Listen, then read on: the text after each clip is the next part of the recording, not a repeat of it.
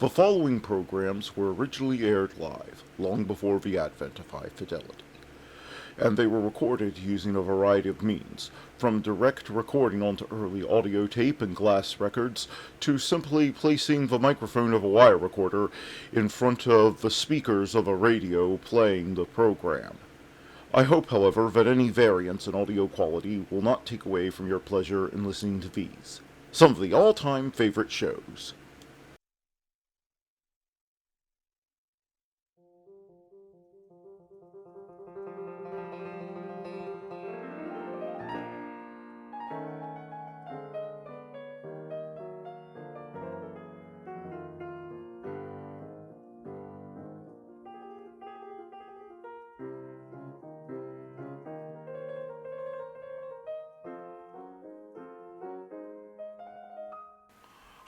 Hey man, it's finally happening for me.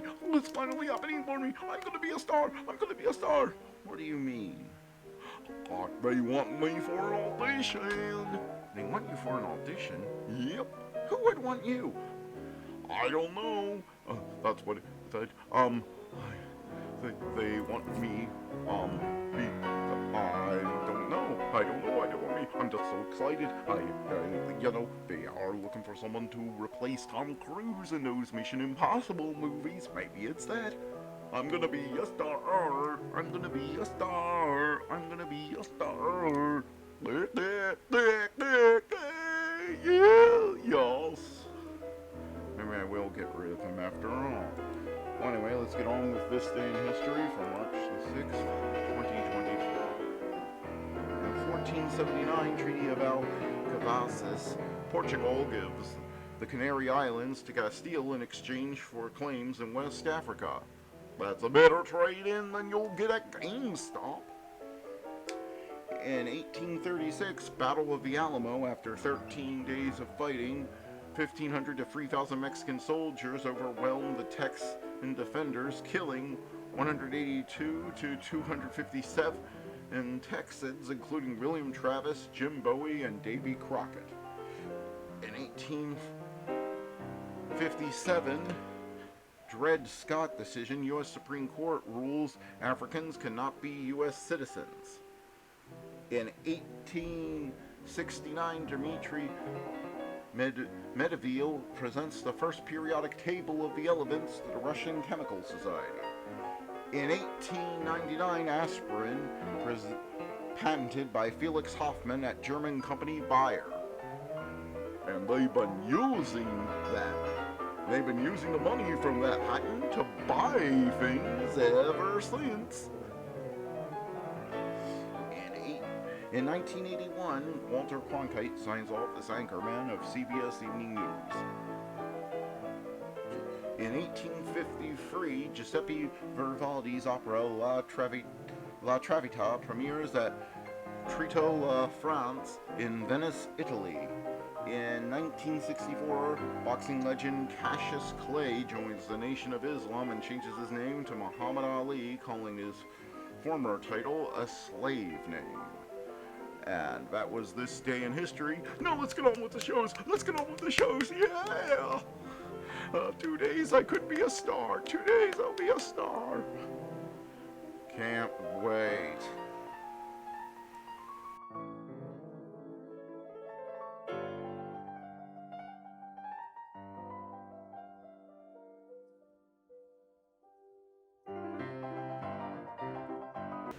Who's on first? Why, it's Bud Abbott and Lou Costello. Coming up next.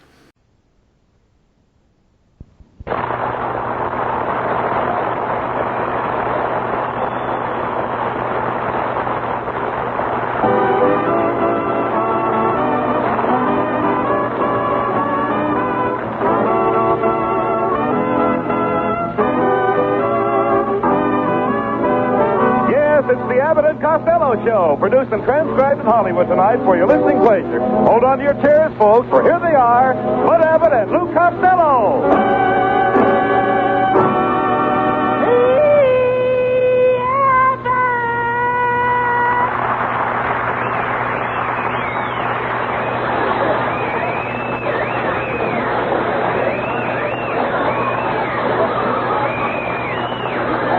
Costello, come on.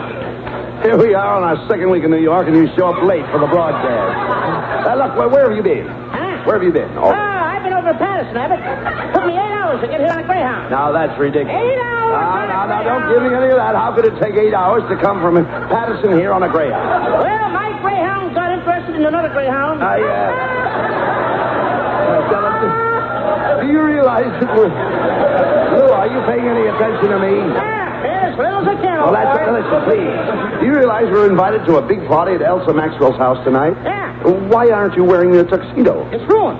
I was wearing my tuxedo last night and the dog bit me. Where did he bite you? Well, if I was wearing license plates, you would have got the last 3 numbers. You got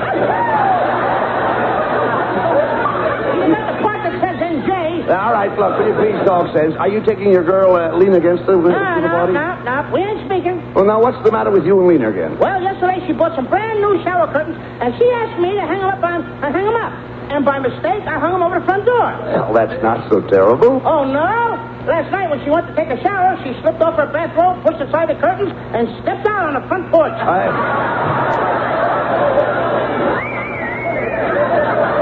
Tell me, Costello, were you What born... if it was? Wait a minute, I want to ask What you... if it me? I know that. Listen, I want to ask you one little simple question. Were you born dopey? How'd you say not? I'm a self-made dope. That's what I believe it.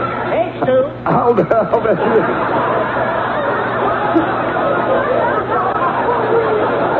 Hey, now, wait a minute. While I think of it, Lou, I'll bet you didn't even get any flowers for Elsa Maxwell. Yes, I did. I bought a great big orchid for her hair. An orchid? An orchid for her hair. You dummy. Orchids are $30 a piece. You could have bought a pair of pants for that.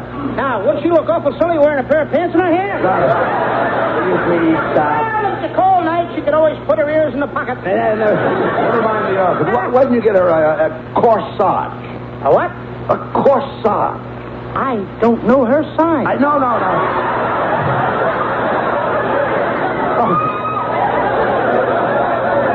Now, you dummy,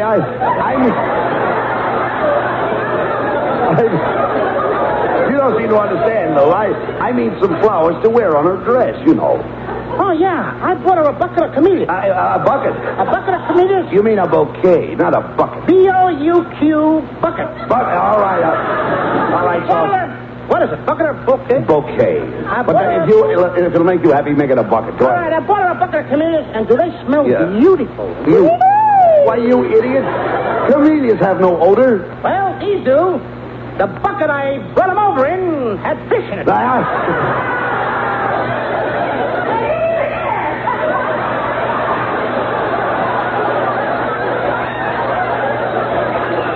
Costello. Oh, these kids from Patterson are clever. Costello.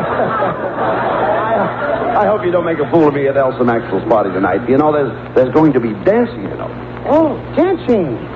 Well, I love dancing, Abbott. I used to be a lifeguard at the Roseland Dance Hall. A lifeguard in the dance hall. Yeah, I kept the wolves from getting too close to the waves. Hey, look. What kind of dancing do you do? Oh, me, I do the shimmy. The shimmy. The shimmy is a back number. Oh, I can start mine from any place. Oh, dog says, Costello, do you conga? Huh? Conga. Were you ever in a conga line? I tried to get in the conga line once, but I must have gotten the wrong line. Now, what do you mean by that? I never got to dance. But I came back with an armload of paper towels. Look, Costello, I can tell that you know absolutely nothing about modern dancing. Who don't? You don't. I come from a family of dancers. My Aunt Minnie, she was a famous balloon dancer on a stage. Do tell. One night a mouse ran across the stage and Aunt Minnie screamed and dropped her balloon. Yeah, what happened? The mouse fainted. I'm not going to take any chances. Now, before we go to Elsa Maxwell's party tonight, I'm going to see if you really know how to dance. In other words, I'll give you a lesson. Oh, you don't have to give me any lessons. I took lessons from Martha Murray. There's only one thing wrong. He taught me the woman's steps. So what's wrong with that? I'm the only wallflower in the history of dancing that uses the men's smoking room. Look, never mind that. Look, I'm going to teach you how to dance right now, right here. Right here? Yeah, right here. Now, let's say that I'm a beautiful society girl. Now, this is my my first party, incidentally. I'm coming out tonight.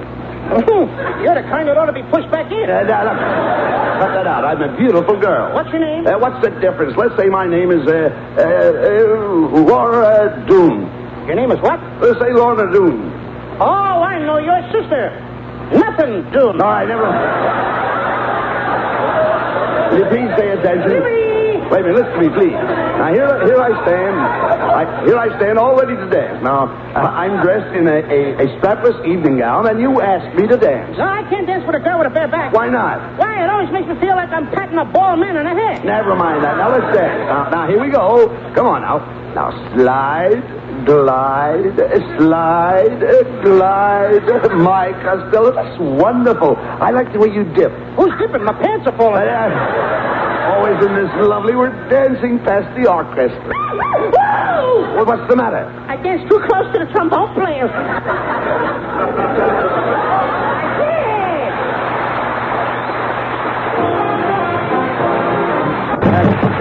Come in. Why, it's Mrs. Niles. What are you doing in New York? Oh, I just flew in from Hollywood. Who in, eh? How did you come in on your broom? Costello, I'll have you know that when I arrived this morning, they rolled out the carpet. Oh, I wish you had been there. What for? Then they could have rolled out the barrel.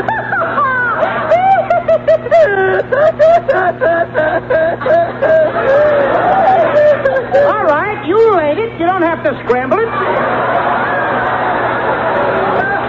I have no time to argue with you, Costello. Oh, I'm dead tired from my plane trip. I'm bushed. Bush, you look more like something that's been treed. I'll have you know that I just came from the beauty parlor. What's the matter? This beauty treatment... Costello, this beauty treatment cost me $200. And already I've been taken for Lana Turner and Rita Hayworth. You've also been taken for $200.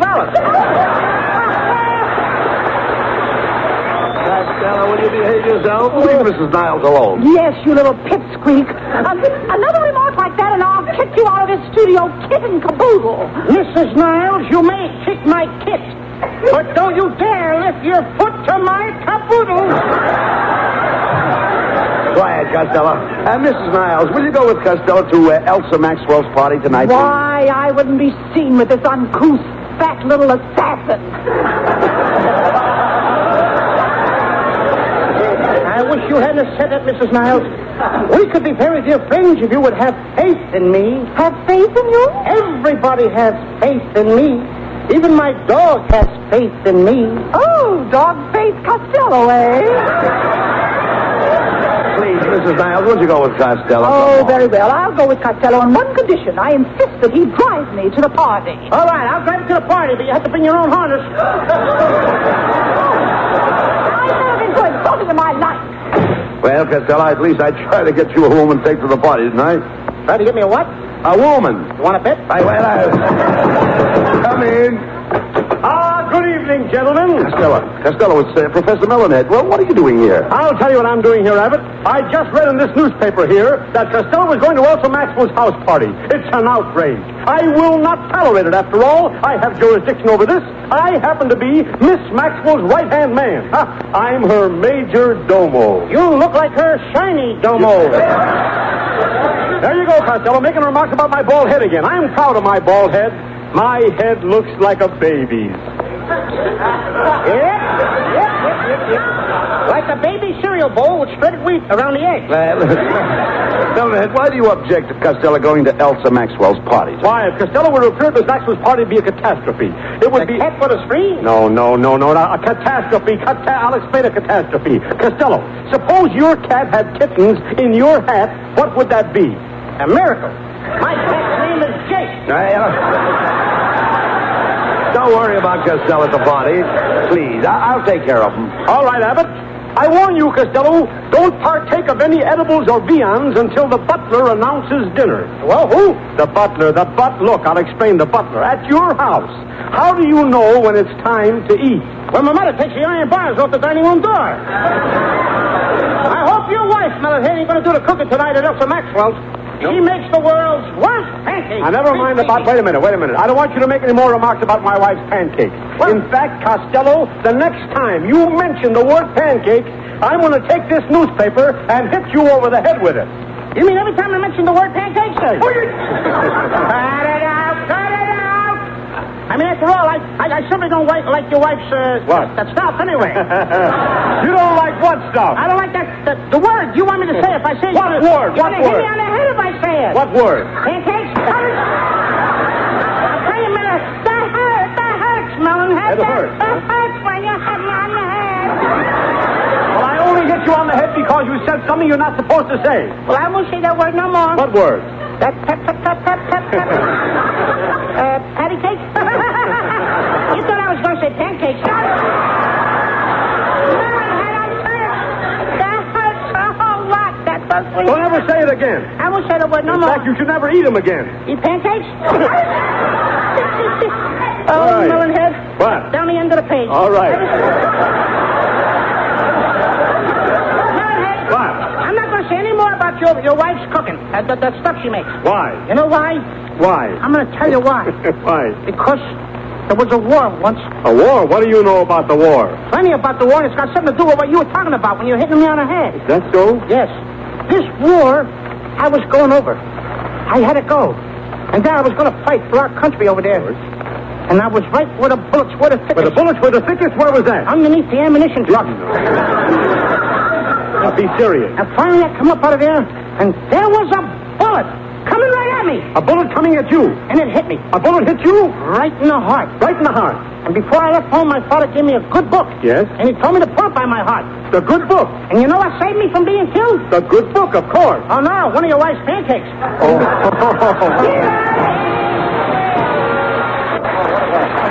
Boy, gee, this is some party, Costello. What a crowd, eh? Hello, boys. Costello, it's Elsa Maxwell. Costello, do you realize that this is the one and only Elsa Maxwell? Yes, here I am, in the flesh. Whose is it? You better give it back. You're stretching it all out of shape.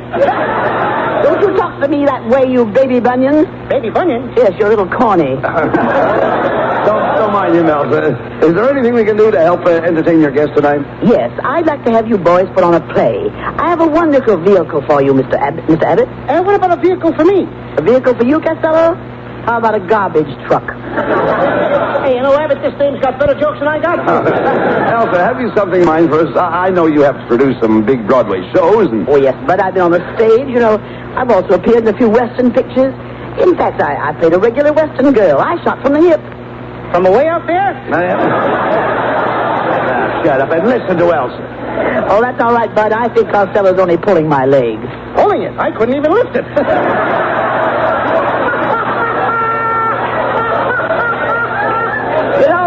You know, boys, I've written a little sketch that we can do tonight.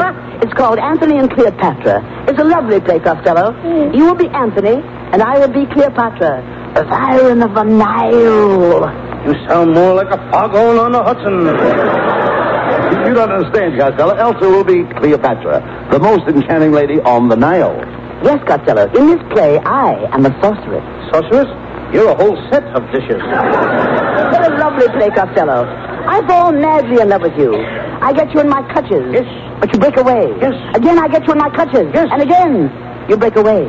Looks like my brakes are okay, but my clutch is slipping.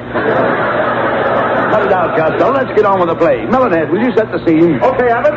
And now, ladies and gentlemen, we bring you a drama of Anthony and Cleopatra, starring Elsa Maxwell, Bud Abbott, and Lou Costello, entitled How the Terrible Snake Killed Cleopatra, or Costello Makes an Ass of Himself.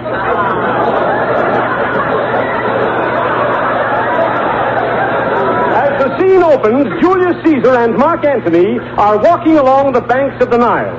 Julius Caesar speaks. Oh, Anthony, isn't this a wonderful country? Yes, Julius. There is no country in the world as beautiful as egg white. Egg white. Wait a minute, Costello. Where do you see egg white on the script? It's right here in the script. What do you mean? Egg white. E-G-Y-P-T. Egg white. Ah, you don't. That's Egypt. That's Egypt? Egypt. You read the straight lines, kid. I'll get the laugh. Ah, yeah, quiet. Anthony, we are approaching Cleopatra's camp. Oh, who goes there? God, tell Cleopatra that Julius Caesar and Mark Antony are here. Which one is Anthony? I am. Mr. Anthony, I have a problem.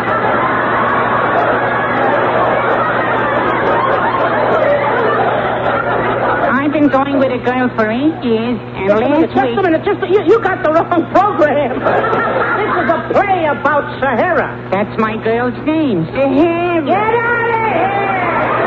Come on, Anthony. Oh, look, There's Cleopatra's scow lying at anchor. Let's get aboard. Okay. Oh, get off me, you fool! Come on, Costello. Let's get on with the play. You come here as Mark Antony, the great lover. Take Elsa Maxwell in your arms and read your line. Okay. Cleopatra, at last we are together. My proud beauty. But Anthony, I am not proud. You're no beauty either. Never mind.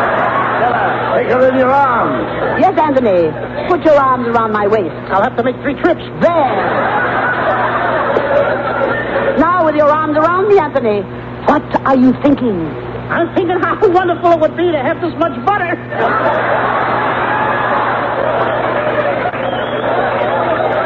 You should talk. Why don't you take that flower out of your lapel and wear it in your vest? Why should I wear my flower in my vest? Nearer the pot. Come, you two. You're supposed to be in love. Yes, Anthony. Remember that old adage, all the world loves a lover. Oh, yeah? Then why did I have cops in Central Park? But Mark, my sweet, this night was made for love. There are lovers everywhere. Listen to that couple on yonder bench. I'm getting a divorce. You're not going to treat me like your first 6 husbands. I only had 5 husbands. You had 6. 5. 6. There you go, counting that midget again. Come, Mark Antony. Sit beside me on the throne, and I will stretch one of my slave girls to entertain you. Enter, slave. Did thou summon me, O queen? Yes, Salome. Kindly attend to the wishes of our guests. Oh, Mark Antony, I am here to serve you. Oh, what can I do for you? Come here and kiss your poor old father. Please, Mark Antony, the queen will be jealous. Oh, kind sir, is there anything I can bring you? You already brought it, babe. Come on here and kiss your poor old father. Costello, will you leave that girl alone? Yes, Mark Antony. This is an insult. You are making love to this slave while I am here. Well, what's a local when you can catch an express?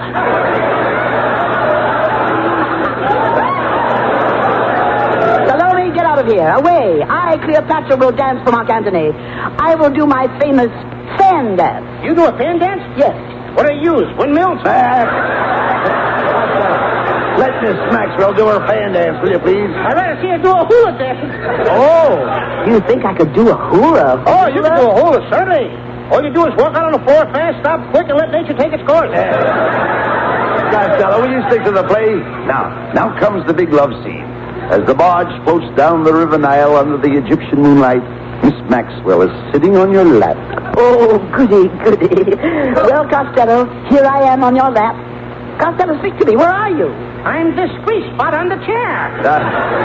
Now, as the slave girls sprinkle roses around your feet, you take Miss Maxwell in your arms, mind you, in your arms, and you kiss her. I can't do that, Abbott. Miss Maxwell and I, we can be nothing but friends. Oh, please. Please, Costello, don't say that. Call me anything but just a friend. I'm afraid I can't. You're just a friend. Here, I'll put my arms around you. Now am I just a friend? Yes, you're just a friend. I'll put my cheek against yours. Now, what do you want to call me? You're just a friend. Then I will kiss you.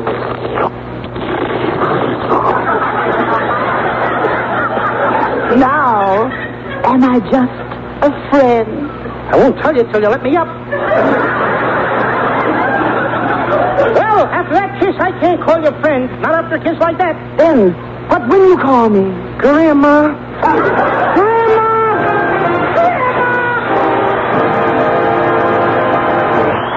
From Now let's join a true legend of American comedy who also entertained troops for nearly 60 years, Bob Hope. For the safety of your smile, use Pepsodent twice a day. See your dentist twice a year. Tonight from the campus of the University of Nevada at Reno, we bring you The Pepsodent Show, starring Bob Hope and his special guest, David Niven.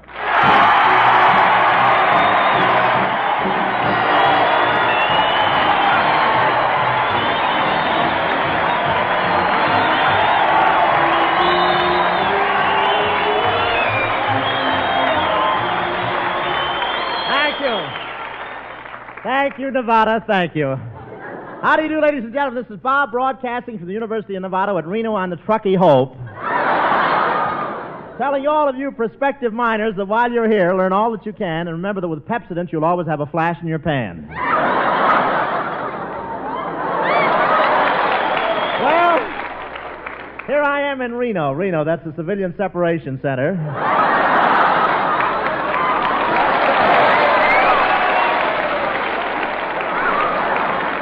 Yes, sir, this is where the ladies get rid of their hubby-hubby to go looking for hubba-hubba. I didn't have any trouble finding Reno. I just crossed the Nevada state line, then followed the wedding rings. And there's a lot of professional gamblers here in Reno. You know what a professional gambler is. That's a question mark in cuffs.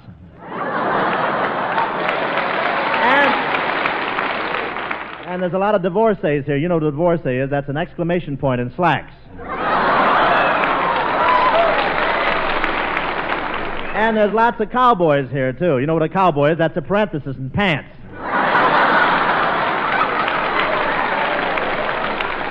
You better get with it. I've still got the commas and the hyphens left. But this is really the West. Of course, I've been in a lot of places where the men are men and the women are women, but out here they make a hobby of it.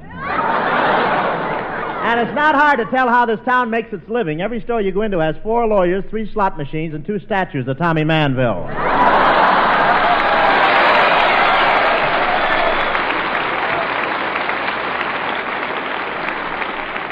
There's some great sights here in Reno. You see the women who are through with their men walking down to the Truckee River to throw in their wedding rings. And you see those who aren't quite sure walking down with their yo-yo strings. And it's against the law to try and fish them out and sell them, they told me, as they unscrewed my diving helmet.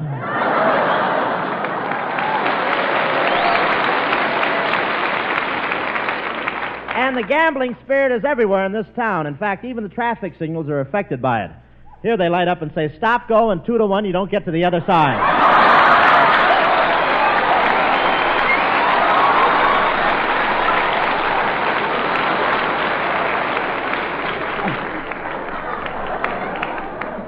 And I'm not saying the college is affected by Reno's main industry, but the students put their examination papers on the table, the professor fades them, and they roll for the grades.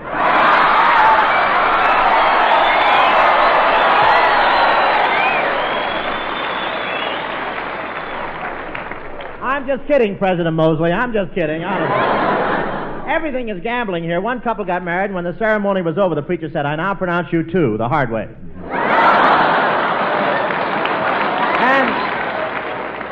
And they don't have elections here. The 10 guys who want to be mayor just go into a room, and the high card gets the office for the following year. Everybody plays the slot machines. I shook hands with the mayor. I gave his arm 1 pump, and his eyes started to roll. His nose twirled. They clicked to a stop on 2 oranges and a bell bar, and nickels came out of his ear.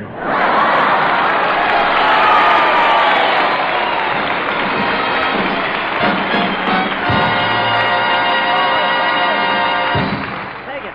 They're yours. Wartime restrictions are ending. Now the toothpaste you wanted is here. It's the new, better-than-ever Pepsodent toothpaste with twice as much Arium. This new Pepsodent has a wonderfully refreshing taste. A cleaner, brighter taste that means cleaner, brighter teeth. This new Pepsodent with twice as much Arium cleans teeth better, cleans better between teeth, makes your breath cleaner, fresher, too. You've never had a finer toothpaste, and never an introductory value like this. Right now, you can get 2 tubes of new post-war Pepsodent for only 29 cents. Yes, 2 25-cent tubes, a 50-cent value for only 29 cents. Get this new Pepsodent, compare it with any toothpaste you've used before. Compare its taste, compare results. See how quickly, how safely this new Pepsodent with twice as much Arium removes the film that makes your teeth look dull. See how new Pepsodent cleans teeth better, cleans better between teeth, too. See how fresh it makes your whole mouth feel. Compare it now during this sensational introductory offer. Get 2 25-cent tubes of new improved Pepsodent for only 29 cents. A 50-cent value for only 29 cents. Don't delay. Yeah, 2 announcers. Get back in the tube. Okay, Skinny, take it, boy. Here's Skinny Ennis. Hey! It's Francis Langford.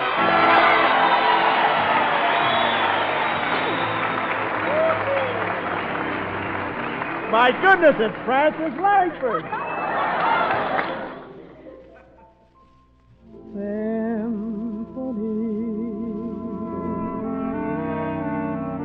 Symphony of love, music from above. How does it start? You walk in, and the song begins,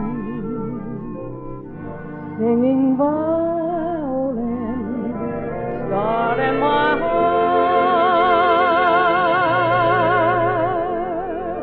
Then you speak, the melody seems to rise.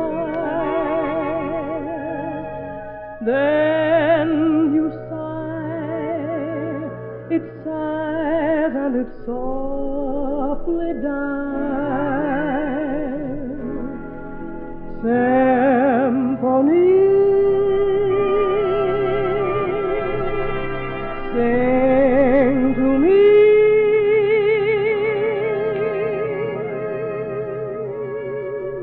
Then we kiss,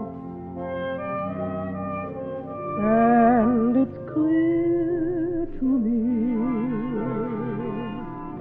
when you're near to me.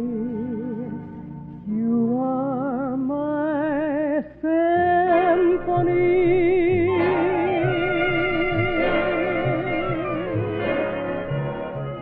Then we kiss, and it's clear to me when you're near to me. You are my symphony.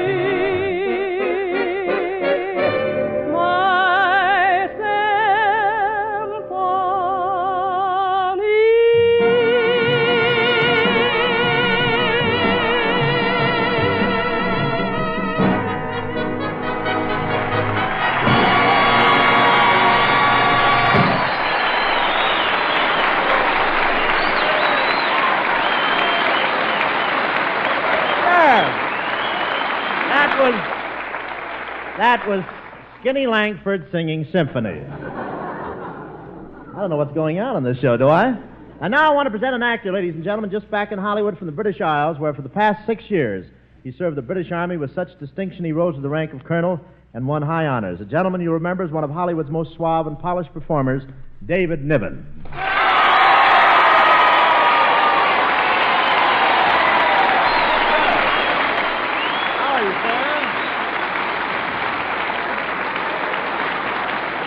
Well, thank you, audience.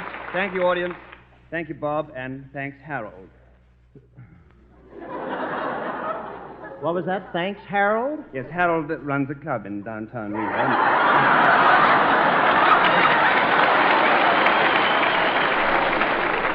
As a matter of fact, he gave me a shirt for mentioning his name. Oh, a cowboy shirt? No, I bought it in London. Oh, well, maybe I could get my shorts back from the Palace Club that way.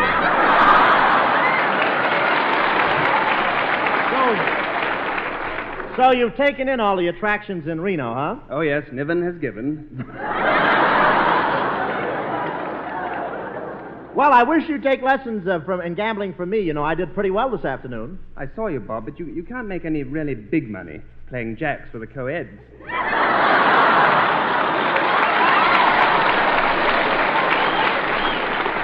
Oh, you're just mad because I broke the bank at the roulette table. You did what? I broke the bank. I stopped the game. Bob, there's a difference between breaking the bank and watching that little ball so closely that you inhale it.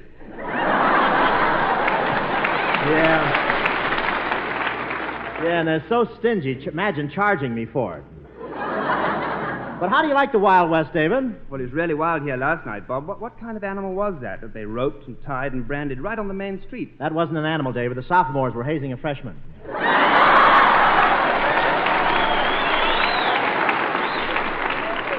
a freshman, he had horns. Well, he spent a lot of his time around Lake Manzanita.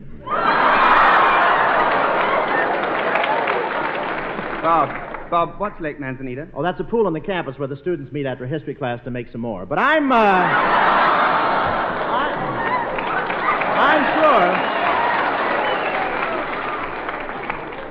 sure these students are more interested in your history, David. You were an officer in the English Army, weren't you? That's right, Bob. I was a colonel. Colonel. Now, tell me, is that higher than a senior?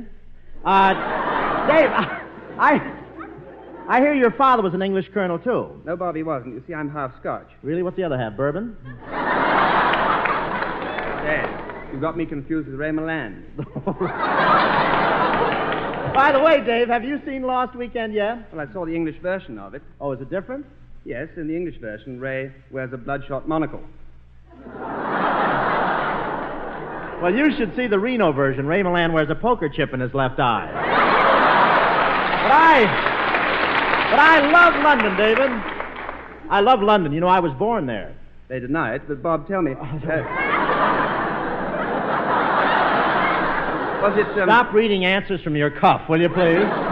Was it always so foggy in England? Foggy. I was 10 years old before I met my mother. Tell me, David, how do people like my pictures in London? Oh, you're a big hit, Bob. Whenever your name appears on a theater marquee, lines form all down the block. The English like my pictures, huh? Yes, they're crazy about any films with American gangsters in them.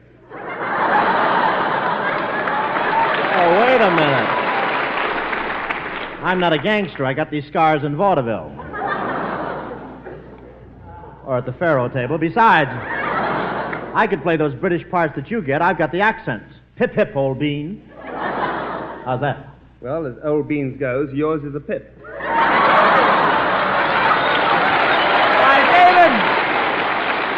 I have the face of a juvenile, even if my figure is a little delinquent. Say, you just finished making a picture in this country, didn't you? That's right. It's called The Perfect Marriage. The Perfect Marriage? Yeah, that's Reno, spelled backwards. I made it at Paramount, Bob. Yeah, I know. I met you in the commissary, remember? Oh, that's right. I didn't recognize you without the napkin over your arm. Wait a minute. What are you talking about? Why, I'm Paramount's biggest ace. Bob, be careful. Be careful. There are freshmen in the audience. Oh, Dave, they know. Well, it's really wonderful, Bob. Wonderful of you bringing me up here to the University of Nevada. Well, tell me, are you a college man? Oh, yes, I am. I went to Stowe College in England. Is that coeducational? No, my hair's always been curly. Bob, did you go to college? Well, I went for 2 years, but then I had to quit. Why did you have to quit? Well, I couldn't keep up the payments on my pipe. But, Dave, I guess the schools over there are a lot different than our colleges. Yes, they are, Bob. In the first place, our colleges in England are not coeducational. They have schools for men and schools for girls. Do they give you your choice?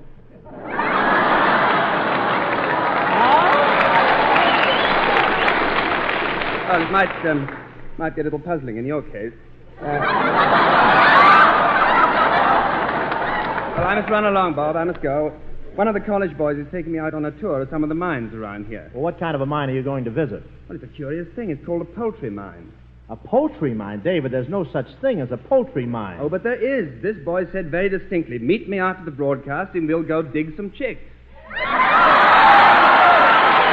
How about that, David? Oh, thank you, David Niven.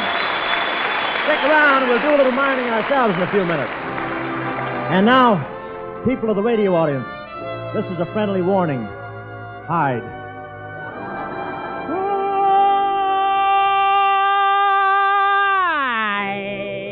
I'm always chasing a rainbow, watching clouds slowly drifting by.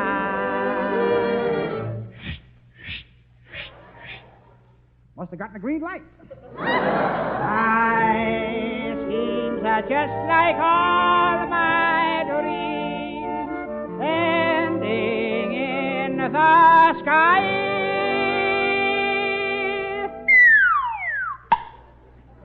Who threw that coconut? What a sneaky way to get unplugged for the book. Oh. Some people look and find the sunshine. I always look and find the rain. Some people make a winning sometime. Ah, yes, some people make a winning sometime. Okay, here's the dice. It's your roll. Now, wait a minute. Are you sure these dice aren't loaded? Loaded. It's just heavy ivory, that's all. Just heavy ivory. Roll them.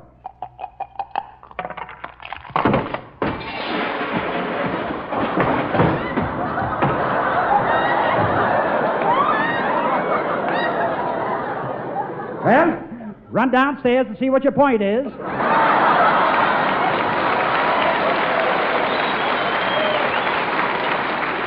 I never seem to make a gain.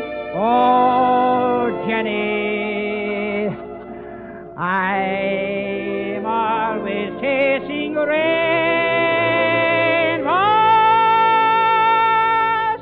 Ah, there's a rainbow now. I'll run right up to the end of it. Oh, Kelowna, watch where you're going. You almost knocked me down. Well, what do you know? Ran right into the pot. Waiting to find a mover, I never loving true, but it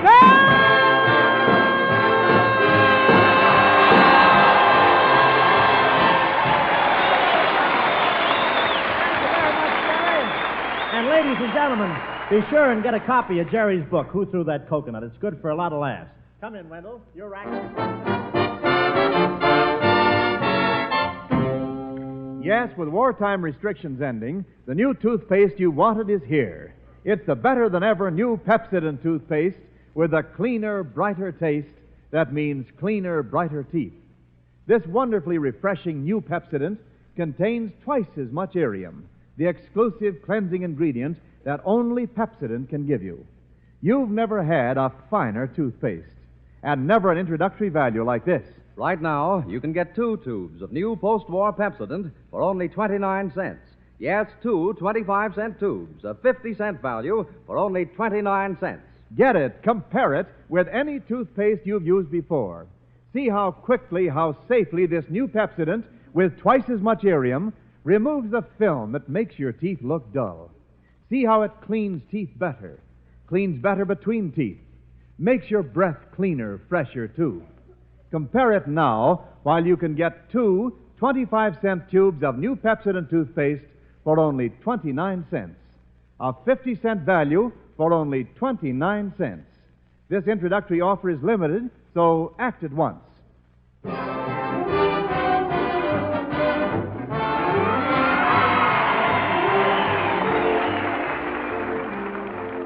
Folks, one of the most interesting branches here at the University of Nevada is the School of Mines, where they teach each student to dig it out of the ground and sending the folks back home for it. Tonight we find 2 graduates who just struck it rich, Bob Hardpan Hope and David Nugget Niven.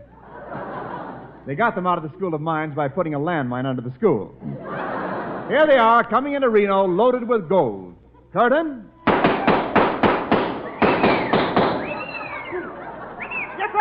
Yahoo! Yippee! Yippee! Yahoo! Yahoo! Yahoo! Say, Hardpan, what are we doing all this hollering for? Well, I don't know about you, but my spurs curl up a little too far.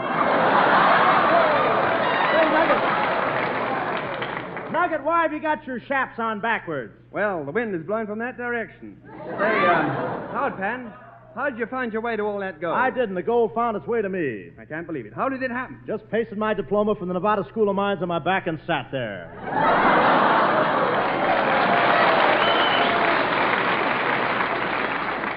What are you going to do with all your dough, Hardpan? Me, I'm going to buy me 1,000 cows. 1,000 cows? You going into farming? No, I'm going to develop my wrist for the pinball machine. Say, Nugget, you'd better shave before we hit Reno. But I did. And what's that on your face? I had sagebrush for breakfast. Sagebrush, oh yeah, that's those Washoe Wheaties, yes, sir. Hey, Hardpan. What's that? There's a blacksmith shop. Let's stop in and get a new set of shoes. Okay.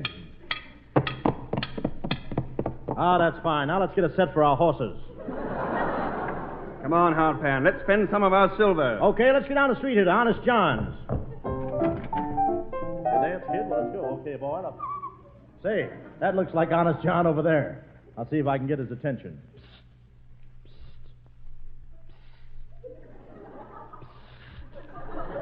Dad, one of the bubble dancers must have sprung a leak.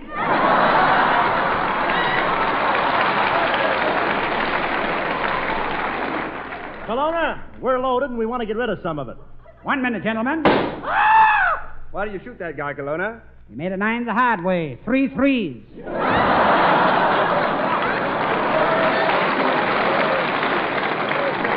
So, Kelowna, you're a big-time gambler, eh? That's right, Hope. I bet hundreds on the toss of the dice, thousands on the turn of the wheel, millions on the cut of the cards. I also have a friend who gives me cardboard for the soles of my shoes. Oh, never mind that, Kelowna. Never mind that. We're in town for some fun. Oh, so you boys want to paint the town red, eh? Yeah, can I borrow your brush?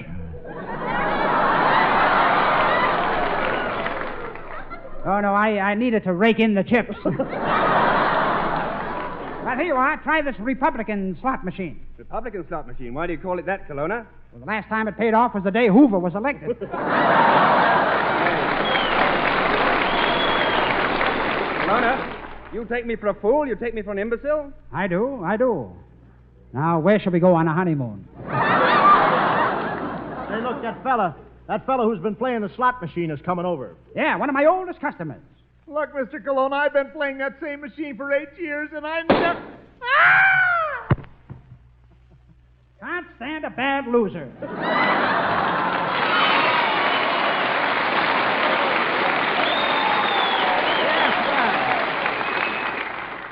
This is some place, huh, Nugget? Yeah.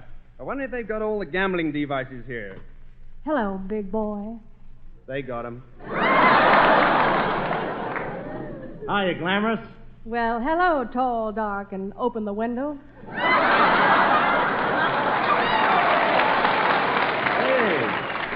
Say, get a load of this tomato, huh? Yeah. The rest of the vine ain't bad either.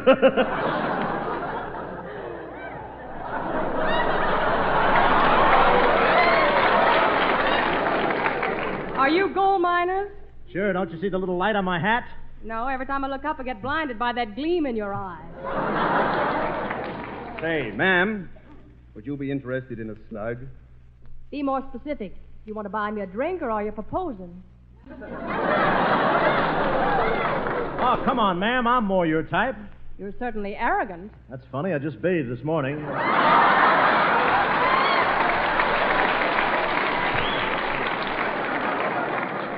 Guess I gotta start using soap. 2. Oh, don't pay any attention to him, ma'am. How about a kiss? Do you know how to kiss? Do I know how to kiss? Why, ma'am, at the Bar X, they use me instead of a branding iron.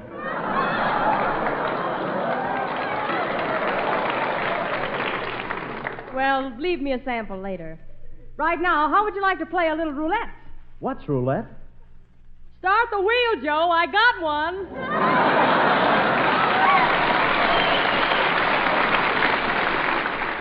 All right, here you are, boys. Put your money on the board, and I'll spin it. Say, are you sure this wheel is honest? As honest as the day is long. Well, you lose. Sun goes down here early, doesn't it? Let me try it, Harpan. I'll bet $1 on number 6. Number 7, you lose. But, Kelowna, you didn't spin the wheel. Oh, silly me, that's right. Number 7, you lose. Kelowna, how did you know number 7 was coming up? Underneath my brother-in-law. Kelowna, are there any electric wires under this roulette wheel? Of course not, Hope. Just to show you the wheel isn't crooked, I'll spin it the other way.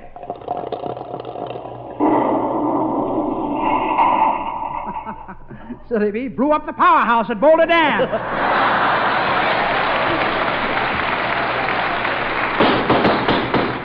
Hide your dough, everybody. Here comes that desperado Trigger Ennis. All right, everybody put up your hands. I'm holding you up. Who's holding you up? None of your lip. I'm a rootin', tootin', shootin', lootin', bootin', zootin', hustlin', tusslin', musslin', rustlin', bad man. Now, nobody move till I get up again.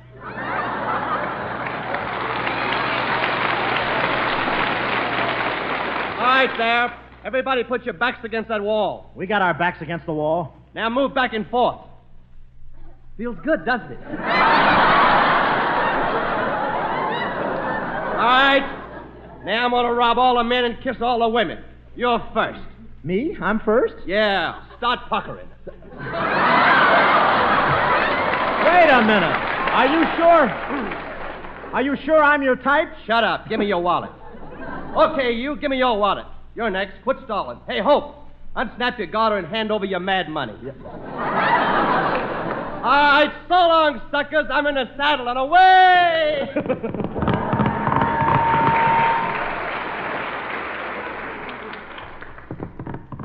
Look, Nugget, that gopher runs like a deer. After him, everybody! There we go, yes, sir! Hey! Get up! Get up! You think we'd make better time if we weren't all on one horse? Now we're catching up with him. Take a shot at him. It's no use. He's riding in the saddlebag. Better catch him before he gets to Mount Rose. How do you know he's heading for Mount Rose? His horse is wearing skis. There he goes. There he goes up Mount Rose. I'll get him. I'll shoot from the hip. You'll be pretty wide of the target, won't you? There he is. Everybody fire. I got him. Hey. Oh, I give up. Stop shooting. Please stop shooting. Did we get you? No, I just can't stand the noise. Back, you silly boy.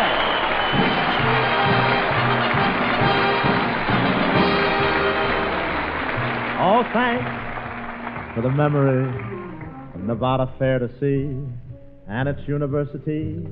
We'd like to state we appreciate your hospitality, and we thank you so much. And thanks for the memory of Reno, world renowned as the nation's great playground. You prove the claim of Reno's fame as the biggest little town. We thank you so much. Folks, the Red Cross campaign is beginning. Let's see if they score. All right, Cappy, I'll take it. All right, thank you. Our thanks to David Niven for being our guest this evening. Throw a straitjacket on him. You did a fine job, David, old boy, and thanks to President Mosley and all you folks here at the University of Nevada. You know, tonight is March 5th, 1946. 1 year ago tonight, this nation was 2 months away from VE Day and 6 months away from VJ Day. 1 year ago tonight, a lot of these boys here in the audience at the University of Nevada were American troopers and were fighting in the shell-torn streets of Cologne, and the going was still plenty rough on Iwo Jima. 1 year ago tonight, the lights were on all night in factories in Pittsburgh and Detroit and Chicago. But on 1 million farms, it was lights out because 2 million teenage farmers had to get up at 5 a.m. and help Dad milk and mow and weed and hoe for victory. I mean our 2 million boys and girls in our 75,000 4-H clubs. During the war, we said plenty about the man behind the gun, but not much about the kids behind the plow. G.I. Joe's kid brother and sister in blue jeans who took care of things in the South 40 while Brother Joe took care of things in the South Pacific. Personally, I'm not farmer enough to know which faucet in the cow gives milk and which faucet gives cream. But I do know this, that you kids in the 4-H Club are doing right by the soil for which so many Americans have died. Good night. This is Wendell Niles reminding you to try a new post-war Pepsodent during this limited introductory offer. Get 2 25-cent tubes of 50-cent value for only 29 cents.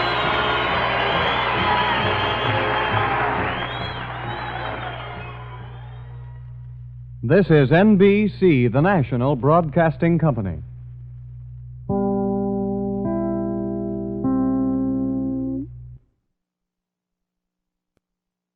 True crime stories of the 1940s and 1950s are up next with Jack Webb's Dragnet. The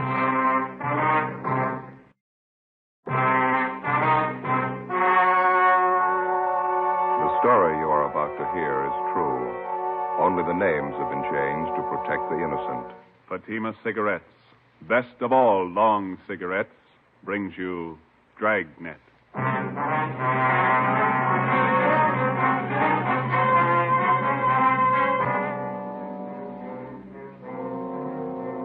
You're a detective sergeant. You're assigned to homicide detail. A woman has disappeared, taken from her home by a man posing as a police officer. Your job, find her. If you want a long cigarette, smoke the best of all long cigarettes. Smoke extra mild Fatima. Yes, Fatima is the king-size cigarette which contains the finest Turkish and domestic tobaccos superbly blended to make it extra mild, to give Fatima a much different, much better flavor and aroma than any other long cigarette. That's why Fatima has more than doubled its smokers coast to coast. Enjoy extra mild Fatima yourself. Best of all, long cigarettes. It's wise to smoke extra mild Fatima. It's wise to smoke extra mild Fatima.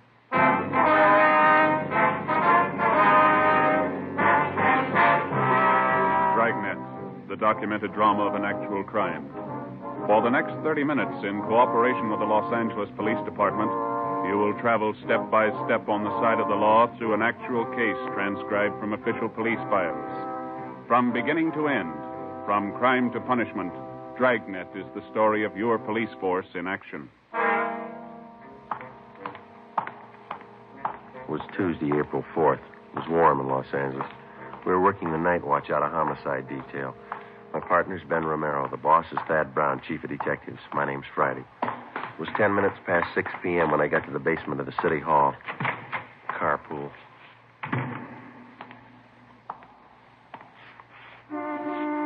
Over here, Joe. Hi. Thad Brown will be down in a minute. Captain will follow us out later. Okay. No contact yet? No, I'm still waiting. You take care of the local broadcast? It's already gone out. They'll put the descriptions on the air every hour. How's it look to you now? I don't know. Nothing more we can do to, make a contact. Oh, here's Thad Brown now. You want to squeeze over a little? Oh, yeah, sure. Hi, Chief. Hi. Let's go. Might as well take Beverly Boulevard, huh, Ben? Yeah, it's as fast as any. You got the address there, Friday? Yeah, it's 617 Paris Avenue, it's out by Echo Park. Who's covering the house now? Ross and Pacelli are staked out in a private garage across the street from the house. Donahoe and Wiseman are on duty inside the Kessel place. You want to smoke? Thanks. Light me one, will you, Joe? Yeah. But you got the story from the maid at the Kessel's house, is that right? Mm-hmm. You check it out? I'm pretty sure she's telling it straight. If anything's wrong, I don't think she's got a hand in it. Here you are, Ben. Okay. You got the call about 3 this afternoon? Mm-hmm. A few minutes after, we went right out and talked to the maid. How'd she tell it? She said she was fixing dinner about 2 this afternoon when the doorbell rang. She answered it, and a young man in a gray suit asked for Mrs. Kessel by name. He told the maid it was an emergency. Yeah. Well, the maid said Mrs. Kessel came to the door, and the man identified himself as a police officer. Told Mrs. Kessel her husband had been hurt in an accident, and she was to come right away. Man show his identification? Maid said no. Said Mrs. Kessel just took it for granted he was a cop. Yeah. Go ahead. Mrs. Kessel got her coat and left with the man. About an hour later, her husband, Professor Kessel, got home. He wasn't hurt. He hadn't been in an accident. He hadn't seen his wife. As soon as he heard from the maid what had happened, he got on the phone and called us. What's the background on the husband, this Professor Kessel? He's supposed to have quite a name. He's a professor of philosophy out at Simmons College. That's a small school out near Glendale. Oh, yeah. Devout man, president of one of the local synagogues. Sure about the maid's story, huh? Sure as we can be. She gave us a good description of the man who picked up Miss Kessel. I got it right here. Yeah. Here. White male, American, 25 to 30 years old, 6 feet, 170 to 80 pounds, gray suit, gray head, brown shoes. How about the car he used? Late model Chevrolet, dark blue, white sidewalls. That's all the maid could tell us. She didn't notice the license. You better cut over on Westlake. That'll take us past the detour, won't it? Mm-hmm. This Professor Kessel, has he been told what to do? Yeah, he's been briefed. We've had a couple of men with him since this thing broke. He's taken it pretty hard. How old a man is he? Oh, his late 30s, wouldn't you say so, Ben? Pretty close to 40. Nice fellow. It's quiet. 2 kids in the family, just about school age, boy and a girl. This next one ought to be Paris Avenue. Yeah. There's a big gray house down there, Skipper, white trim. Don't park too close to the house. This ought to do it right here, don't you think? Yeah. What time you got? It's 6:15. Almost dark. Where's the garage our men are covering from? Can you see beyond that light pole there, the white stucco place? Oh, yeah. Next one here's a Kessel home. Doesn't look very rich. Neither do the Kessels. I don't think they got much money.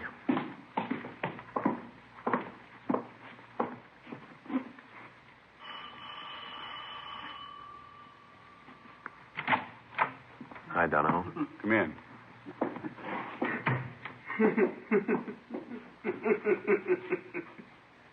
That the husband? Yeah, I just got a phone call a couple of minutes ago. I listened on the extension. Who called? Tried to trace it. The guy wouldn't stay on the line long enough. What'd you say? Tell the cops to stay away. Said it twice. Tell the cops to stay away. Yeah? Said if they don't, I'll kill her.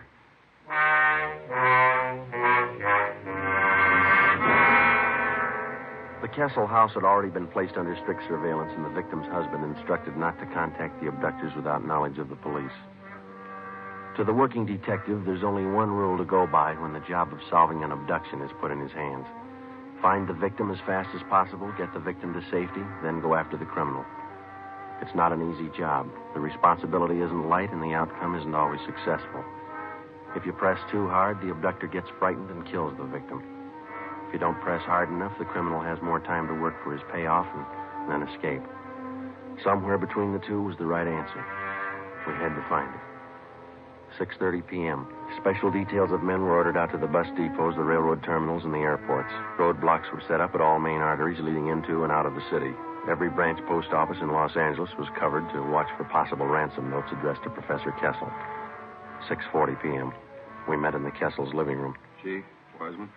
Professor Kessel will be down in a minute. Says he's sorry to keep you waiting. You feeling any better? A little. Phone call about his wife shook him up a bit. Well, how about those people who came in a few minutes ago? Who are they? Relatives. Half a dozen of them. They're waiting back in the kitchen. Well, how'd they know about Mrs. Kessel? They didn't. They'd been invited to dinner. They didn't know anything was wrong till they got here. Mm-hmm. Kessel asked them to stay for the meal. Wants to keep up appearances for the sake of his kids. Doesn't want them to worry about their mother. The dinner that important to him? Well, tonight's the start of the Pesach, the Jewish religion, Passover. Oh, yeah. It's one of the big holidays. Oh, I see. Well, they started off with this dinner tonight. Is that the way? Yeah, big dinner. They call them Seders. Tonight they have the first Seder. Good evening. Sorry to keep you waiting. How are you? No, please sit down. We don't like to intrude on your privacy, Professor Kessel, but I think you can see it's necessary. Oh, yes, of course. I'm very grateful. If there's anything at all I can do to help. Do you have any idea who might be responsible for abducting your wife? That's what has me so confused. How do you mean? Well, I'm sure I have people who don't like me, who don't like us, but someone who would take my wife, who says they'll kill her? No, I don't know who it could be. How about the voice on the telephone, Professor? Did you recognize it at all? No, it didn't sound like anyone I knew. He talked so fast, I could hardly understand the man. Do you think the person who took your wife has some other motive besides holding her for ransom? I can't understand that either. If it's money they want, why go after a teacher's wife? $1,500 in the bank, that's all I have. That and this house. How about your immediate family, Professor? Well, my wife, Ruth, her people have quite a bit. I guess you would call them rich. But it's their money, not mine. I can't understand why anyone would do it. For Ruth, anything happens. Children. Albert? I'm sorry. That's all right. We understand. Albert? Yes, Bertha, come in, would you, please? Gentlemen, this is my sister, Bertha. She's here with her husband for the Seder. How are you? Albert, it's late. Sundown. It's time to start the Kiddush. Oh, yes. All right, Bertha. You tell everyone to come to the table. I'll be right in. The officers will have the first Seder with us? Yes, Bertha. You please set them places. Yes, Albert. Say, we don't mean to intrude here. We can wait outside while you have your dinner. Oh, no, please. I'd be honored to have you sit at the table with us. No one in the house should be without food tonight. First Seder for Passover. It's the law. How's that, sir? Oh, excuse me. The Hebrew law. Would you come this way, please? Yes, Professor. He turned and led us down the hallway into the dining room. A long white cloth covered the table. In the center was a brightly polished brass candelabra holding 4 lighted tapers. There were a few platters of food already set out, and at the head of the table, where Professor Kessel stood, an open prayer book. In order not to add to the alarm of his 2 small children at the absence of their mother, Professor Kessel introduced us as friends from Simmons College. This is Mr. Brown, Mr. Friday, Mr. Wiseman, Mr. Romero. How do you do, Of course. Oh, sit down, please. Sit down. Yeah. Sure smells good. Yeah. You got enough room there, Joe? Oh, fine. Hey, how's it work, Wiseman? Should we join in the prayers? Not unless you speak Hebrew. Oh. Baruch atah Adonai Eloheinu melech haolam, bo'erei pri hagofen. Baruch atah Adonai Eloheinu melech haolam, asher bachar banu mikol ha'am, v'raimemanu mikol ha'shayin v'kedishanu b'mitzvosav. V'atiten lanu Adonai Eloheinu, v'avo moyadim l'simcha. Hagim uzmanim l'sasoin es yoim hagamatzos hazeh. Yeah. Telephone call. All right.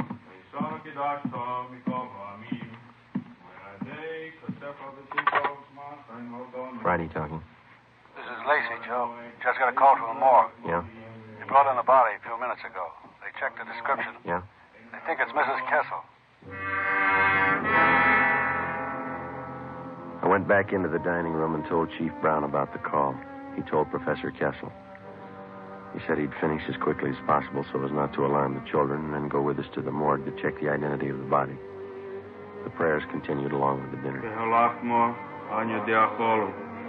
Sana bearo de Mitzrayim, kol dich ven Yese viejo, kol dich Yese visa, Ashata hocho, Ushona abba bearo de Israel, Ashata avde Lashona abba b'nei chayrim. John? Yes, Papa. Manishtono halalo asher, mikol halelos, shebachol halelos anuchlin, Hame to matzah, halala haser, kulo matzah. I'm sorry. Excuse me. Sure, you're a cold. Excuse me, I'm sorry. Halala haser. Papa? What was it, Wiseman? What was the boy saying? It's part of the ceremony during the meal. He's supposed to ask his father certain questions about the Passover, and then the father answers him. I guess it was too much for Kessel. Phil broke him up. What'd the boy ask him? Why is this night different from any other night?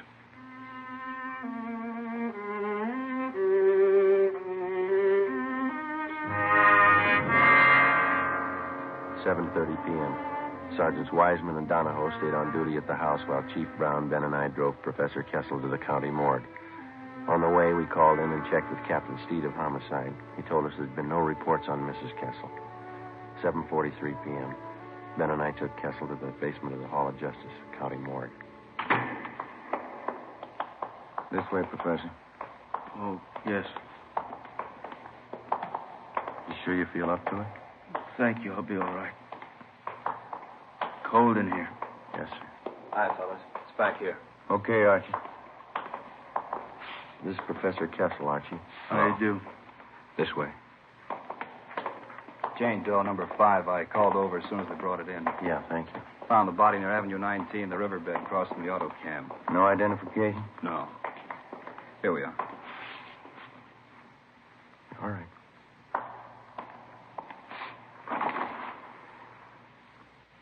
Professor.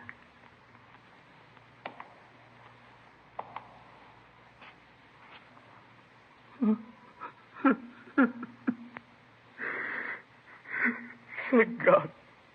Thank God.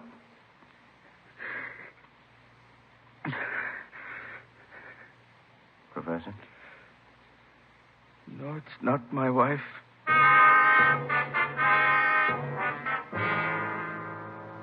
It seemed as if both the victim and whoever had taken her had vanished completely. At 11:30, Captain Steed, Ben, and I went across the street for a cup of coffee and a fried egg sandwich. We got back to the office at 10 minutes to midnight. Still no word.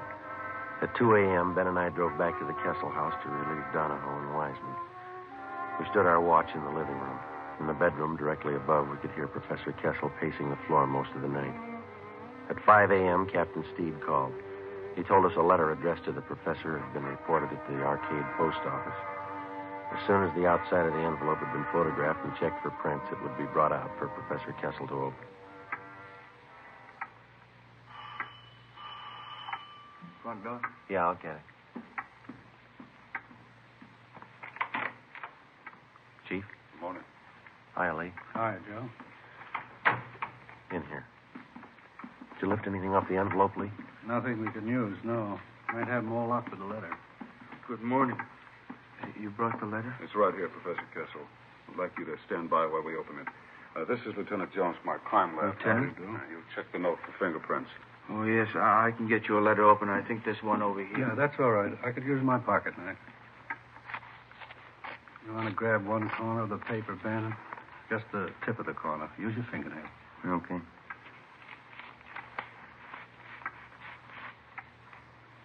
And have to open it and pin down these corners here. What is it, Freddie? The words are put together with small printed letters. all seem to be the same kind of typeface. Letters were probably clipped from a book, then pasted together to form these words. Who sent it? What does it say? Thanks, Lee. If you want to see your wife alive, have 30,000 small bills tonight. Tell police I kill her. Instructions follow in mail. No signature. 30,000. I haven't got the money. I can't get it. He'll kill her. Mr. Kessel, there's still a chance. But what can I do? I haven't got that much money. He says he'll kill her. What can we do? What we've been doing? Yes? Wait.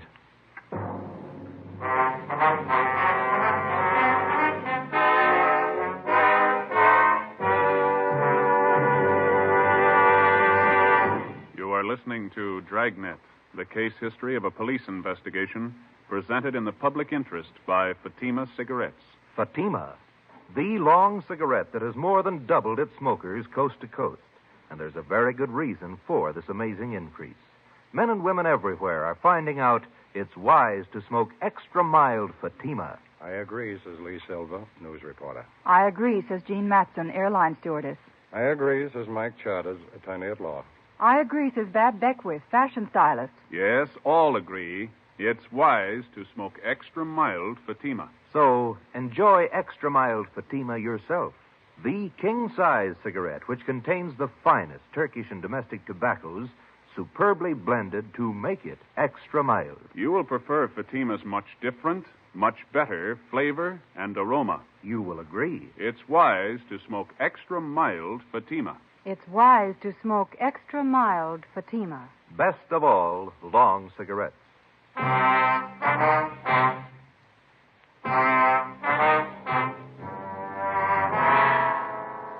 Wednesday, 7 a.m. With the aid of an iodine fume gun, Lee Jones checked the extortion letter from Mrs. Kessel's abductor for fingerprints and other marks of identification. He found nothing. The piece of paper on which the cutout printed letters had been pasted was of a common variety sold in most stationery and 5 and 10 cent stores. Jones photographed both sides of the envelope and the letter. 11 a.m. Still no word.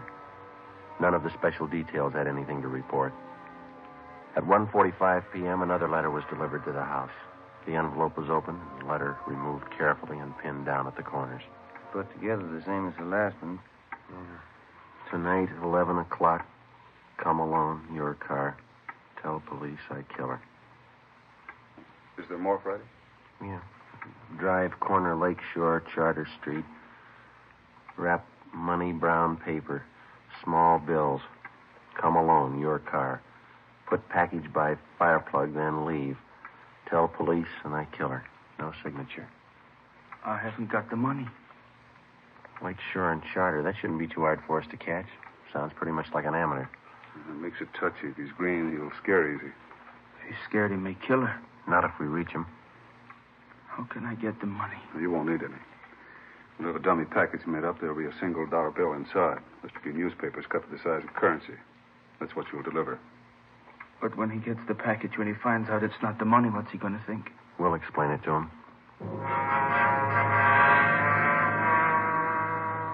Starting at 10 o'clock that night, more than a dozen cars from the Detective Bureau circled the area around Lakeside Avenue and Charter Street, keeping a distance ranging from 3/4 to a full mile away so as not to scare off the abductor.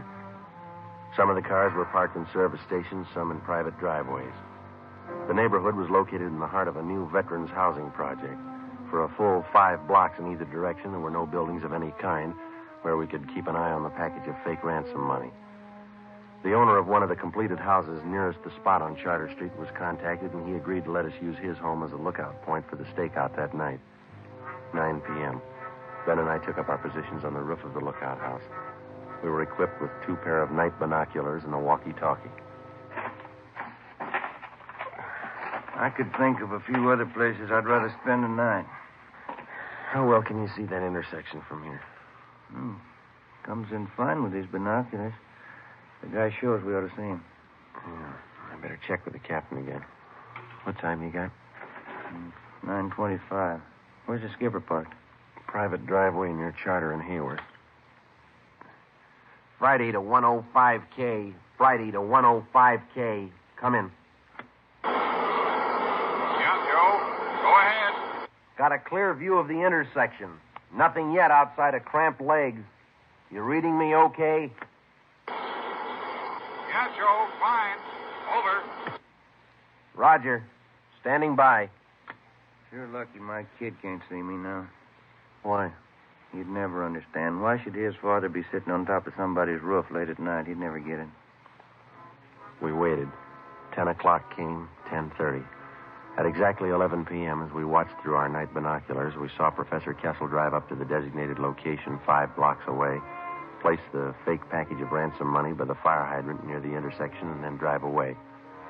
11:30. We waited. Midnight. 2 a.m. Nothing happened. The package was still lying by the fire hydrant, undisturbed. Captain Steed checked with us periodically on the walkie-talkie. At 3:30 a.m., we were still waiting. At a few minutes past 6 a.m., Professor Kessel was directed to return to the intersection, pick up the package, and drive back to his home. His wife's abductor had failed to show. Maybe the suspect had sensed a trap. Maybe he had no idea of showing up in the first place. Maybe Mrs. Kessel was dead. We didn't know. 10 a.m., Thursday. No further contact from the abductor. A special detail from Homicide, including Ben and I, were ordered on a door-to-door canvass of the general area around Lakeside Avenue and Charter Street. After 7 hours of ringing doorbells and asking questions, we came across a Mr. Harold Olander, one of the longtime residents of the Silver Lake area. We showed him the general description of Mrs. Kessel's abductor. Yeah, that could be Thompson. Don't know for sure, though. Where did you see this Thompson, Mr. Olander? Oh, I saw him lots of times. He rents that cottage of mine down the street there. You see? The white one? Mm-hmm. Does this Thompson have a car? Thompson? Yeah, new one. I wonder if you could describe it. Chevrolet, nice looking. Blue color, I think. Could be, Joe. Is Thompson in the house now, Mr. Olander? Nope. Saw him drive away early this morning. I can show you the house if it's official police business. It is. Well, come on, then. I got the key right here. Cottage is just down the block there. See the one I mean? The white one? Yes, sir. How long's Thompson been in the house? 2 weeks tomorrow. You noticed anything unusual about him? Nothing special. Comes and goes at odd hours. Then a lot of people do. I don't pry. This house right here. Does he usually keep all the blinds drawn? Yeah, now that you mention it. A lot of people do, I guess.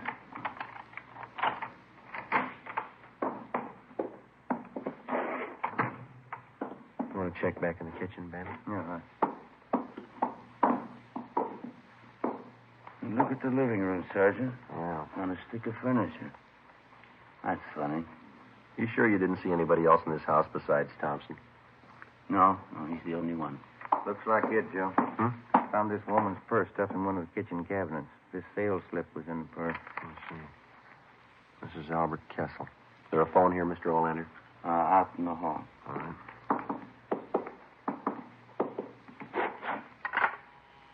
Is it still connected? Yeah.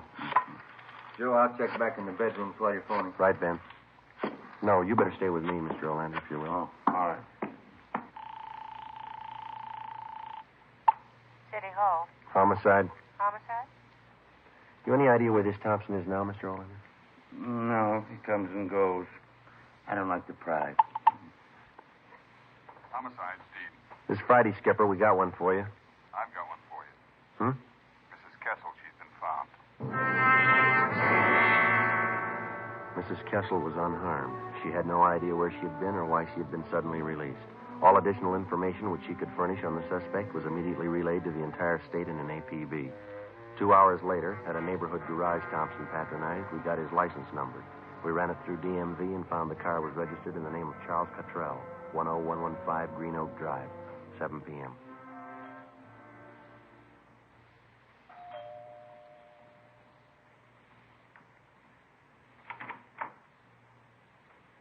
Yes, Police officers. Is Charles Cottrell here?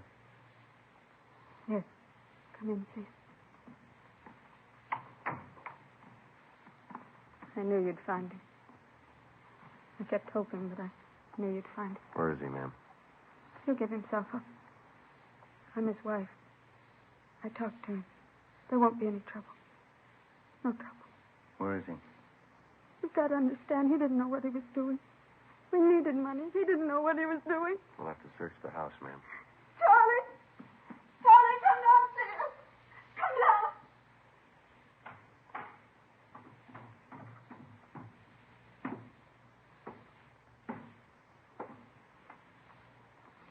Get your hands behind your head. I don't have a gun. All right, Ben. Behind your back. Tell them, Charlie. You didn't know what you were doing. Tell them. We needed the money. I thought it'd work. What'd I do wrong? Come on. Should have worked. I planned it all out. Where'd I make a mistake? When you thought of it.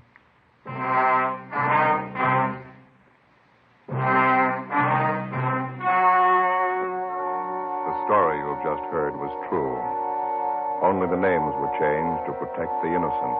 On August 2nd, trial was held in Superior Court, Department 86, City and County of Los Angeles, State of California. In a moment, the results of that trial.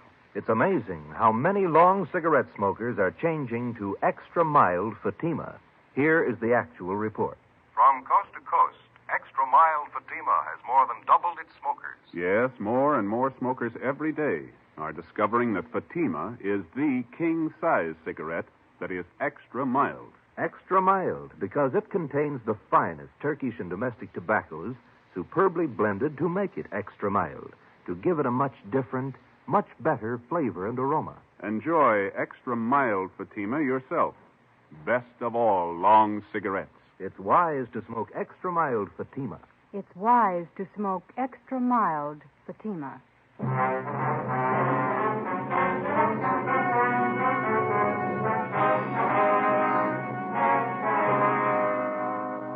Charles Cottrell was tried and convicted of kidnapping and received the sentence as prescribed by law.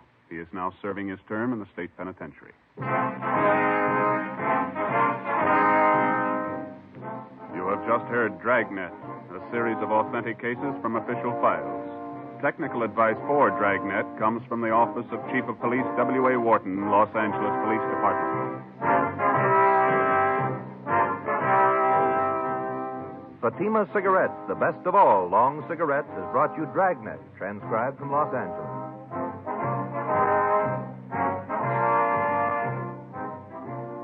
Next, here's Sarah Berner in Sarah's Private Caper on NBC.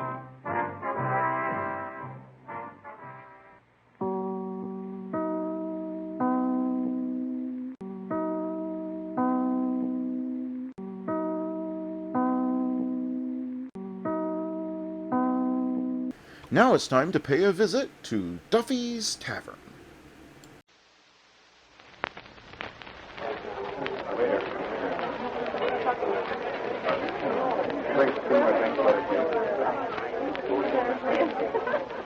A special rebroadcast for the American Armed Forces and their allies. You're invited to drop in where the elite meet to eat. Duffy's Tavern.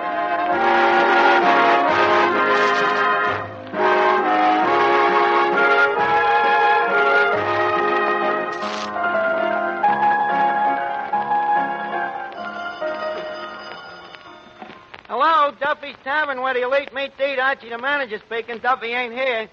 Oh, hello, Duffy. Duffy, tonight we are honored by a visit from royalty. Guess who? No, not Queen Victoria. No, not King Kong. But you're getting close.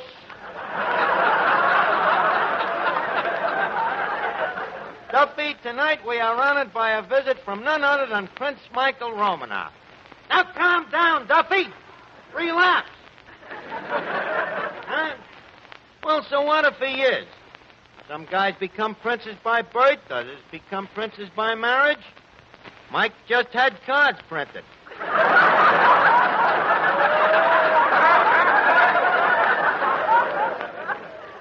What'd you say? Huh? Well, what does any prince do? He runs a restaurant. Yeah, Romanoff's in Beverly Hills. Well, with the prices he charges, he had to take to the hills. Yeah, Duffy, for what he charges for a meal, a guy could eat in our place for 6 months and still have enough left over for the funeral. Yeah, and you know who else is coming tonight, Duffy? That Ann Rutherford. Yeah, from the Mickey Hardy pictures. Oh, sure, Duffy, a dish. Yeah, kind of a girl you could take home to your mother. If you could trust your father. Well, look, Duffy, I gotta go now. I'm writing a welcome poem for His Royal Highness. I'll call you back, huh? Okay.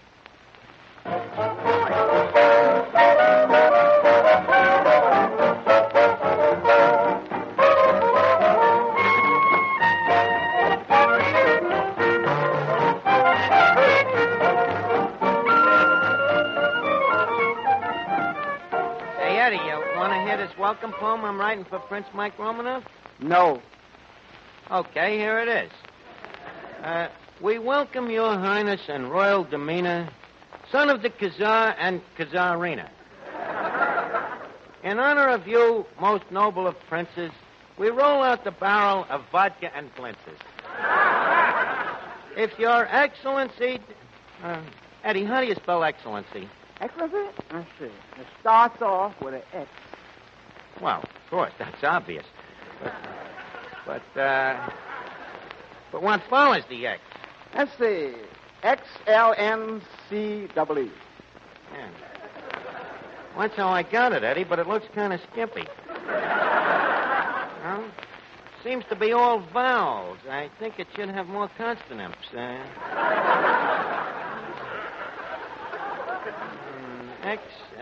no. Oh, it's all right. It's phonetic spelling. Phonetic, but will Romanoff understand it? Why not? He's a phonetic prince. Listen, Eddie, none of that tonight. I want Mike treated in his natural royal state. You see, I got a madness in me method, Eddie. I want Mike to become a partner in this joint. What for? Well, royalty would attract the movie crowd, right? Right. And, ergo, Romanoff is royalty. Ergo, he's a partner. Ergo, we get the movie crowd. Ergo? No go. What do you mean, no go? Because with all the king's horses and all the king's men, this place would still smell like the king's horses. Romanoff, a partner. Yes, he's going to be a partner, Eddie, but first we got to make him feel at home. Now, let's royal up the joint a bit here. Let's see that beer barrel over there. That could be the throne. The bung starter could be the royal scepter. What's a scepter? The king's shillelagh. Let's see, the moose head, that could be the prime minister. Now, when a prince walks in, I want everyone to... Hey, what's that laying on the floor over there? Mr. Moriarty. Oh. Well, turn him face down. He can be pledging allegiance. Now, Eddie, I want you... Hey, what's that white stuff all over your coat there? This? Oh, this is from the kitchen, but it's entirely appropriate for the occasion. Yeah. Royal baking powder. Never mind the jokes, Eddie. Go clean yourself off. I want everything around here to be as neat as a pinhead. What? Oh, what? Hello, Finnegan. What's new in the world? What do you care? You ain't in it. By the way, Finnegan, you know who's coming down here tonight? The who? Romanoff. Yeah? And his violin? Finnegan, that's Rubinoff. Oh, this is Romanoff. You like the guy. The guy he's a prince. Well, Rubinoff ain't a bad guy neither. No, Finnegan, this is a different kind. This is a kind of prince like, once upon a time there was a prince and princess. God, don't stop in the middle. Don't leave me on tender hooks. Well, anyways, Finnegan, so what happens is that the prince is coming down to Duffy's. Tonight? Here? A real prince? Well, he's a prince. You know, I used to dream of being a prince when I was a little kid. You did, huh? Yeah. I used to fall asleep and dream that I was Prince Charming dancing with the beautiful Cinderella until 12 o'clock, and then poof, she turned into a pumpkin. Gee, it must be wonderful to be a prince. Yeah, Finnegan, I guess it is. Imagine, every night pumpkin.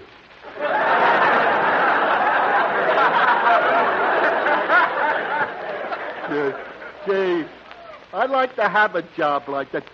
Hey, Arch, how can a guy get to be a prince? Finnegan, to be a prince, your mother has to be a queen, and your father has to be a king. So you have to have pull, huh? Yeah, that's right, Finnegan. It's all politics. Yeah. Arch, I was Oh, is this the prince? The prince? Perish forbid. Oh, this is Finnegan, Toby. Oh, that's right. You never met Finnegan, did you? Clifton, shake hands with Toby Reed. How do you do, Clifton? No, not at all. Finnegan, you know, Toby's our radio announcer here. Oh, is that so? Yeah. I once considered being a radio announcer. Oh, really? Yeah. I went down to this radio station and auditioned for them to be an announcer. Well, did you get the job? No. Why not? Flat feet.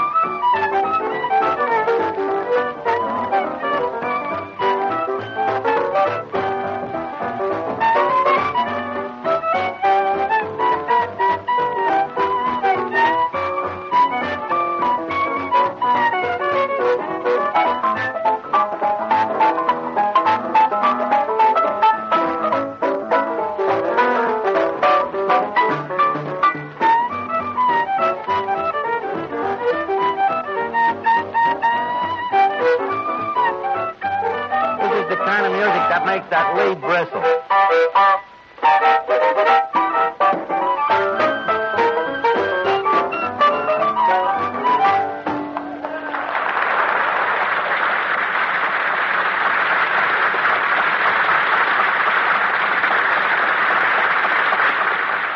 Joe, just a second. Don't let the band go back to sleep. I got a new singer here I want to introduce. Folks, we now present a new vocal singer. Plus being a chanteuse, Miss Ann Hogan. Miss Hogan comes to us directly from a triumphant engagement in the alley of the same name. She will rend us with Tessa's Torch song from the opera Porgy and Tess.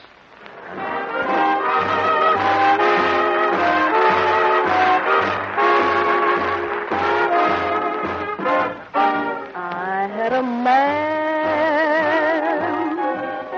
he was a good man. That is, you see, what I mean is I thought he was a good man.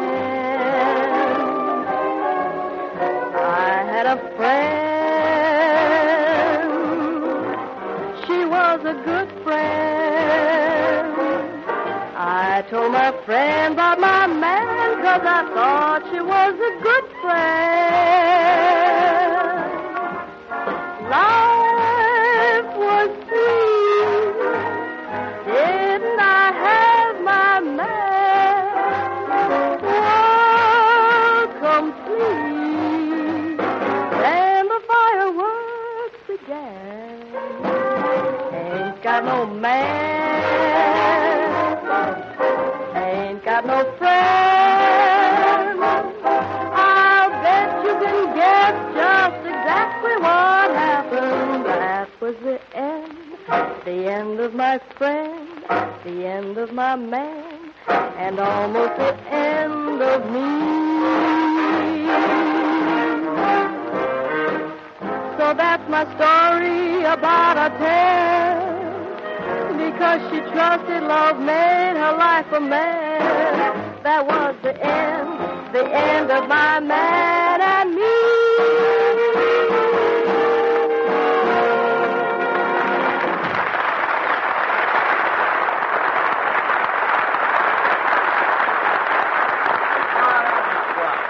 Now it's terrific, Ann.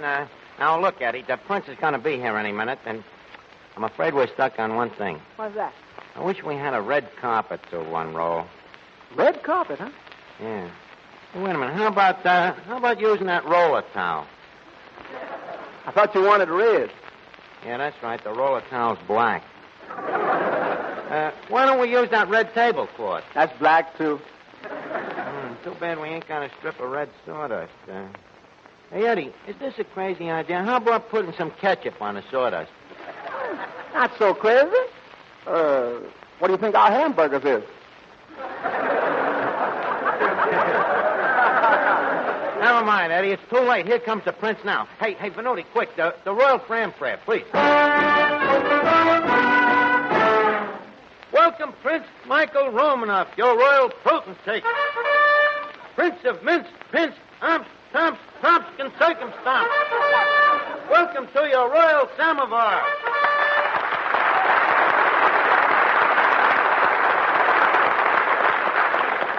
Hello, Archie. Just a second, Venuti. That's only for me. And now, your royal exalted highness... Please, Archie, don't call me a royal exalted. Why not? After all, this is a democracy. Oh. Just call me your royal highness. Well, your royal highness, as you wish. I'd depart you to clay. What is your royal highness think of our little joint here? It reminds me of a little place in Russia. A little place in Russia? It does, huh? Yes, Siberia. Just a second, Your Majesty. There ain't no snow on our steppes. You get it? It's an American joke. An American joke, eh? Yeah. It should be deported. Hey, look, Prince, how come you got a Russian name and an English accent? Well, I lived in Russia, but I went to school in England. Oh. Must have been tough for you to get home for lunch, wasn't it?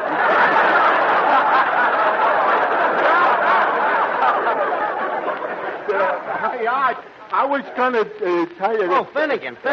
Your Highness, this is Clifton Finnegan, a loyal subject, full of devotion and fealty. He looks pretty fealty. How come you call this guy Your Highness? He's only a little runt. Finnegan, please, your court manners. Remember, you're in the presence of royalty, no matter how sawed off.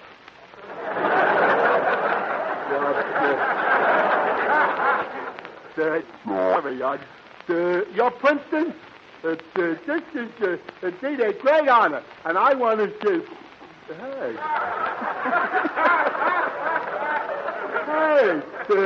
that's a cute mustache you've got. Thank you. Is it a real one or a toupee?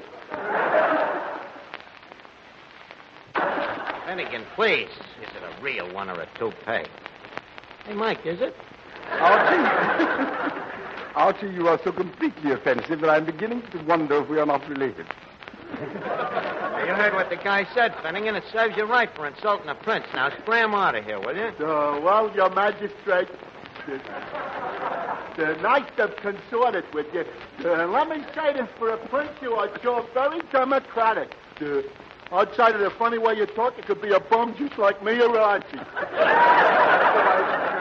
Oh, that's Finnegan. What a character. Yes, quite a novelty. A bogus human being. Bogus? You mean bughouse. Anyways, Mike, to come to the point, I would like to tell you why you're here. Oh, I was hoping there was a reason. Yeah, well, there is, Mike. I'm going to let you in on a good thing. You know, Duffy's Tavern is about to become a gold mine, but, before you know it, it's going to be movie stars in here by the galore, the place teeming with celebrities. And I am giving you the chance to get in on the ground floor and buy a half an interest. How are you going to get these celebrities in here? By selling you a half an interest. You see, your name will draw them, Mike. Your name will draw the people. I should lend the name of Romanoff to this reeking rotisserie? Reeking rotisserie? What do you mean? The place ain't reeked in a week. Look, old boy, my title has often been questioned, but my sense of smell, never. Well, after all, Your Highness has had the nose longer than the title.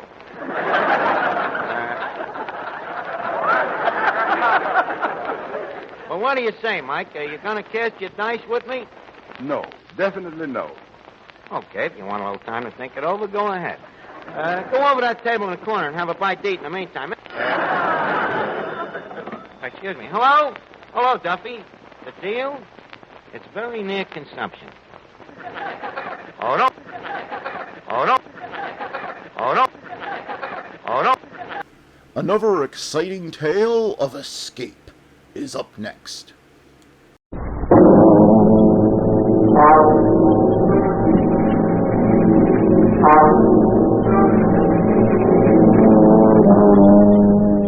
Had a hard day at the office. Backache from bending over a hot stove all day. Want to get away from it all? We offer you escape.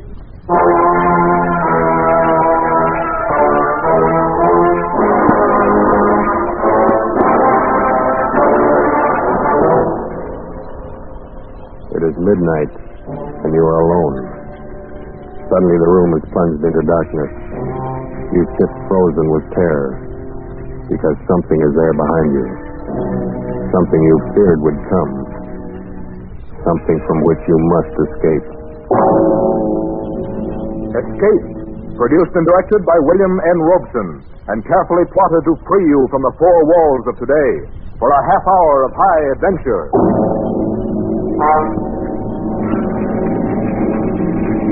Tonight, we escape to London and a world made strange and terrifying by the workings of an ancient barbaric curse, as Montague R. James tells it in his weird story, Casting the Runes.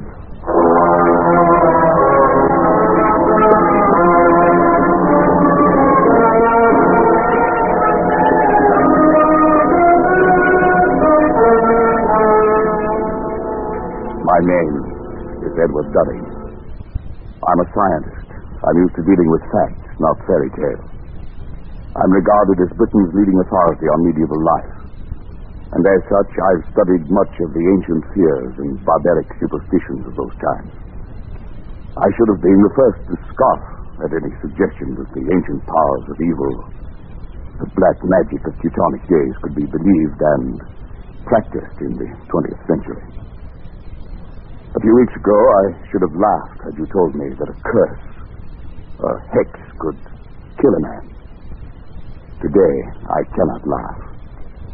It has happened to a man I know of. And now, it's happening to me.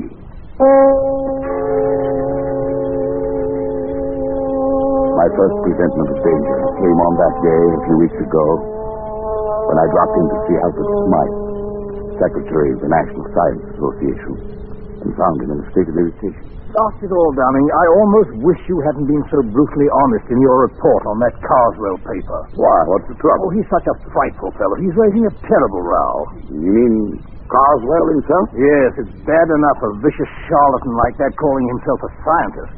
But now he's taking all his vindictiveness out on me. Sorry, old chap. It's really me he'd like to get at. As a matter of fact, that's just what his last letter was about. He wants to know what supposed authority wrote the report rejecting his paper. You didn't give him my name? Heavens, no. As a matter of fact, Dunning, I haven't and I won't, and for a very special reason. Call it silly, call it crazy, call it what you will. I have an uncanny feeling about that man Carswell. Why? Do you know anything about him? Nothing. I've never seen him. I only know that he wrote a paper called The Truth of Alchemy.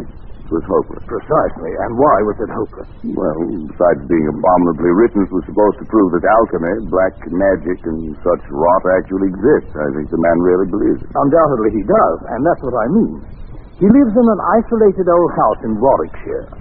He's rarely seen elsewhere, and in his whole career he's written only two things. This paper and the history of witchcraft, published 10 years ago. Yes, of course, I remember now. So that's the man. Yes, and that book was even worse than this paper. The man has a warped mind.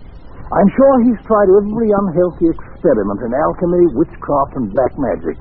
There's no telling to what and black magic. There's no telling to what lengths of vindictiveness a man like that might go. Well, it does sound a bit queer, but... Not queer, Dunning. Evil. Oh, come. Man has a right to believe what he likes. He has a right to be angry with me. feel I've glibly scoffed at the man's life's work. Well, perhaps I'm being overly suspicious and imaginative, but I think there's more than anger involved here, Edward. This may sound fantastic to you, but, well, John Harrington wrote the report condemning that witchcraft book of Carswell's 10 years ago. 3 months later, Harrington was dead. But, Alfred, what's the connection? Harrington died under very peculiar circumstances. He was walking home alone late one night, and suddenly he screamed, broke into a run, lost his hat and stick, and climbed up a tree. A dead branch gave way. He fell and broke his neck. No one's ever been able to explain why it happened. Come now, Alfred, surely you're not suggesting... I don't know what I'm suggesting. I only know that after he reviewed Carswell's book, John Harrington didn't have a moment's peace. Now you've written an unfavorable review of this paper. If I were you, I should keep that fact well hidden. Alfred, well, that's ridiculous.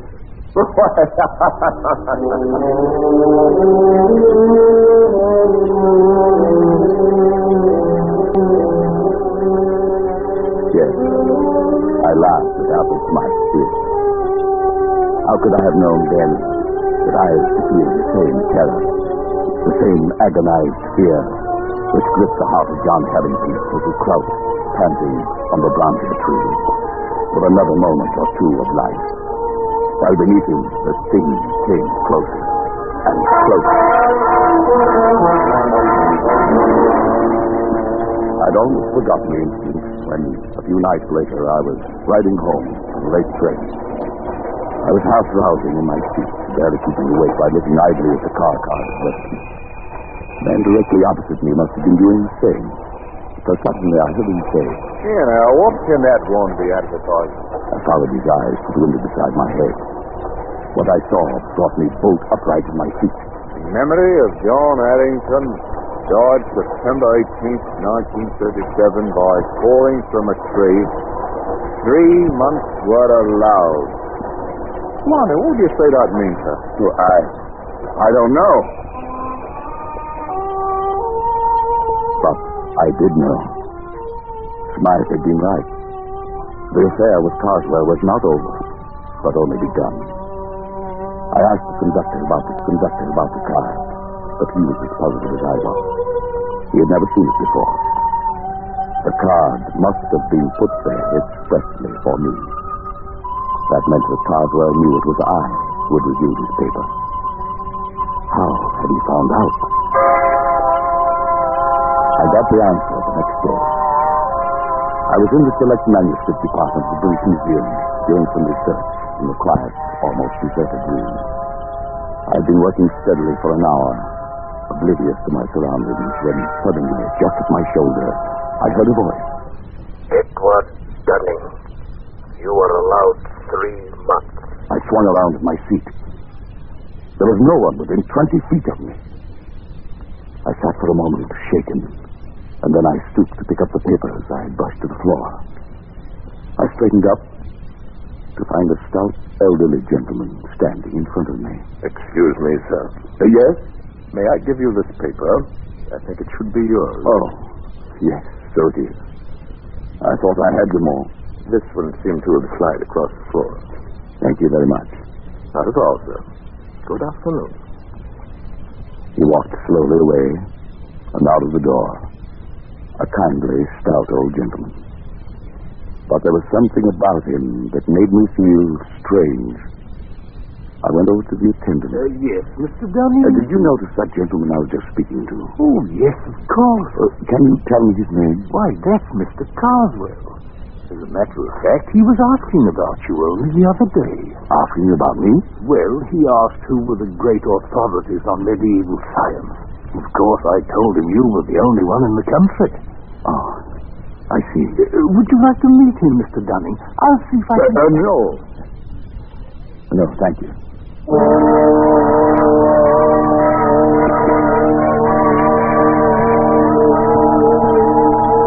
It was as simple as that. Now Carswell knew. What would be his next move? What was I to expect? I reached home at dusk, and trouble stood on my doorstep in the long face and stooped form of my family doctor. had to upset your household arrangements, I'm sorry to say, Dunning. I've had to send both your servants to hospital. But what happened? Something like turning poisoning, I should think. It's nothing serious. But what could have caused it? Well, that's the rather odd thing. They tell me they bought some shellfish from a hawker and had it for lunch. I've made inquiries, but I can't find that the hawker called at any other house on this street.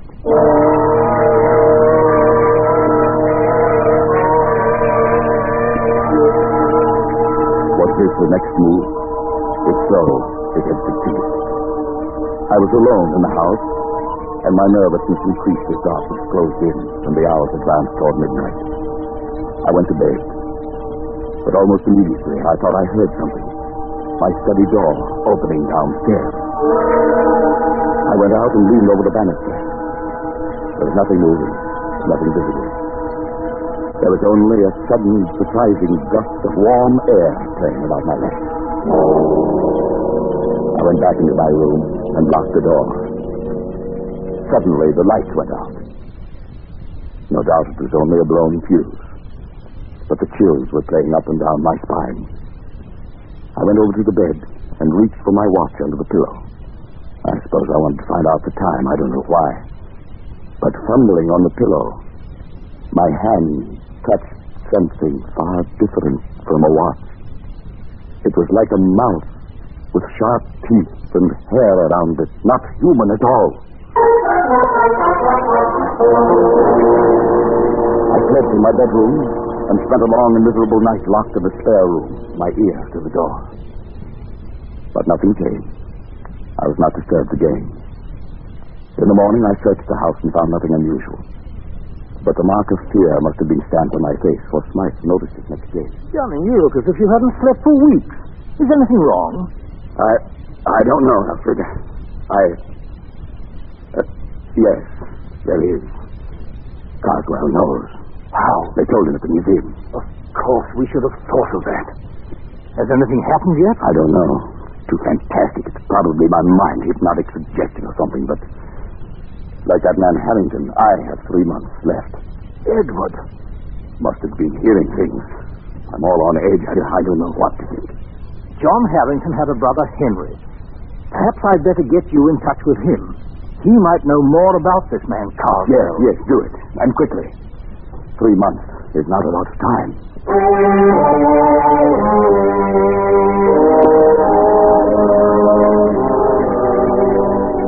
It was arranged. That night, I found myself walking down the dark street that led from the railway station to the Harrington home. It must have been along this same street that John Harrington had walked that last night.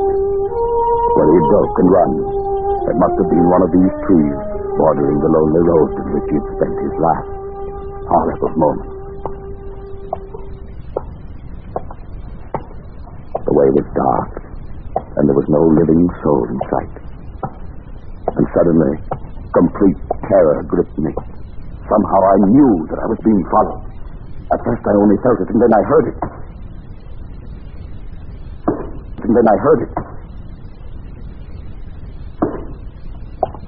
I walked steadily on for a moment, my stomach like ice. It was getting louder, coming closer. Unconsciously, my step quickened. I could barely control myself. I wanted to scream and run. The thing came closer and closer.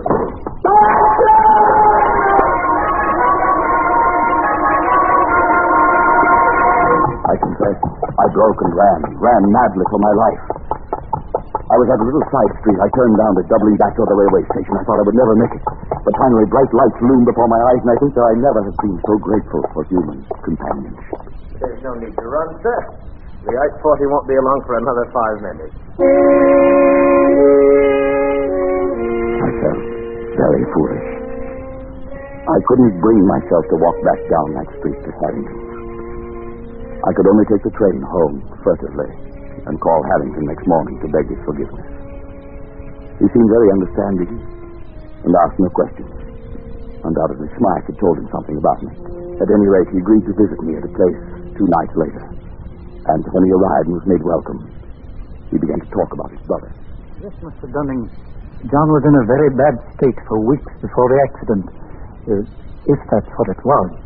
The principal thing seemed to be the notion that he was being followed. became an obsession. Yes. An obsession. Yes, I know. I don't think his death was an accident. Then perhaps you can explain it? No. But I have one clue. Your brother reviewed a book very severely not long before he died. Just lately, I happened to cross the path of the man who wrote that book. And his name, of course, is Carswell. That's right. As far as I'm concerned, that does it.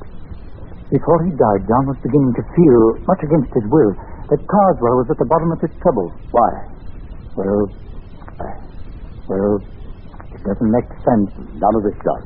But tell me. My brother liked music. He went to all the concerts in town. He made a hobby of collecting the programs. One night, about 3 months before his death, he brought one home and showed it to me. I nearly missed this one, he said. It seems he'd lost his and was hunting for it under his seat. And a neighbor, a rather stout elderly gentleman, offered to give John his. The kind gentleman was Mr. Carswell. Undoubtedly. I started to leaf through the program and noticed on the second page some rather curious letters, carefully written there in black and red ink.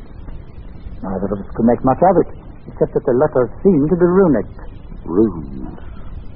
Runes, of course. Well, John thought it might be important, and debated whether he shouldn't try to return the program to the stout gentleman. But just then the door blew open, and a gust of air, a strangely warm air, blew into the room. In a flash, it took the program and blew it straight into the fire. Yes, your brother was right. He should have returned it. Yeah, there's nothing to be done then. No, perhaps not. But do you know what runic letters mean? Well, they're old pre-Druid script, I believe. The kind of writing the barbaric tribes used long before the Romans invaded Britain. Yes, that's right. Casting the runes, they used to call it in the old days. Casting the runes. What do you mean? Well, it was a curse, a hex.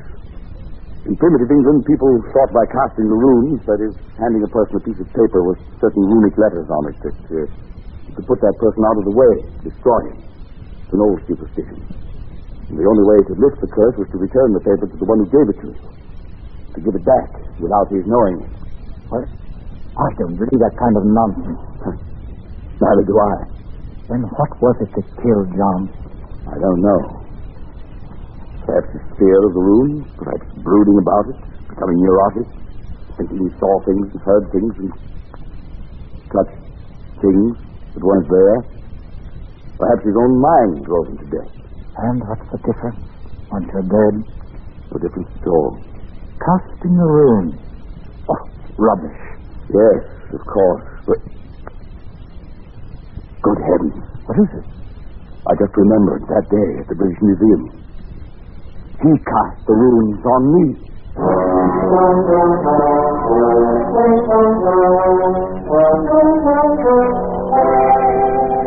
I went swiftly to the writing table, Harrington close behind me.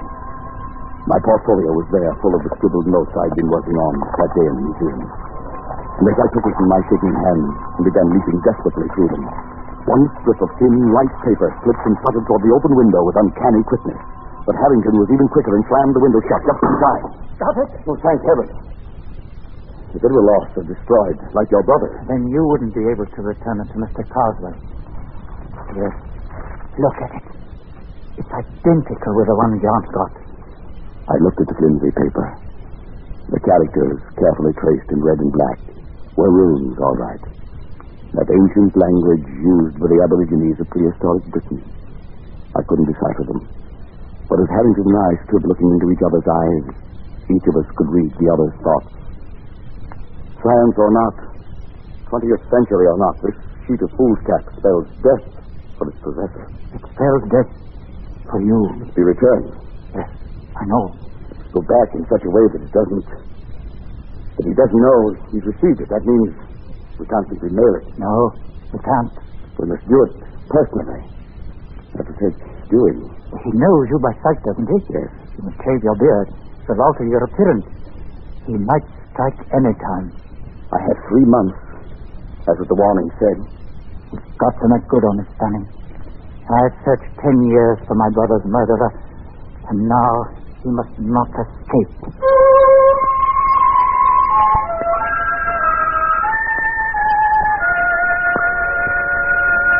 I dare not go near Carswell. So Harrington volunteered to keep a watch on him, to let me know when our chance came to return the room, if it was ever to come. It was only a night or two after Harrington was there that I arrived home and found the calendar had come in the mail. When I examined it, I found everything after November 19th had been torn out. The next night, I had another envelope of the mail. This time it was a woodcut, an illustration torn out of a book, showing a dark, moonlit road and a man walking on it. And right behind him came a huge, dark shape, some awful demon creature. Under it were written some lines from the Ancient Mariner, and as I sat alone and read them aloud, I felt that now familiar gust of warm air playing about my legs. The man walks on, and turns no more his head, and turns no more his head, because he knows a frightful fiend doth close behind him tread.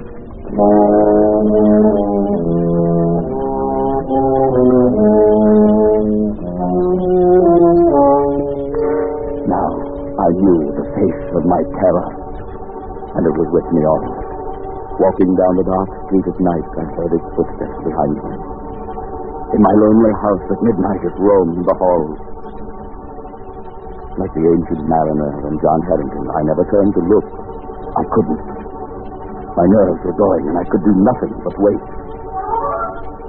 The days, the weeks slipped by, and still Harrington had no plan. I checked off the days on the calendar card where he sent. Now there were 8 days remaining, then 6, then 3, 2, 1. It was the evening of the 18th. My last day on Earth was to begin at midnight.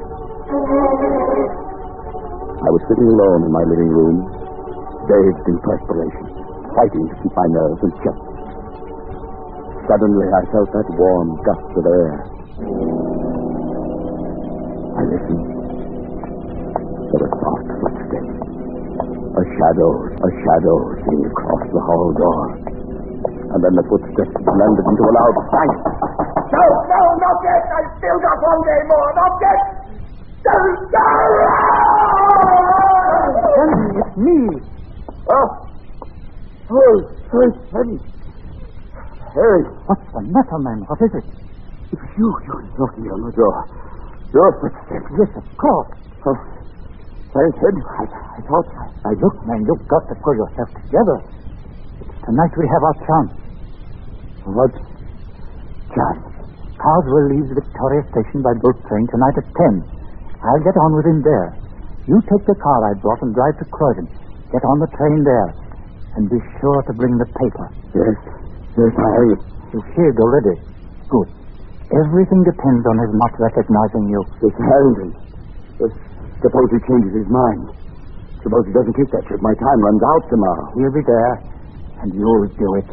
You'll do it well. You've got to.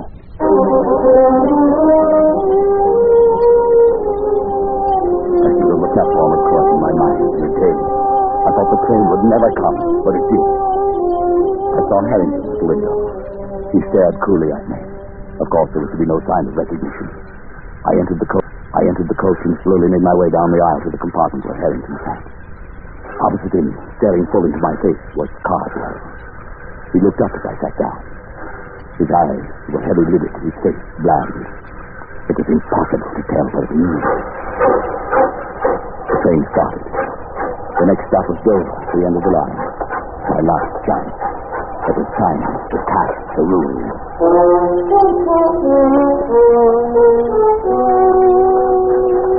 It was a strange ride. Carswell and I seated face to face, staring into each other's eyes. Harrington off to the side, pulling at his face with twitching fingers. If I could have only had a few whispered moments with him to plan our strategy, but that was impossible. Moments dragged tortuously, no one knew. Then suddenly Carswell leaned forward. I beg your pardon, sir. Haven't we met? Met? Well, I don't think so, sir. Not unless you're in the plumbing business. Plumbing? No, hardly. I hadn't planned it that way. The words, the accents just seemed to come by themselves. And Carswell sat back, an enigmatic expression on his face. I wished desperately to know what he was thinking. Then suddenly he got up and went out into the corridor. It was my child.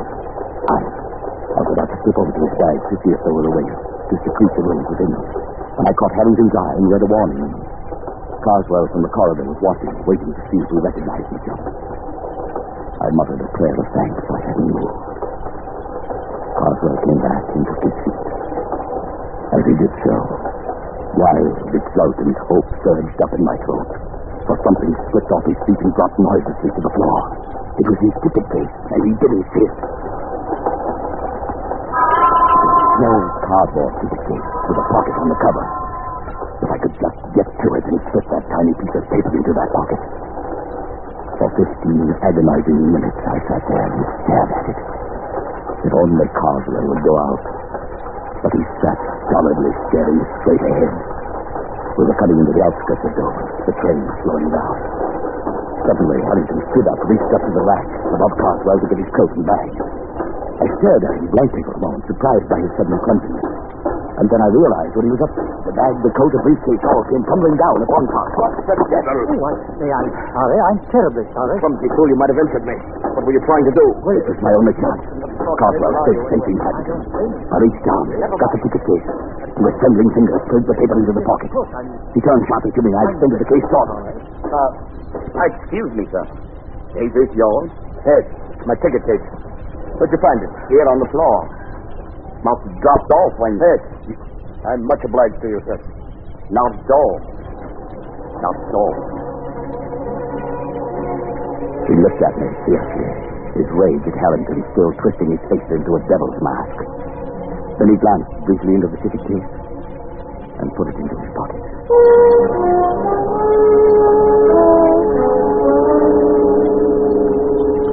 On the railway pier at Dover, Harrington and I followed a few steps behind Carswell.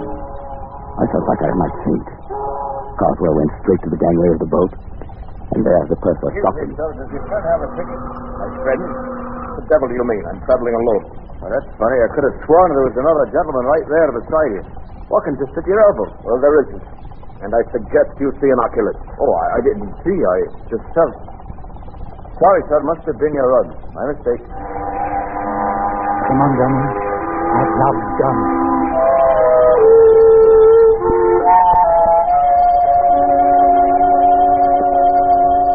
I didn't sleep that night. I lay awake and listened. But there were no footsteps, no warm gusts of air, nothing to disturb me. All day I felt remarkably free, although this was to have been my last day on Earth. But only just now, when Harrington came in, could I really relax. Jennings, have you seen the afternoon paper yet? No, not yet. Well, here, look at it. On the second page. There. Abbeville, France. An English traveler examining the front of St. Wolfram's Cathedral today was struck on the head and killed instantly by a stone falling from the scaffolding. A note of mystery was added by the fact that although the cathedral was undergoing repairs, no workman was on the scaffolding at the time of the accident. The traveler was identified by papers found on him as a Mr. Carswell of Warwickshire. Of course, it could have been an accident. Yes. Yes, it could have been.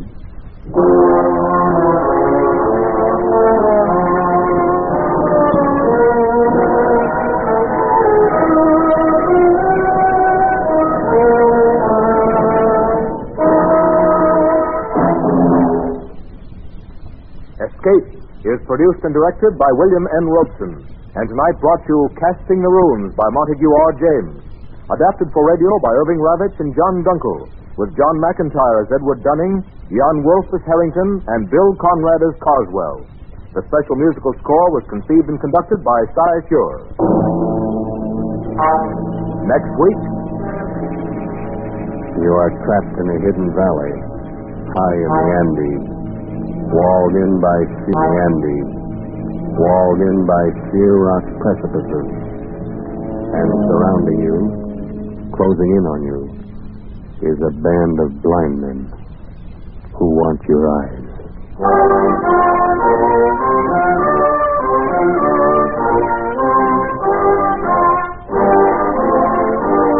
Next week, we escape with H.G. Wells' gripping story, The Country of the Blind. Good night, then, until this same time next week when we again offer you Escape to You, Escape to You, Escape to You, Escape to You, Escape to You, Escape to You, Now let's see what Fibber McGee and Molly are up to. The Johnson Wax Program with Fibber McGee and Molly.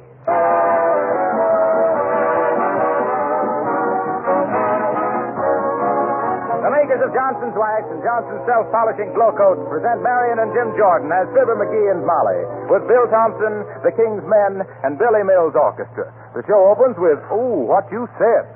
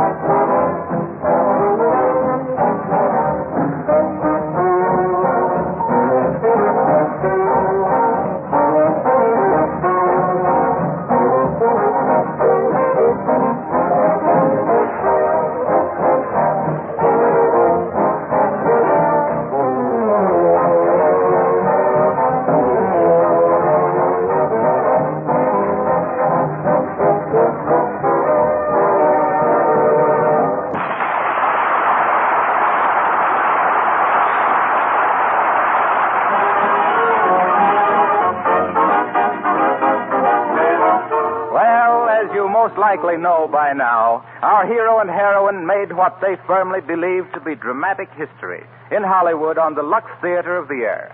And here, glowing with triumph and swelled with success, eagerly looking forward to the plaudits of their friends, here, speeding homeward as fast as modern streamlined transportation will carry them, yes, here on the bus, approaching Wistful Vista, we find Fibber McGee and Molly.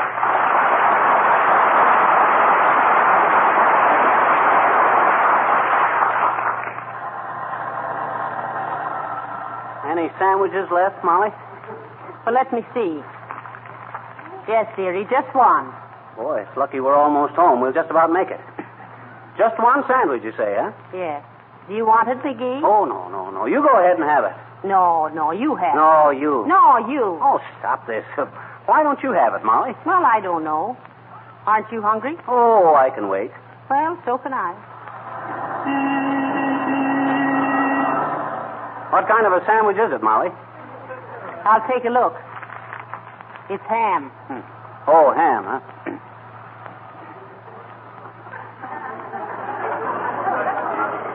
With mustard?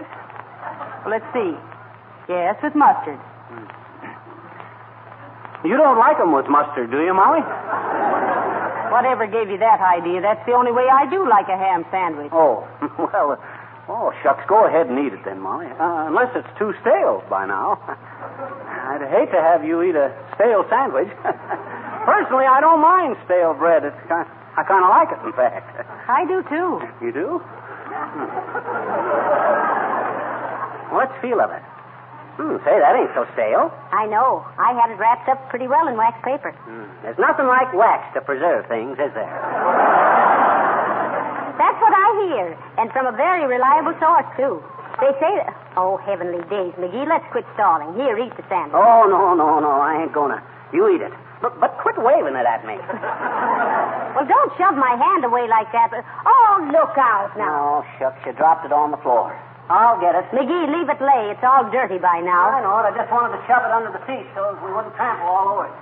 Can't still understand this sandwich under the seat at all.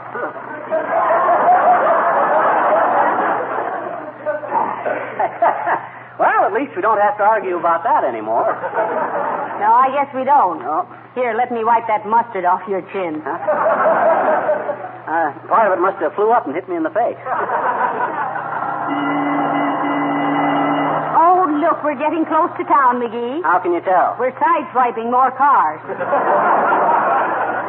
Well, the old town hasn't changed much since we've been away. We've only been gone a week, foolish. Huh? Oh, yes. Well, it's been a wonderful experience. Working with all them actors. Oh, yes, indeed. Cecil B. DeMille. Yes. Did you hear DeMille asking my advice about directing? No, I didn't. Why should he ask your advice about directing? Oh, I don't know, but he did.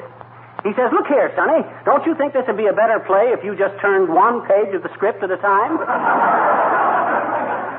And I says, why, yes, Cecil, I says, I believe it would, he says. And he says, okay, put that taffy apple away till after rehearsal. Your pages are getting all stuck together. And I says, now, never mind. I think we're getting close to home, dearie. It's time to put the dark glasses on and get out our fountain pens, huh? Fountain pens? Certainly, autographs, you know. Oh, yes. Now I know how a genuine actor feels, Molly. So do I. How? Hungry. Let's look and ask the driver how much farther we have to go, McGee. Okay. Come on. One side there, sis. Get out of the aisle. We want to get past. You didn't say please, I bet you. Please. I said, oh, well, where'd you get on, sis? On the front end, through that little door. No, I didn't mean that. Well, you must have. That's the only one there is, I bet you. Dad, rat it, I wasn't talking about how you got on. I meant where. Sis, sometimes I think you do this just to befuddle me. Sure. Go on. I'll bet you don't even know what befuddled me. I bet you I do, I bet you. Hi, diddle, diddle, the cat and befuddle. That's the fiddle. What is? Befuddle. You mean the fiddle's befuddle or befuddle's a fiddle? I mean Look, sis, as the football player said when they flunked in geometry, I think we better drop the subject. You know where we've been? No. You don't? Oh, come on now, guess. No. You must have seen the labels on our suitcase. No. Sis, do you mean to stand there with your little mouth full of ticket stubs and tell me you don't know where we've been? Yes. Oh, then you do know. No. What? Look, sis, we've been clear out in Hollywood. Well, don't you believe me? No, there isn't any such place, I bet you. You just made it up. Oh, no, I didn't. Oh, yes, you did. Oh, now, well, if there ain't any such place as Hollywood, where do all the moving pictures come from? See, that's easy. They come from that little booth in the back of the theater. Well, if you're so smart, sis, you must know what we were doing out in Hollywood. Must have been in all the papers. Can you give me a clue? Sure. Now, what is it that happens on Monday? On Monday? Monday, huh? Cecil B. DeMille is connected with it, and it's got something to do with soap. Soap, huh? There. Now, do you know why we went to Hollywood? Yes. You went to deliver Mr. DeMille's washing. No.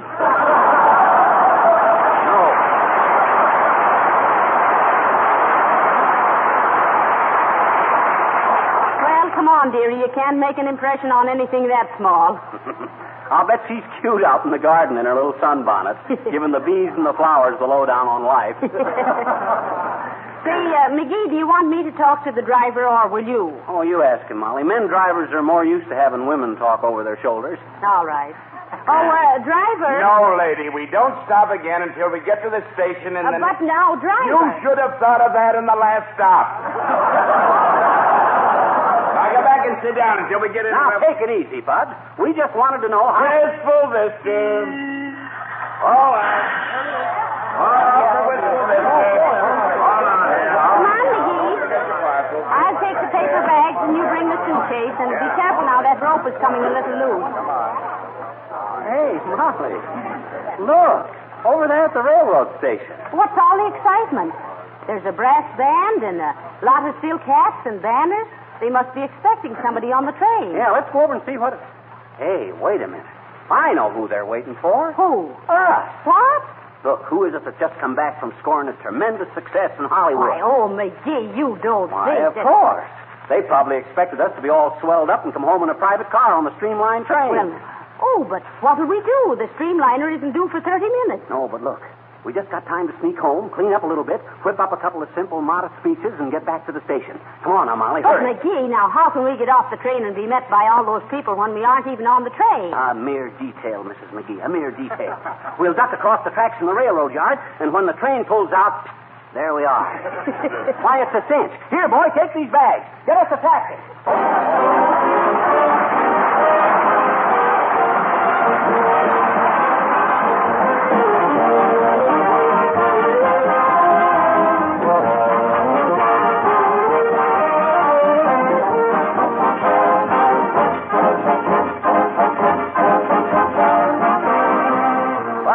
For Fib and Molly to return, I'd like your attention for just a minute. Here's some great news from Racine. Listen to this letter. It reads, "Don't forget to tell our listeners about the new consumer dividend we have just declared for all our loyal customers. A dividend of 1/3 more for their money when they buy Johnson's self-polishing glow coat and Johnson's paste or liquid wax. Tell every housewife that right now on most dealers' counters, she will find extra large packages of glow coat and Johnson's wax containing 1/3 more than the regular sizes. She pays only the regular price.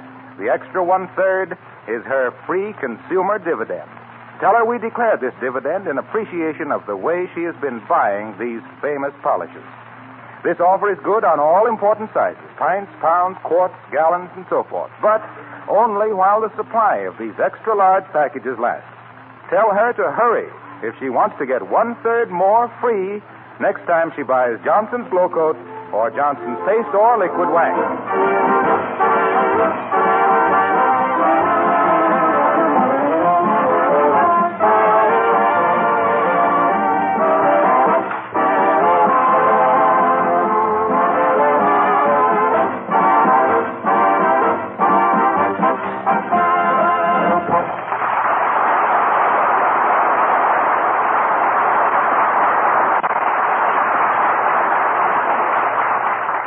Molly, we ain't got much time. You find me a clean shirt? Yes, I laid it on the bed, dearie. Did you find yourself a bite to eat? Yep, and I found a half a cake in the bread box.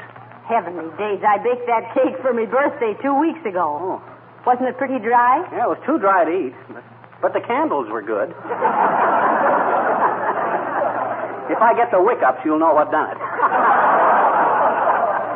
Don't you get it, Molly? Wick-ups, hiccups? Ain't funny, McGee. I shouldn't have explained it. Should have left it for the smart ones. Now, McGee, that train's due in 20 minutes. Better hurry and shave. Shave? And wash all this makeup off? Well, then, Mr. Muni, if you're going to leave that makeup on, you better touch up your eyeshadow a little. Why, what's the matter with it? I had the best makeup man in Hollywood apply that there eyeshadow there. That was quite a while ago, dearie. It isn't quite even now. Huh? Your right eye looks dreamy and your left eye looks sinister. Well, I'll tell them I was playing a dual role. I'll say, how about my speech? I suppose I got to say something to the welcoming committee. Well, you Let's should. see now. Okay. Folks, that's kind of homey and democratic. Yeah.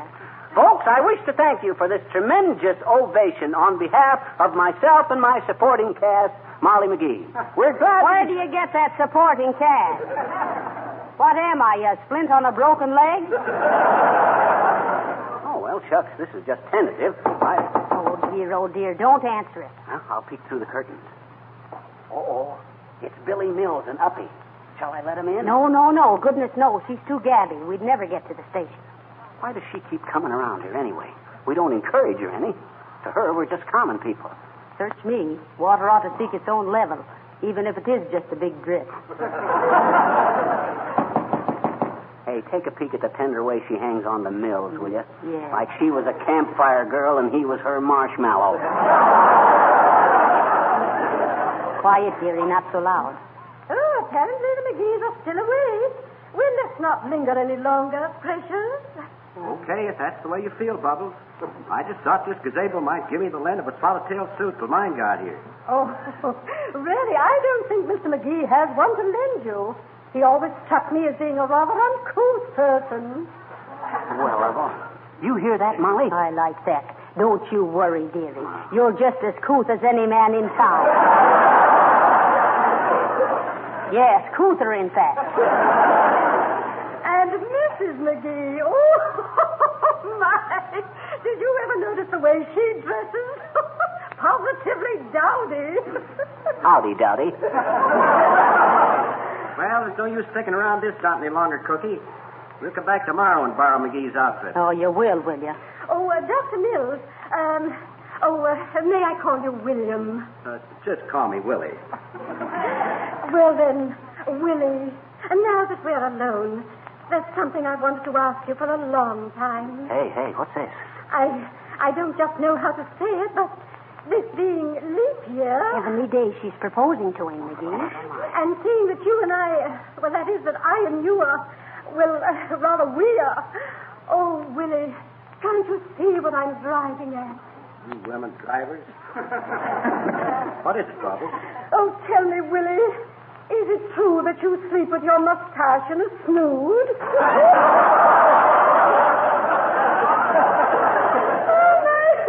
Well, come on, Maestro. And goodbye to you, Mr. and Mrs. McGee. I saw you.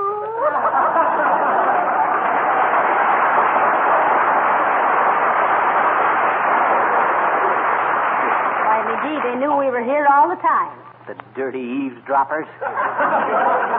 Well, McGee, we got to get a move on now. And I got to get this speech in shape. All right, and then get that clean shirt on. Yeah. I've got to iron the slips. Now, I want you to be ready when I get Now, through. let me see again. Folks, it is with a tug at our heartstrings that we come back to Wistful Vista. A tinged feeling, perhaps. McGee! Huh? McGee! Fibber! You know what I did? What? I left town with me electric iron turned on and it's burnt up me ironing board and blown all the fuses in the house. The ironing board? Oh, dear. Come in. Well, glad to see you back, folks. How was everything in Hollywood? Oh, wonderful. Thank you, Mr. Wilcox. Simply wonderful. Great place, Hollywood, Harlow. Those people do anything to make you happy. Why, I happened to say to a guy Sunday, I says, look, Bud, I says, what's so unusual about this California weather? I says, and you know what? In 10 minutes later, they put on an eclipse of the sun.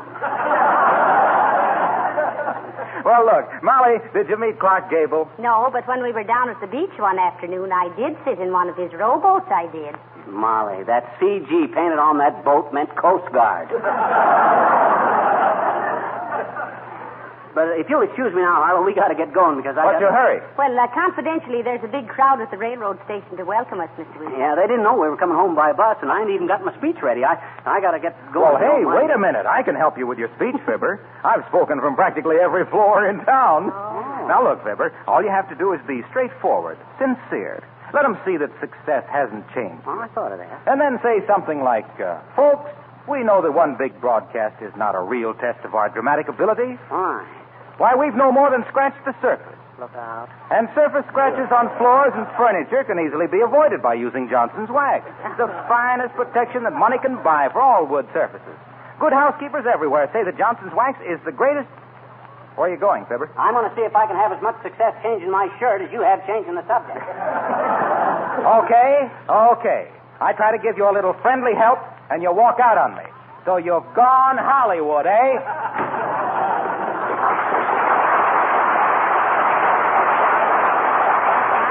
He certainly is persistent, isn't he, dearie? Yeah, you can't sidetrack a guy with a single-track mind, Molly.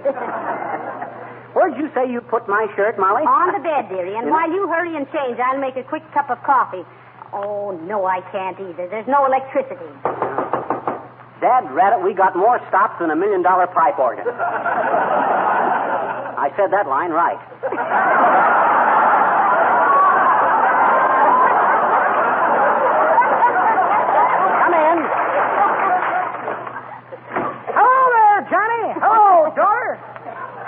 Want to buy any books? Got some dandy ones here. Here's a good one by James Joyce.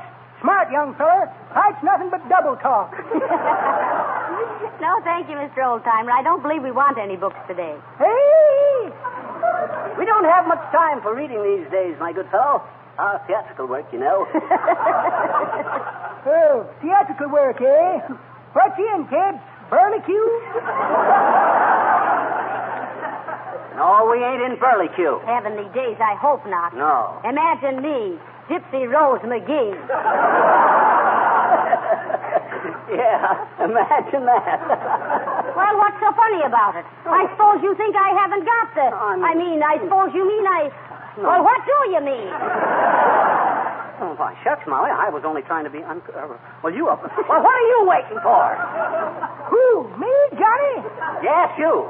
As the lumberjack says to the redwood tree, I think you've been standing around here long enough. That's pretty good, Johnny.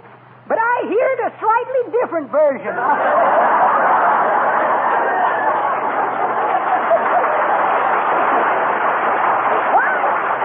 In a slightly different version I heard, one feller says to t'other feller, say, he says, I see where this Fibber McGee and Molly have been on the air for Johnson's Wax 5 years next week.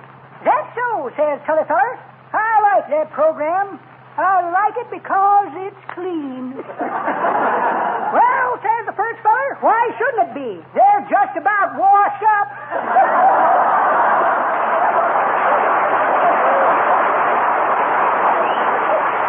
Boy, I thought that was... Oh, say, if you kids are in show business, how about buying a good scrapbook? Oh, that's an idea, McGee, a scrapbook. Now you're talking, old-timer. Give us the best one you got. Here you are, Johnny. $2. Thanks. Here's $2. Much obliged. For 50 cents more, I'll leave my right thumb for a bookmark. So long, kid. Well, Mom, our first scrapbook. Why, that's dirty. Why, what's he mean, scrapbook? Why, what is it? Look, how to box in 10 easy lessons. The King's Men singing a medley from Pinocchio. Why does the gay little dicky bird sing? Tweet, tweet, tweet, tweet, tweet, tweet. Who put the sing in the butterfly's wing?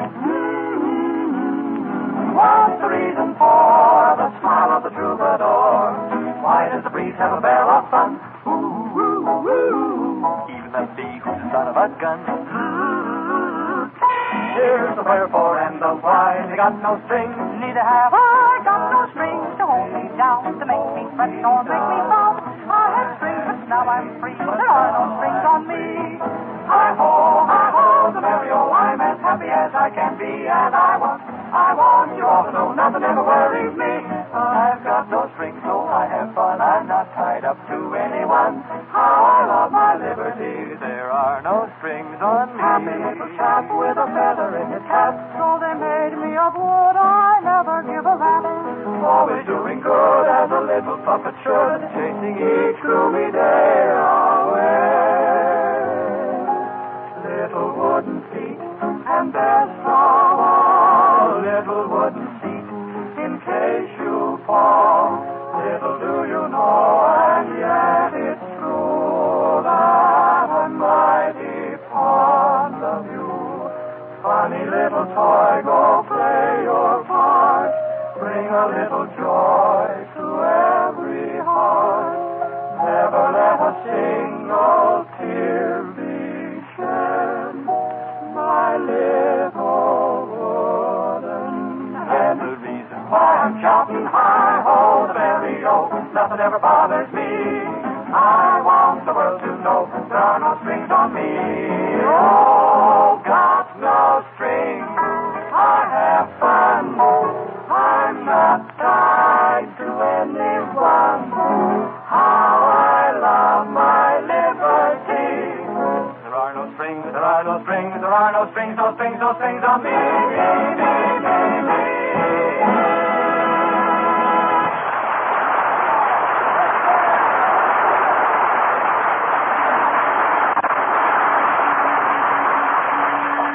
Come on, McGee, here's our taxi. Grab the suitcase. Okay, I'm coming.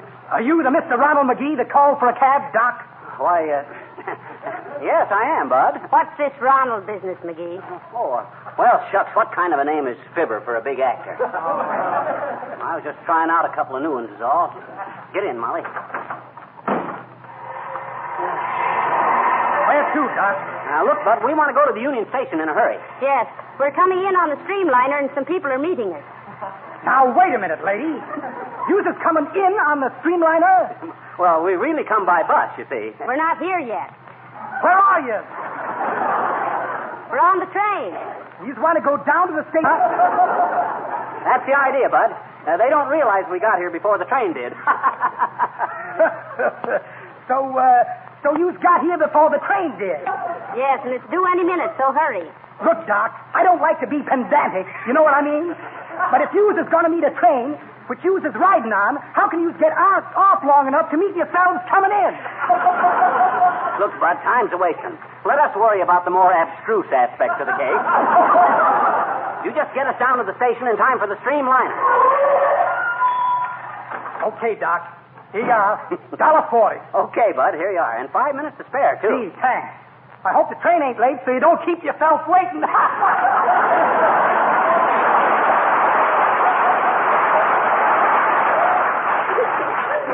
Come on, Molly. We'll sneak around this way and walk a block or so up the track. Oh, look, McGee. Huh? They're raising the welcome banners. The train must be about due. Aren't you excited, dearie? Oh, yeah, kind of. Folks, we're glad to be back among with you. Or no. Folks, this tremendous ovation... Oh, come on, Molly. Let's sneak a little closer to the crowd. There's so many we won't be noticed. Keep your hat down over your eyes, dearie, so they won't recognize you. Okay. They're so happy to welcome us back, it'd be a shame to spoil everything for them. Sure. Have they got our names spelled right on them banners? Well, I don't dare look, McGee. I don't want to be seen. Isn't that just coming along the way now?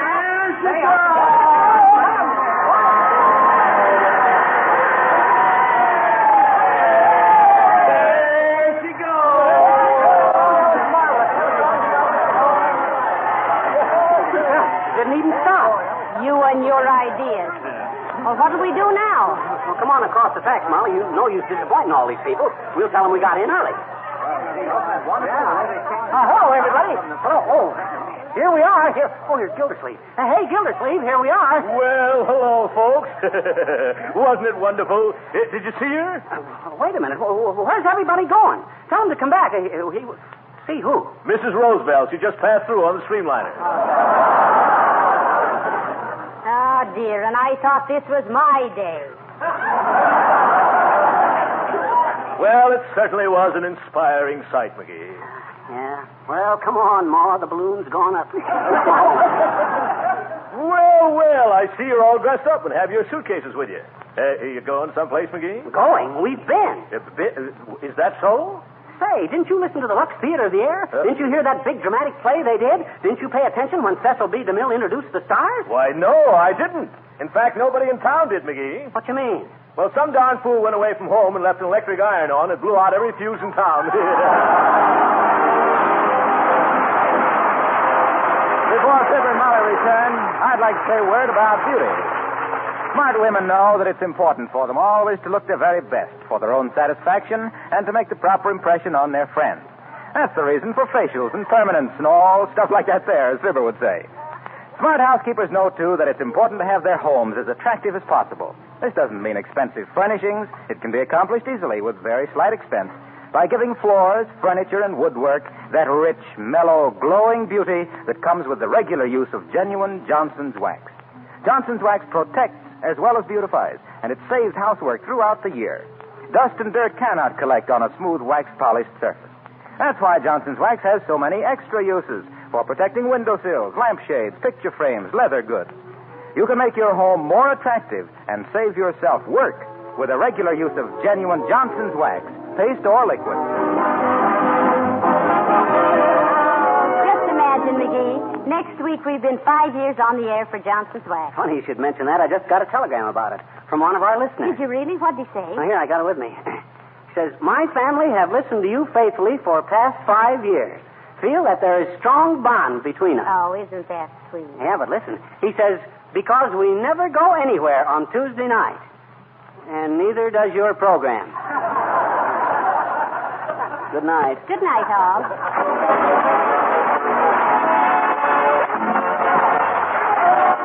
This is Wilcox, speaking for the makers of Johnson's Wax and Johnson's Self Polish and Glow Coat, inviting you all to join us again next Tuesday night. Good night. This is the National Broadcasting Company.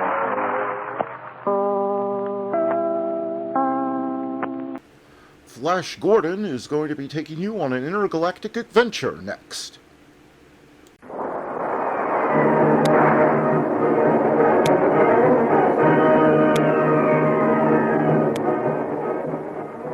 Presenting the amazing interplanetary adventures of Flash Gordon.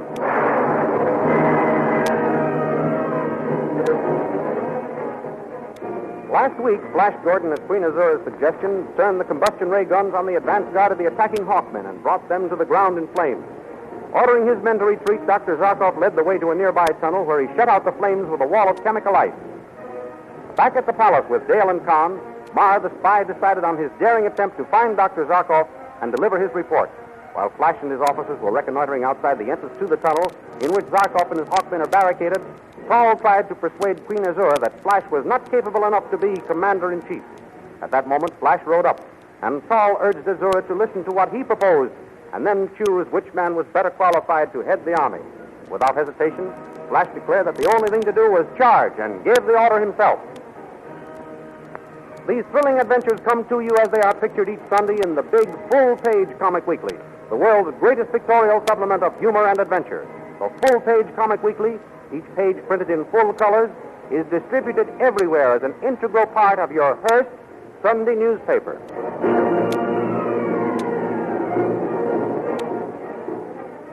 We now continue the story. With shouts and confusion, the Blue Magic Army charges to attack the barricaded Hawkmen.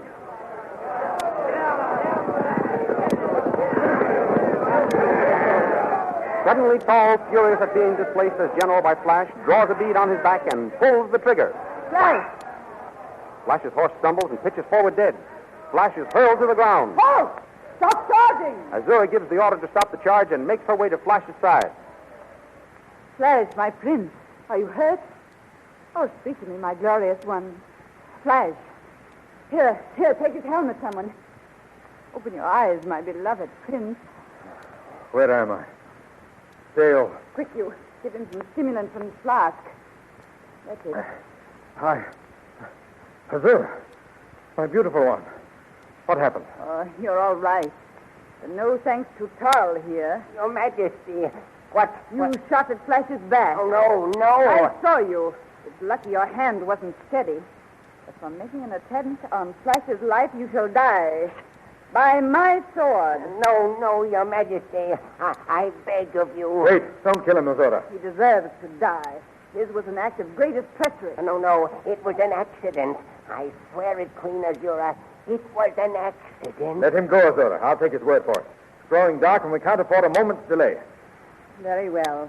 Saul, get behind the lines and thank your prince's generosity that you live. Thank you, sire. Thank you, gracious queen. And now for a fresh mount. My horse is dead. Take my horse, Flash. Very well. Wait. It's growing darker with each second. It will be better to camp here for the night and attack at daylight. But the Hawkmen may escape during the night, Azura. Not if we keep the combustion ray guns trained on them. True, Azura. All men, lay siege to the tunnel with the combustion ray guns. Start the barrage of combustion rays as soon as the range can be found. And tomorrow morning, my queen, but come, I will tell you of my plan. I hope they aren't all military ones, my prince.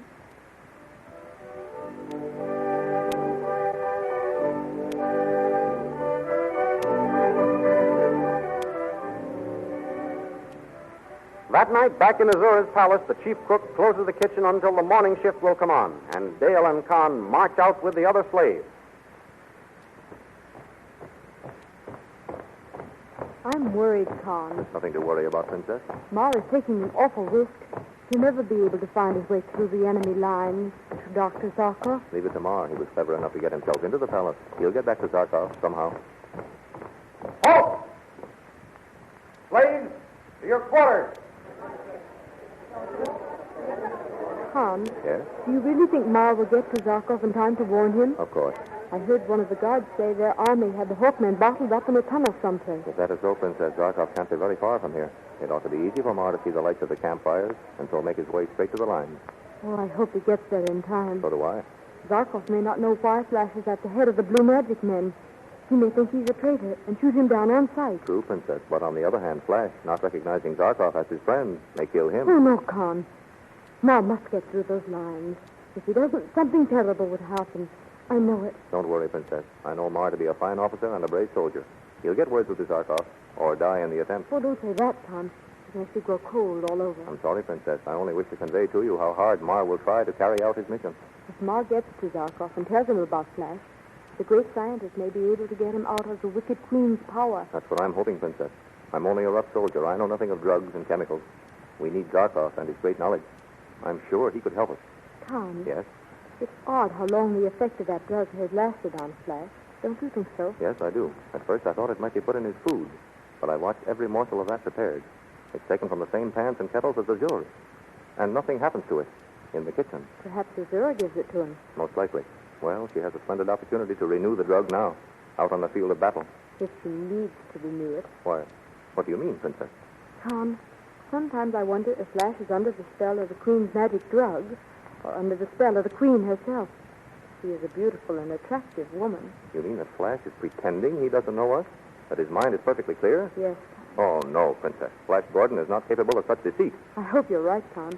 I've tried and tried to believe my thoughts were just my own imagination. The Flash really and truly was under some strange drug. But the effect has been so lasting, I'm beginning to doubt he's in love with me. You must never think that, Princess. I don't blame you for having such thoughts. This whole thing must be terribly hard on you. You've been brave and loyal so far. You must not weaken now. Promise me you won't weaken, Princess. Thank you for your encouragement, Con. I have been foolish to doubt Flash. I won't doubt any more, I promise. Good. Look, here comes Mara. He must be ready to start. I've come to say goodbye, friends. You're leaving now? Yes, for the servants' gate. Will you see that the coast is clear while I slip out? Certainly. Then let us hurry. A soldier just come in from the battlefront. He says the Blue Magic Army has besieged the Hawkmen in the tunnel, 10 miles from here. What did I tell you, Con? That guard was right. They have Dr. Zarkov bottled up. The Queen's army is in camp for the night and will attack in the daylight. I must get through and warn Zarkov. Don't forget to explain to him about Flash. No, I won't, Princess. Here comes the guard. Step back into the shadows, Mara.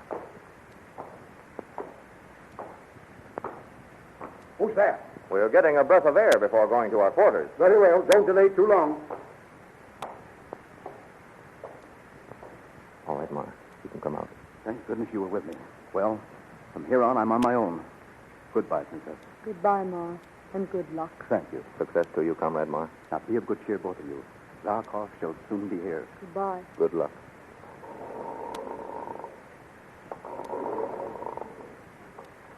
Oh, who goes there? The stranger. Where are you going? To join Tall. He ordered me to join him as soon as I rested. Then why are you sneaking out the back way? Why don't you leave by the main gate? I'm not sneaking. Besides, this gate will save me many steps. You're not going out this way, stranger. Go back into the courtyard. You will regret this act, guard, when Tall hears of it. That may be so, but I'll chance it. My orders are to allow no one to leave by this gate. Is that so? Drop that sword. Make me drop it. Oh.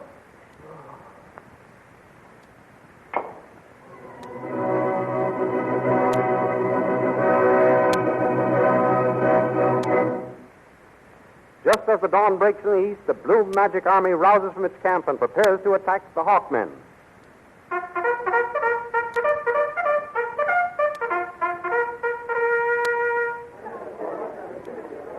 Azura! Yes, my prince. Sun is rising. We must start the attack. I am ready, my prince. Good. I'll give the orders to charge. Wait. Let us drink a toast before we enter battle. Here, my prince, to victory. To victory and you. Prettily said, my prince. And now, let us charge the enemy and capture them. My impetuous hero. You would think you were out hunting. Flash, you are attacking a fierce and warlike army, the dreaded Hawkmen. I've never heard of them. They mean nothing to me. You are sure of that? Certainly. Why do you ask? I wondered. That devil Tall. He's been saying things against me. He's told you that because I'm a stranger in your land, I'm not to be trusted. Well, he has intimated that, I admit. He's a jealous fool. I know he's angry because you appointed me instead of him, but I didn't think you'd lose faith in me, Azura. Lose faith in you? I see it now. You had me delay until morning, so that you might decide whether to trust me to lead the charge. And even now, you can't make up your mind. Very well. I'll make it easier for you. What are you going to do? Azura, I hand you my sword and my resignation as Commander-in-Chief of your army. There.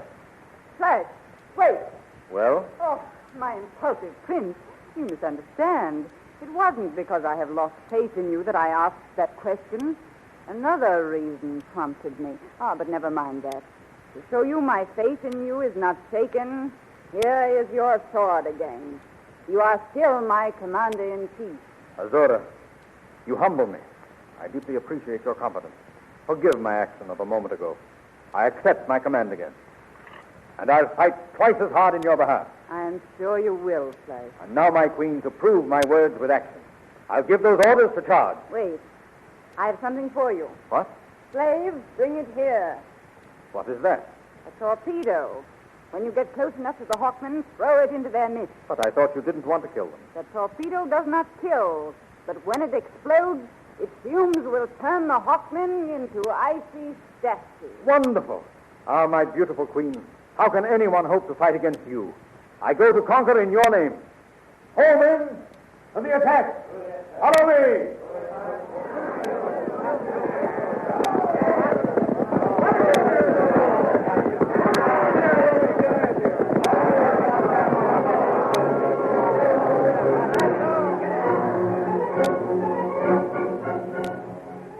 Meanwhile, inside the tunnel, Zarkov and his men wonder at the sudden stopping of the combustion ray bombardment, which has been going on all night. The bombardment has stopped. That is very strange. Perhaps Azura has given up, Prince Zarkov. No, more likely it means an attack.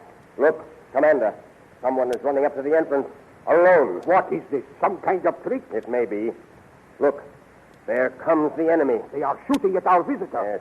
See the little clouds of dust rising from the ground behind him. Commander, it's Captain Marr. Marr! Quickly, cut a hole in the ice. Get him inside. Yes.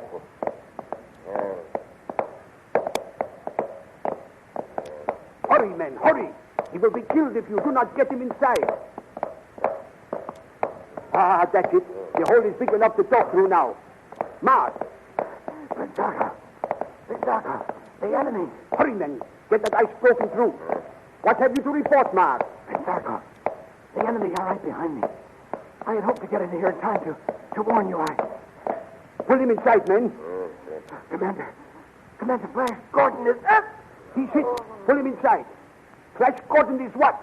Marr! Speak, man! Marr! They've killed him, Commander. Marr is dead. Dead? Just as he was going to reveal something about Flash. Poor fellow. Faithful to the end. Here comes Flash Gordon now, riding ahead of the Blue Magic Army. Ahead of the enemy? Yes. Can he have deserted? Are they after him, too? Stand aside. Let me be the first to welcome Flash to our ranks. Flash Gordon! Flash, my friend! Look out, Commander. He's throwing a bomb!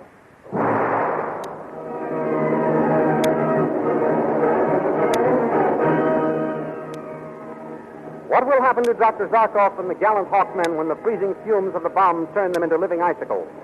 Follow these thrilling adventures in full-color action pictures next Sunday in the Comic Weekly, which is an integral part of your Hearst Sunday newspaper.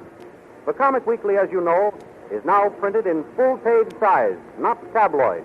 No change in the features, but bigger and better pictures and more easily read captions. All your favorites will be there, bringing up Father, Skippy, Fritz and Casper, the Little King, Barney Google, the Katzenjammer Kids, and many, many others. What a treat is in store for you next Sunday in the big, full-page, full-color Comic Weekly.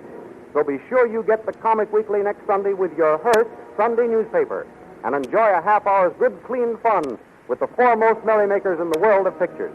And don't forget to tune in next week at the same time and learn what happened to Dr. Zarkov and the gallant Hawkmen in the next chapter of the amazing interplanetary adventures of Flash Gordon.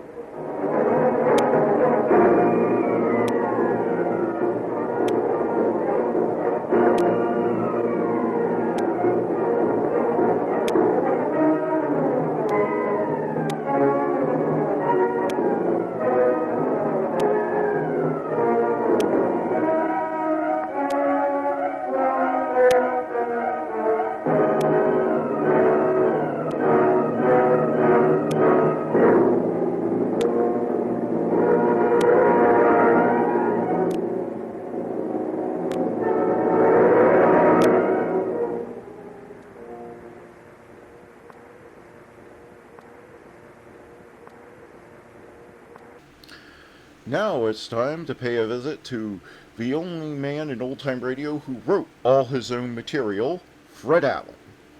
And you're listening to me. Oh, how true. A man who defies any adjective to describe him. He's Fred Allen in person. Thank you.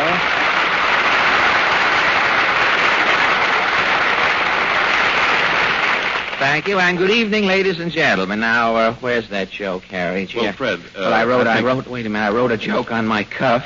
Well, I know, but I wrote a joke on my cuff last Thursday, Harry. This is the same shirt. Now, I've got to start off like Bob Hope with joke after joke. That's it.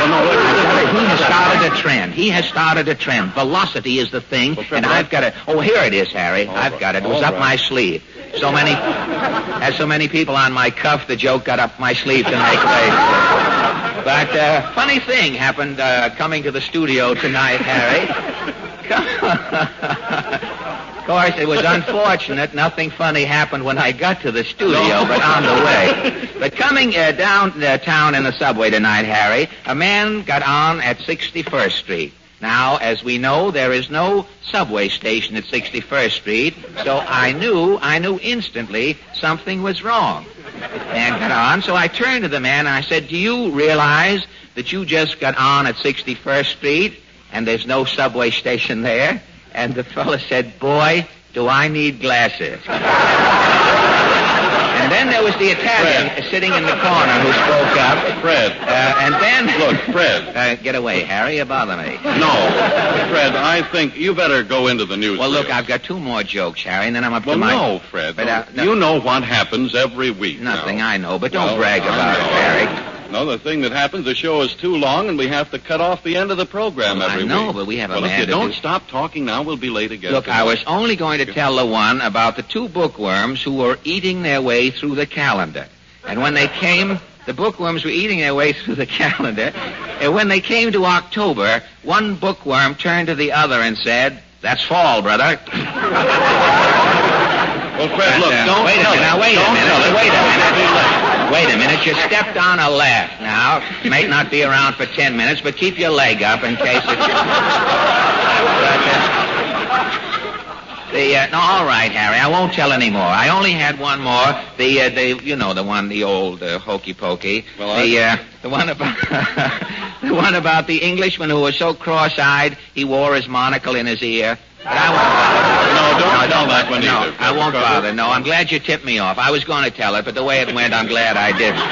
If I haven't got time to tell any jokes, Harry, I may as well bring you folks the latest news of the week.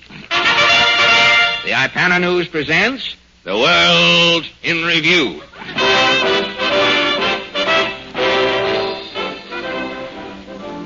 New York City, New York. Starting April 2nd, the 16th decennial census taken in this country got underway. 120,000 enumerators, schooled in tabulation and courtesy, attempted to question 132 million Americans to furnish data for Uncle Sam.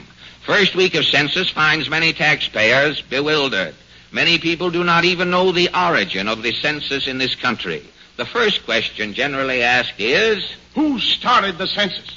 And the answer is... The country's first president, George Washington. Oh, yeah? Well, how did they come to start it? Well, George Washington and Benjamin Franklin were joking about the census one day. Yeah? Franklin said to Washington, "George, you can't take it." And Washington won. And that is why census figures to this day are still sent to Washington. Back in 1790, the first census taker in this country knocked on the first door at Mount Vernon. Yes? I am the census taker, madam. Your name? Martha Washington. Business? Candy maker. I'll take a pound of the mixed chocolate. Will you take them with you? No, I'll eat them here. Come in. 10 years later, in 1800, the census taker knocked again. Yes? I'm the census taker. Your name? John Quincy Adams. Which one are you? I'm Adams. Where are the other two boys? Come in. History doesn't tell us whether he met the other two boys or not. In 1810, America heard. I am the census taker. 1820. I I'm the census taker. 1830. I'm the milkman. Oh, now wait a minute. You're supposed to be the census taker. I am the census taker. What are you doing selling milk? I got a sideline. Oh. Who knows about 1840? And so it has gone on every 10 years for the last 150 years. Today, the latest 1940 census is now underway. Ipana News questions random passers-by to learn how census is progressing. First, a little-known census enumerator, Filbert Smith. How is the census going, Mr. Smith? Don't talk census to me. I'm disgusted. Why? I don't know. I'm just unlucky, I guess. I must have been born under a black cat or something. I'm disgusted. You look as though you could have been born under a black cat. They threw the wrong one away, obviously. Well, if you're disgusted, excuse me, Mr. Smith, I didn't mean to interrupt there. It was for a worthy cause as it developed. What happened? Well, things was tough. Really? Finally, I grabbed off this census job. Mm-hmm. It's life and death. I gotta make good. What did you do? Well, first I go to school to perfect me approach. To learn manners? Yeah, you know, that etiquette stuff. Not to lean on a dame while you're talking to her. Yeah, not to put your hands in nobody's pockets while you're taking their census. Yes. You have to work for the tax department to do that. You finished then the census instruction? Yeah, they give me my first assignment. It's a Polish neighborhood. Oh, you went down to the Polish section? Yeah, I'm walking down the street. I happen to sneeze. 20 families open their doors. Thought you were paging them, huh? Yeah. You go ahead. I'll explain them as you go. What happened, Mr. Well, I stop at the first house. It's a dame. Yeah? Her name is Dopalenka Schmicky Wacky Wachowski. Dopalenka Schmicky Wacky Wachowski. Yeah, I'm stuck. I can't spell it. I asked the dame. She can't spell it. Yeah? I wait around till her father comes home to lunch. He can't spell it. I see. I sit around all afternoon till her sister comes home from the box factory. She can't spell Schmicky Wacky Wachowski neither. I ain't getting no place. A dilemma indeed. Yeah, I'm desperate. Yeah. Bang! I finally gets me an idea. I says, put on your snoot, sister. You're coming with me. And you took the girl down to the census office? No, I took her out and married her. You married her? Why? Well, nobody can spell Schmicky Wacky Wachowski, and my name is Smith. Oh, so that's... Certainly, I write Mrs. Smith on the census blank and go on about my business. Devilishly, diabolically clever, I will say. And I am not compelled to at this juncture. Have you any advice, Mr. Smith, have you any advice to give a young man starting out in the census game? Yeah. Learn to spell. If I could spell, I'd still be single. Condolences. And, thank you, Phil. Do you want to come back for a bow? And thank you, Filbert Smith. Two boys, you might as well take a bow. You might be taking census in the tunnel tomorrow, and the flexibility of the spine is not to be overlooked in later life, as you will learn. Two boys who gave the census taker some trouble at the circus were Mo and Joe. Is that right, boys? Yeah, we are still laughing. What happened, fella? We are Siamese twins with the circus. Matinees every day, plenty of seats, no waiting. No commercial, boys. What about the census? Well, first, to get into Zias, they are charging the census taker a quarter. That burned him up, huh? He is so hot under the collar, the fire eater is snapping at him. I see. Next he is asking, you were born twins? What was that? What was he asking? Next he is asking, you were born twins? First time you boys slipped up since you were born, I guess. Well, what did you answer when he asked you if you were born twins? We said, yeah. Our mother was frightened by a double feature. Very, very good. What was his next question? He is asking our occupation. We are giving him a hot one. What occupation did you give him? We told him we are joiners. Yeah. I am joined to Mo. And I am joined to Joe.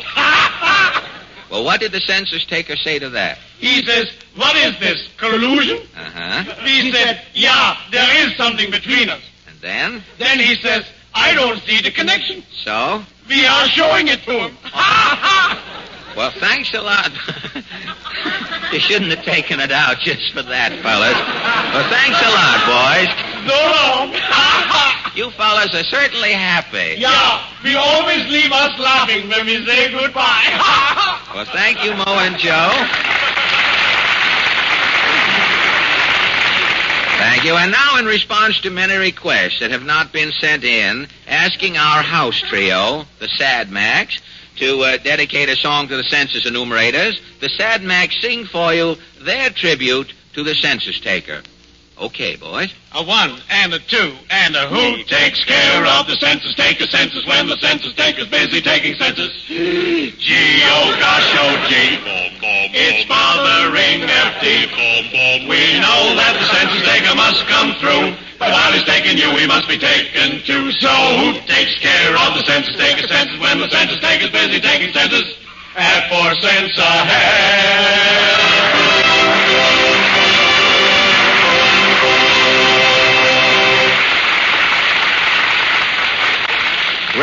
Records of this number may be purchased at your local rummage sale. And now the double-decker record company is putting out the number. You get a sandwich combined with this number you've just heard. And now the Merry Macs sing a song that deals with the downfall of a young man in a roulette palace. The number is called Ezekiel Saw the Wheel.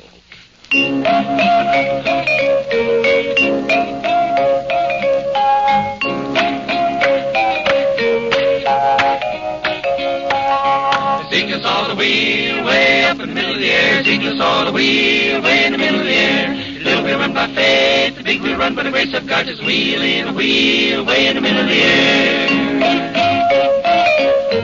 Ezekiel saw the wheel way up in the middle of the air. Ezekiel saw the wheel. Thank you. Tonight, ladies and gentlemen, we set out to prove once and for all that the phrase beautiful but dumb does not apply to every pretty girl you meet. And we have chosen for our experiment Miss Barbara Terrell. Well, Miss Terrell, we can see that you're pretty. It's for you to show us that you're pretty smart, too. Well, for instance, my teeth used to be so bright and sparkling that I never figured they needed any special care. But one day I noticed that my teeth weren't so bright anymore. Later I found pink on my toothbrush. Thank you. Peter Van Steeden and his Up to the Minute Men have just played for you their digest version of Darktown Strutter's Ball. And now our guest tonight... Hello? Oh, excuse me. I nearly shut you off, didn't I? Well, hello. You want to take it again? And now our guest tonight... Hello? Nothing happens either way. Yeah? Don't tell me you brought your gang with you tonight. Hello, Portland. What are you doing with that red balloon? Well, I just came back from the circus. Well, I'd have taken your word for it. You didn't have to bring along that balloon. Oh, I didn't buy it. It was a present. No kidding. Uh-huh. I met Georgie Jessel. He was buying a red balloon for his girlfriend. So he bought one for me. Well, isn't that nice? Yes, Georgie's doing very well these days. They tell me Jessel has saved up so much money he can afford to work with Cantor again. Yes, I read that they're going to be at the Capitol pretty soon. Yes, Cantor will be at the Capitol. Jessel will be at Cantor. Have you heard Georgie's new radio program? Yes, but he's not on it now, I understand. The fellow who's doing it now is called Mr. District Attorney. Well, I heard it last Thursday. It's a swell show. Yes, and oh so subtle, too. Did you notice? All through the program, the district attorney makes your hair stand on end, and then at the finish, the announcer comes in and tells you about a hair preparation that will get your hair back down again. But you were telling me about the circus. How is it this year? It's wonderful. I saw everything from the pickets right through to the end of the show. Oh, boy, the whole thing, huh? Uh-huh. There's a man there named My Foo. My Foo? And I do mean Foo. That wasn't bad for me, was it? No, and it wasn't good for you either. A joke like that will thin friends and influence people. Tell me, what does my foo do? He slides backwards down a tightrope from the top of Madison Square Garden. Oh, boy, all the way down backwards, huh? If my foo ever slips and you're sitting underneath, it might be foo on you. Well, I'm sorry I can't take up the rest of the circus with you, Portland. What about our guest? Well, while I was in Madison Square Garden, Yeah. I got to thinking. Yeah, thinking what? One night, Madison Square Garden is a hockey rink. Yeah. The next night, it's a 6-day bike race or a basketball court. Yeah. Now, it's a circus. And our guest tonight... Now, don't tell me he's the man who makes those phenomenal alterations in the interior appearance of Madison Square Garden overnight. That's right. Mr. Allen, meet Mr. Richard Donapria. Well, good evening, Mr. Donapria. Good evening, Fred. You are the Secretary of the Interior at Madison Square Garden. The man who works lumber magic from dusk to dawn. I'm one of the men, Fred. I'm acting superintendent of construction under Mr. James McNally. Well, you don't do all of that work alone, do you? No, I have 3 assistants, Fred. Well, I think in self-defense that we better mention their names, or you may have to do some explaining when you get back to work tomorrow. Now, who are your 3 assistants, Mr. Donapria? Howard Post, chief engineer, Lex Hannon, chief electrician, and John Brown, head property manager. Now we're all set. We can discuss the garden. Although why they call it a garden, I will never know. Nothing grows in there but box office receipts and cauliflower on fighters' ears. But say, during the season there, you stage a great variety of shows, don't you? Yes, we put on about every type of athletic contest and public attraction that can be held indoors. With the alterations you have to make for the different shows, you ought to know more about quick changes than the mother of quadruplets. What is your first big show? Let it go, Mr. Donapria. What is your first big show of the season each year? The rodeo, Fred. It opens in October. Do you have to alter the garden greatly to get the wide open spaces indoors? No, our biggest job with the rodeo is covering the floor of the garden with dirt. Where do you get the dirt? You don't just go out on 8th Avenue and invite people to track it in, do you? No, we get it from a contractor. We use about 600 tons. 600 tons of dirt. Well, where does the contractor get it? We keep it on a lot on 11th Avenue. He has 800 tons of dirt over there. He's filthy with it, huh? So seldom you meet a man who's got dirt. But after the rodeo, I'm going over there with a shovel tomorrow and put the bee on that guy just for a shovel. But after the rodeo, what is the garden's next big attraction? The horse show, Fred. That comes in November. Well, the horse show is just the rodeo with a collar on, isn't it? What do? Call up that dirt man again and say, shoot the gravel to me, John boy? It isn't that easy, Fred. For the horse show, we need special dirt. Well, dirt is dirt, isn't it? The dirt we use for the horse show was sifted and run through a magnetic separator to take out loose nails and pieces of metal. What are those horse show horses so picky about? You'd think they were going to take their shoes off and run around the garden in their stocking feet. Well, all right, after the horse show is over and the amateur riders are back home, wishing they could sit down again, what happens around the garden? Then our busy season starts. We have hockey Tuesday, basketball Wednesday, and Thursday we have hockey again. And Friday at the garden is fight night, of course. That's right. And on Saturday... I was going to slip a commercial in there.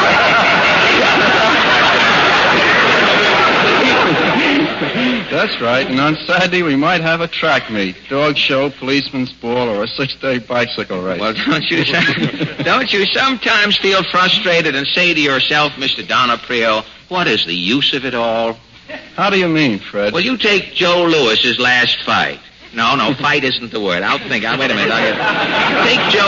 Take Joe's last meeting with Mr. Paycheck. You work like a dog putting seats around on the floor of the garden, setting up the ring. You finish working, you sit down to relax. Mr. Lewis and Mr. Paycheck shake hands, bang, it's over, and you've got to tear the joint apart again.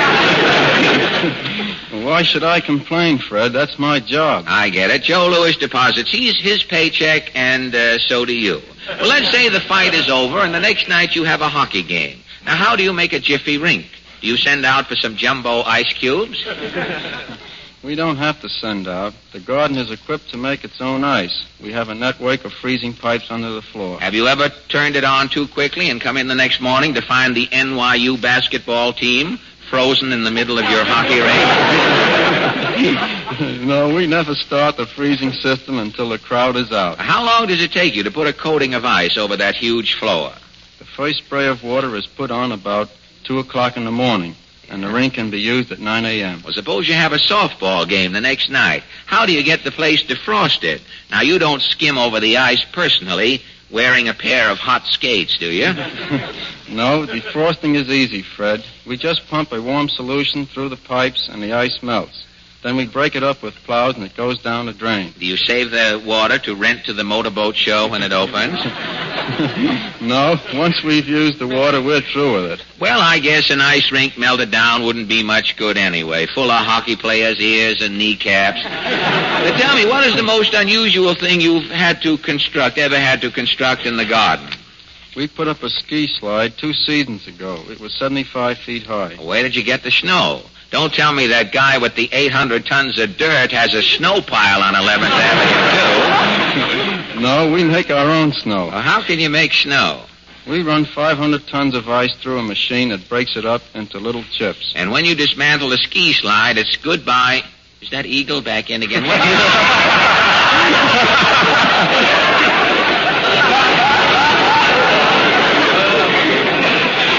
was a definite crunching going on here.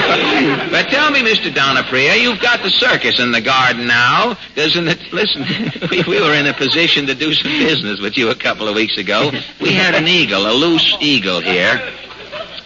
And I'm sorry that you didn't show up a couple of weeks sooner. No, I'm sorry, too. Well, I said you missed something. And tell me, you've got the circus in the garden now. Does an attraction that big present a problem for you? No, the circus is easy. We just spread the arena with dirt, and they do the rest. Now, before you go, one thing. Now, we live in a world that's constantly changing, but you augment your personal confusion, engaging in a job that demands incessant changing, too. Now, don't you sometimes wish they'd get Madison Square Garden set and leave it alone? No, Fred. The day they do that, I'll be out of a job. I see your point. You're like the rest of us. You don't mind making changes for others as long as you can make a little change for yourself. Am I right? Good night, Fred. Good night, and thank you, Mr. Richard Donapria.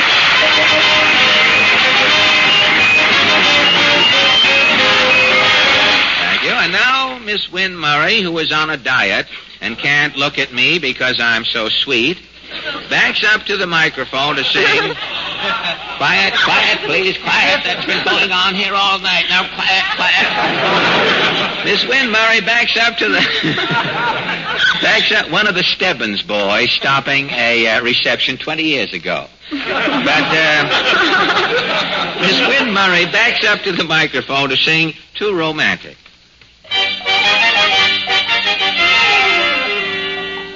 I'm so afraid of night, 'cause I'm too romantic.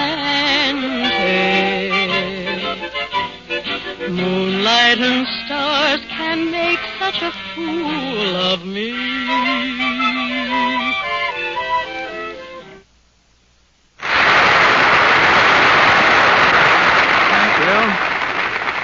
Thank you. Now the little ones, or as they're sometimes called, the kiddies, are in the news again. This time it's a class that permits no scolding, no punishment, in fact, no adult interference of any kind. The teacher hides behind the screen and merely observes the tot's behavior. So if little Willie takes a poke at little Tommy, the teacher probably just jots it down in a notebook under the head of assault and battery. That's a pretty interesting experiment. Don't you think so, Harry? Well, yes, Fred. It's all right to observe children for some things, but there are other things they have to be told. Things about their health, for example, about the proper care of their teeth and gums. That's why many modern teachers in classrooms all over the country are saying, and don't forget, children, every time you brush your teeth, be sure you massage your gums, too. And wise parents not only see that their children follow that sensible advice, but also follow it themselves. And now, ladies and gentlemen, the question of the week. This This is Mr. and Mrs. Average Man's Round Table, where three persons selected from our studio audience are invited to give their opinions on a question that concerns some prominent issue of the day. These little sessions are entirely unrehearsed. Fred has taken his place now at the round table, where he meets his fellow debaters for the first time. Are you ready, Fred? Yes, Harry. Ready or not, I shall be caught. And now the forum is officially open. I put my cigar butt over here, not having been introduced to these people. In view of the times, one cannot be too safe or secure these days. Portland, if you'll kindly introduce the first member of our little group. Yes, Mr. Harry Alpert from New York City. Good evening, Mr. Alpert. Good evening. May I ask your profession, business, or calling? Well, I'm an instructor in sociology at the College of the City of New York. Instructor in sociology? That's right. Well, first, before, of course, now I have nothing to say at all since you brought up sociology. But would you kindly tell us what sociology is? Well, it's the study of the behavior of human beings in relation to other human beings. In groups? Yes, in groups, in society. You concentrate on the study of groups? That's right. Have you studied the theater group yet? It would be a very interesting subject of study. I imagine it would be. But tell me, what is we had a group in here, the first program, Mr. Alfred. I wish you could have studied. We had a reverse din in here that went on for 60 minutes.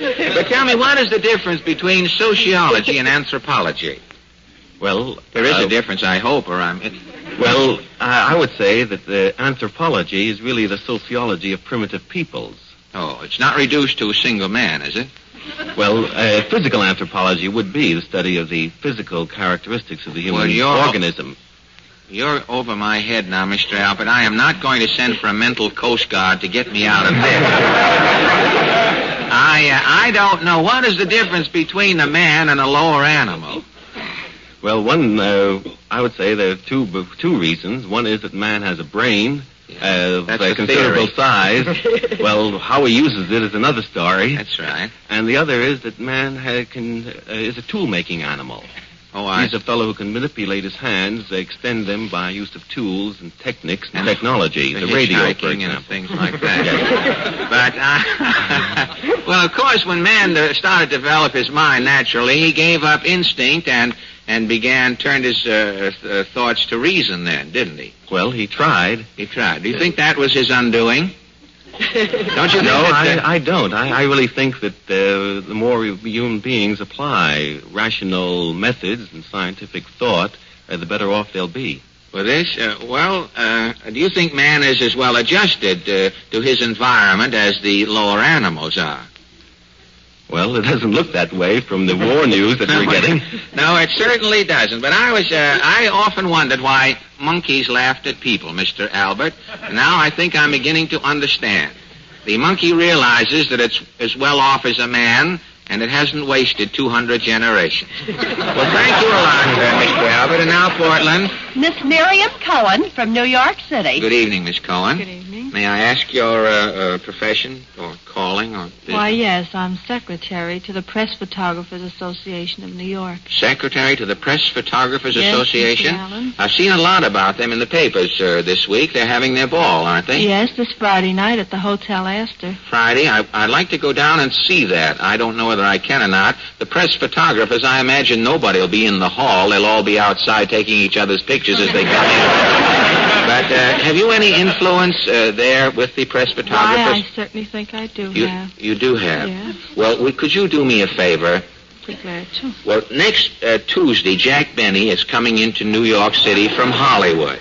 And Rochester is coming in with him, of course. And Rochester is getting off at 125th Street. And naturally, the big celebration will be up there. Lenox Avenue local boy makes good. And I was wondering, it's going to be awful. Jack will get in at the Grand Central all alone, nobody down there to meet him. I was wondering if you, through the press photographers, could get a little man with a candid camera to go down and meet Jack. Could you do that? And now, And Thank now, you, Miss, Mr. Dave Williams from New York City. Good evening, Mr. Williams. Good evening, Mr. Allen. May I ask your business? Well, I'm None on of my business. I'm on the manager's staff of the Embassy Newsreel Theater at 46th and Broadway. The Embassy Newsreel Theater. Was the Embassy the first newsreel theater opened in this country by any chance? Yes, it was, Mr. Allen. It's about 10 years old now. The Embassy is 10 years old, not playing the same newsreels. No, it isn't, Mr. Well, in about 20 years it will be repeating itself from the looks of things. Tell me, what is the secret of the success of the newsreel theaters? Well, there's a great many reasons for it, Fred. Perhaps I could say Lou Lair would be one. Lou Lair? Yes. He would be one. There must be another reason. Well, he would appeal to the monkey trade, of course, and some primitive people Mr. Alpert could tell us about if we had the time. But, well, we're looking forward to Jack Benny. Whenever he comes to town, he always seems to drop down to the Embassy. Well, he's good in the newsreels. It's those features. Anytime he makes a newsreel, I'm the first one in to see him. But when he makes a feature, he's overdoing it. They tell me they've got Benny in Technicolor in this new picture now, and with a process shot, they've got him on a horse somewhere. It's going to be interesting to see how this comes out, how they do things in Hollywood. Well, thank you, Mr. Williams. I'm sorry I haven't a chance to ask you more about Mr. Benny's success at the Embassy Theater, where generally most theaters, they put Mr. Benny in most theaters when they want the place to become a parking space. The following week, Mr. Benny goes in, and automatically, he is the termite of artistry in our profession. That brings us to our question. Tonight we take up a dictatorship. Have I got time for the question? We're awfully late. Would you say that to the people on the coast, Uncle Jim? Yeah, sure. Ladies and gentlemen in California, this is Uncle Jim bringing you his own message about the time problem that faces us at the moment here. We're terribly overdue there. Overdue where? Wait a minute.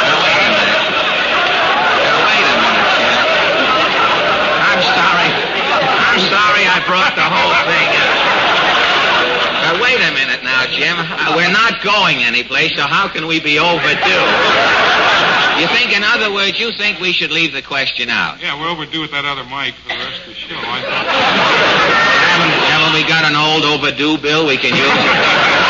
All right, it looks then as though we'll have to postpone the question. All right, Jim, I'm very sorry, Mr. Albert, Miss Cohen, and Mr. Williams, to have put you to all this trouble, but at the time there are certain lunar limitations under which we function, and the man who controlled the sun isn't with us anymore. We just have to give way, huh? He was eclipsed. Yes, he was years ago. Thank you, Mr. Albert, and thank you all for your kind participation.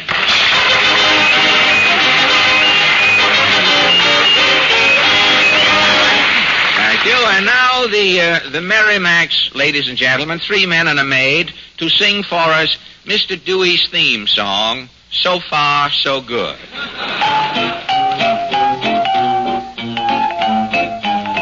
So far, so good. So far, so nice. When I found you, I found the key to paradise. So far, so good. So far, so grand. You and me in a big romance are hand in hand. Take a peek at the future. What do you see? Such a romantic future for two, for you and me. So now you're...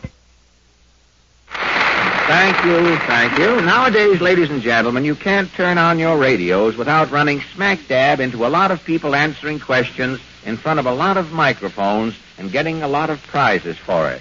Well, what kind of questions, Fred? Oh, like what is a Popocatépetl? Well, what is a Now, never mind. I had my trouble a few minutes ago there. Now, at the moment, it's my turn to ask. Would anyone in the studio audience care to step up here and bandy a few words? Those gentlemen coming up. Thank you, sir. Do you know a lot of answers? Quite a few. What would you like to know? Well, what is a Popocatépetl?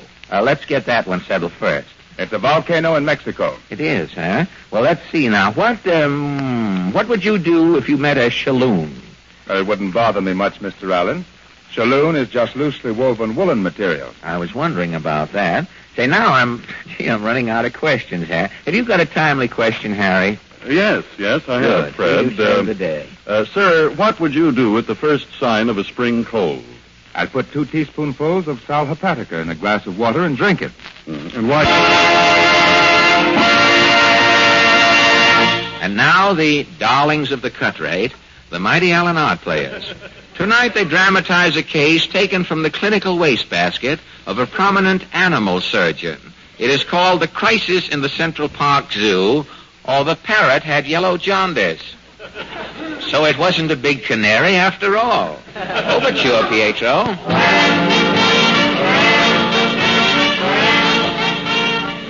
Calling Dr. Allen. Calling Dr. Allen. Lion ready for tooth extraction in Ward 4. Lion waiting. Hurry, Dr. Allen. A call for you, Dr. Allen. Lion tooth extraction. I heard it, nurse. Get me my Novocaine and monkey wrench. Here, Doctor. Thank you. If anyone calls the office here, I'll be in the clinic. Who's afraid of the big bad lion? He's in there crying, maybe dying. Who's afraid of the big bad lion? Oh, good, you're just in time, Doctor. Leo's in terrible pain here. Steady, Leo. Steady, old boy. Hold this lion's paw, keeper. I'm going to extract that tooth. All right, Doctor. All right, steady, Leo. That's it. Open wide, Leo. This isn't going to hurt a bit. Open, boy. Wider. Fine. Now keep it open. Let me see. Which tooth is abscessed?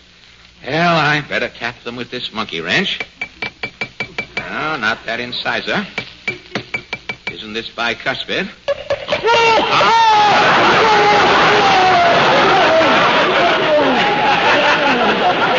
Yes. This lower molar. Well, I'll tighten the wrench. Now we're ready. Steady, Leo.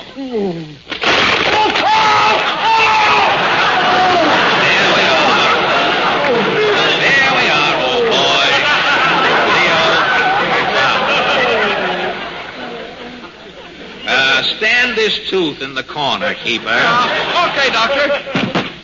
Pack that cavity with the burlap bag.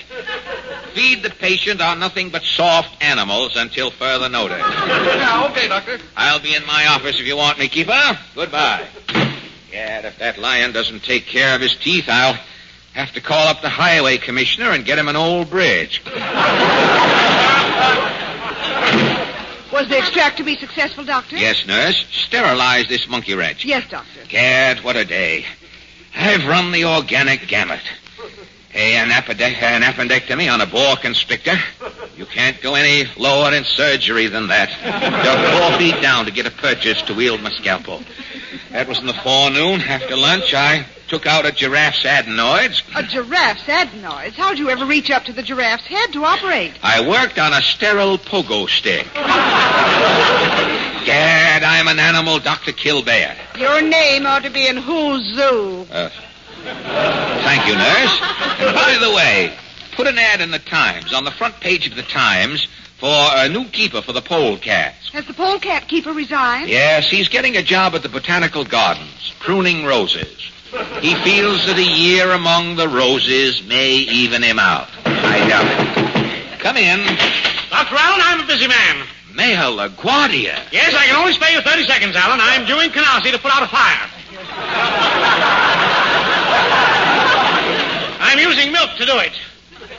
Milk to put out a fire? Well, there's a water shortage, Allen. The fire department is using milk with all fires.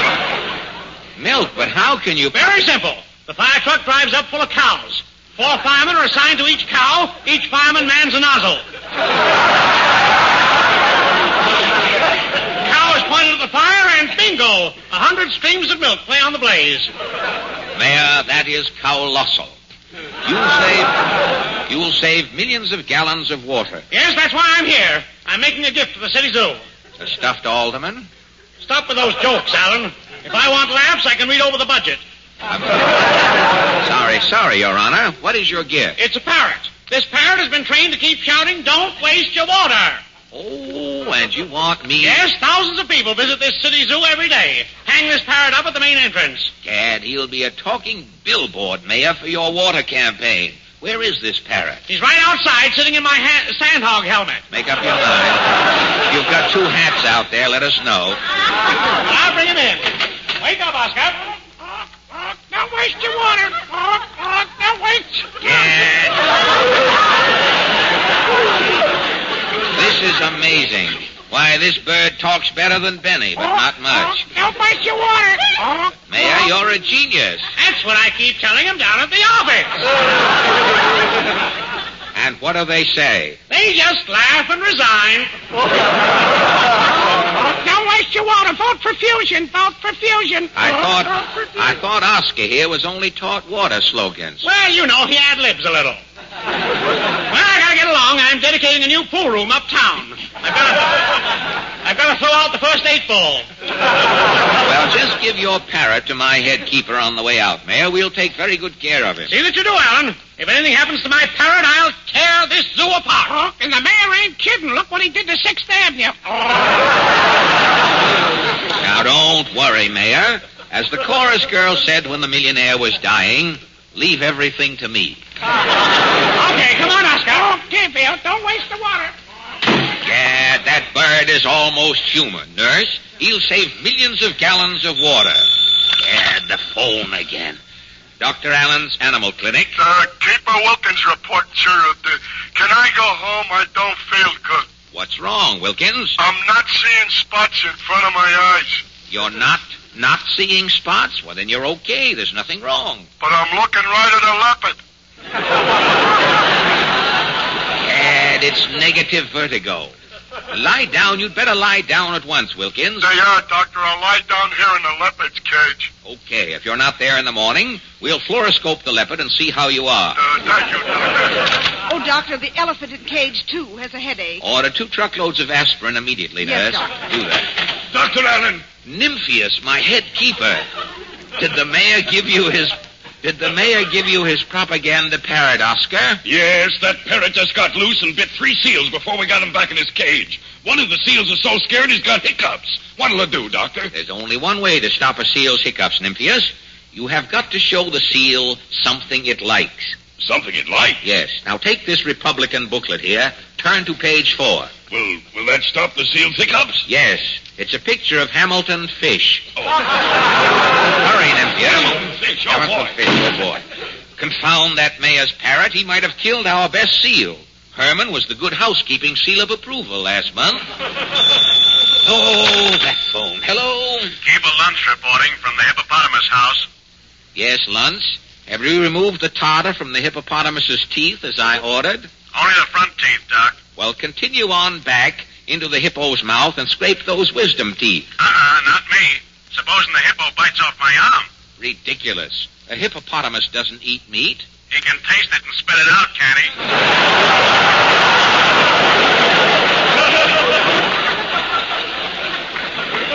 We'll know as soon as you finish those back teeth. Now get busy, Luntz. Okay, Gad, what is an arm where science is concerned? Dr. Allen. Oh, Dr. Allen. Nymphius, are you back again? Yes, it's that confounded parrot, Oscar. He saw a water buffalo wasting water. Yes? He screamed at the buffalo and busted a blood vessel. A broken blood vessel? Yeah. This calls for a transfusion. Nurse? Yes, Doctor. Prepare my desk here for an emergency operation. Get 2 pints of parrot blood out of the blood bank. Right, Doctor. Gad, Oscar dying. If the mayor hears about this, I'll be a White Wings before sundown. Dr. Allen, what's this I hear about my parrot? Mayor LaGuardia, how did you get back here so fast? Speed is the keynote of my administration, Allen. But don't change the subject. What's happened to Oscar? Well, an unfortunate... It's worse than I thought. If you don't save that parrot, Allen, I'll settle you quicker than I settled the subway strike. Now, calm down. Calm down, Your Honor. I am preparing for an emergency operation. Nymphius. Yes, Doc. Where is the patient now? Oh, Oscar's outside, Doc. I'm using a copy of Esquire for a stretcher. I'll carry him in. Here he is, Doc. Look. Don't waste your water. Poor Oscar. He's as pale as a dove. Now, I'll save him, Mayor. Prepare the patient for surgery, nurse. Yes, Doc. Up we go on the operating table, Oscar. Up, Sidney. Hey, put me down easy. I'm a dead pigeon. Quiet, parrot. Shut up, crow. Send me to the polyclinic, somebody. Now, be calm. Hey, calm, Oscar. I'll pull you through, old boy. Just relax. Get away from me, you quack. Oscar. You lay a hand on me and I'll sue. Get me a cheap lawyer, somebody. Quiet, you emerald buzzard. That's slander, Alan. You tell him, Mayor. Yes, quiet. This is the clinic, gentlemen. Please. Ether, nurse. Ready, Doctor. Hey, if you get that thing off of my beak, don't waste your... Good, he's asleep. I'll give him the transfusion. Antiseptic. Antiseptic. Swab. Swab. Mandel. Mandel.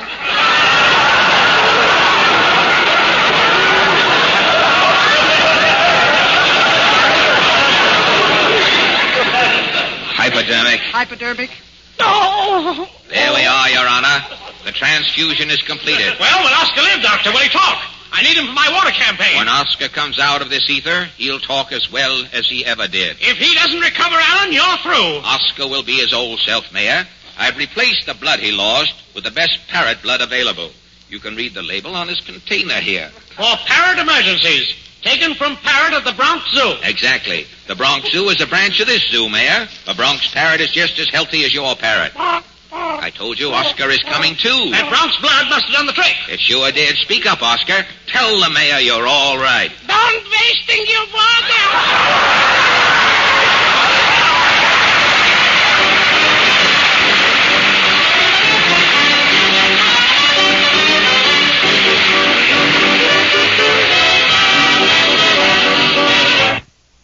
So if a voice with a handlebar mustache calls you up some Wednesday evening and asks what program you're listening to, you just say... The Fred Allen Show. And then when they ask who sponsors the program, well, you say... The makers of Ipana and Sal Hepatica. Well, that's about all they'll want to know.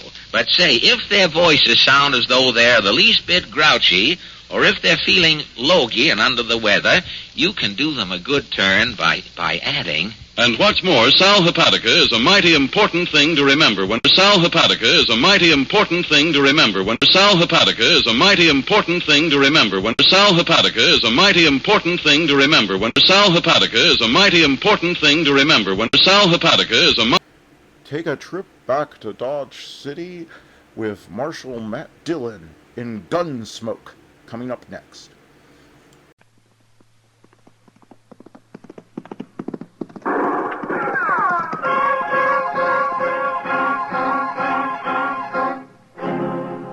Around Dodge City and in the territory on West, there's just one way to handle the killers and the spoilers, and that's with the U.S. Marshal and the smell of gun smoke.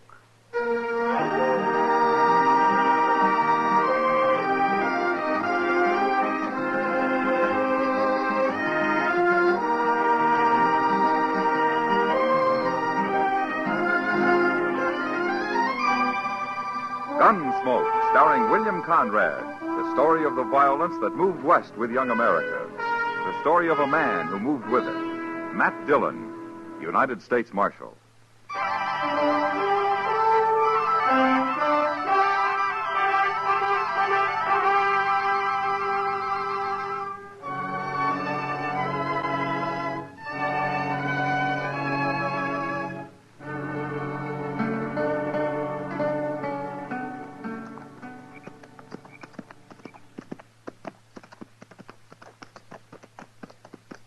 Hey, Gorse. Yeah? There's no moon tonight. What of it? It's spooky when there's no moon. You afraid of something, Arlo? Of me? You. What are you afraid of? Of course, I ain't been much afraid of anything since the second battle of Bull Run. That so? Oh. I took my first bullet at Manassas Gap. I thought sure I'd die, but I didn't. That's nothing. When I got shot on the Chattahoochee River over in Georgia, I knew I wouldn't die. How'd you know? I just knew, that's all. Weren't you afraid? Afraid of what? Dying.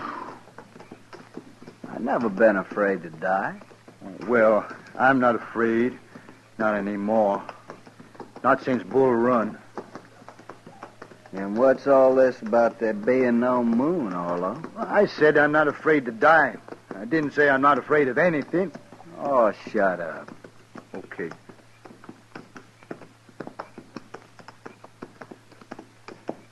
Hey, Gorse. Yeah? Wished we could stop and light a fire. What? I got some pork to cook. Now listen here, Orlo. You trying to tie the rope around your own neck? No. And eat your meat raw, you hear? Raw meat gives me the bellyache. You needn't worry about that, Orlo. Those people back in Dodge, they got a cure for bellyache. They have? They have. A lariat rope over the limb of a cottonwood tree. Oh, they ain't going to catch us. They will if you go building bonfires all over the prairie to cook your dang pork with. Well, I'll just build a little bitty Indian fire, Gorse. Oh, shut up.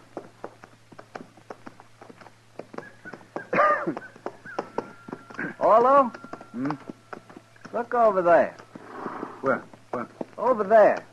At the foot of that little rise. I don't see nothing. That cabin, you do too see. Oh, that. What about it? There's no light in it, you fool, and there's no smoke. It's deserted. Well, that's good, ain't it, Gorse? Nobody to tell the posse which way we went. How do you know they got a posse? Well, they should have. Anyways, we'll sleep in that cabin. If somebody does come along, we can fight them off from there. Yeah. Come on. Come on.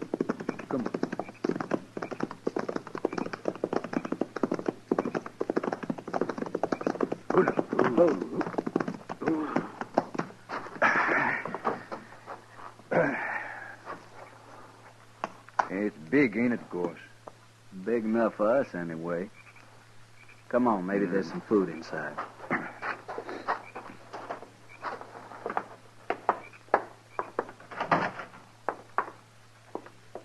Hey, wait. There's a horse in here.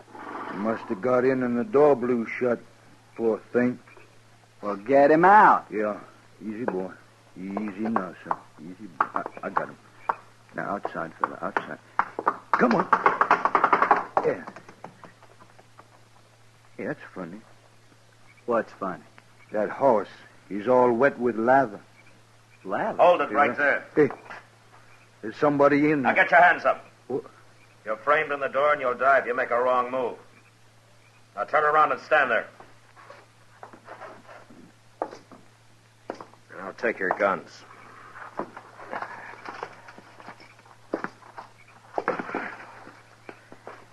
Who are you, mister? All right, get outside. Slow.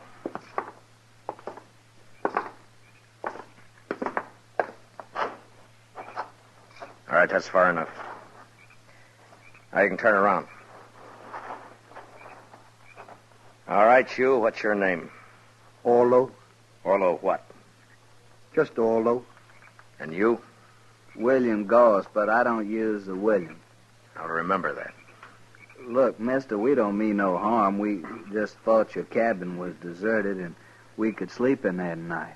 It's deserted, but you won't be sleeping anywhere tonight. Now, mister, you got no right You'll to... sleep in Dodge when we get there. Oh, no. No, we can't go back to Dodge. No? Why can't you? Well, you see, we shot a man that day. Orlo. This morning it was. Orlo, you shut up. But, Gorse, you know we can't go back. I'll shut you up. Hold it, Gorse. Well, he always did talk too much. The war made him like that, mister. He was all right before the war. So they say, anyway. Now, listen to me, both of you. This isn't my cabin. It isn't. Then why'd you put us out of it? I'm trying to tell you why. I'm a United States Marshal. What? Oh, Gorse, we got caught. You're both under arrest for murder. Well, I'll be. So that's why his horse was hot. He'd been chasing us, Gorse. How could he have been chasing us? He was in front of us. I've been on your tail ever since you ran out of Dodge. The trail you were following led right here, so I made a circle and waited for you. Does that explain things? Hey, that's pretty smart, isn't it, Gorse? We was riding too slow. Yeah. But if I'd known what I was following, I think I'd have just ridden up behind and yelled at you to stop. We'd have run. Now explain something to me, will you? What are you men? We're just friends. Yeah, me and Gorse been friends for a long time. No, that's not what I meant. Look, you shot that store clerk in Dodge and you killed him. But you're sure not gunmen, and you're not bandits. Now, what are you? We're broke. We needed some money. But he wouldn't give it to us. He grabbed the gun instead out under the counter. And he'd have shot us with it, too. We had to kill him. That's all there is to it, Marshal. Not quite, I'm afraid. You killed a man, and I'm taking you in for murder. They're going to hang us? Not they. The law, maybe. But you'll get a fair trial. Won't matter. We done it. We'll hang. Yeah, you're right, Gus. We'll hang, sure. I don't know. I suppose you'd have killed somebody sooner or later. All right, get your horses. Ain't you going to handcuff us or nothing? Why? Oh, no reason, Marshal. I was just asking. I thought so. All right, come on. It's a long ride to Dodge.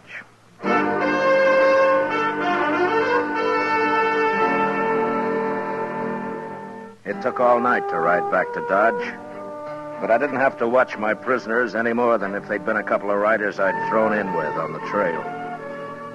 Maybe it was all their years in the war, in the Army, that made them do whatever I, as a marshal, told them to do. The idea of not obeying me never occurred to them. Next morning, I had Chester lock them up, and then I went off to get some sleep.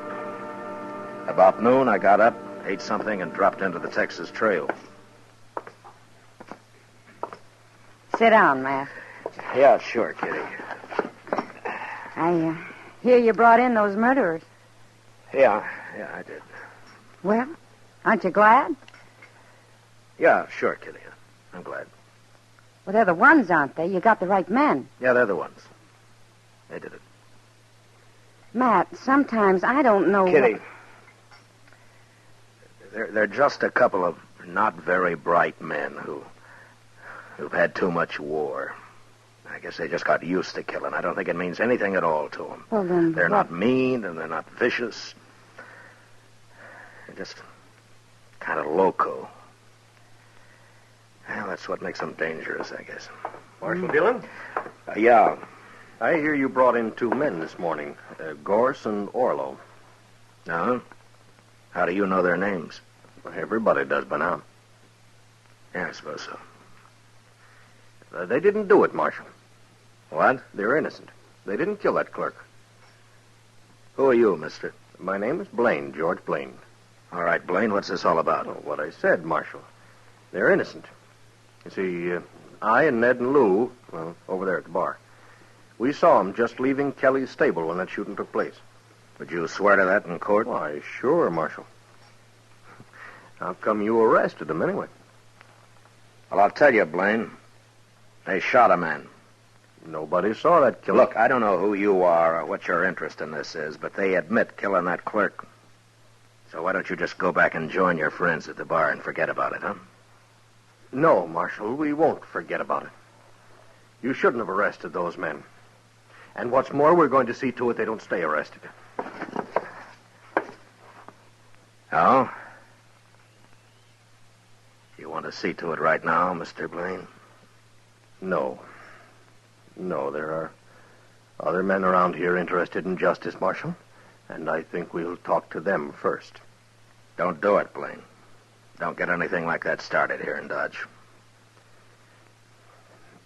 See you later, Marshal. Who is he, Kitty? I don't know, Matt. He and his two friends came in on the Santa Fe from St. Louis a couple of days ago. That's all I know. I wonder what they got in mind. Oh, they've been drinking. It's just talk, Matt. Yeah, maybe. I'll see you later, Kitty. So long. Hurry back, Matt.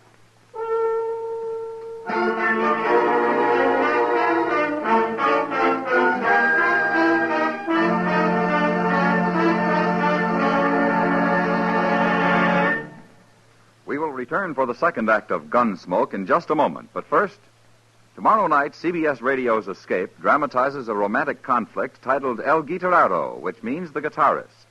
It concerns a Mexican musician who resorts to traditional and some surprising methods to protect his marriage when an American poet tries to steal his wife. Remember, it's tomorrow night on Escape, presented on most of these same stations by CBS Radio. El Guitarrero. Now the second act of Gunsmoke.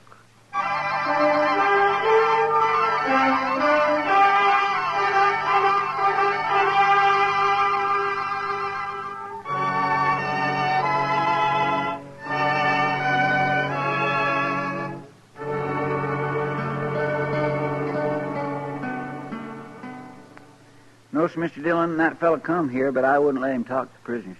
Was he alone, or did he have his two friends with him, Chester? Oh, he was alone, sir. But I did notice a couple of men waiting around outside now that you mention it. You, haven't heard anything about this Blaine or his friends the last day or so, have you? No, sir. Nobody's mentioned them. Around me, anyway. Well, it sure stumps me. You think maybe they're going to cause trouble, Mr. Dillon? I don't know, Chester.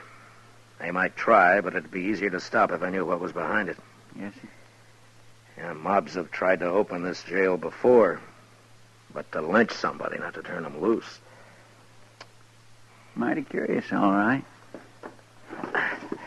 Well, Chester, I'm going to have a talk with the prisoners. Maybe they might know something. Well, it's worth a try, sir. Yeah.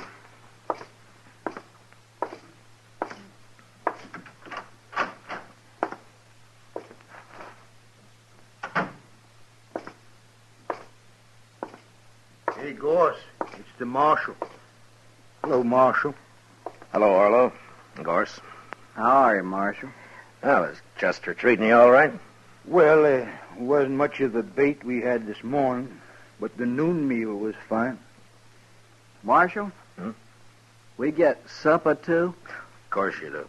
And when they gonna hang us, Marshal? Well, Arlo, you haven't been tried yet. Nothing's going to happen until you have a trial. How long will that take, Marshal? Well, what difference does it make, Gorse, as long as we get fed every day? Listen, you men, I want to ask you something. Sure, Marshal. Have you ever heard of a man named Blaine? He's tall, has black hair. Blaine. Wasn't that the fella's name who was here this morning all over? Yeah, that's right. Blaine. Here this morning? Chester said he kept him out of here. Oh, he come around back, outside, talked through the window there. Seemed like a nice fella. Sort of crazy, though. Now, why do you say that, Arlo? What do he want? Oh, he kept saying he had witnesses and all like that. Said we're innocent. We shouldn't be in here. Well, what'd you tell him? Well, we told him how you caught us and what we did and all. We told him there wasn't any witnesses we could see. Just us. And that clerk, but we killed him. Sure, but Blaine was saying him and his friends saw us down by some corral or something. I don't know. He was all mixed up. Tell me, have either one of you ever seen this Blaine before? Oh, no, Marshal. Never laid eyes on him. And that's the truth. That's right, Marshal. Me and Gorse, we never tell lies. Yeah, I know. Did Blaine tell you what he's going to do? What his plans are? Nary a word, Marshal. Except he did say for us to set up a holler that we didn't kill that fella. Oh, he's crazy, that Blaine. I couldn't get his drift at all. Well, I'll tell you what it is, Orlo. For some reason that I don't know, Blaine wants you two out of jail. He may come here with a mob and try and get you out. Well, he can't do that. We're under arrest here. Yeah, I know. But he might try. What'll we do about it, Marshal? Nothing, Gorse, nothing. I'll handle it. You sure, Marshal? Let me know if you need anything, huh? Oh, we're fine, Marshal. Thanks just the same. Sure. Okay. I'll see you later, then.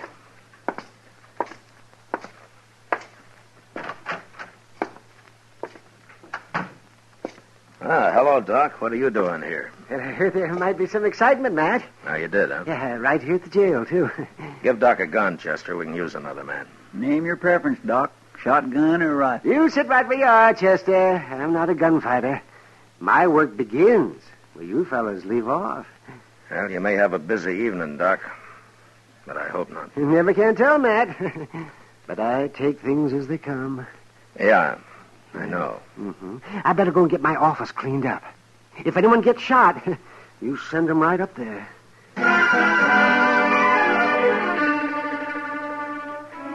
It doesn't improve a man's temper to spend the afternoon sitting around and waiting for a mob to form. A mob that's going to head his way when it gets its spirits high enough. Chester and I didn't talk much. We just sat and waited. Long about dusk, we saw a couple of dozen men gather in the middle of the plaza. And then Blaine appeared, and he began haranguing them. And the crowd grew. In a little while, it started moving down Front Street, down toward the jail, and us. Looks like everybody in Dodge is taking an interest, Mr. Dillon. We'll use shotguns, Chester. I never saw a mob yet that was eager to jump a shotgun. Yes, sir.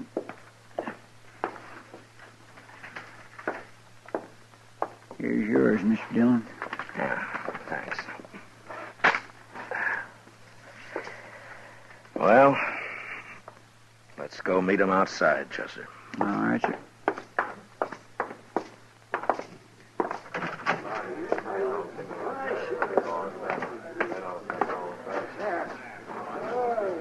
Here, this is good enough. Pretty big crowd coming, Mr. Dillon. Maybe most of them are just curious. I sure am, anyway. What do you mean, sir? Well, I haven't got this Blaine figured, that's all.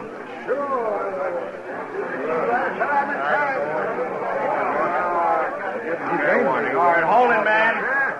Hold it, man. I'll see if I can talk some sense into the marshal first. Well, Marshal, I was right. There seem to be a lot of men in Dodge interested in justice.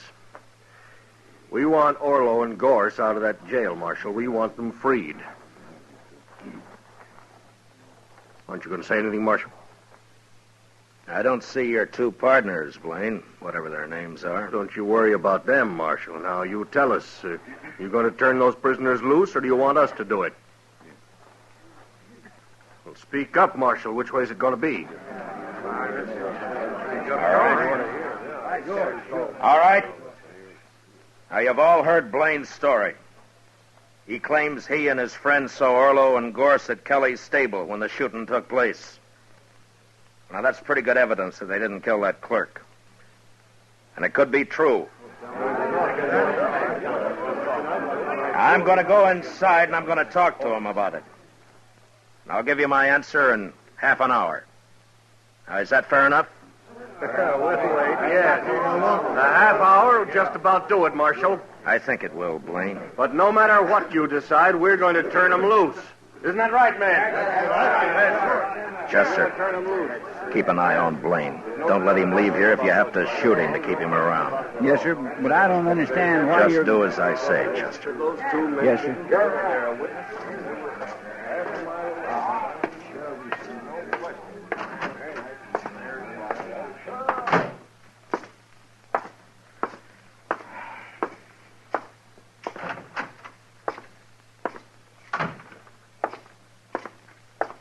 What's doing, Marshal? I don't know, Gorse, but I just might find out. This Dodge is a mighty strange place, wanting to turn prisoners loose. Yeah.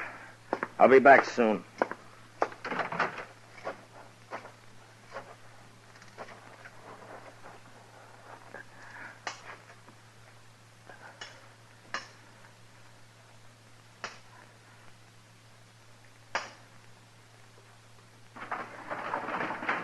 Matt! What are you up to? You're going to break my window with those rocks. Get on here, Doc. I need you, and hurry. Huh? Oh, why, sure, Matt. Stand under the window here, and I'll climb down on top of you. It's only a few feet. Okay. Ah. All right, come on, hurry. Yeah, well, what's this all about, Matt? Where we're going? We're going to the express company first. Well, what for? It's closed. Maybe not. It's not quite 6. Everybody in Dodge is out there in the street. I was watching from my front window. Not quite everybody, Doc. Blaine's 2 friends aren't there. Yeah, right. Well, what do you I'm mean? working on a hunch, Doc. If I'm right, I want you as a witness. And we'll go back and show that mob what fools they are. Yeah, whatever you say, Matt. Yeah, but I haven't got a gun. Don't worry, I'll do the shooting.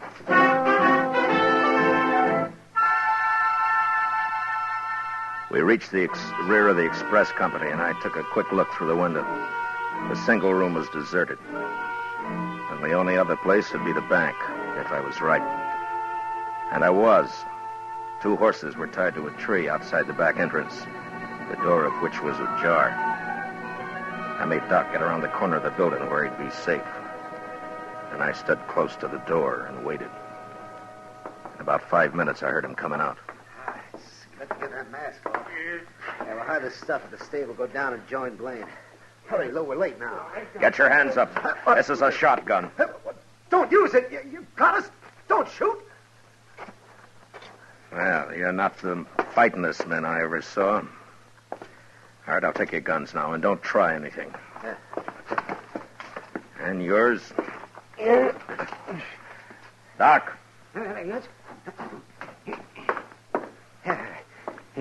Well, what do you know? Blaine's partners. You sure guessed right, Matt. Now, who's inside? We didn't hurt him, Marshal. Just tied him up. Who, I said? Well, that old man, the banker. All right, go take a look at him, Doc.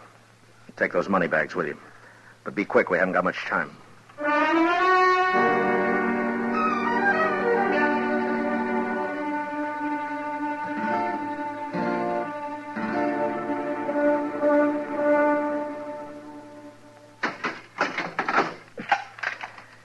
I'll have company for you shortly, gentlemen, so you just sit quiet, huh? Blaine's going to be mighty surprised at this. Come on, Doc.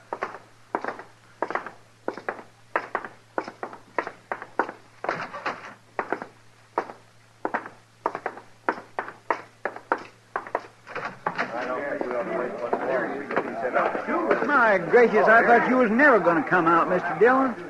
Well, Marshal, are you going to be smart? Are you going to turn him loose? You're under arrest, Blaine. What? Marshal, don't be a fool. You aren't arresting anybody. Is he, man? Tell him who I just locked up, Doc. All right. That's right, man. Marshal just arrested Blaine's 2 friends. What? You make one move and I'll cut you in half, Blaine. All right, go ahead, Doc. I was right there with him. Caught him up the street, raiding the bank. They're locked up inside right now. Well, they're no friends of mine. We've been drinking together, that's all. And besides, I wasn't anywhere near that bank. I was right here. Yeah. You men saw me here. And you got nearly everybody else in town here, too, Blaine. So your partners could work unmolested. Take his gun, Chester. Yes, sir. All right. All right. All right, you men. Now, you've made fools enough of yourselves for one evening. Now, you go back where you came from and stay there. Now, go on. Inside, Blaine. Your friends are waiting for you.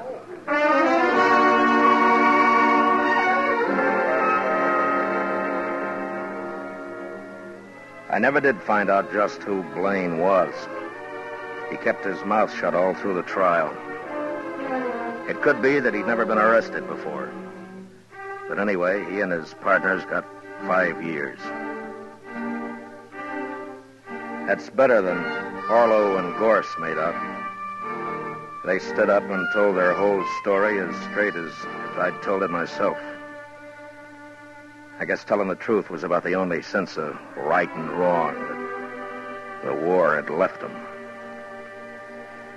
They weren't bad men, but they were dangerous. And early one morning, a month later, up in Hayes City, on the order of the court, Orlo and Gorse were hung.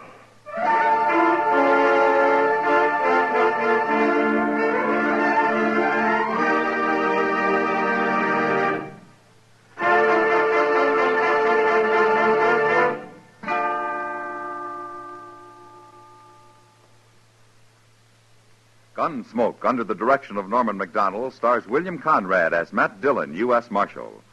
Tonight's story was specially written for Gunsmoke by John Meston, with music composed and conducted by Rex Corey.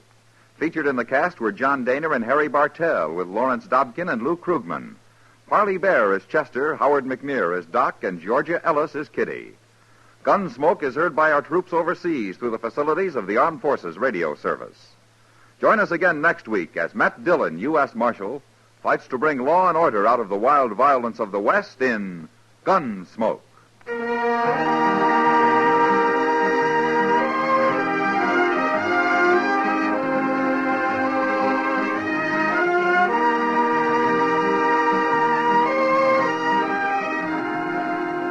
This Monday evening, Dan Daly and Deborah Paget are the stars in Deadline USA, a dramatic thriller adapted from the movie and presented by your Lux Radio Theater.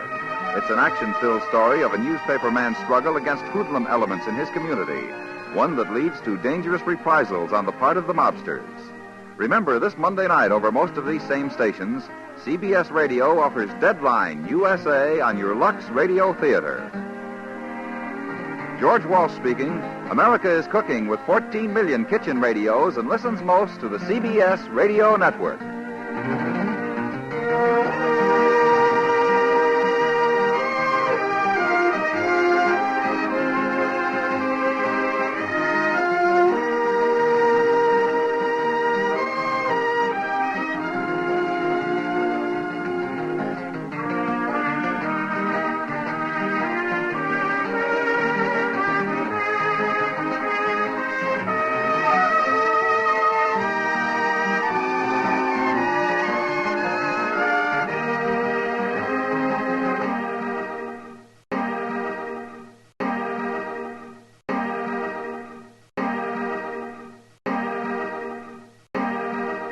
America's favorite miser is coming up next. It's the Jack Benny program. J-E-L-L-O.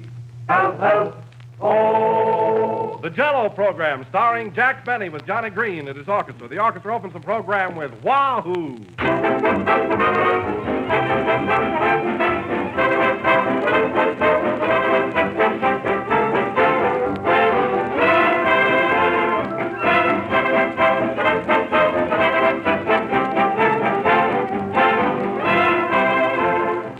When next Wednesday comes along, look out for pocketbooks on strings, false alarms at the front door, and breaks under hats, because it will be April the 1st. Each one of us will have to take our share of fooling on April Fool's Day, but there's one thing nobody can ever fool you about, that day or any other day, and that's Jell-O. Because Jell-O has that extra rich fruit flavor put in by a secret process, and no other gelatin dessert has it. All you have to do is take one taste to know that here's the best gelatin dessert you ever tasted. Crammed with real fruit flavor, extra rich, twice as good. Jell-O tastes as delicious as the fresh, ripe fruit itself. And Jell-O's 6 glowing colors have a real springtime beauty. Just be sure it is Jell-O that you ask for, and don't accept any substitutes. Always insist on the one and only genuine Jell-O.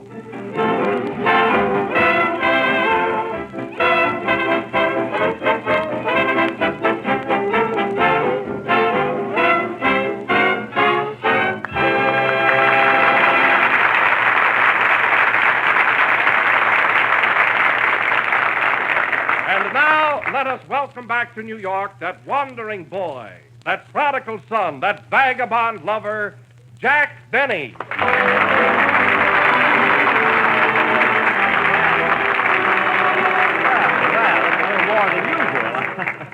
Oh, folks, what a reception. Gee, it's great to be back in New York again, and I want to tell you from the bottom of my heart that I'm just lost for words. Gee, I don't know what to say.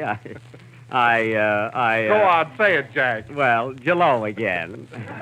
Why, Jack, you're trembling all over. No, just in New York.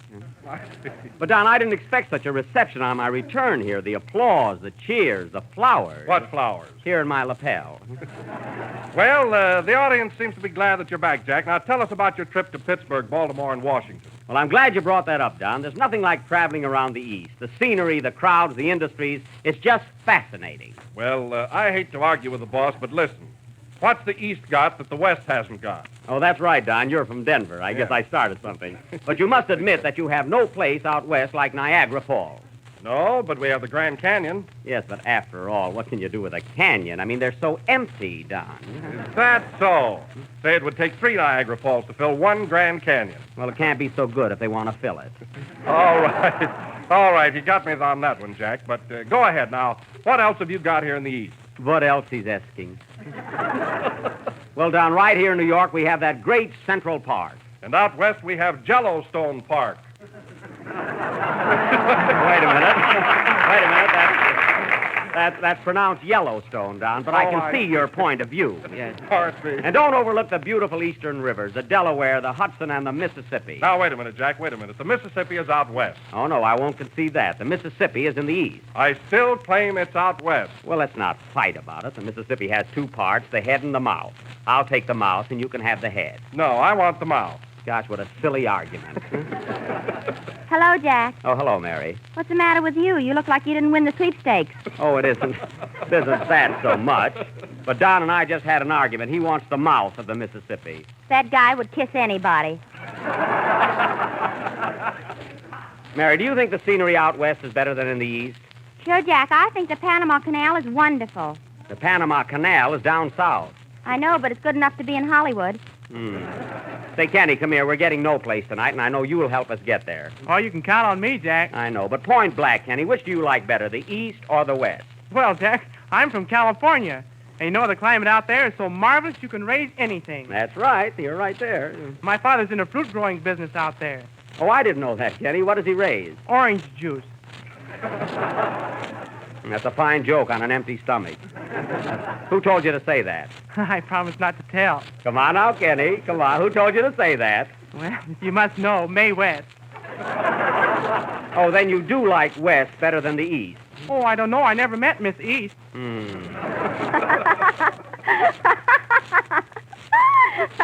Mary, what are you laughing at? Harold Lloyd in the Milky Way. Harold, did you see it? No, but I heard it was funny.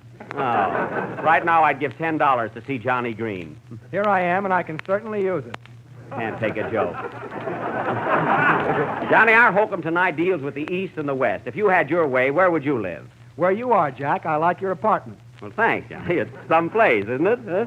Yeah, on a clear day, you can see the window. What window? But really, Johnny, isn't my apartment beautiful? Did you notice the baby grand? Did I? How old is she? 2. Come here, Johnny. I'll tell you what she said this morning. Listen, I walked into her nursery, and she says, "Hello, Daddy. I want to tell you." And if you walk into Jack's kitchen, you will find Jell-O in the icebox and all 6 delicious flavors: strawberry, raspberry, cherry, orange, lemon, and lime. No kidding, Jack. Did she really say that? Yeah. And what else do you think she said? What? Pay Johnny.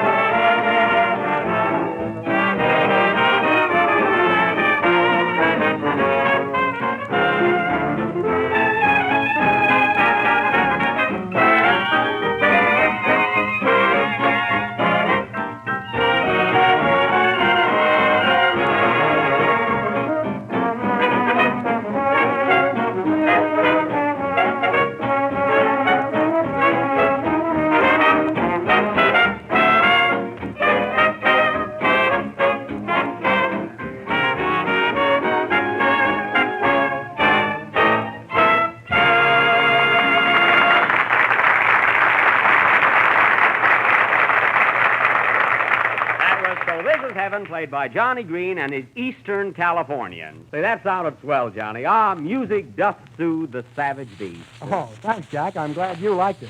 Of course, Johnny, I come from a family of musicians. Oh. You know, my father was quite musical. No, really? Yes, in fact, my father had a beard so long that he played a violin 3 years before he found out it was a cello. But really, I am a lover of music. It's always been my ambition to hear... Come in as usual. How do you do? I'd like to see the star of this program. Yes? Quiet, rat. I'm the star. Jack Benny is the name. Are you Jack Benny? Yes, sir. That's funny. You don't look anything like your autograph. Well, the profile is a little different. What do you want? I'm a violinist. Here's my card. Your card. Agnes, Bryant 90610. Oh, gosh, it's on the other side. Oh. Say, Jack. Yes, Johnny. Is that Bryant 9 or Bryant 5? Bryant 9. Is there anything else you want? Yeah, have you got a nickel? Hey, that's the wrong card. I'm a violinist, and I'd like to get on this program. What's your name? Fritz Packard. You hear that, Johnny? Fritz Packard. Are you acquainted with Chrysler? Yes, we're stopping at the same garage. That's funny. I knew you'd say that. That's a nice violin you have there. Is it a Stradivarius? What's that? I said, is it a Stradivarius? You'll have to pardon me. I can't hear very good. Well, how do you play the violin? By ear. Well, I'm sorry, young man, but Mr. Green has several fiddlers in his orchestra, and in an emergency, I play the violin myself. Why? Oh, just for pastime, I guess. Do you know Mendelssohn's Spring Song? What's the name of it? Humorette. I never heard of it. What I'm looking for is a job. Well, where have you played before? At weddings. Weddings? Well, Isn't that a good job? Yes, but it only lasts a minute. I can't go on a honeymoon with him. Well, I guess you're right. But listen, young fella, I don't think we can use you. This is a comedy program. A what? A comedy program. Well, you can trust me. It won't go any further. I don't care how far it goes. It's no secret. Well, don't get sore. All I want is a job. Well, you'll have to see Johnny Green, our musical director. What does he do? He's over there with a stick in his hand. Well, I'm not afraid of him. Where is he? Right over there at the piano. Oh, that guy. Hello, stranger. Hello, Schlepperman. Hey, Jack, look who's here. Well, Schlepperman, I didn't know it was you. Where'd you learn to speak English? In Hollywood. In Hollywood? Well. Yes, I made a moving picture for Paramount. It's called Florida Special. Believe me, I'm a second Shirley Temple. That's great. Well, what did you do, fly back here? I came by automobile.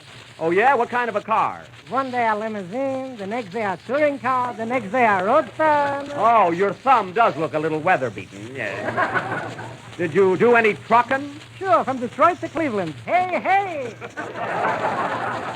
Well, anyway, Schlepperman, I'm glad you're back. But tell me, what was this violin trick you were playing on us? Well, it's the only way you can get into this studio. You got to look like a musician. Well, can you play the violin? Of course. I even antagonize it. Here, let me show you. I'll give you a sample. All right, go ahead, Schlep. Come on, let's give him a nice... Let's play the violin.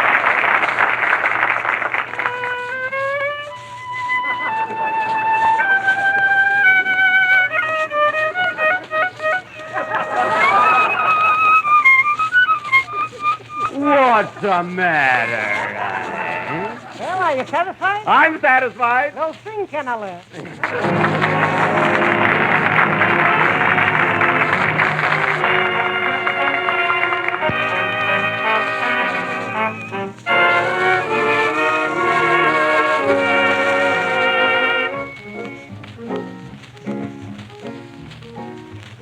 You're here and I'm here with your heart and my heart awake in a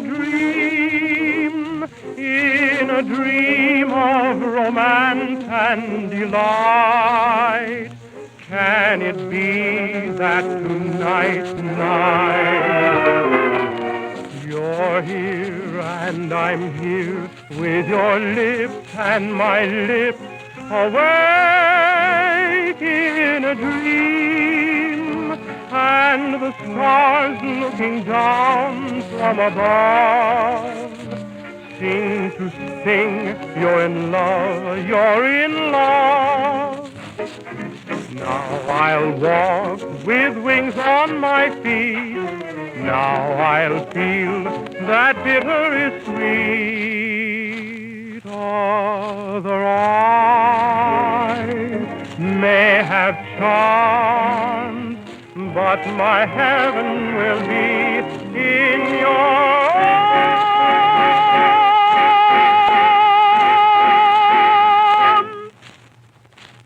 You're here, and I'm here with your heart and my heart awake in a dream of romance and delight. Oh, my love, let it be tonight. For tonight is the night.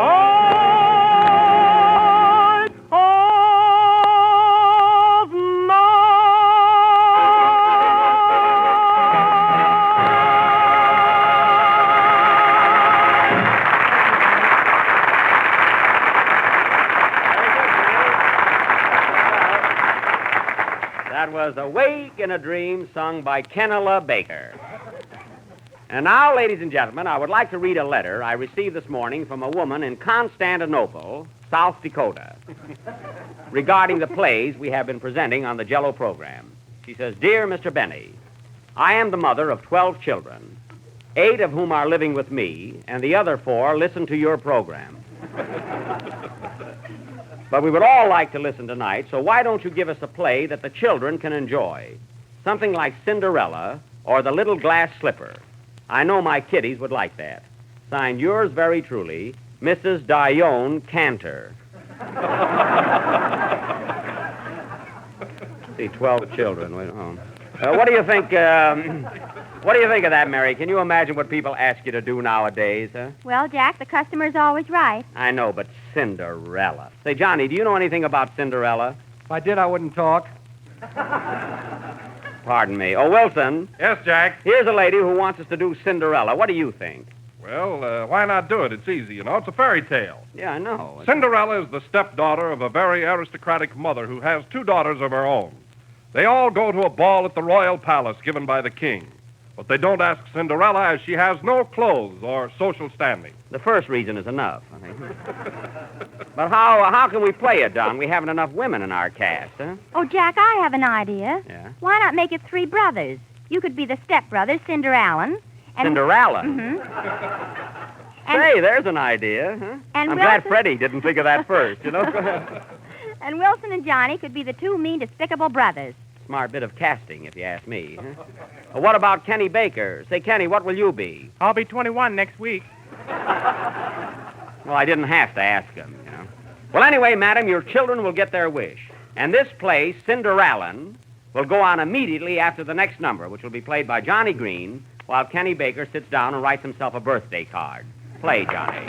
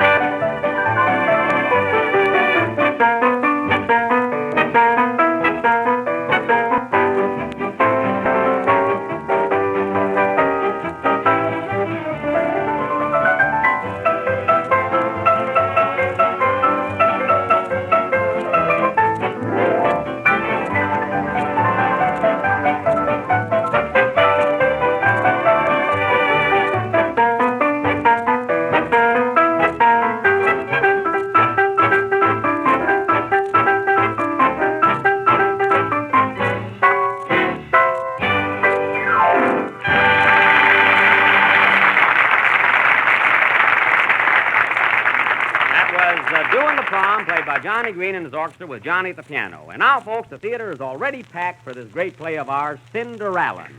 And the show is about to start. Curtain. Music, John.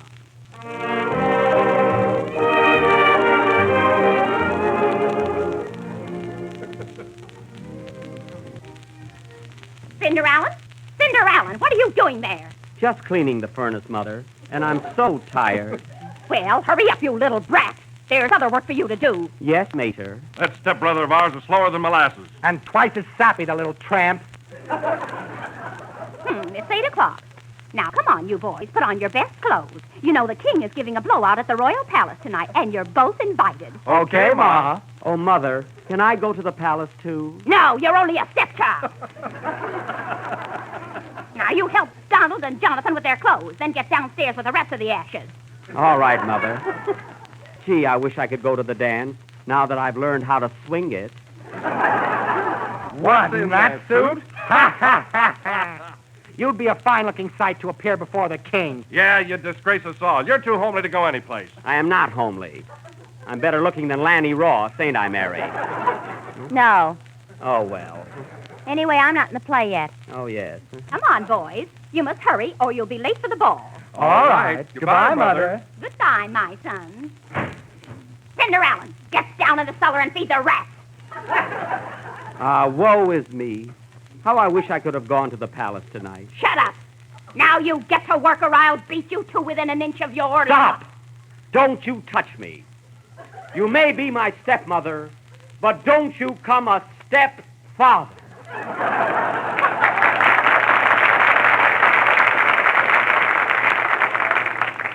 I'm going now, you little brat. And when I return, I want to find your work done. Oh, I am so unhappy. I wish I was Victor Hugo so I could be less miserable. Woe is me.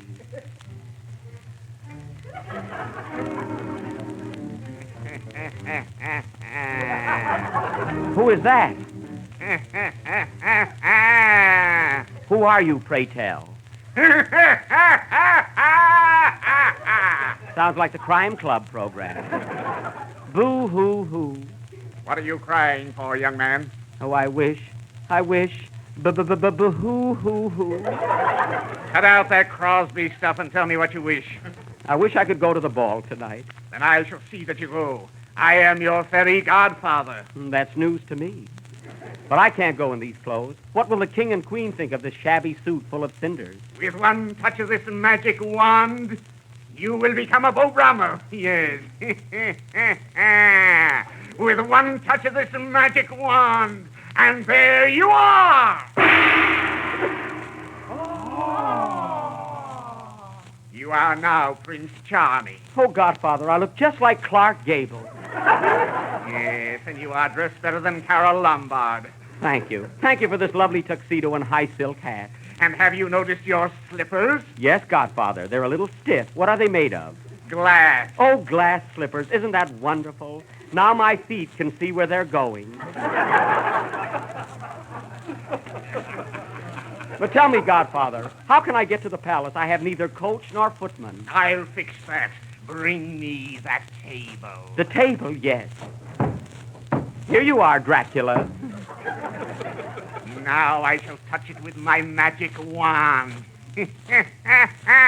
Presto! Oh, what a beautiful carriage. And look at the big red letters on the license plate. But, Godfather, there are no horses to draw the carriage. Leave that to me. Go into the kitchen and fetch me 6 boxes of you know what. With that extra rich, fresh, I get you. Here you are, Sven Garlic. Now, watch closely, and you shall have your horses. Strawberry.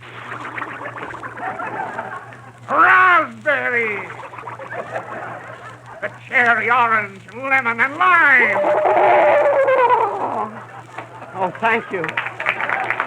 Thank you, Godfather. I'm so happy that I'm going to the palace after all and meet the princess. Yes, Cinderella, you are going. But remember one thing. You must leave the palace and be home before the clock strikes 12, or again you will become a bum. Remember, you must be home by 12.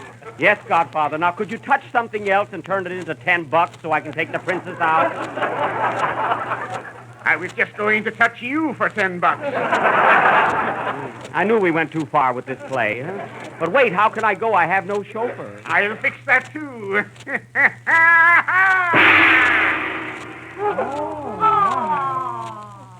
Why, Kenny Baker, are you my chauffeur? Yes, that's what I get for hanging around. Now go, Cindy. And remember, you must be back by 12. Yes, yes. Goodbye, Godfather. Goodbye, Cindy. I'll see you, Mindy.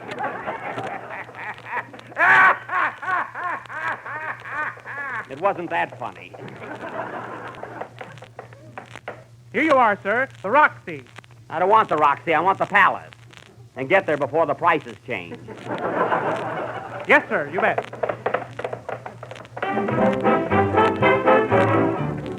The next scene finds Cinderella arriving at the royal palace where the ball is in full swing.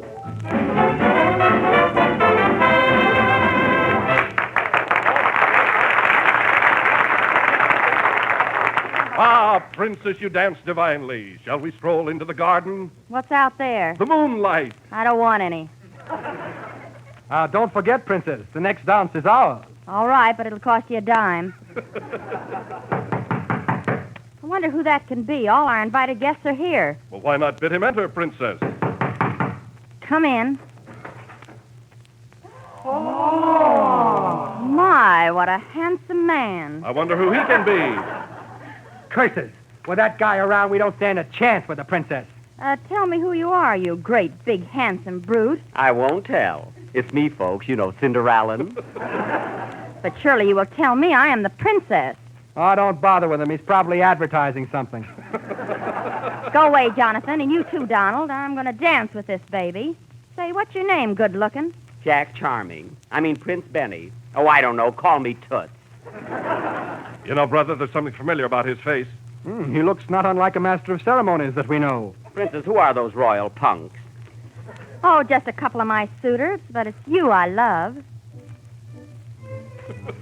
Ah, Princess, shall we tackle the minuet? Okay, sailor, let's go.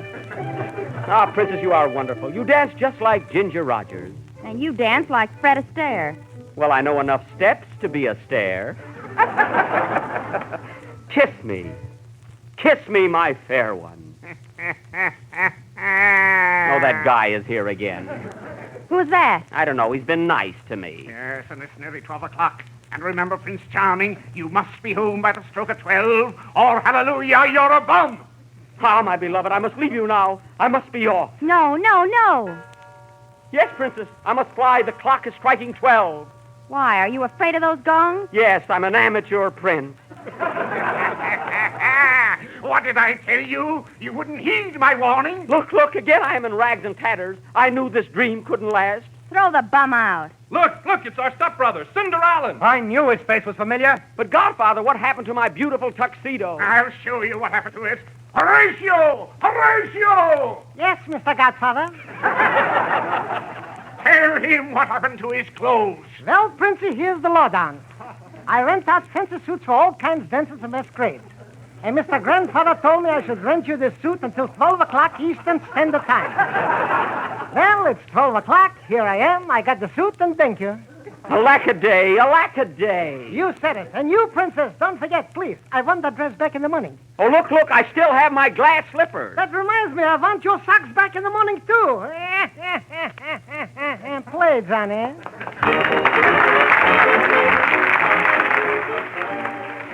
I'm one of those people who believes there's a lot of pleasure to be had from something new and exciting to eat. If you agree, and I'll bet you do, I can tell you how to make a grand new dish. It's apricot cheese salad, a happy combination of apricots and lemon jello. Here's how to make it. Dissolve a package of lemon jello in a pint of warm water and chill until slightly thickened. Then add 2½ cups of canned apricots. Mold firm and turn out on crisp lettuce. Garnish with real mayonnaise and little squares of cream cheese. It's swell. Luscious apricots in a clear, shimmering mold of lemon jello. You'll like the color combination of pale yellow and apricot gold, and you'll go for the flavor combination in a big way. Jello tastes twice as good as ever before, so use it for salads as well as desserts, and you'll find it's twice as useful. Just be sure big red letters on the package. They spell Jello. The last number of the 27th program in the new Jello series, and we're with you again next Sunday night at the same time. Oh, Johnny. Yes, Jack? I want to wish you good luck on your opening at the Paramount Theater Saturday. Thank you very much. And I hope you all liked our sketch, Cinderella. And the moral of our little play is, be it ever so humble. There's no clothes like your own. Good night, folks.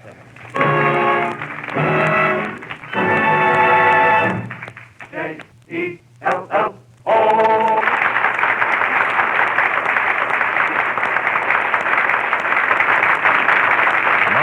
On our program were Awaken a Dream from the motion picture Desire and Love in Bloom from She Loves Me Not. This is the National Broadcasting... Lux Radio Theater brings you another classic story coming up next. Hollywood, California, Monday, June 28th. The Lux Radio Theater presents Walter Winchell and Josephine Hutchinson in The Front Page with James Gleason.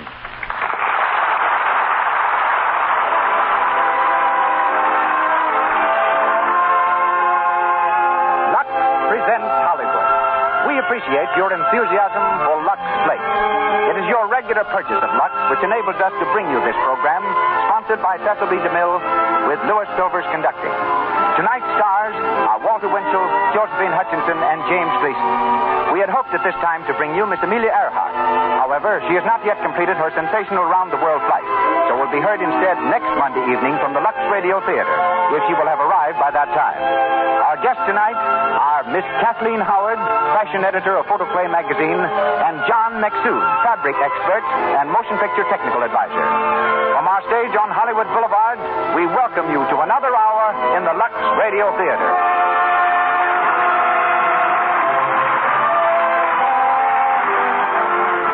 Before we start our play, I'd like you to hear a letter we received from Miss Miriam Kint, who lives in Easton, Pennsylvania. Here's what she says. I can never thank you enough for your fine products and your equally fine entertainment. I'd miss both of them very much if I ever had to do without them. I never get tired of them. I'm a radio fan, a movie fan, and a Lux fan. I couldn't keep house without it. Well, Mrs. Kent and others will agree that one thing which makes housekeeping much easier is washing dishes in Lux. Lux Flakes dissolve instantly into rich, creamy suds, which mean easier dishwashing and softer, prettier hands. And no wonder, for Lux is free from harmful alkali that roughens and cracks your skin. Lux for all your dishwashing costs only a trifle a day. And now, Mr. Cecil B. DeMille.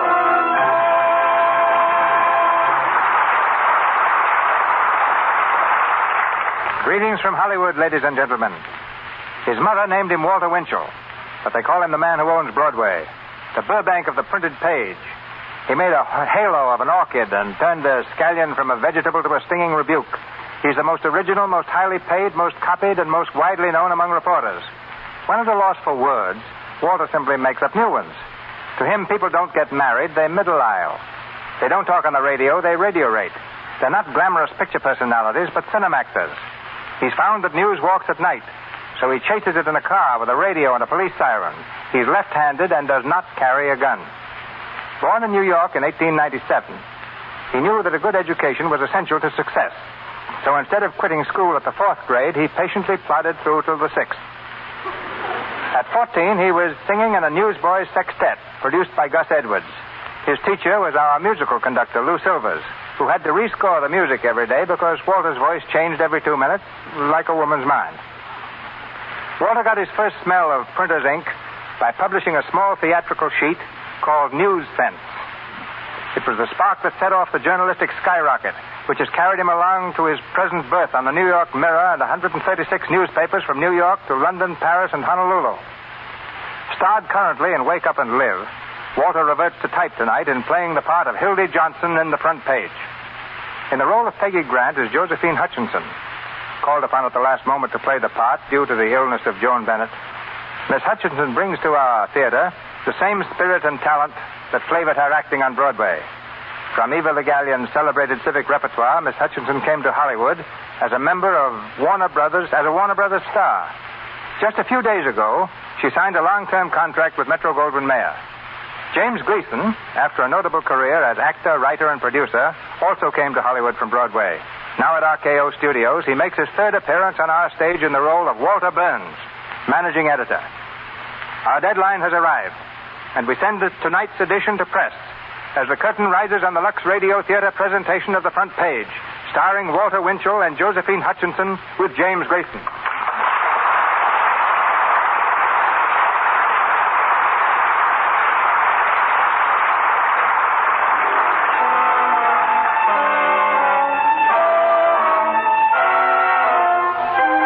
Newspaper office in the city of Chicago. At his desk in the inner sanctum, Walter Burns, the managing editor, talks to one of his staff on the telephone.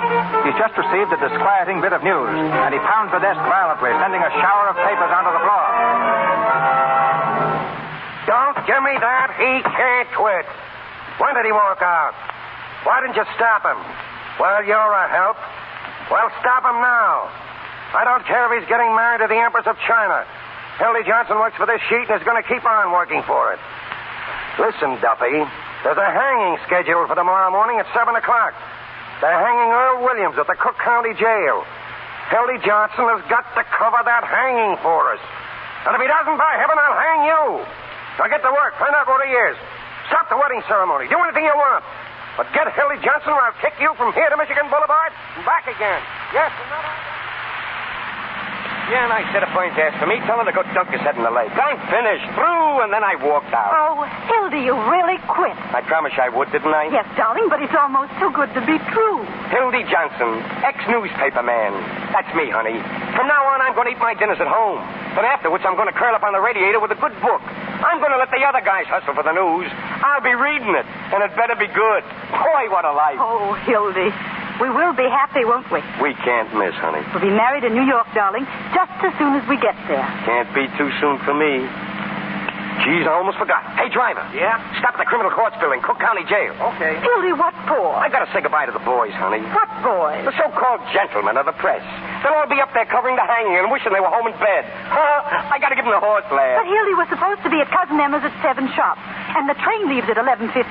It's all right, baby. Don't you worry about me. You run along to Emma's. I'll be up right away. Hildy, you'll never get away from them. When you get talking with those friends of yours, Emma will be furious if you don't get there, and so Mother. Listen, Peggy, I know what this means to you. You don't think I'd let you down at a time like this, do you? I'll be up at Cousin Emma's before she drags out the cake. And what's more, I'll eat it, too. But I gotta see the boys, Peggy. You understand, don't you? I may never see them again. I hope.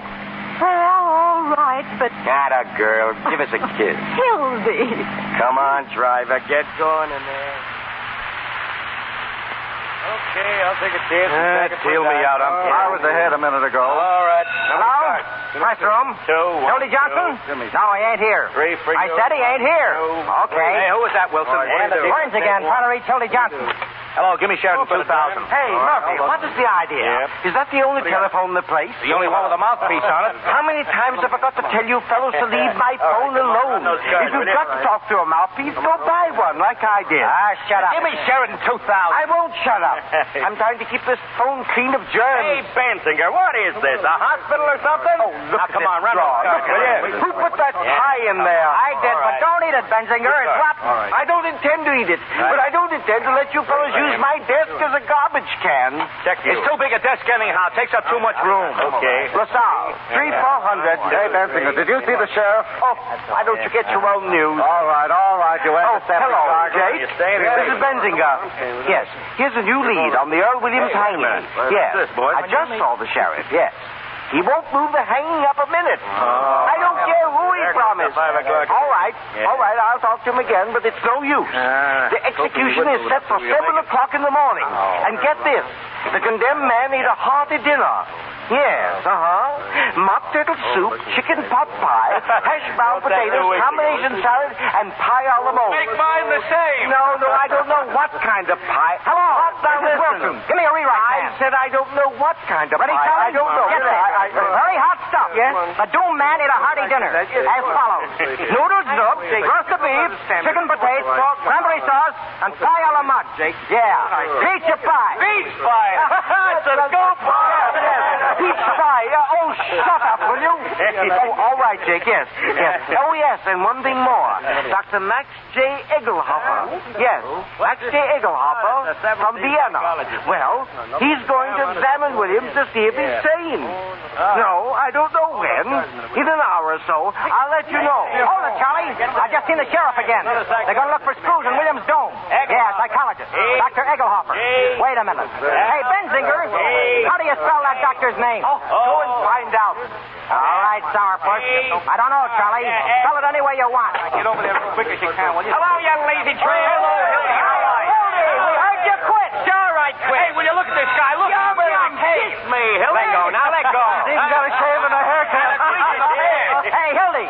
It's Walter Burns on the phone. Tell that phony he knows where he can go. Will you do me a favor and talk to him? He's called you 9 million times. What's the matter? Scared of him, Hildy? Yeah, are you? I'll talk to that maniac with pleasure. Give me the phone. Hello, Mr. Burns. What's that, Mr. Burns? Why, your language is shocking, Mr. Burns. Now listen, you big baboon. Get a pencil and paper and take this down.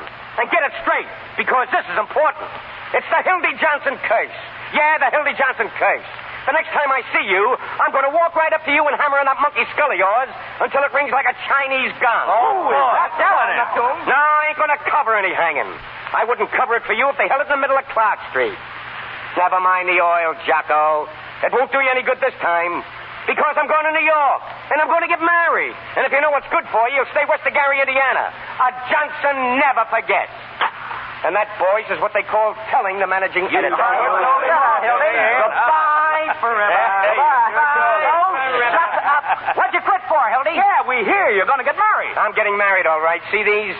3 tickets to New York. What do you mean, 3? Me and my girl and her old lady. Kind of sudden, David. What do you want to get married for? Maybe he's in love. He's in love. Just Hey, when's the wedding, Hildy? It's in New York, so you guys ain't going to have any fun with it.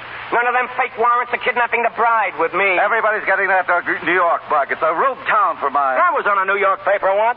Say, you might as well work in a bay. Which one of them journals are you going to work for? None of them. Who wants to work on a newspaper? What are you going in for, the movies? I am not. Publishing office. 150 smackers a week. Yeah? Here's the contract. I was just waiting to get it down to black and white before I took a powder and burn. And his burn sore. That rotten snake brain. The ungrateful ape. Call me a traitor. A traitor. After 10 years of sweating my pants off for practically nothing. Traitor to what? What did he or anybody else in the newspaper business ever do for me? Except try to make a bum out of me. Says you can't quit without notice. What does he think I am, a hired girl? Why, one more waiting, I'd have gone over there and busted him right on his Durante. Hey, why didn't you tell a fellow you were going to quit? And have Burns hear about it? I've always wanted to quit. Just like that. I've been planning this for 2 months. Packed up everything yesterday. So did my girl, furniture and everything. You're going to miss a swell hanging, Hildy. Yeah, you can have it. I'm a businessman now. I got a dumb brother went in for business. He's got 7 kids and a mortgage. And belongs to a country club. He never gets worse every year. Just a fathead. Listen to who's talking. Journalists. Peeking through keyholes. Running after fire engines like a lot of coach dogs. Waking people up in the middle of the night to ask them what they think of Mussolini. A lot of daffy Badinskis borrowing nickels from office boys. And for what? So 1 million nitwits and their wives will know what's going on. What's that? They're stretching the rope for Earl Williams. Yeah, making it nice and soft. I don't believe that guy ever did shoot that cop. He don't look like he's got enough brains to pull a trigger. Whether he did or not, he's hanging high in the morning. Well, I gotta beat it. So long, you mug. No. Hold that door, Kruger. Can't do that, Hildy. Now, wait a minute. It's your last night, Hildy. We gotta celebrate. Nothing doing. I gotta go Don't be a heel. Yes, don't be a heel. I'm not a heel. You are so a heel. Sure, walking out on us, and us the losers. What are you talking about? I'm talking about all the dough you lifted around here playing poker. That's right. You gotta give us a chance to get it back. Yeah. Are you kidding? You won it, didn't you? Sure, but what's the idea? Then sit down. Don't let him out, Kruger. Pull a walk out on us after taking our Well, all right, you dirty tramps. I'll play only for a half an hour. Only a half an hour, and I hope I trim the pants off you.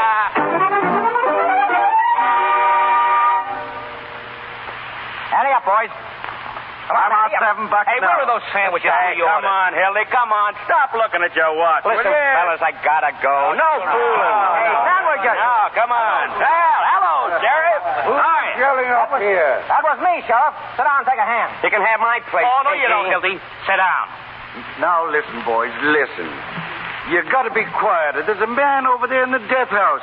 How do you suppose he feels listening to all this revelry? A lot you care how he feels. Keep your shirt on, Pinky. Wait a minute, you.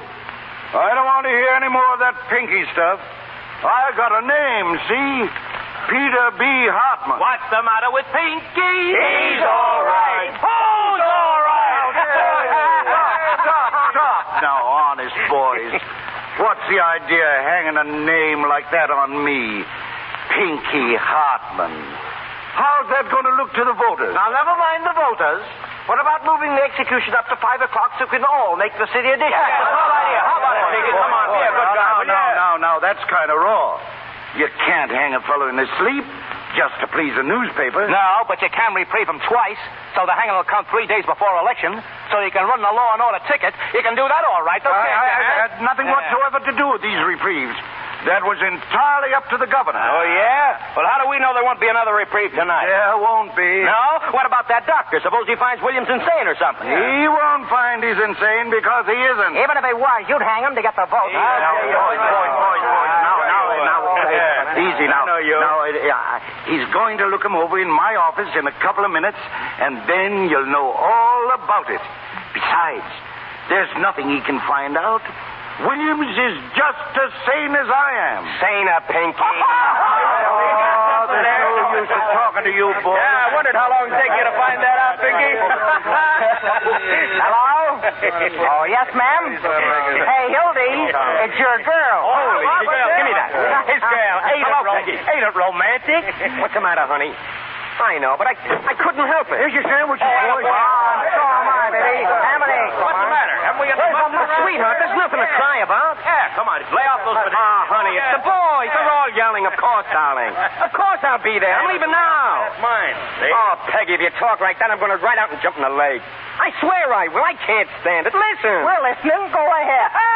Darling, I love you. I said I love you. Wait a minute, fellas. Give him a break, will you? That's the stuff. That's better. I'll be right there, honey. Now, don't take it easy. Right away. I'll be right over.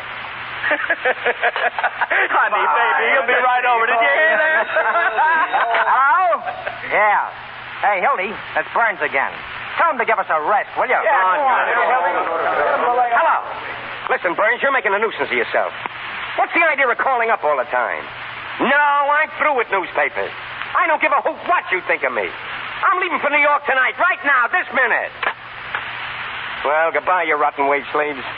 When you're crawling up fire escapes and getting kicked out of front doors and eating a Christmas dinner in a one-arm joint, don't forget your old pal, Hildy Johnson. Well, goodbye. Well, we see you again, Hildy. The next time you see me, I'll be riding in a 16-cylinder wagon giving out interviews on success. Goodbye, Hildy. Well, take care of yourself, Johnson. So long. Holy! It's a jailbreak. Get out of the window. Hey, what's the matter? What's happened? He's probably trying to get you. Who got away? Who was it? Earl Williams. I got away. Give me that phone. This is going to make a bomb. Wait, look out. Oh, nuts. Hello. Give me Waller, Burns. Quick. Hello, Waller. This is Hildy Johnson. Forget that. Forget it, I tell you. Listen, Earl Williams just slammed out of the county jail. Yeah, just this minute. Don't worry. I said don't worry. I'm on the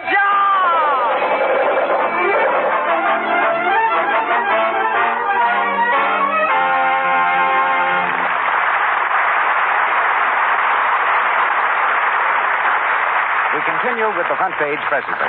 But for the moment, I'd like to take you into the famous Laurel Canyon in Hollywood. There on a vine-covered porch, sitting in a swing hammock, are a boy and a girl, very much in love and trying hard to be practical. Just now, Dick is doing the talking. I wish we could get married soon, Anne. But I don't know how I'm going to buy you dresses like that new one you got on. Why, I bet that cost a week's salary. Darling, this dress isn't new, and it costs practically nothing. Well, it certainly looks expensive. That's because I know how to get things at bargain prices. Yeah. And say, it is swell looking. And I know how to keep them nice, too. I only buy dresses that are luxable. What do you mean, luxable? You can keep them nice in Lux, darling. Lux Flakes. Oh. It hardly costs anything to take care of things that way, and they look like new so much longer. Yes, Anne, you're one of the millions of girls who know that Lux brings down the cost of looking smart and well-dressed. This year especially, stores everywhere are showing so many smart, inexpensive clothes that are luxable. Cotton, silks, and linens, all kinds of summer fabrics will stay new-looking much longer if you care for them with Lux. These gentle flakes are safe for anything that's safe in water alone. Lux cuts down expensive upkeep and makes your things look like new all season long. Once again, Mr. DeMille. We continue with the front page, starring Walter Winchell and Josephine Hutchinson with James Gleason.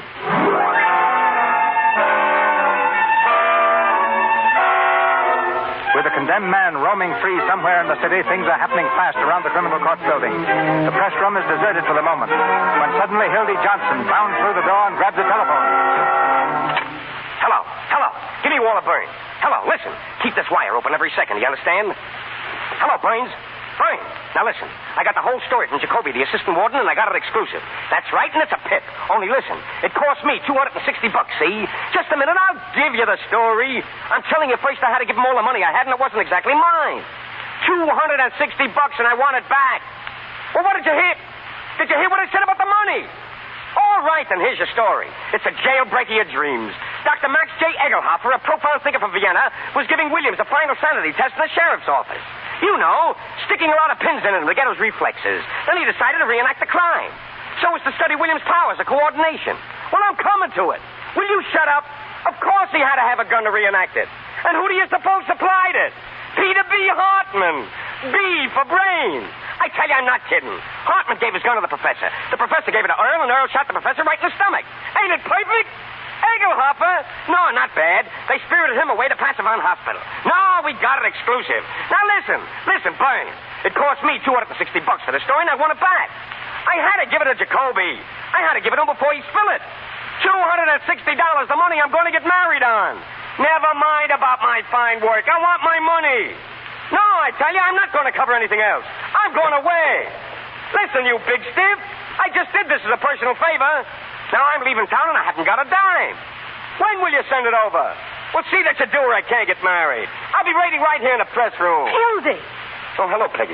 What was that over the telephone? Nothing. I was just telling Walter Burns I was all through, that's all. How are you, You haven't darling? done something foolish with that money. No. You still have it. Of course, gee, darling, you don't think for a minute. I think I'd better take care of it from now on. Now, listen, honey, I can look after a couple of $100, all right? Now, Hildy, if you still got that money, I want you to give it to me. Now, sweetheart, it's going to be perfectly all Well, right. you haven't got it. No, not this minute, You but it's... did do something with it. No, he's sending it right over. Brains, I mean. It'll be here any minute. Hildy! Listen, darling, I wouldn't have had this happen for the world. But it's going to be all right. Now, here's what happened. I was just starting out to the house to get you when this guy Williams breaks out of jail. You know, the fellow they were going to hang in the morning. Yes, I know. Oh, sweetheart, I had to do what I did. I had to give him the money so he wouldn't give the story to anybody else. Jacoby, I mean. That's the assistant warden. I got the story exclusive. The biggest scoop in years. Do you know how long Mother and I waited out there at the house? Oh, Peggy, listen, you ain't going to be mad at me for this. I couldn't help it. You'd have done the same thing yourself. I mean, the biggest story in the world busting and nobody on the job. I might have known it'd happen again. Oh, listen. Every time I ever wanted you for something, on my birthday and New Year's Eve, when I waited till 5 in the morning. But a big story broke. Don't you remember? It's always a big story. The biggest story in the world. And the next day, everybody's forgotten it, even you. What do you mean, forgotten? That was the Clara Hammond murder on your birthday. Oh, Peggy, it won't hurt to wait 5 more minutes. The boy's on his way with the money now. You know that Mother's sitting downstairs waiting in a taxi cab? If she knew about that money. It's all we've got in the world, Hildy. We haven't even got a place to sleep in except the train. Oh, gee, I wouldn't do anything in the world to hurt you, Peg. You make me feel like a criminal. It's all that Walter Burns. Oh, I'll be so glad when you get away from him. You simply can't resist him. Peggy, I told you what I think of him. I wouldn't raise a finger if he was dying. Then why did you loan him the money? I didn't. You see, you won't listen to me, or you'd know I didn't. Now, look, I had to give the money to Jacoby, the assistant warden. Here they are, ma'am. Thank you. Oh, hello, Mrs. Grant. I was just explaining to Peggy. Mother, I thought you were going to wait in the cab. Well, I just came up to tell you the meter's gone to $2. Yeah, sure, but that's going to be all right. I had a terrible time finding you. First, I went into a room where a lot of policemen were playing cards. Yeah, I'll tell you what we'll do. Then I met that policeman and asked him where Mr. Johnson's office was, and he brought me here. Now, listen, Mother, I think you'd better go downstairs, and we'll come just as soon as we can. You've got a big room, haven't you? Where do you sit, Hildy? Now, I'll tell you what you do. You and Peggy go on over to the station and get the baggage checked. Here's the ticket. Now, Hildy. I'll be along in 15 minutes, maybe sooner. What do you mean? That you aren't going? going? Of course I am. Now meet you at the information booth. Come on, Mother. Hildy has to wait a few minutes. It's something about the office. He's getting some money. Money? Yeah, they're sending it over. It's my salary. They're sending over my salary. Your salary? At this hour? They were awful busy, and I couldn't disturb them very well. Well, the trouble is you're too easy with people, letting them wait till this hour before paying you your salary. How do you know they're going to give it to you at all? Mother, now, we'll go on over. Hildy'll be alone. Do you know what I'm beginning to think? What? I think you must be a sort of irresponsible type or you wouldn't do things this way. It just occurred to me you didn't do one blessed thing about our getting away. Now, you stop picking on Hildy, Mother. Well, I had to sublet the apartment and pack all the wedding presents. That's a man's work. You weren't even there to put the things in the taxi. And I had to give the man 50 cents, too. And now here you stand with the train leaving any minute. Now, Mother, I never missed a train in my life. Come on, Mother. That's the girl. Now, go ahead. Go ahead. You'd better be there, Hildy. Don't worry about me. I'll be there. Goodbye.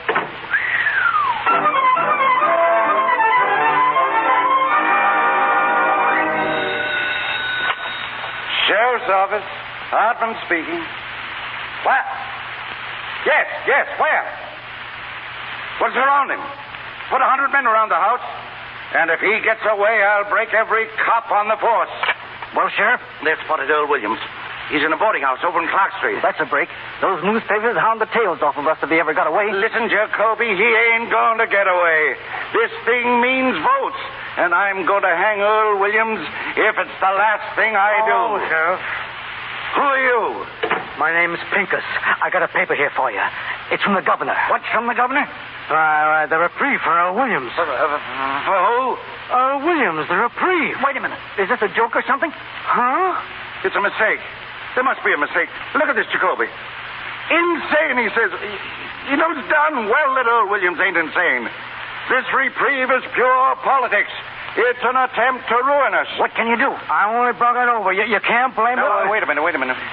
Listen, Mr. Pincus. You didn't bring this over. You couldn't find me. I never saw the reprieve. Huh?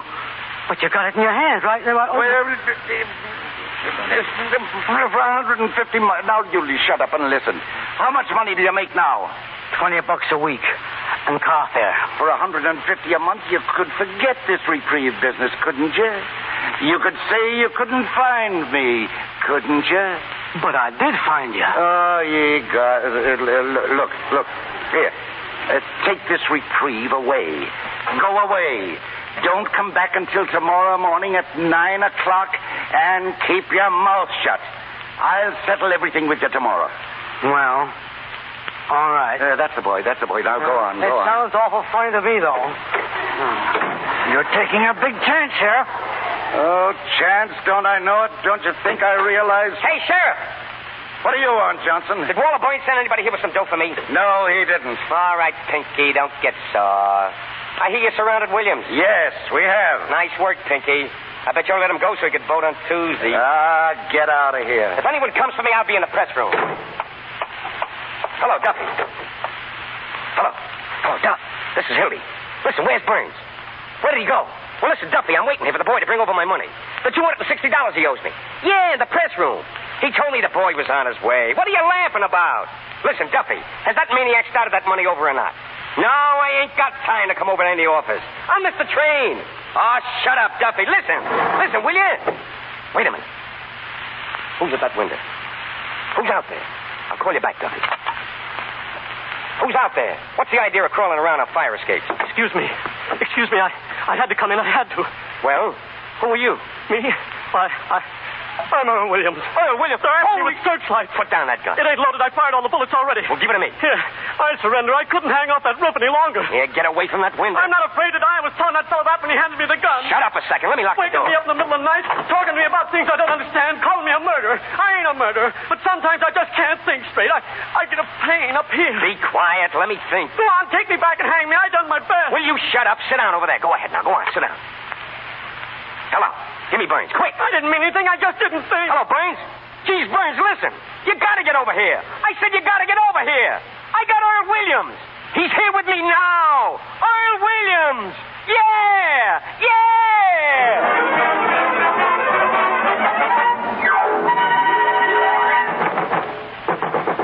Who is it? Open up. It's me, Burns. Well, where is he? I thought you'd never get here. Come in, Louie, and close that door. Okay, boss. I brought Louie along to give us a hand. Well, where is he? Where's Williams? He's in the desk. What desk? The big one, right here. I stuck him in there and pulled down a roller. Open it up and let's get a look at him.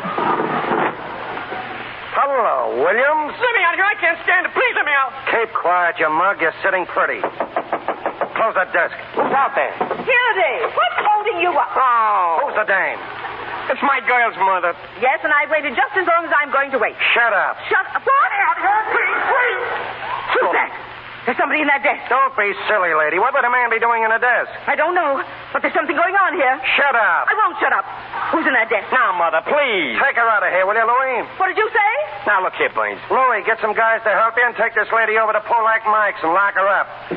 See that you don't talk to anyone on the way. Okay, boss. I take a good What's care of that? her. Come on now, Burns. You can't do that. Lady, Don't you touch me. Tell him it's a case of delirium tremens. Let me go.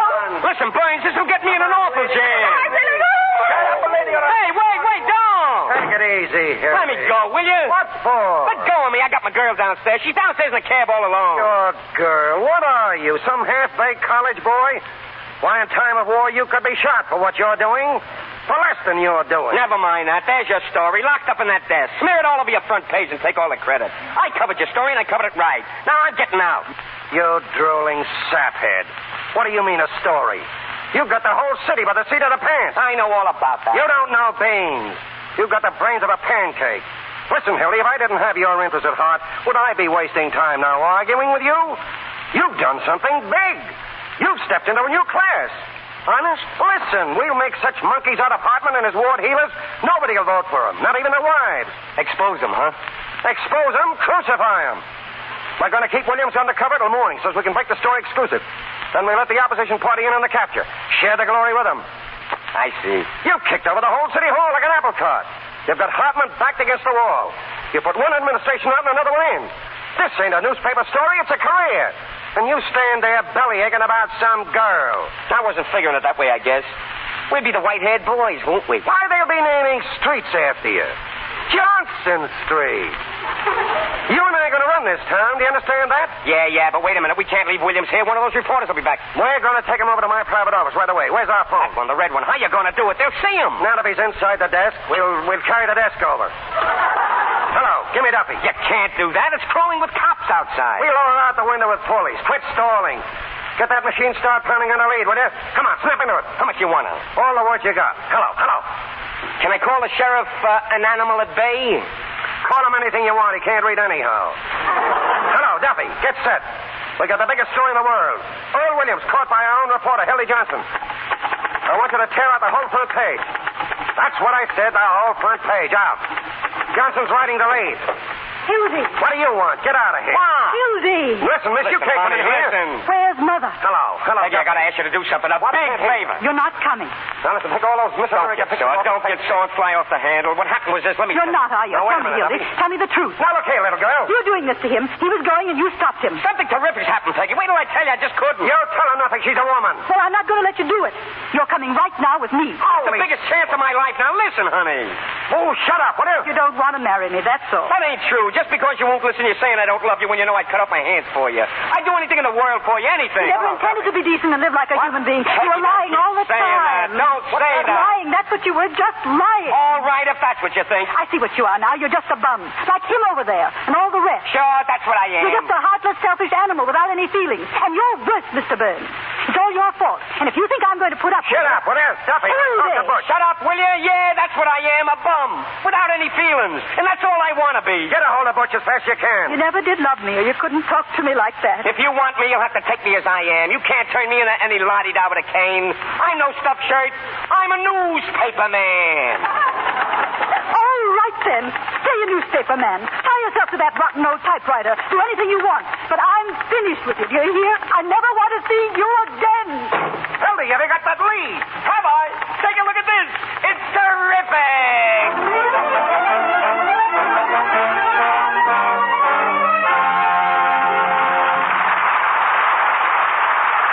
We pause for station identification.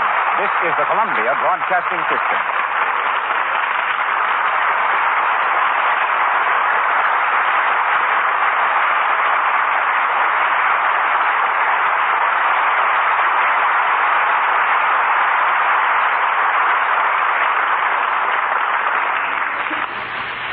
leave the front page for a moment and turn to the motion picture section. There, under the caption of Hollywood personalities, we encounter John McSood, one of the world's foremost linen experts. Picture studios, in their endless effort to perfect every detail of a film, use Mr. McSood as technical advisor in scenes showing table linens, handkerchiefs, and linen costumes. In close-ups particularly, they must be absolutely correct. Mr. McSood has devoted a lifetime to that which we ordinary mortals dismiss with a sneeze, the handkerchief. When not at the studios, he spends his time operating one of our more exclusive shops. It's known as the Kerchief Bar at the crossroads of the world, where many of our stars are frequent visitors. Handkerchiefs, ladies and gentlemen, have been a collector's item for centuries. Among the screen's more avid fanciers of handkerchiefs are Jane Withers, Jeanette MacDonald, Leslie Howard, Tyrone Power, who prefers them in silk, Gracie Allen, and Joan Blondell. George Raft may be tough on the screen, but he goes in for handkerchiefs with his name embroidered in petty point. Oh, which isn't so strange when we consider that even Napoleon took time off between battles to collect about 3,000 handkerchiefs made of lace. Napoleon probably started the handkerchief vogue of the early 19th century. Every well-dressed lady carried a fine lace handkerchief, but it was never employed for practical purposes. She used her petticoat instead. Today, of course, we use handkerchiefs both for blowing and showing. In my shop, I have 12,000 different patterns and handkerchiefs for which people pay as high as $750 apiece. To pay that much for a handkerchief, the fellow must keep his nose to the grindstone. Then take a less expensive one, the kind, for instance, that sells for $100.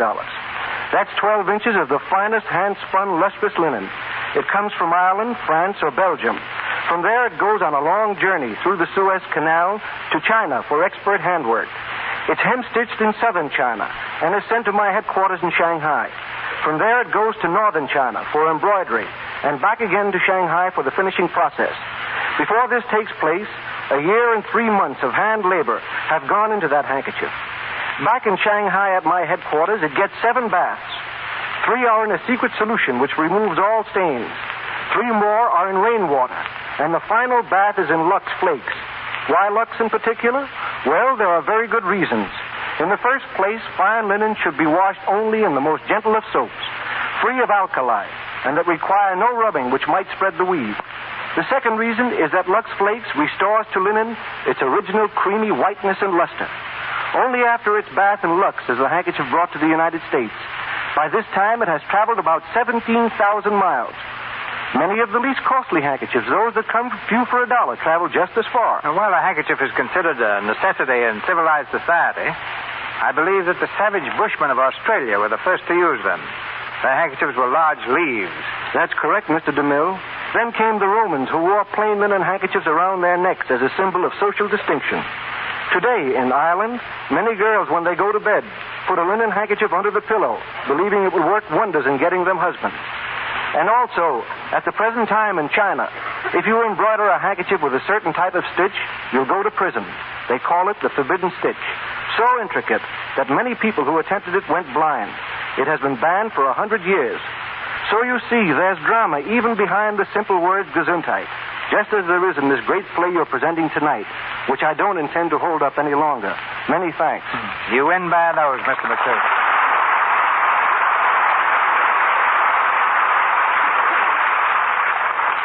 Back again to Walter Winchell, Josephine Hutchinson, and James Gleason in the front page.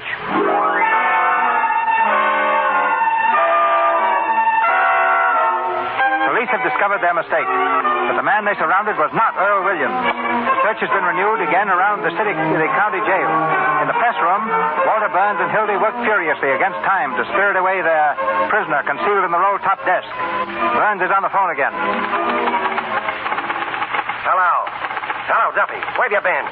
Stick in this phone. Listen, did you and President Butcher take a taxi? That every minute counts?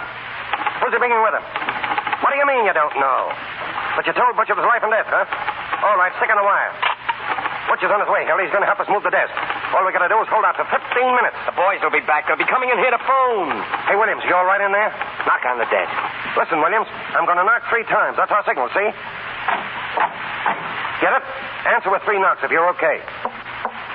That's the boy. 3 knocks is me. Don't forget. Got enough air?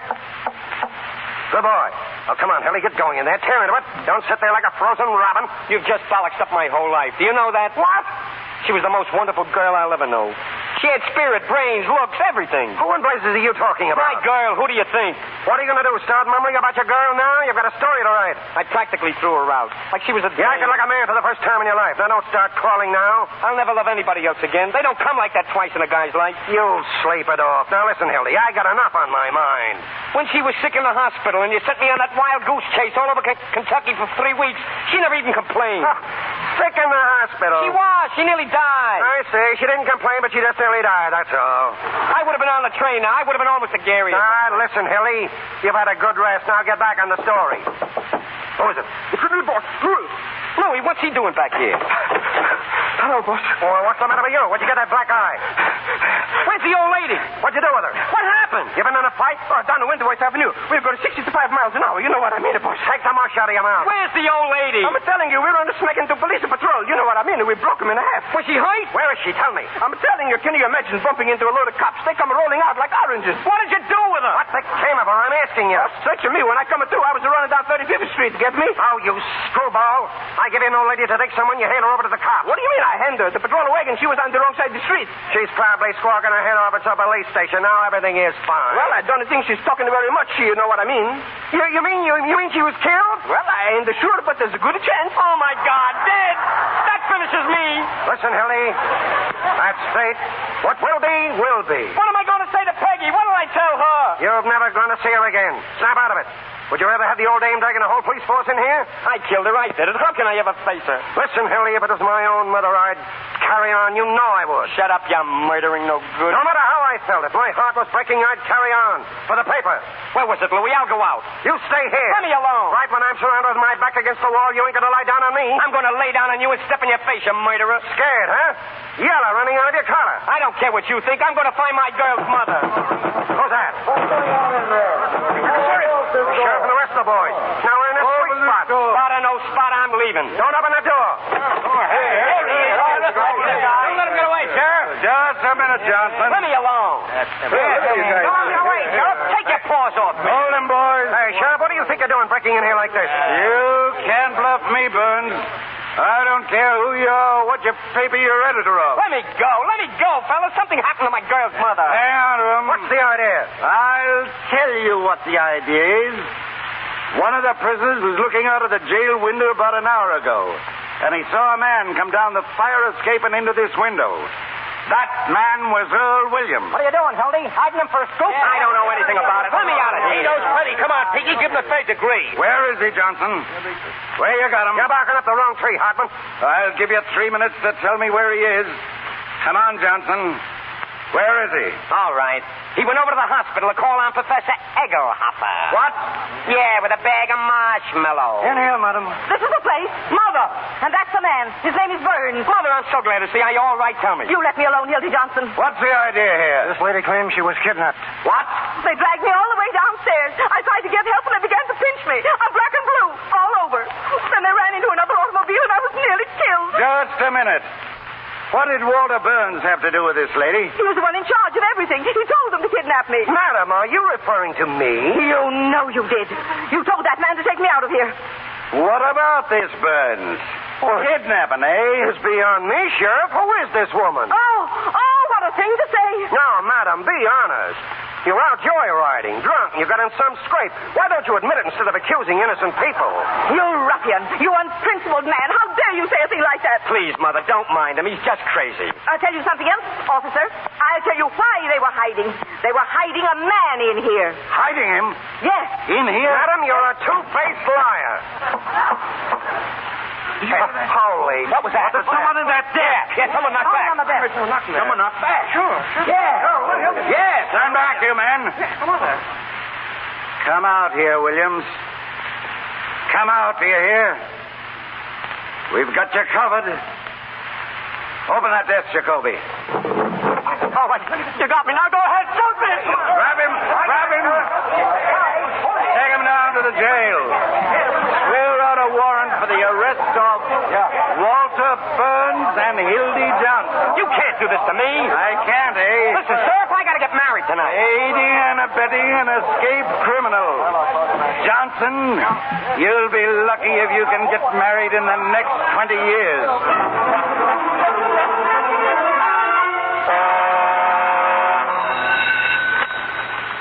Sheriff speaking. Oh, yes, Pesalski. Come over to the press room as soon as you can. Jacoby and I are holding a couple of important birds. I want you to take their confessions. You'll live to regret this, Pinky Hartman, if he lives at all. Hear that, Jacoby? Whistling in the dark, Chief. Yeah, true, Burns. Yeah? The last man that told me that was Barney Schmidt, a week before he jumped out of the window. Is that so? Yeah. And when the doctor sued us, remember? False arrest. Oh, yes. Dr. J.B. Godolphin. Dr. Godolphin sued us for $100,000. It seems we called him a quack. Well, the day of the trial came, and the doctor was on his way to court. With all his lawyers and medical witnesses. Drowned, by heaven. Drowned in the river, with their automobile, their affidavits, and their law books. And I've got the same feeling right now I had that 5 minutes before the accident. Your luck ain't with you now, Burns. Hello, Sheriff. It's Pinkett. Here's your reprieve.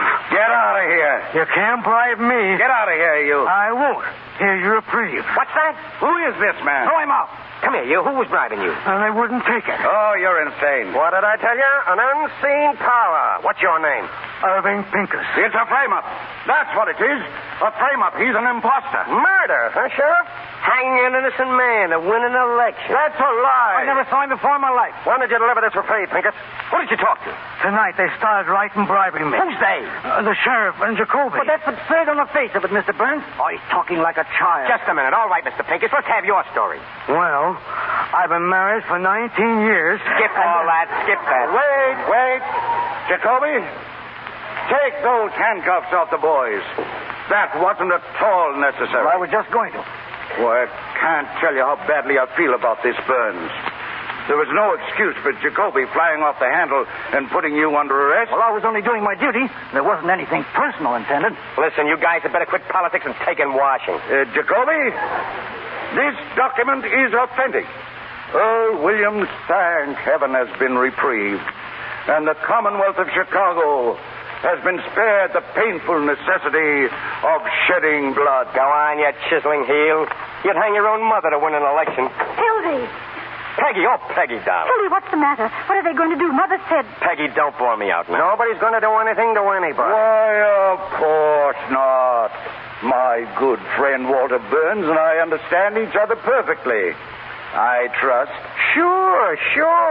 Everything's okay, Sheriff. Thank you, Mr. Burns. Thank you. Come on, Jacoby. Come on, Pincus. We've got to deliver that reprieve. Wait till those two birds read the paper tomorrow.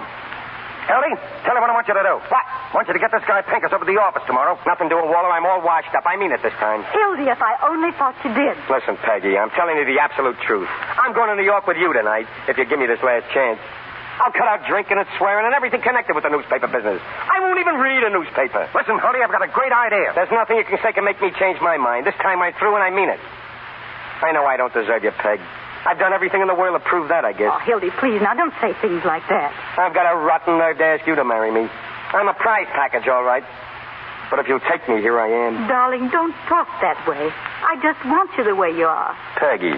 Oh, Hildy, I didn't notice anything like this.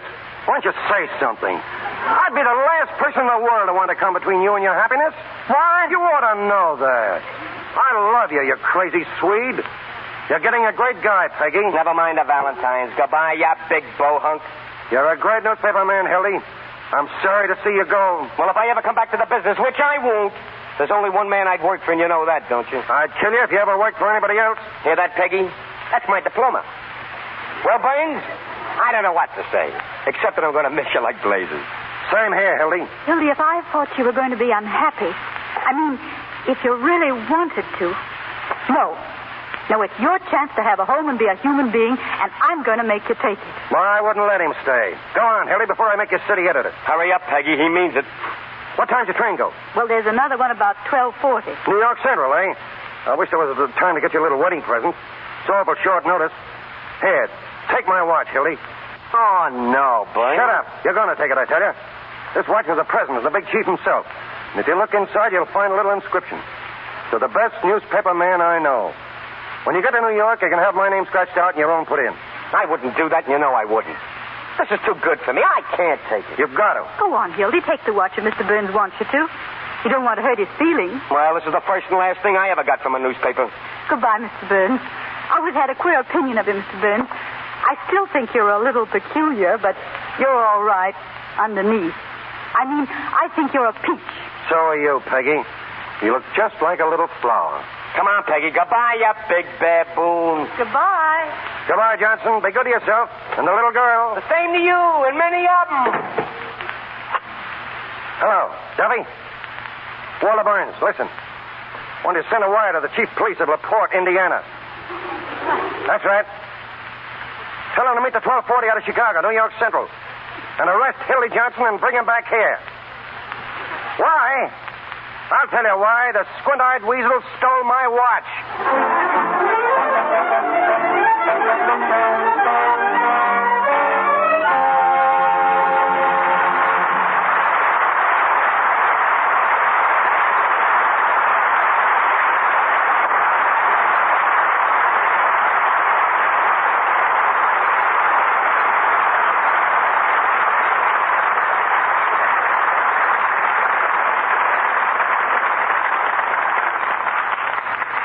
And so we complete the last page of the front page and devote the next few moments to a meeting with Kathleen Howard, editor and actress. Starting her career as an opera singer, Miss Howard was a favorite throughout Europe for several seasons prior to her debut at the Metropolitan Opera Company, where she sang for 12 years. Turning author, she contributed to many national magazines, became fashion editor of Harper's Bazaar and president of the Fashion Group. A desire to act brought her to Hollywood, where she played opposite W.C. Fields in 3 pictures. Much of her time, however, is spent as fashion editor of Photoplay magazine. And in this capacity, she comes to us now. Ladies and gentlemen, Miss Kathleen Howard. Thank you, Mr. DeMille. Hollywood fashions are growing more and more important.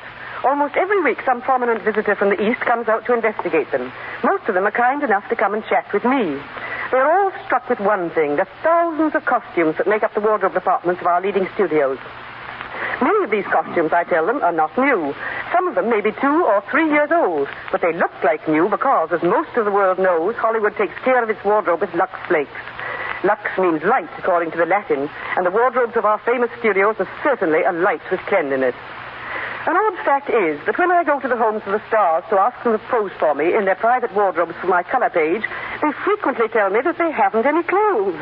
At first, I thought this was just a polite way of saying, "Oh, don't bother me just now, Miss Howard."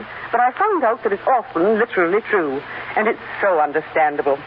You see, when you're on a picture, you fuss and fuss all day about your hair and your makeup and your clothes. And when you have a few precious days of leisure, you revel in tossing all that overboard, in becoming an ordinary individual in the adored privacy of your own home. What's your answer, Miss Howard, to the ancient question? Do women dress for men or for other women? I think women dress for men and against women. That is, they dress to please men and to disarm the criticism of other women. However, the primary purpose in showing fashions in photoplay is to give the fans a chance to copy the styles of their favorites. In doing this, it is advisable for girls to find out first what type of screen star they resemble. Long ago, I divided girl types of beauty into 2 basic categories, the kitten and the fox. The kitten type, roughly speaking, if one may speak roughly of these charming girls, is represented by Janet Gaynor and Claudette Colbert, the short face with a small, piquant nose. The fox type is the longer face with a straight nose, like Joan Crawford or Merle Oberon. The fox type looks best in sophisticated, tailored clothes, while the kitten may do very well indeed by going fluffy and feminine if she wants to, and all will be forgiven. What have you to say about fashions for fall? Oh, just a note of warning. Fashion shows a huge range of choice for the coming fall, with many amusing, whimsical notes stressed. Hats are crazier than ever. Delightful, but crazy. So, unless you have an unlimited budget, the best plan is to go safe, sane, and simple at first, and add the highlights later. If you hear that the low waistline is coming back, don't shudder and think that we're going back to the badly proportioned silhouette of 1926. This time it will be much cleverer, and there's nothing to be afraid of. And now, till we meet again in Photoplay, all my thanks. Thank you, Miss Howard.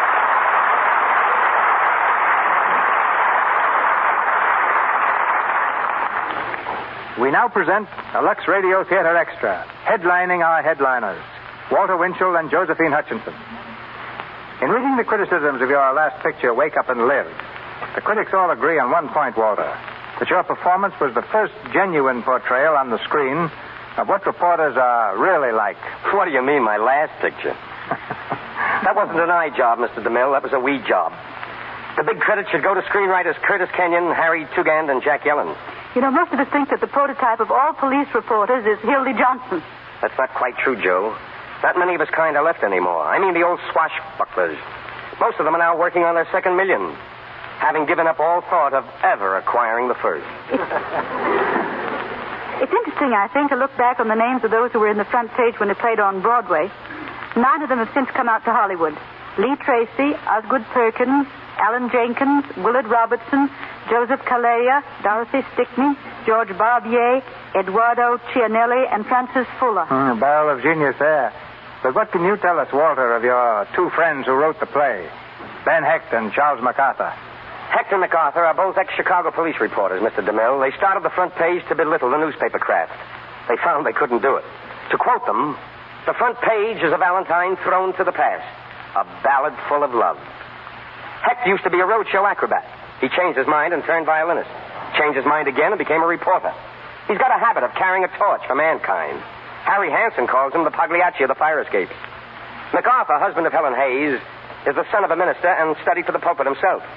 With Hecht, he's written such other hits as 20th Century and several great pictures, including The Scoundrel, the Academy Award winner, which they also produced.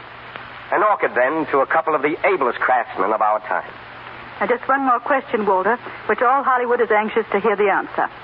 Have you swapped Broadway for Hollywood Boulevard, or are you going back to New York? Of course I'm going back, Josephine, just as soon as I finish the next picture, probably in October. It's called Love and Hisses, with the last 2 syllables dedicated, of course, to Ben Burney. And now to you, James Gleason, and to you, Josephine Hutchinson, thanks for a very fine lesson in acting. Speaking for myself, it's the other way round. And special thanks to you, Mr. DeMille, and the Lux Radio Theater. Let's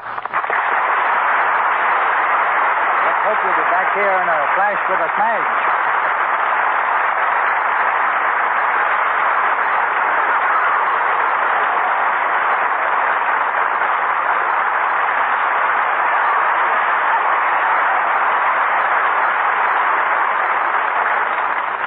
Mr. Winchell, Miss Hutchinson, our thanks. Ladies and gentlemen, this is your announcer, Melville Ruick. Our play and stars for next week will be revealed in just a moment by Mr. DeMille.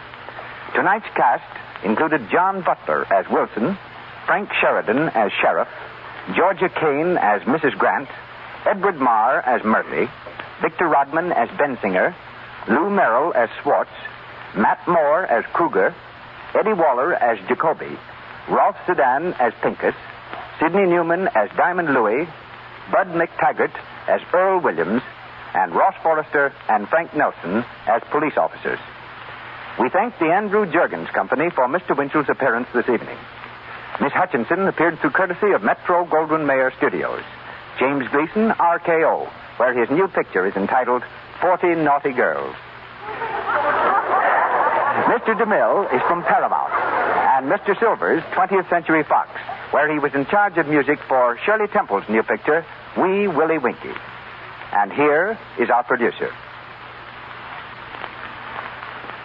There are stars in the heavens and plays in the theater whose brilliance time cannot dim. Such a play we present next Monday night. A tender romance made famous by Richard Mansfield. Many of you saw it on the stage or screen. All of you will have a chance to hear it 1 week from tonight when the Lux Radio Theater offers Beau Brummel, starring Robert Montgomery with Madge Evans, Leo G. Carroll, Bramwell Fletcher, and Jean and Kathleen Lockhart. As guest of honor, if she arrives in time, Miss Amelia Earhart will give us the highlights of her amazing flight around the world, which she is now completing.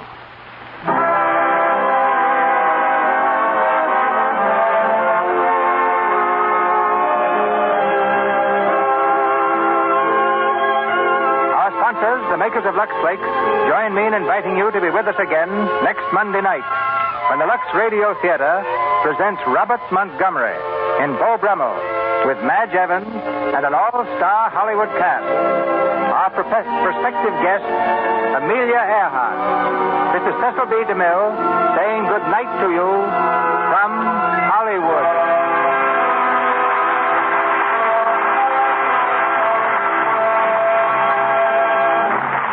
This is the Columbia Broadcasting System.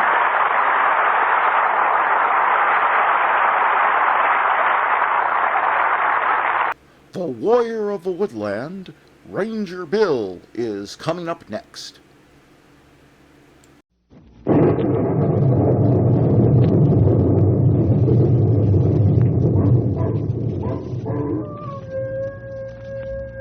Ranger Bill, Warrior of the Woodland. Ranger Bill, Warrior of the Woodland, struggling against extreme odds, traveling dangerous trails, fighting the many enemies of nature. This is the job of the guardian of the forest, Ranger Bill. Pouring rain, freezing cold, blistering heat, snow, floods, bears, rattlesnakes, mountain lions. Yes, all this in exchange for the satisfaction and pride of a job well done.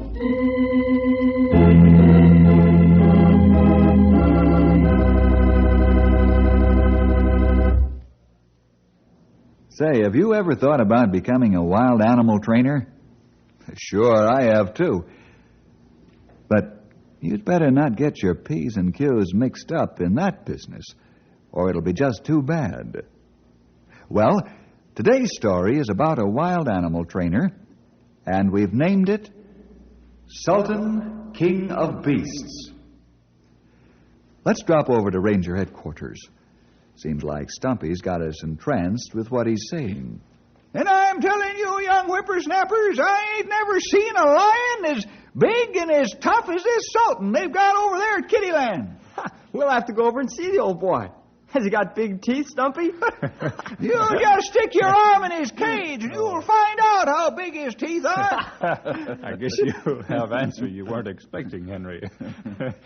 Stumpy, you talked to our friend Flick Martin? Nope, he was busy training some bears at the time. Say, when are we going down there, fellas?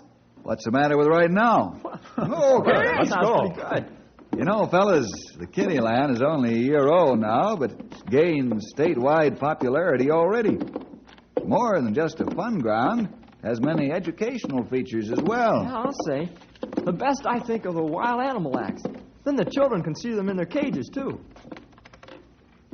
Well, what do you say we open the door, fellas? Easier to get out that way. Funny how we're all ganged around the door waiting for somebody else to open it. Yeah, that shows we were all thinking about something else. Yeah, I know. Sultan, the big lion at Kittyland.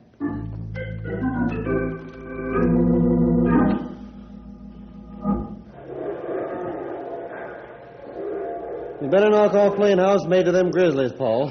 Sam tells me that Sultan's got a bad paw. Must have hurt it when he was traveling here from the coast. Let's take a look at it.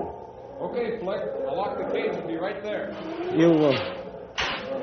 You always test those cage doors, don't you? Sure thing. If one of those big guys ever got out, it'd be too bad for all of us. Yeah. Well, let's go over and see Sultan. Say, what's the matter? You look jumpy. Oh, it's nothing. Nothing at all. Okay, but you're acting strange today. Worried about Sultan's bad paw, maybe? Yeah, that's it. I am worried about his bad paw. Hiya, Flick. Paw? Go over look at Sultan's foot? Yeah. Which one is it, Sam? Well, it's the right front one. Oh, yeah, I see it now. Notice how he favors his right front paw even though he doesn't limp. Yeah, I see it. How are you going to examine that pacing cyclone, boss? Get me a rope, Sam. Sure. Sure hope it works. Say, boss, that ain't no lion cub in there. He ain't used to be handled that way. You're going to have a battle. I wouldn't do it. Okay, I'm listening. How would you do it? Well, I don't know. You can't go in there. We can't dope his food because he might refuse to eat food after that. Well, jumping bullfrogs, Flick, I should have kept my mouth shut. I don't know how you're going to do it. I'm sorry. Oh, forget it. Here comes Sam with the rope. Get ready for action. All right, get ready. Now, I'll lay the loop inside the cage on the floor. When he paces back this way, you'll step in it. Then we'll pull his right front leg through the bars so I can treat the injured paw. Here he comes. Closer. Closer. Ready now. Throw the rope inside, boss. Here goes the loop on the floor. Don't stick your arm in there too far. You'll jump on it. Oh, no lions that fast. There. Look out, Flick! Go get the doc, Paul. Sultan tore Flick's arm open.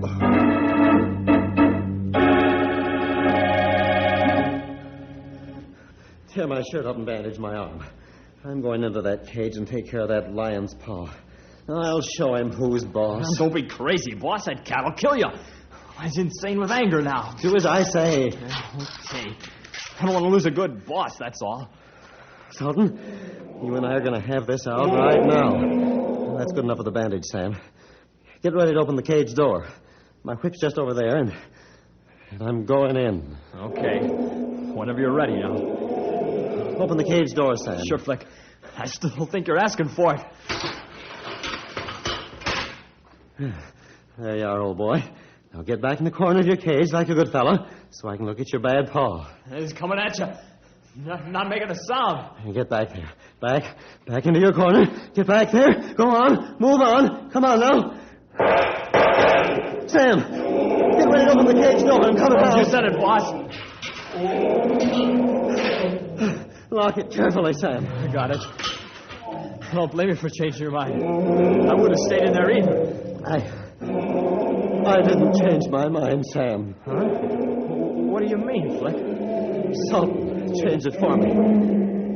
I didn't stay in there because I'm afraid of him.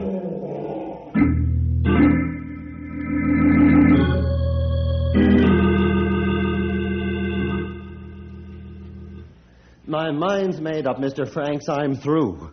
I'll get some other kind of a job. But not training wild animals.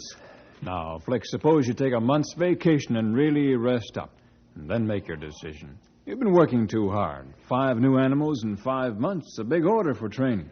No, I'm sorry, Mr. Franks, but I'm all washed up. I've lost my nerve. Now, son, let's not go off the deep end. You like working for me, don't you? You said it. That's why I feel so badly. I've never had a better boss in my life. Well, why don't you take your vacation starting today?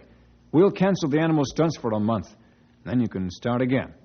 I know you'll think differently after a good rest. A month's vacation with pay sounds good, doesn't it? Oh, it sure does, Mr. Franks. And I appreciate your generous and considerate offer. I know you're trying to help me. I guess it's hard to convince a person how you feel inside. Deep down inside, Mr. Franks, I have a big fear of Sultan. A terrible fear. Where can I get another man who can handle the cats the way you do? And the bears aren't so hard to handle, but the cats are a different story. Are you going to leave me in the lurch just like this? Oh, I know this isn't a picnic for either of us. Well, I'll think it over, Mr. Franks. I'll give it lots of thought. Now, you're talking like you should. Think about that vacation offer, too. It's still good, you know. Oh, thanks, Mr. Franks. I appreciate your kindness. Oh, if I could only beat off this fear. Why are you afraid of Sultan? You're not afraid of the other animals. I don't know why I'm afraid of Sultan. Unless it's because he's so untamed. But so were the others when I bought him for you, Flick. How can Sultan be so different? That's a good question. How? I don't know. There's something inside Sultan's makeup that just makes me scared.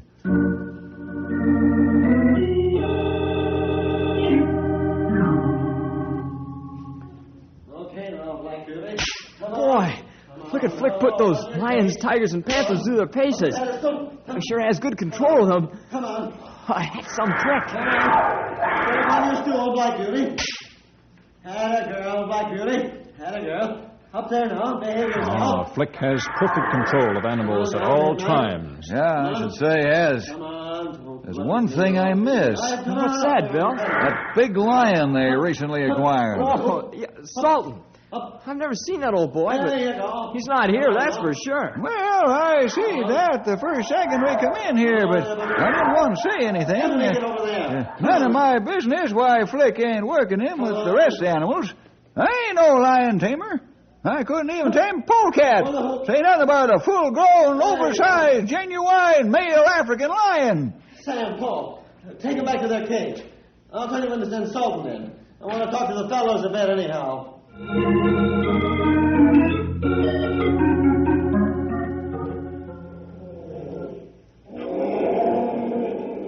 Is that Sultan roaring, Flick? Yeah, that's Sultan. He wants to get a workout. But he's a tough character to handle. Well, that is, we sort of noticed you didn't have him in here with the rest of the critters. Well, I don't want to have a cat fight, Stumpy. Sultan's too untamed, and well, he might tangle with Raja, my big tiger. Then the fat would be in the fire for sure. Those cats cost too much money, time, and effort to let them destroy one another. You really love those animals, don't you? Yeah. Just as much as you fellas love the animals of the forest, so I love the animals of the jungle. Say, Bill, you're carrying a .45, aren't you? Why, yes, sure. Why, Flick? Look, give me 6 bullets for one of my revolvers. I'll leave one full of blanks and one loaded with live ammunition. One loaded? Oh, sure. Here you are. Thanks. Mm-hmm. But, why the real bullets? Well, I suppose you might as well know I'm afraid of that big cat. Really afraid of him, and, well, I want this gun loaded with real bullets in case he gets scent of my fear. You mean he can smell fear? You sure can, pal. All animals can smell the fear scent given off by human beings. This only enrages them, makes them more dangerous. Oh, how about that? Could you shoot Sultan if you really love him? Yeah, I could. If it comes to a showdown as to whether it's his life or mine. But why are you afraid of Sultan? I don't know. I really haven't been able to put my finger on it. Well, I have to give Sultan his workout. Sam, Paul, send Sultan in.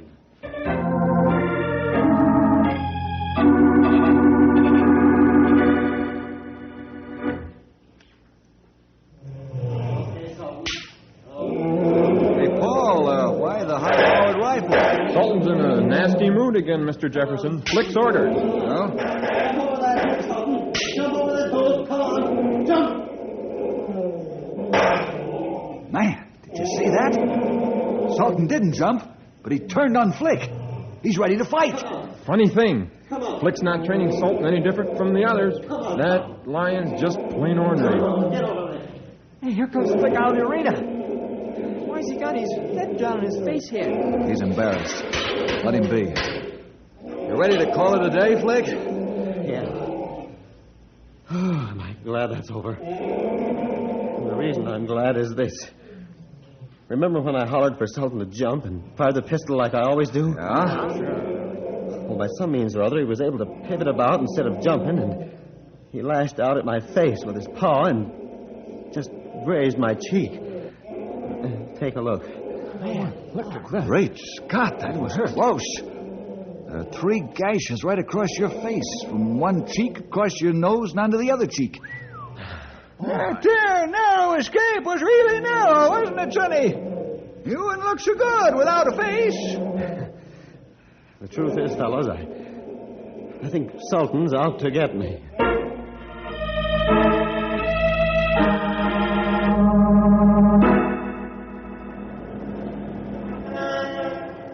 How come we're walking back to headquarters, Bill? Not that I mind, though. I just can't get Flick Martin off my mind. I know what you mean, poor fella. How can we help him? That's the puzzle. We're agreed that he needs help, but how? This is a type of job that's different from the regular run-of-the-mill ones. Well, there's one thing for sure. He's got to get his courage back. That's what we've got to help Flick find.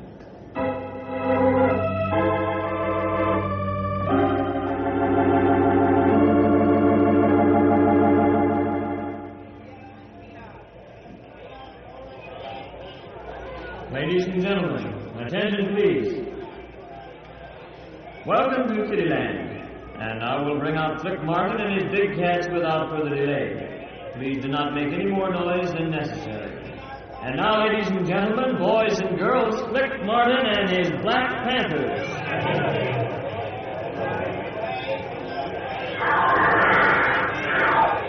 It's a good thing Bill sent us here to watch, Flick. I've got old Betsy right here alongside of me if one of them black rascals gets any ideas. I can see Flick nervous. I don't like it. Look at the teeth on that big black feller. Boy, when I wouldn't give to be his dentist. It takes 6 weeks to drill out a cavity in that tooth. Come quick. Flick's trouble with Big Panther. Let's go, Sonny. Old Betsy's waiting to speak her piece. Come on, Stumpy. Flick's in fight with the Panther. You ain't just joking, Sonny. Come on around on the side.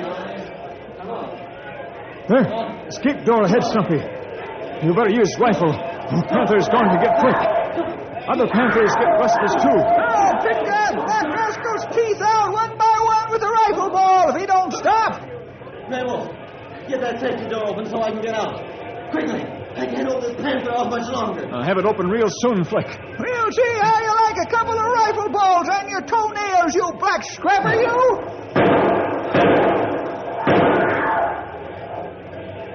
Okay, Flick.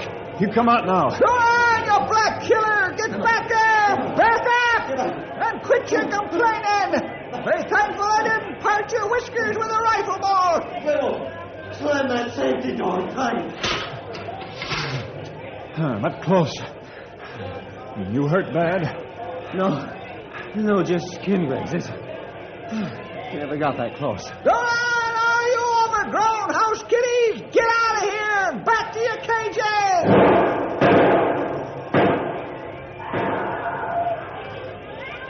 Ladies and gentlemen, we're sorry we cannot entertain you today with the Wild Animal Act due to circumstances beyond our control. Let's go to dressing room, Flick. Yeah, quick.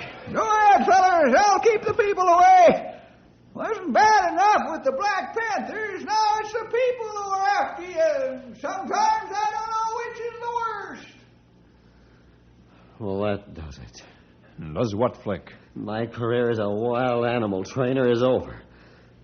I'm afraid of even the Panthers now.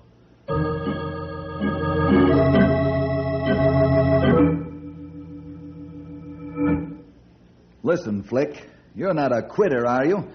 You're not going to let those cats call your bluff. What do you mean, bluff? How would you like to get into that arena with them? Flick, I've had just as close calls out on the trail. But I'm not a coward because I'm afraid, am I? Am I, Stumpy? You'll have to answer that question yourself, Sonny. I've been in this game a long time. Don't ever forget that God made man the master of animals. Animals are to serve man, not boss 'em. Whether you've lost your courage or not ain't for me to say. Oh, I don't know what I'm doing right now. I really don't want to quit training animals. I love them, and I enjoy working with them. And I think they're attached to me, but... Well, this crazy fear I have of Sultan has affected me so that I'm becoming afraid of all of them. I'll tell you what, let's all relax down at the drugstore, huh? Maybe after a soda or something, we'll feel better, and then we can talk. Good idea. Let's go.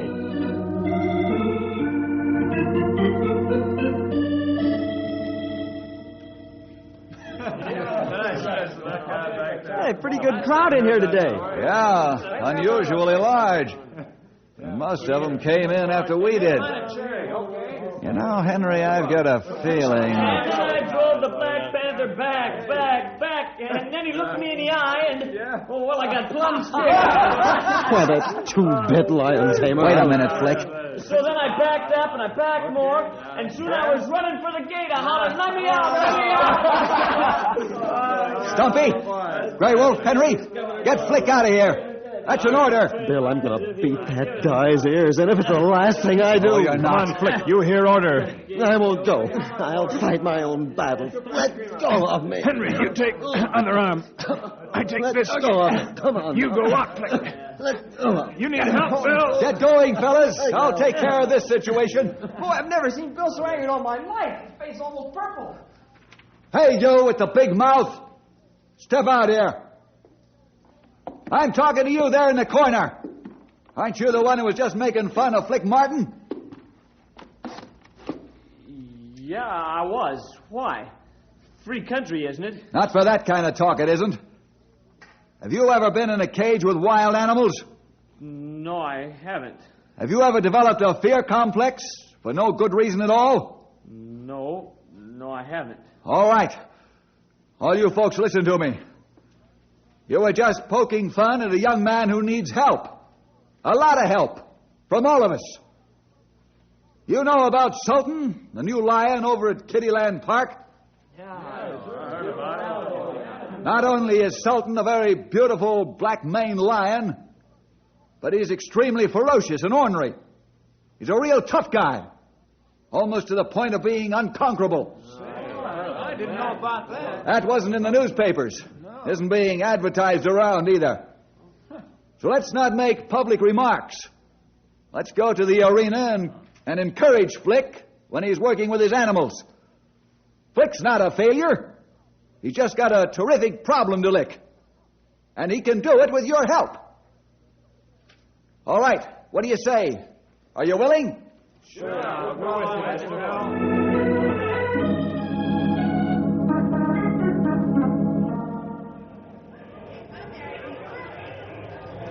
I ask you to come today, Bill, because, well, somehow you give me courage and confidence.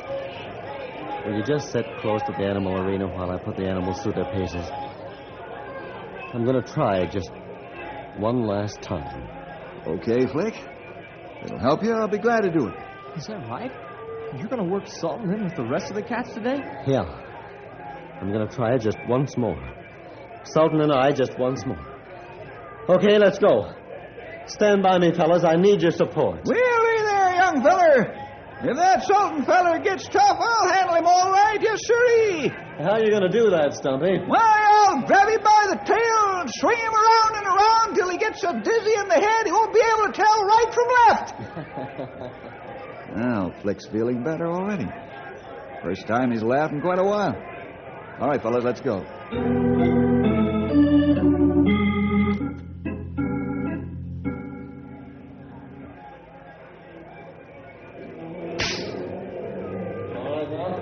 Just between us, fellas, I don't like the way Sultan's looking at that big tiger Raja. Yeah. Looks as if the Raja's got a chip on his shoulder, too. Look, Flick motioned to us. Let's go over by arena. Yeah. What's wrong, Flick? Sultan, get back up there and stay up there.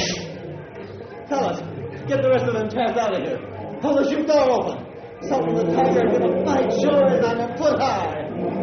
Get that fire hose down. Please, hurry. I'll keep the two apart as long as I can.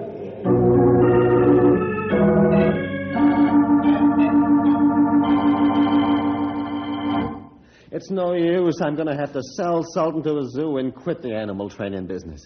I just can't conquer him, that's all. That's not your problem, Flick.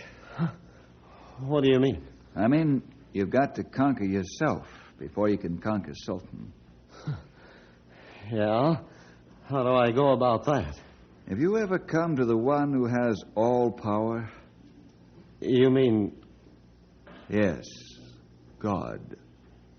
God gave Samson the power to kill a lion with his bare hands.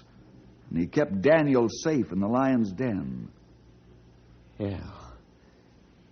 Yeah, Bill. Bill, I think that's what I need most of all. I need to know God. Would you tell me how I can do it? It would give me the greatest pleasure in all the world, Flick. Hey, Flick, where are you, huh? Flick! Excuse me, Bill. Right here, Sam. What's wrong, man? You look scared to death. It's Sultan.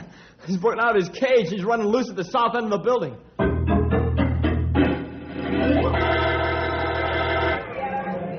Lefty, Shorty, Steve, Mitch. Get around the other side with your rifles. No shooting until I say so. Stay away from the lion. Sheriff, get those people back away from here.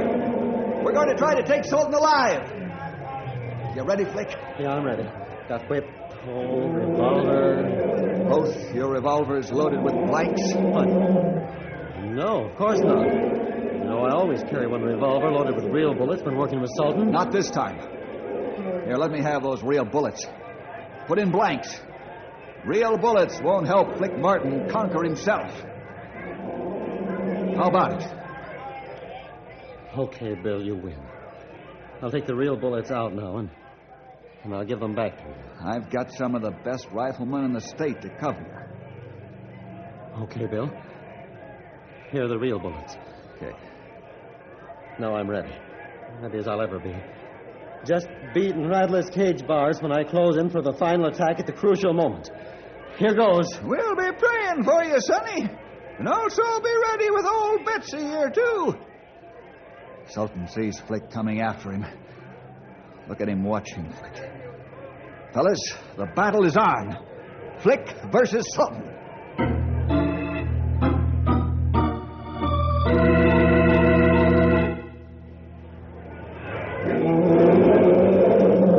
Sultan, you better get back into your cage, and quick. I'm coming up that pile of straw bales after you and master you, you king of beasts. You see me coming, don't you?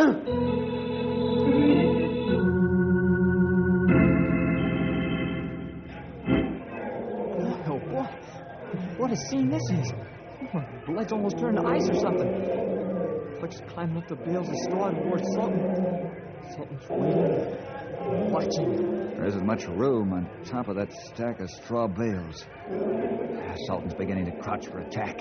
He's backing to edge of stack and give him more room to jump. Maybe we should shoot now before Sultan kill Flick. Nobody shoots until I give the word. That's an order. This is Flick's battle. Let's be ready to rattle the cage bars when Flick gives the word. Flick's almost to the top now.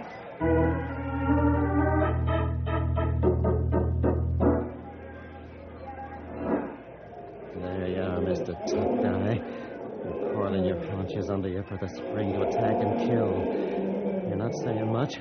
You're planning, watching, waiting. I'll strike first.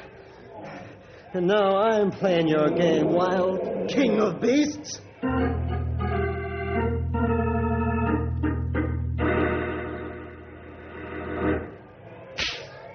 It's an ornery-looking whip. I hope Sultan respects it. Sultan's hooked his claws into Flick's whip. Flick, he snatched it right out of his hands. Sultan's gonna spring. You see him tense his body? He'll roar when he does. This is it, fellas.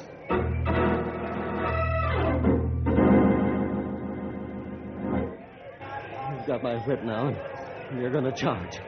Yes, you're gonna roar and come at me. When you do, I'll be there first. Into your cage. Into your cage. Now I'm Sultan. Get in!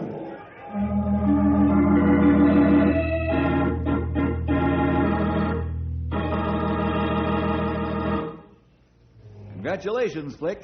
You came through marvelously. Phew. One ordeal like that in a lifetime is enough. I'll say it is. How do you think we felt watching you two up there? What happened when he charged you? Seems like all of a sudden he seemed to stop in midair. He leaped right off the stack and headed for his cage. Well, I decided that after he got my whip, I had to act fast because I knew he was going to charge at any second. So when I saw him tense and began to move slightly toward me, I charged him and beat him right on the nose with my pole. He was stunned and surprised and ran for his cage. I would, too, if some guy beat me on the beak with a broom handle. Yes, sirree, I'd get for safety and fast. Well, fellas, I won, and that makes me happy, though exhausted. But tell me again, just why did you take those bullets away from me? Because your biggest enemy was not Sultan. It was yourself. Bullets wouldn't help you conquer yourself. Only you and the Lord could do that. Mm-hmm. I see. And that brings us to where we left off a half hour ago. Tell me, Bill, how can I know God as you know him?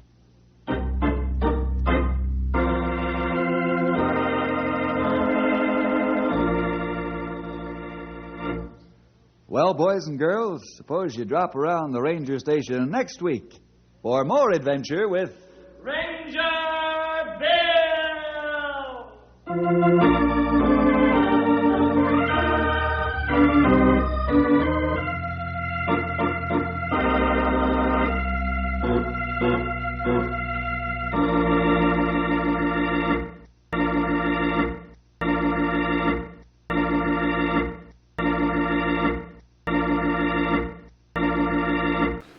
The first couple of radio comedy, Burns and Allen, are up next. Another cup of Maxwell House coffee, George? Sure. Pour me a cup, Gracie. You know, Maxwell House is always good to the last drop. And that drop's good, too. Yes, it's Maxwell House Coffee Time, starring George Burns and Gracie Allen.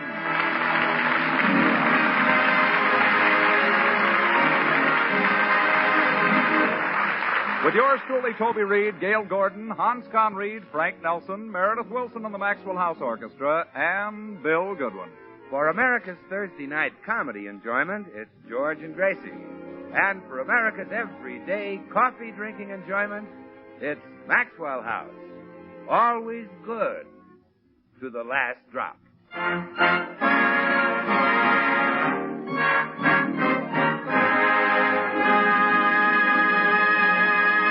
Well, as we join the Burnses today, we find George walking slowly home from the cigar store, accompanied by his friend, Bill Goodwin.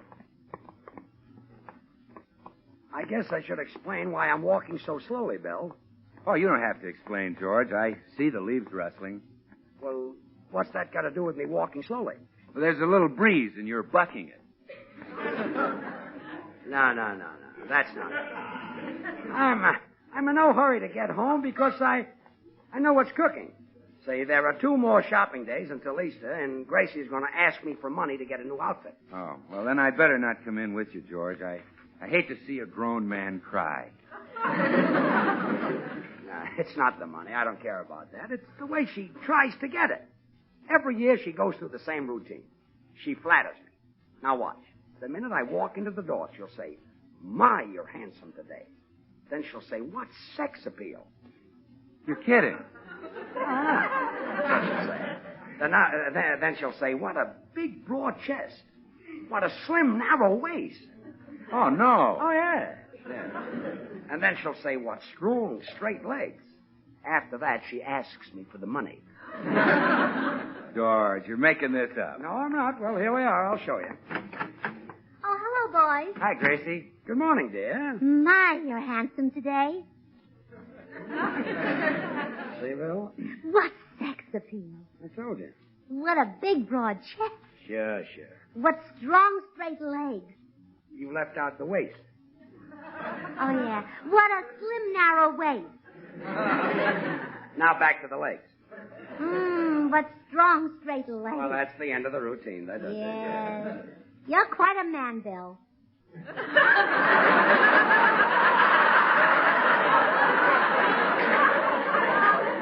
I wish George had a figure like yours. Huh? What's wrong, dear? You look confused. I am confused. I thought you were saying I had sex appeal. Oh, well, you have, dear. Hasn't he, Bill? Sure. Stop laughing. George is loaded with sex appeal.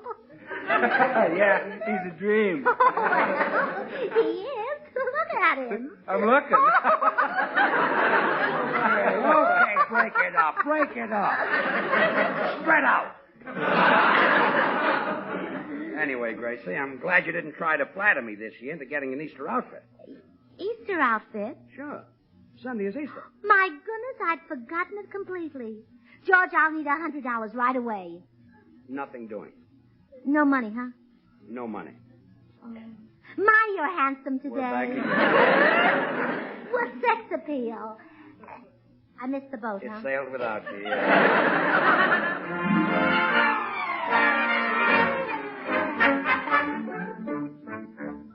He's please, Missy. Wang see you look very sad.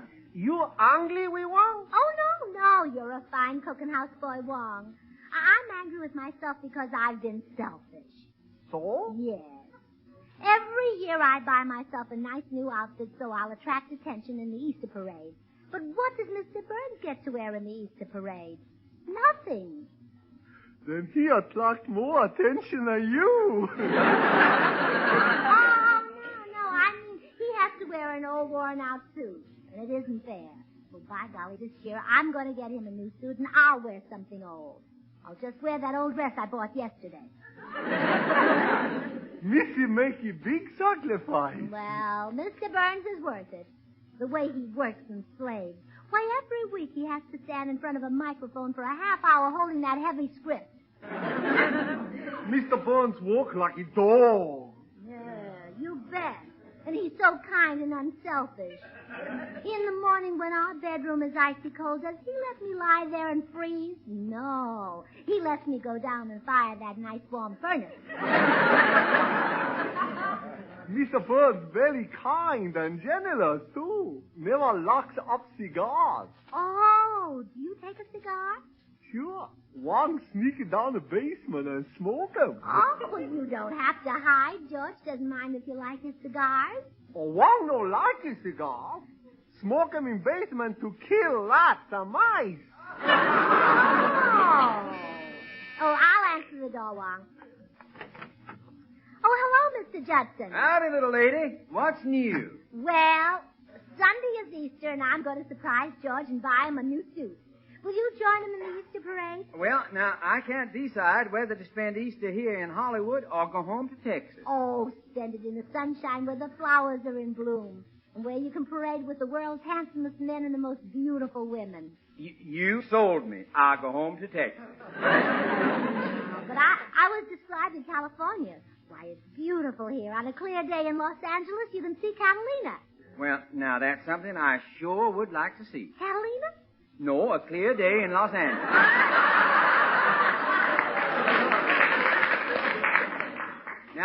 Now, the air in Texas is what you really call clear.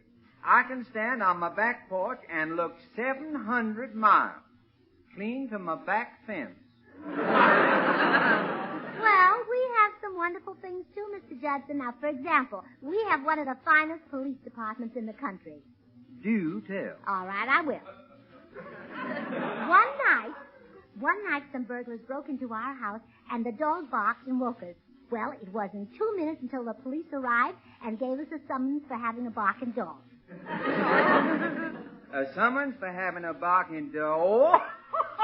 I like that. Oh, hello, Mr. Judson. Oh, howdy, little man. Mr. Judson and we're having a little friendly argument, George. He doesn't think much of our state.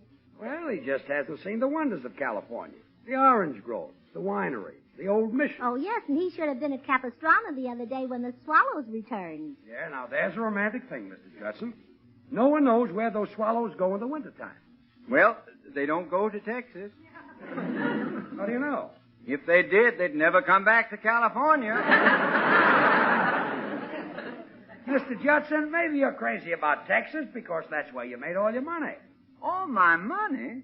Well, I only got a piddling $32 million. I thought it was $31 million. Yeah, well, now, we had a little hard luck down home. Something happened. Yes, it did. My wife was out in the backyard cracking some ice to put in Grandpa's julep. The ice pick slipped off the cake of ice, stuck into the ground, and up come another darned Orwell. You call that hard luck? Grandpa had to drink his julep warm. Poor old man. Yeah. Well, I got to be running if I'm going to spend Easter in Texas. Goodbye, little lady. I hope that old rabbit lays some nice eggs for you Sunday. Oh, George isn't on the radio till Thursday.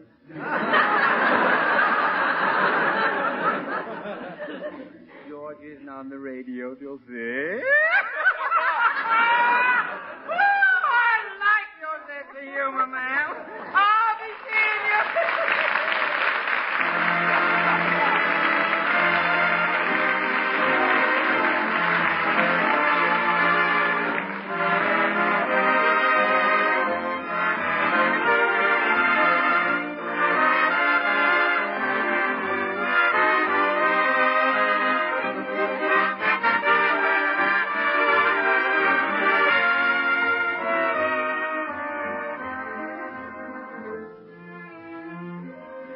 April Showers. Why, Meredith, you're playing George's favorite song. Toby, this happy melody is everybody's favorite.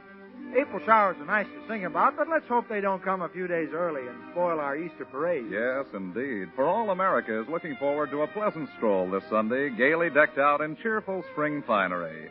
And across our land, every Fifth Avenue, yes, and every Main Street and Elm Drive will have its own gala Easter parade.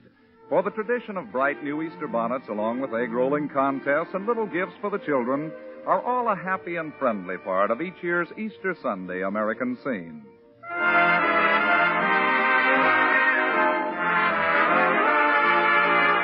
And when the grown-ups sit down to Easter morning breakfast, they give a warm welcome to a friendly cup of the favorite brand of coffee on the American scene, and that coffee is Maxwell House.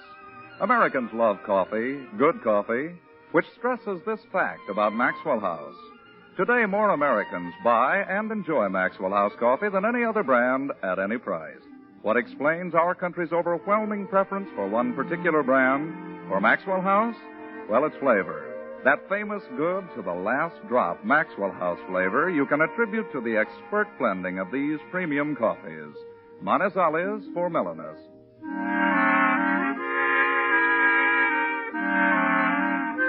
Medellins for richness. Other choice coffees for robust vigor. And Bucaramangas for fine, full body.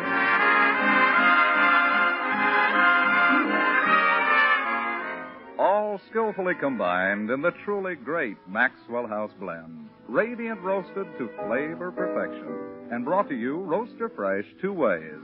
Either in the familiar blue vacuum tin or in the handy new vacuum glass jar. At breakfast tomorrow, you'll drink coffee. Then why not enjoy America's favorite brand? Why not enjoy the best in coffee drinking pleasure for just a fraction of a penny more per cup than the cheapest coffee sold? Tomorrow, ask for Maxwell House. Always good to the last drop.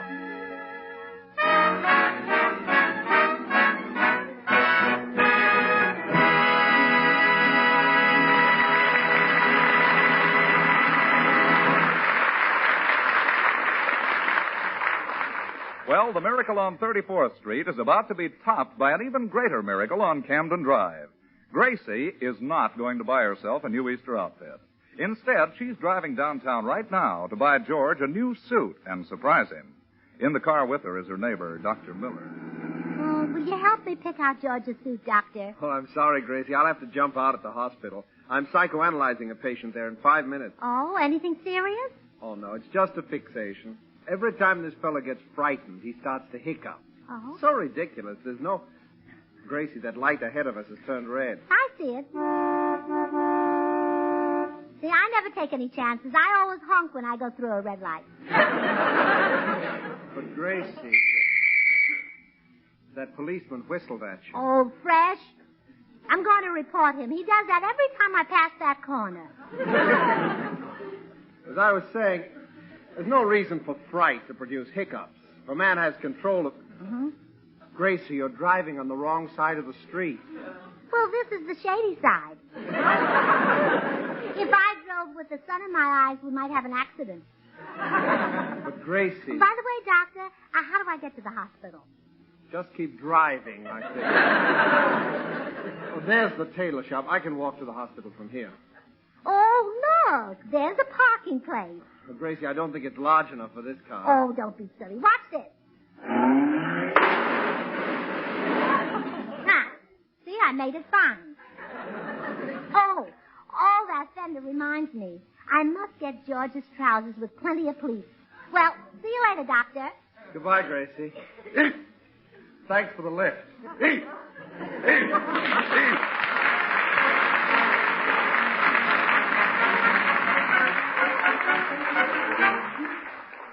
May I help you, madam? Oh, yes, I want to get my husband the very best suit you can make to wear in the Easter parade Sunday.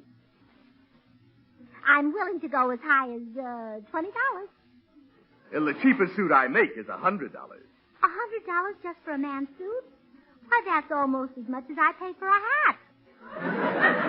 But my suits are handmade from the very finest imported fabric. Oh, well, all right, I'll take one. Good. Now, first you pick out the bolt you like, and I'll use that for his suit. A bolt? Well, can't you make it with buttons? A bolt is so unhandy. Every time he took his suit off, he'd have to unscrew himself. Yes. And by bolt, I mean bolt of material, like these here. Now, you select the fabric you think would look best on your husband. This is pretty. What is it? That's herringbone. Oh. Well, it looks nice, but I'll bet on a hot day it smells awful. It's not actually made of herringbones. It's made of wool. Wool comes from sheep. Sheep are animals. You don't have to explain things to me. I've seen sheep. I know they milk them to get the wool.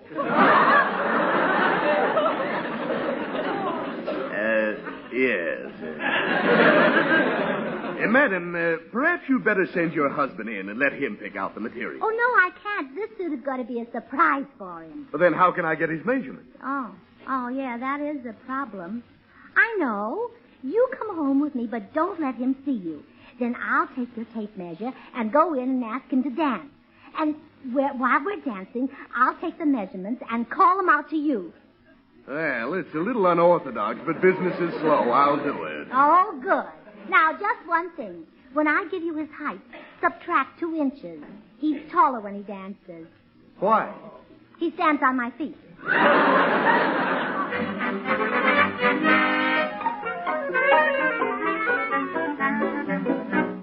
Now, you wait here in the living room and don't let my husband see you. Okay. Oh, hello, George. Let's dance. Dance? Sure. I've got my tape measure ready. What's that for? Oh, that's to measure and see that you don't dance too close to me, you Roseland Romeo. I don't want to dance. I'm very comfortable. Well, then you sit there and I'll dance around you. Gracie, you're choking me with that tape measure. Next 16. Next 16. What was that? I didn't hear anything. Shoulder 16. Shoulder 16. I didn't hear that either. What's going on here? Hold still, dear. Chest 16. Chest 16. Gracie, there's somebody in the other room. Oh, no, dear. That's an echo. Echo? Mm-hmm. A friend of mine just got back from the Swiss Alps and he brought me an echo for a souvenir. Gracie, who's in the other room? Hip 56. Hip 56? I'm going in there and see who that is. I thought so. A man. Hey, you! Who was that? That? Yeah, that. Who was he? Well, I didn't want to tell you, George, but I guess I'll have to. He's a Vine Street wolf who followed me home. A wolf? But why did you call out my measurements to him? Well, I knew it would frighten him away when he heard what a physique my husband has. After all, you've just got about the most frightening physique in town. Yes, off the plate.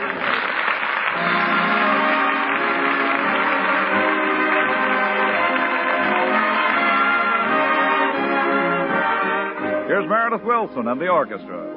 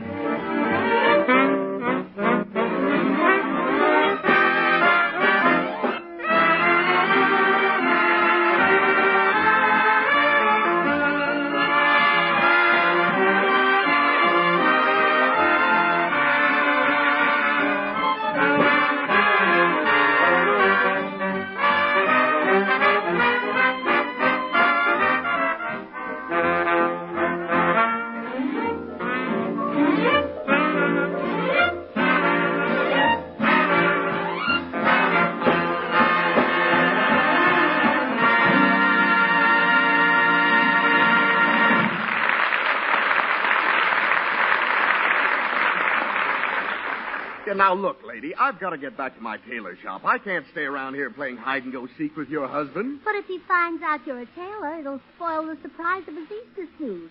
You just hide here in the bushes till I get the rest of his measurements for you. Let's guess at them. How tall is your husband? 5'10", or 4'2" in a stocking feet. He's only 4'2" in his stocking feet? Well, yes, he always sits down when he takes the shoes off.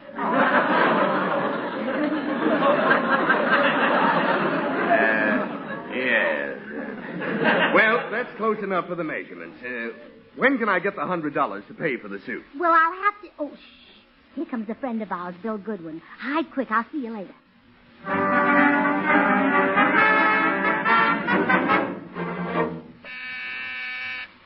Come in. Hi, George. Hey, there's a guy hiding outside in the bushes. Friend of yours? That's the guy who followed Gracie. Huh? Hiding outside, is he? Well, he's going to get the beating of his life. Here, Bill, take my coat. Okay. You'll need it. It's cold out there. You want me to do it? Well, when I get in a fight, I always skin up my knuckles. You ought to learn to fall with your hands in your pocket. Go on, Bill. Beat him up. Well, why should I? Who is he? Well, he's a wolf who followed Gracie down here from Vine Street. Followed Gracie down Vine Street? Why, I'll break his neck. Boy. I'll tear him limb from Now limb. you're working. He's working my territory.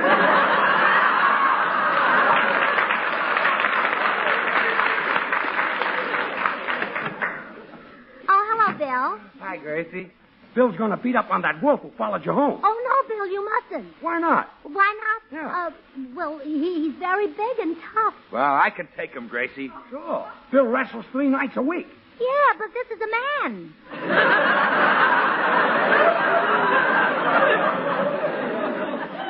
I got other holes. Well, get out there and tear that wolf to pieces, Bill. Don't be a coward. Oh, wait, Bill. Wouldn't you rather just stay here and have a nice hot cup of Maxwell House coffee? Go on, Bill. Get him. What a spot. If I say yes, I look like a coward. If I say no, I look for a new job. Well, there's only one decision a red-blooded he-man can make. Attaboy. I'll keep my job and stay here. Call that decision red-blooded? Well, if you don't eat, you get anemic. Oh. Besides, George, who can resist Maxwell House? It's the very best in coffee-drinking pleasure, yet it costs but a fraction of a penny more per cup than the cheapest coffee you can buy.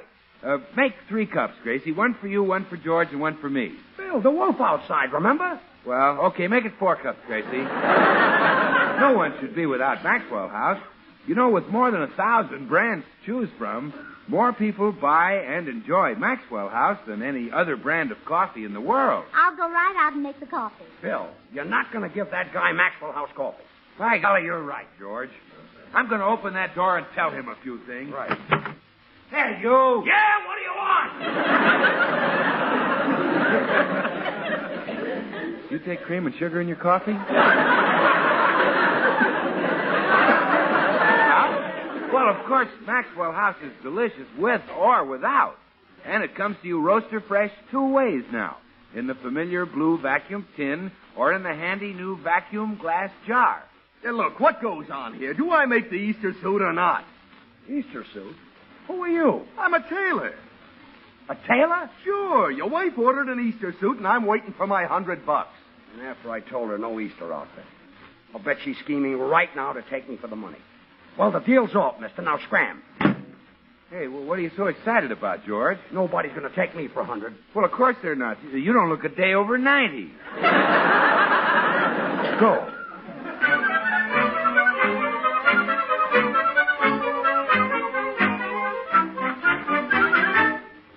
Oh, I hated to bother you, Meredith, but as I told you on the phone, I've absolutely got to get $100 from George. Did you think of any ideas? Yes, Gracie. I procured a pair of loaded dice from one of the members of my orchestra. Oh, which one? The leader. But you're the leader. Not anymore. I have to let him lead now. He owns all the instruments. Oh, well, I don't want to cheat George out of his money with crooked dice. I'd rather cheat him out of it honestly. Well, why don't you tell him you need a tonsillectomy? Yeah, I'll tell him they're having a sale on them at the May Company. Gracie, a tonsillectomy is an operation. That's just the thing, an operation. But, Meredith, we'll be subtle. We'll pretend to hide the news from George, and that'll make him more interested. I catch on. He's in the den. Let's go to work. Oh, Meredith, come in and close the door. We mustn't let George know that I'm in desperate need of an operation. Gracie, you're right. Why, if that warm-hearted, generous man found out, he'd mortgage his home to get the $100 for the operation. Yes. What's all this? Oh, George, you're here. You heard. No. Put away the $100. I'm not taking it. I'm not giving it. But, George, Gracie's very ill. She was just examined by one of the Mayo sisters. That's the Mayo brothers. Please. Your wife is a woman. Oh, go. But, George, she needs an immediate operation. She must go on the table at once. Yes, we reserved one at the Brown Derby. The Brown Derby? Well, the doctor's crazy about movie stars, and he wants to watch the celebrities while he works. Gracie, you couldn't get an operation for $100. All you'd get for that is an anesthetic. All right, give me the 100 and I'll just take the anesthetic. Out, both of you, go. Oh, cut it out. Stop with that. You're not getting $100 from me to buy yourself an Easter dress. Easter dress? I wanted the money to buy you a suit. Me? Yes. Is that why you had the tailor here? Oh, sure. I wanted it to be a surprise. Oh, sweetheart, I'm sorry. And all this time you've been thinking of me. You don't even appreciate it. Oh, no. Don't cry. Here's the $100. Oh, thank you. But don't spend it on me. Because you were so sweet, I want you to buy an outfit for yourself. Oh, you mean it? It's all for me? All for you. Oh, I must make a note of this. It may work again next Easter.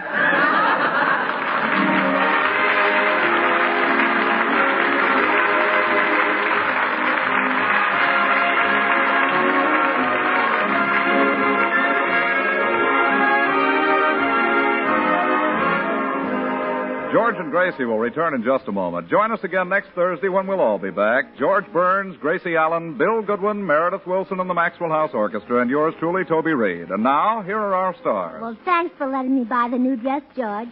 But what have you got to wear in the Easter parade?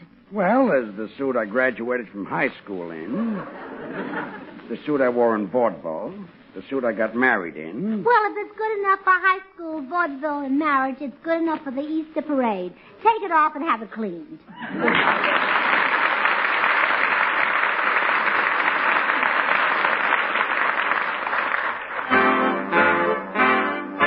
Good thing. The easy way. Do you like good things the easy way? Then get instant Maxwell House coffee. So good. So good. True coffee flavor and fragrance, because Instant Maxwell House is not a so-called coffee product. It's all pure Maxwell House coffee in instant form. And so easy. So easy. Instant Maxwell House means great coffee instantly in your cup. No fuss, no muss, no bother. Today, try Instant Maxwell House. Instantly good to the last drop.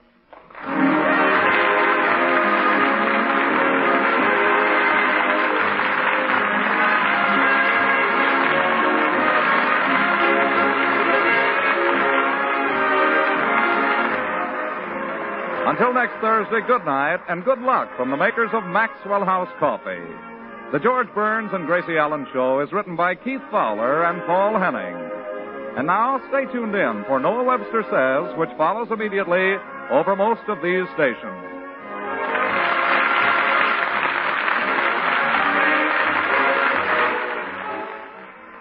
This is NBC, the National Broadcasting Company. Next, hunt the biggest of all game with the Green Hornet.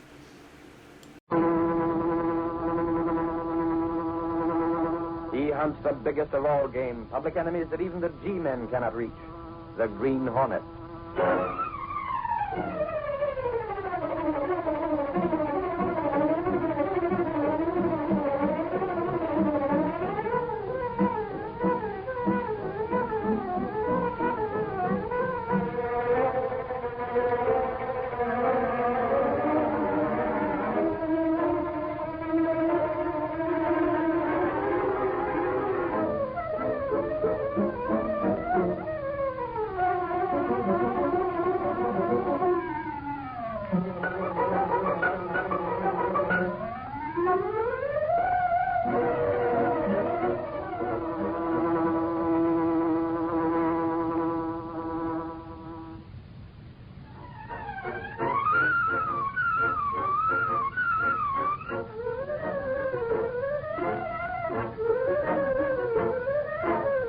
With his faithful valet Cato, Britt Reed, daring young publisher, matches wits with the underworld, risking his life that criminals and racketeers within the law may feel its weight by the sting of the Green Hornet.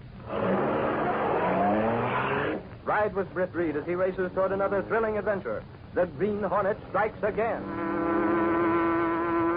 Hurry, Cato. We're out to break a trust fund racket.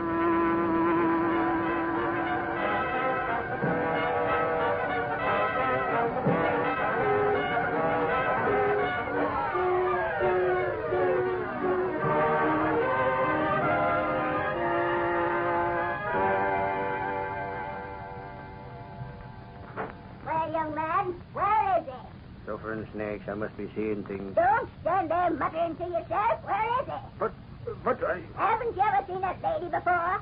Is this the way your newspaper greets subscribers? Well, I ain't. Don't contradict me or I'll use this umbrella on you. Where's the man who runs this newspaper? I want to see him at once. Well, close your mouth. You look like a fish. Sound like one, too. Now, where is he? Sulphur and snakes, I got it now. This must be one of Lowry's gags. Gag.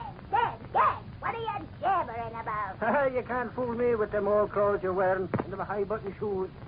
Darling, I can see right through you. Young vampire. No, put down that umbrella. Ah, lady, don't try to tell me you're wearing them clothes on purpose. I am. But nobody ain't wore clothes like them since I was a little shaver. No, stop your kidding.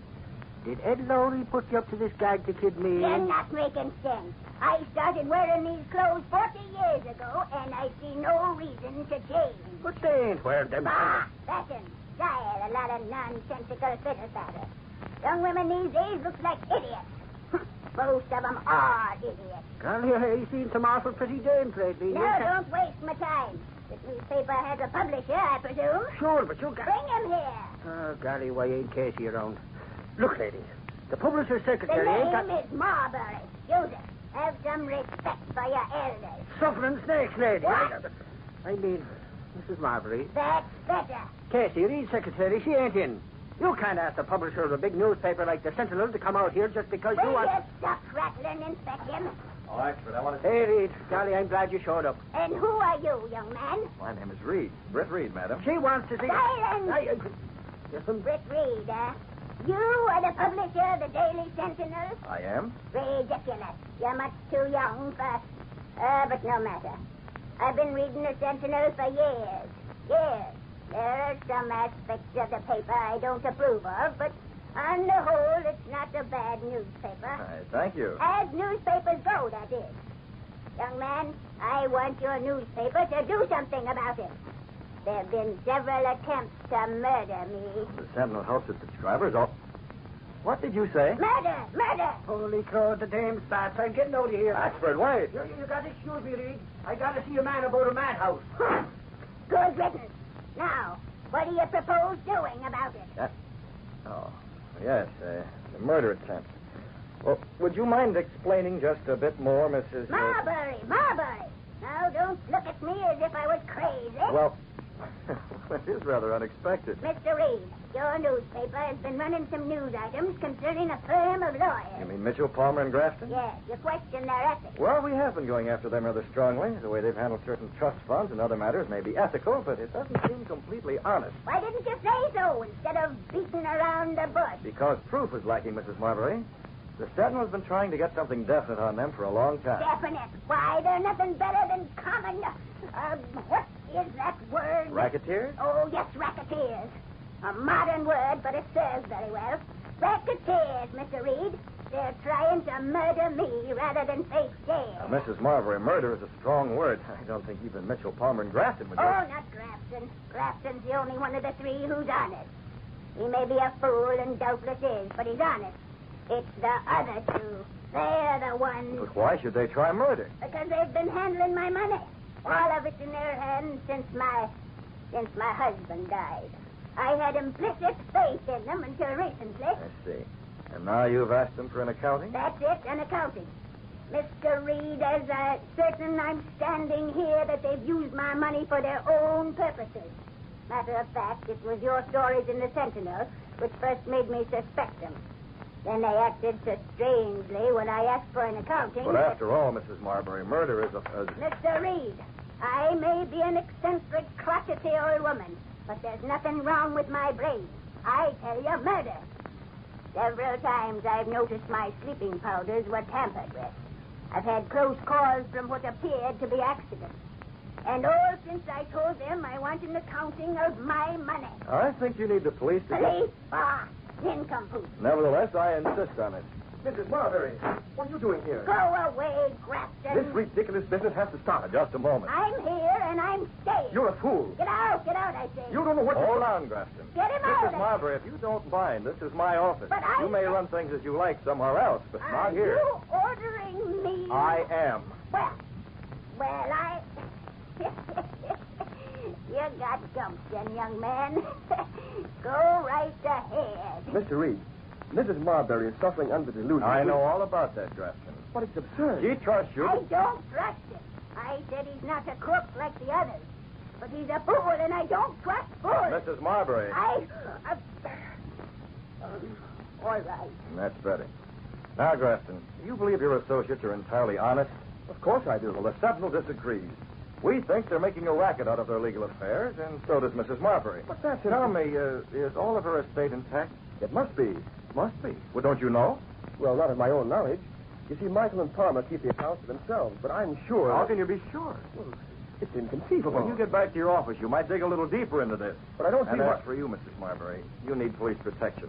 Have you any objections? Well, if you think it's fair... Good. Hello, get me the news desk. Yes. Mrs. Marbury, no one's tried to murder you. And no one's going to. Hello, Gunnigan. Remember the Sentinel stories blasting Mitchell, Palmer, and Grafton? Well, no, nothing new. At least nothing we can print. Well, call the police and have them send a guard over here. Yeah, that's right. For Mrs. Marbury. Just a second. When is this accounting of your estate to take place, Mrs. Marbury? A week, Mr. Reed. A week from today. Gunnigan, she'll need a guard for a week.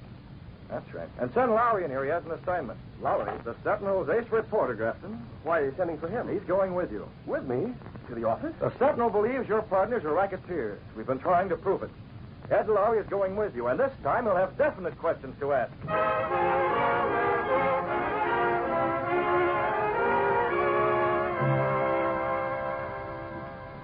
Reed, I couldn't say nothing. When I saw her coming in through the door to your outside office, I could have swore that Lowry was pulling the gag on me. The police are guarding Mrs. Marbury now, actually? Huh? Oh, yeah. Sergeant Brand himself was detailed to it. Yeah, that takes care of that. I still think she's got bats in the belfry, Reed. I don't. Hey, boss. Are those crooks steaming? Oh, you saw Palmer and Michael? I just left. And if you ask me, that Marbury doll is right. When they learned she got herself a police guard, they turned all colors. You get anything the Sentinel can use? Well, I thought I would, but... What? What do you mean? Oh, they were too smart. Caught themselves in time, huh? Yeah. I figured the news about the police would bring their guard down long enough to get a couple of good ones over. But they put it up fast. You think they definitely played fast and loose with Mrs. Marbury's money? Well, it wouldn't be the first time, not for those days. But proof, Lowry, proof. So what? We haven't got it now. But in 1 week, we can blast those rats all over page 1. Huh? Wake up, lame brain. In 1 week, they have to account for Mrs. Marbury's dough. Perhaps they can make up whatever is missing. Well, I don't know how. From the way they turn green, they're in up to their ears. Holy crow, a week from today.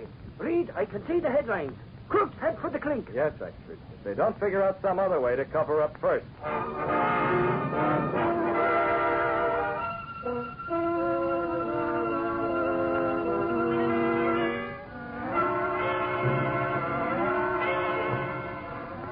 We're in a jam, Palmer. A jam. Unless we figure a way out 1 week from today, we'll be in the... Stop talking Michael and Trink. $100,000 we're short. I know the figures. Can you raise that much? You know I can't. Neither of us can. We've got to. Otherwise, it's jail. If they hadn't put that guard on Mrs. Marbury. If. Where's it getting us? That fool Grafton hasn't got the money either. If he had, we could get it from him, and he'd never know it. Grafton. There must be a way out. Grafton. I wonder.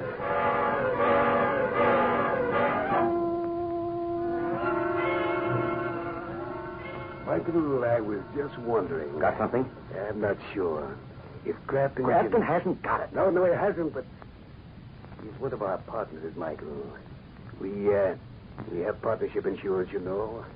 If one member of the firm dies, the other two collect 100,000. Don't look at me as if I would be an idiot. I'm not talking about us dying. But suppose Grafton should have an accident. I don't trust you. You might feel the same way about me. That goes double for my feelings about you. But in this case, we have to stick together. Yeah. An accident. The Grafton, huh? We could go for a drive, say tomorrow night. Stop near that railroad crossing outside of town. There's a steep slope there. Railroad crossing? Yeah. If Grafton stays in the car and the brakes don't hold... I see. Yeah. It'll be an accident, Michael. We'll get 100,000. Enough to cover up. An accident? Yes, Palmer, I think it might be arranged. A little drive. Grafton can't object to that.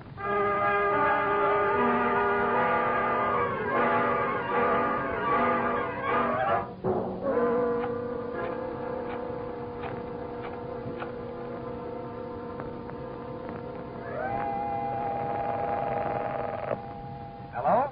Hello, Grafton. This is Palmer. Oh, yes, Palmer. What is it? You busy this evening, Grafton? I know. Well, thought the three of us could take a little drive. We have some things to talk over. I don't understand. What things? Oh, various matters. Good of the firm, you know. Think it's necessary? Both Michael and I think it might be a good idea. Very well. That's fine. We'll pick you up around 7, Grafton. We'll have dinner out in the country away and then drive back to town.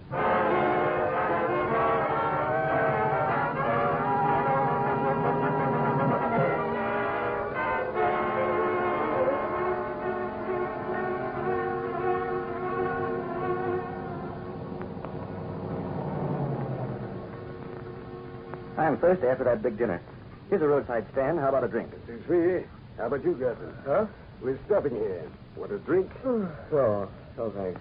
Awful sleepy. Sleepy? Why? I don't know. It's sleepy. You go along. I'll just stay in the back of the car. Take a little nap. Sleepy. Come on, Michael. Those sleeping tablets you put in Grafton's water glass are working fine, Palmer. Put the block of wood under the tire. I'll release the handbrake. I have it here. Okay. That's it. Now we walk toward the roadside stand. Careful no one sees the wire we have attached to that block of wood. No danger of that. It's too dark. There comes the train now. Hope the train doesn't miss the car. We'll work it the other way. Let the car hit the train. Coming closer. Not yet. Keep walking. Okay. Any second now. The wire's trailed out as far as it'll go. Pull it out and throw it away now. Get rid of it. I have. She started rolling. Don't look back. Keep walking to the stand. Hey, where's my hot dog? Coming right up. Hey, look at that Let me have a root beer, please. Mama, what do you want? My car is good Lord. There's Grafton. There's another man in there. Stop! He's heading for the train. Craig! Pull the brake! Here is the street. Grafton. Stop! Stop the train! He's going to hit!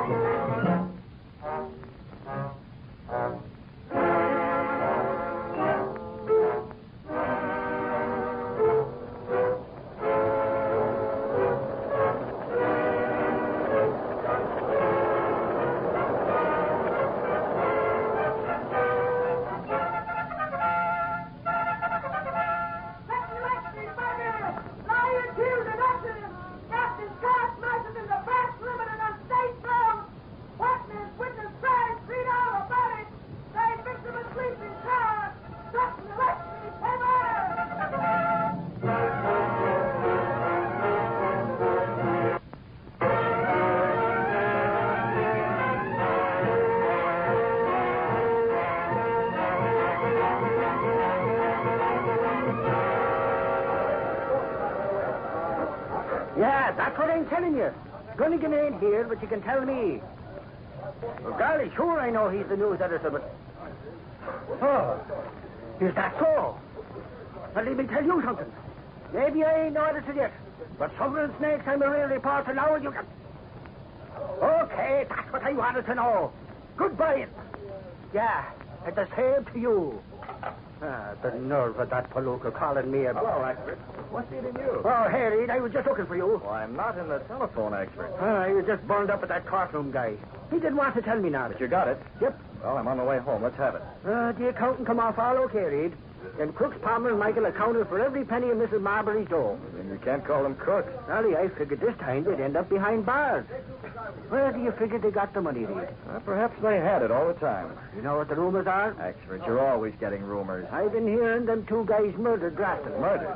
Well, I heard something about Yeah, it. I know. They claim it was an accident, and it looks like an accident. But if the cops could get any proof... And the witnesses saw the car roll into the train, expert. Well, ain't it awful peculiar? They got enough dough to pay off Mrs. Marbury? But it can't be shown that the insurance money they collected was used for that. Holy crow, I tell you, I'm positive. I'm positive, too, but there's no proof. Hey, boss. Who's that? Oh, Lowry. Where'd you get a load of this, boss? Mr. Reed, this is going too far. Mrs. Marbury. Silver Snakes, what are you doing here? I'm not talking to you. Yeah, but I'm going, Mrs. Marbury. Show the boss that note. That's precisely what I'm doing. Note? It's in my handbag. Just a moment. If you don't mind, I'm on my way home. Well, this is important, boss. She's been threatened. Huh? But I thought Michael and Palmer... Not Michael and Palmer, expert. You see, boss, I thought maybe Mrs. Marbury could give me some more information on those two birds. You know, the whole town was saying Grafton didn't die from choice. Yes, it was an accident. Not an accident. Holy crow, you got something? Pipe down, expert. No, I haven't got anything. When I got to Mrs. Marbury's home, there it was. And if you ask me, he's in with them. There what was? Ah, here it is. Look at this, Mr. Reed. The note. Here, take a look at it, boss. You were lucky. Don't make any more trouble. Silver Snakes, it's a threat. Of course it's a threat. Disgraceful. Besides, why should I make any more trouble? I have my estate settled. That's errant nonsense. I gotta hand it to you, lady. You don't scare easy. Lowry, get busy on this. The Sentinel can slap this on page 1. Right, boss. Have it ready for the night editor. We'll get it in the Bulldog. Dolly, if them two crooked lawyers, Michael and Palmer, are threatening you, Miss Marbury, It's not from them. Oh, I'll leave it in your hands for the moment, Lowry. Okay, boss, but you're not sticking around? No, I have several important dates tonight. Silver Snakes, won't somebody tell me? Who signed that note? Who's threatening you? Take a look at the mark at the bottom. Warning from the Green Hornet.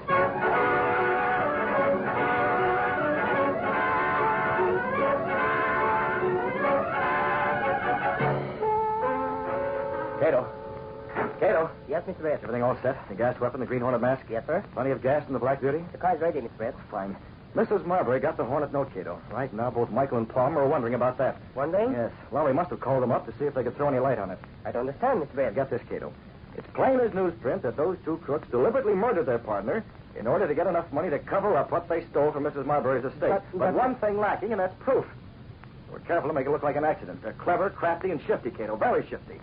And that's exactly why the Green Hornet is stepping in on this. I see. Michael and Palmer are so crooked that they suspect each other of anything. Now, let's get to the car. We're going to give them plenty to be suspicious about. Britt opened the secret panel behind his clothes press. Followed by Cato, his valet, and the only other person to know him as the mysterious Green Hornet, he led the way along a narrow passage within the wall of the apartment house, which connected directly with an adjoining building. Supposedly abandoned, this building was in reality the hiding place of the sleek, superpowered Black Beauty, streamlined car of the Green Hornet. Get in, Cato. I'll handle the wheel. Where will go, Mr. Red? Those men had a partnership agreement. Insurance on each of them. They got $100,000 after Grafton died. Well, that insurance is still in force. What? If either one of them should die now, Cato, the survivor gets another $100,000. Oh. Exactly. And if the Green Hornet appears before one of them, with a gun in his hand ready to use it, well, one of them is going to crack. Crack wide open. Now, let's go.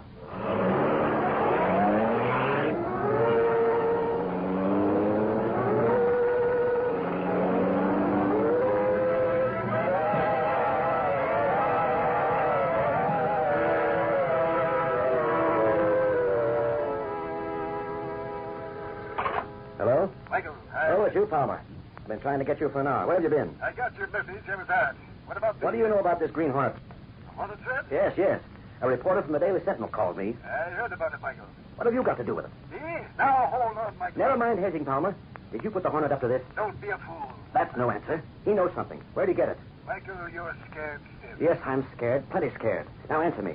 Did you bring the Hornet in on this? You're crazy, Michael.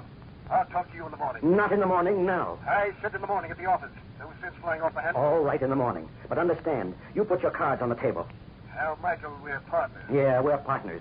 That's what worries me. Calm down. I'll see you in the morning. Goodbye. Now, wait, Palmer, Goodbye. Hornet. I don't like it. I don't like it at all. What does he know? Who brought him in on this? What's that? Someone here. Hello? I could have sworn I heard a step. This room, it's so gloomy with only the desk lamp on. Who's there? There's someone in this room. Who's there? I can see you standing in that corner in the darkness. Who are you?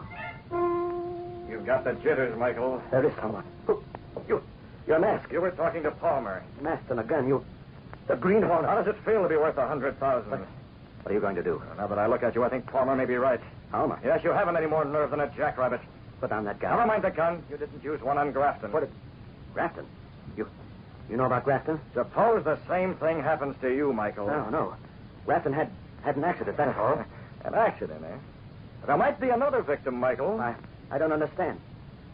You and Palmer. You're beginning to understand, aren't you? No, Aren't you? So that's it. Palmer sent you. Palmer. You're worth $100,000 to him, Michael. $100,000 if you die. No, wait, Hornet. Don't shoot me, don't. I'm not shooting. It's going to look like an accident, and a bullet can't do that. I never trusted Palmer. But that he'd do this, Let's I never... go. Go? Where? A little ride. Listen, Hornet, please. Let's talk this First, over. have you got anything written down? Written? Any papers telling how you and Palmer disposed of Grafton? Have you? No. Look, Hornet, what did Palmer pay you? Nothing yet. I'll pay you double. Twice as much. Just don't kill me. Have you got 10,000? 10,000? Yes. Yes, I have that much. In the safe. Part of what was left of the insurance money from Grafton's death. Get it. Yeah. I knew you'd listen to reason. Hurry. I'm getting it. One more turn and... Here it is. Hand it over. It's a deal? You're a fool, Michael. Huh? A fool. You didn't have to give me this money. If you had a statement written down, Palmer wouldn't dare take a chance in having you removed. A statement? About the way you and he framed Grafton's murder to look like an accident. But Hornet, where are you going? I may be back, Michael. But I paid you. You said I may be back. Hornet. Gone. I paid him, but still. How do I know he won't come back and kill me? I took that money, but paper. Paper and ink. I'll put it down. Everything that happened. Then Palmer will have to call the Hornet off for his own protection. Yeah, that's it. Grafton's death was not accidental. Palmer and I planned the whole thing. The two of us...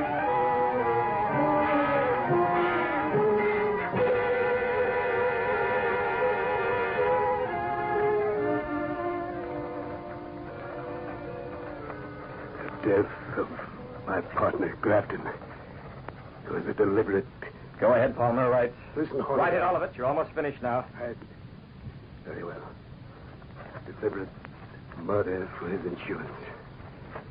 Michael and I did it together. Now sign it. There. Now you see how smart you are, Palmer? I've given you $10,000, all the money I had. I suspected Michael might try to double-cross me. I thought you would. So he sent you over to murder me. The way Grafton was. I'll take this statement, Palmer. This goes with me. But you can't. I need that.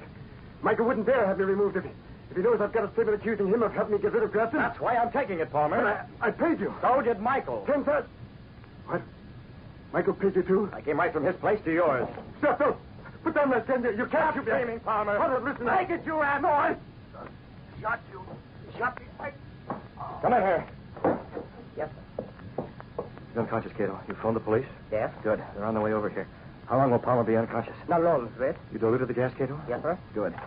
Police on their way here. Palmer lying on the floor. Here, leave the statement on the desk where it'll be seen. Who are you calling, Mr. Red? Michael, Palmer's partner. He's going to walk right into the arms of the police.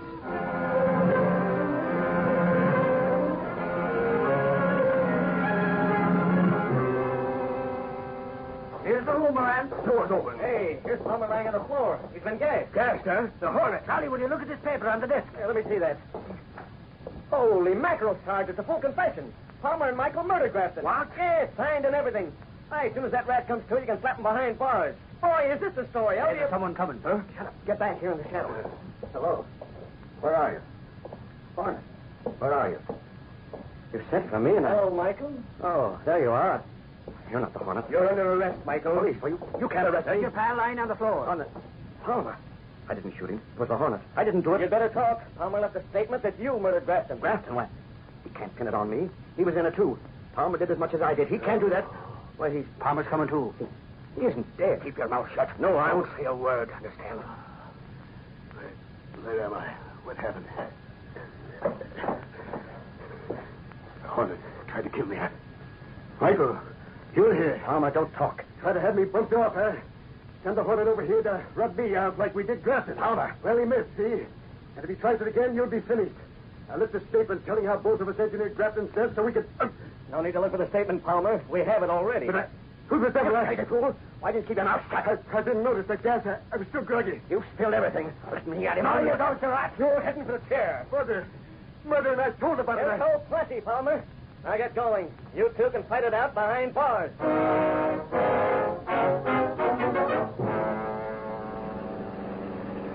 By this time, those two crooks are heading for jail, Cato. We go back to hiding place? I'm heading to Black Beauty there now.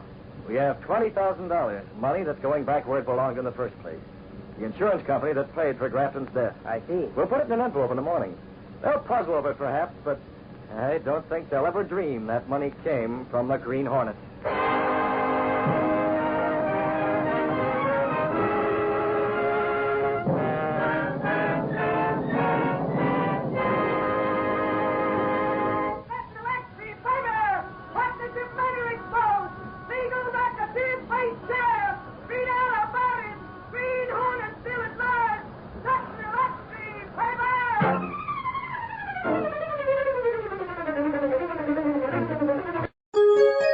VintageRadioshows.com.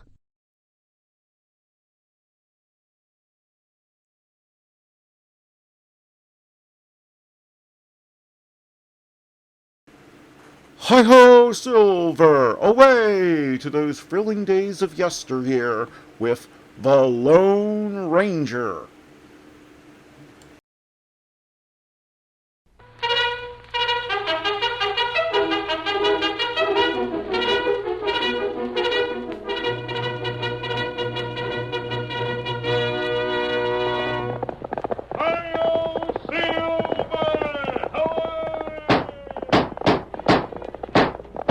Fiery horse with the speed of light, a cloud of dust, and a hearty hi-yo Silver, the Lone Ranger.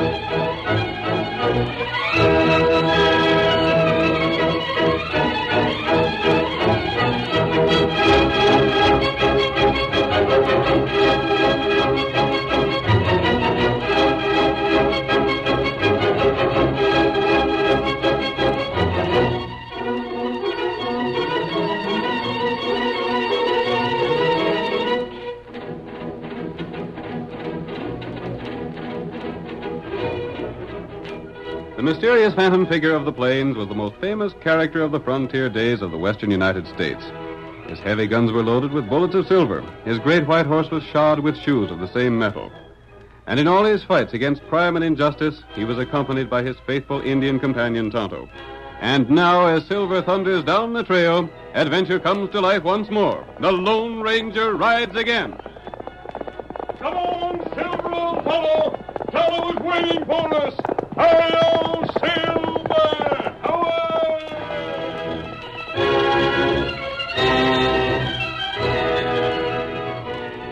Martin Gates, the banker of Three Corners, held mortgages on almost every home in town.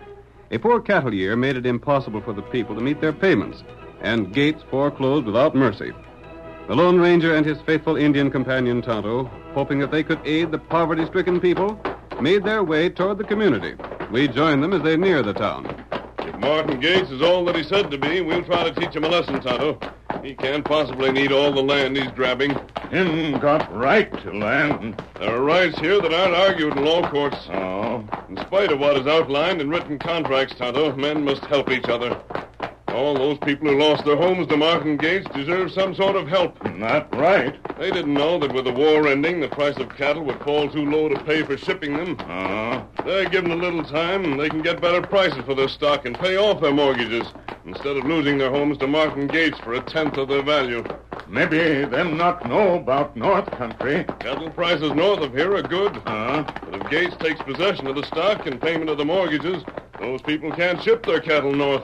What we do? I don't know yet.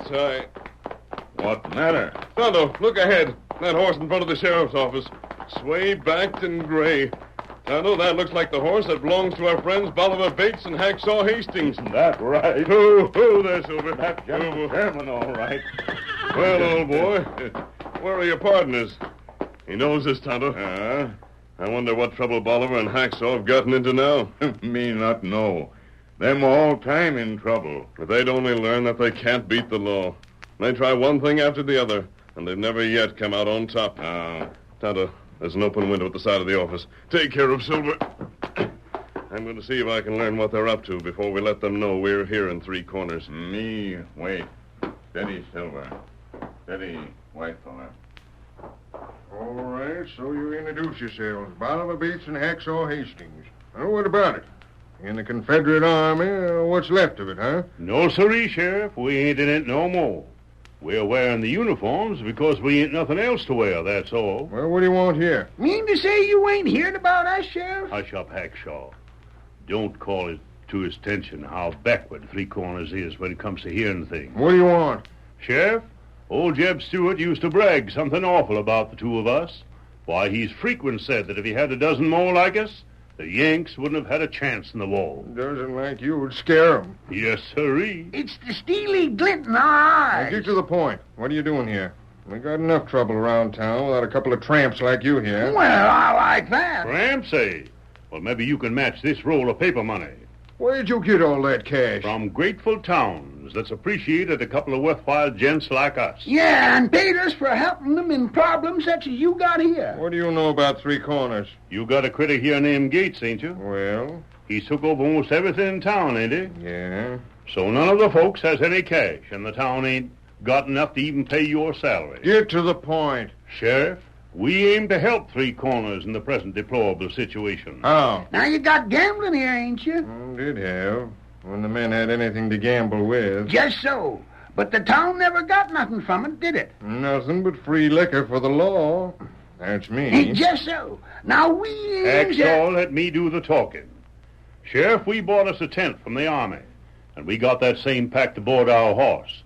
Now, if you leave us set it up and run a nice, refined poker game, for them that wants to play, we'll pay a percentage to the town. A percentage? Sure. For every dollar we win, the town will get 10 cents. That ain't much. If we win $1,000, you get 100. Me? Well, the town, but it's paid to you. It's the same thing, ain't it? I reckon it is. Now you're talking something like sense. And you two don't look like gamblers. Well, we ain't exactly. You we play your cash against anyone that wants to play you? I'm the one that plays. Hacksaw, he just stands by to see that there ain't no crooked playing. Well, if that don't beat all. I've seen a lot of strange things in my day, but no one could ever make me think that a couple with your looks was good at gambling. What about it, Sheriff? Oh, it's all right with me, if you can find anyone with cash to play with. And there's Martin Gates, ain't there? And he's always glad to win cash. Ain't no one yet has ever got the best of Martin Gates. Sheriff, you're looking right now at the man that can do it. I can't believe it, but I'm willing to be convinced. Good enough. Bolivar, we'll set up our tent and get started this evening. Yes, sirree. And the 10% of all the winnings goes to you, Sheriff. I'm warning you, though. If you lose, you better be able to pay up, or I'll jail you so fast your head'll swim. Oh, well, we'll be able to pay up. Our food ain't so good in jail. So remember what I told you. Come on, Bolivar. He's making threats that don't mean nothing. And keep that game honest. I'll be around to try it for myself. Sheriff, we couldn't be anything else but honest. There, Hacksaw. That big roll of Confederate paper money and a couple of genuine bills atop it done the trick. I never... Leaping termites. Bolivar, them 2 white horses alongside General Sherman. Tonto. Oh, it's Tonto the Injun. And the masked man must be close by. There's his horse. So you two are going into the gambling business now.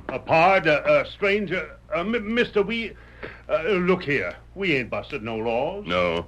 I saw that you were careful to keep your word to me and get permission from the sheriff before you set up a gambling tent. Sure, that's it, mister. We was keeping our word. We was thinking of that when we called on the sheriff. What do you know about Martin Gates? He's a money-grabbing polecat.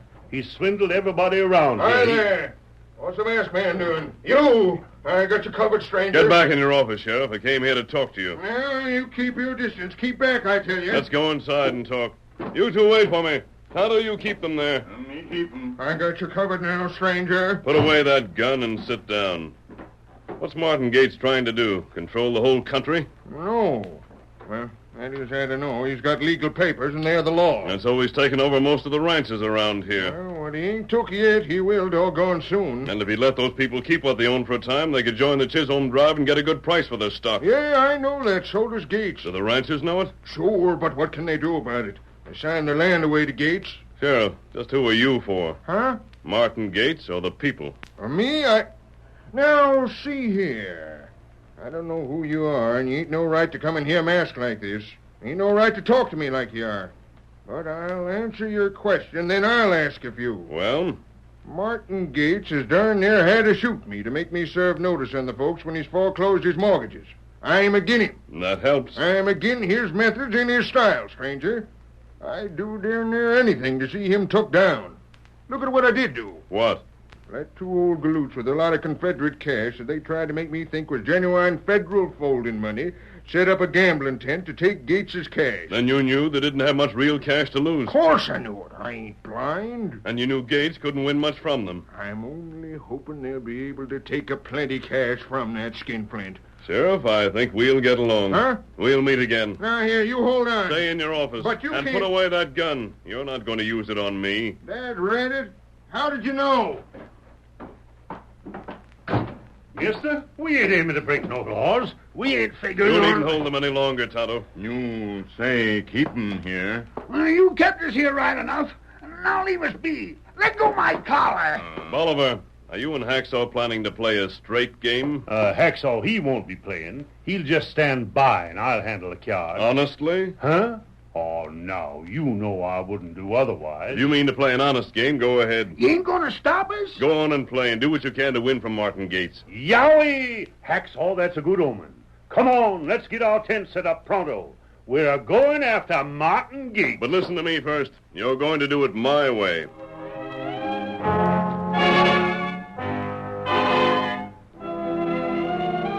The 2 ex-soldiers listened to the Lone Ranger, then put up their second-hand tent and installed some borrowed furniture.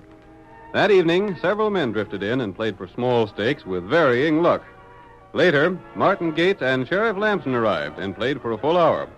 Finally, Gates shouted in anger. Blast at your game. Oh, what's the matter, Banker Gates? You were too measly pair and you beat me. I want another deck of cards. There's something mighty crooked about this game. Now, Banker, that ain't right or just. It's insulting. I demand new cards. Leave.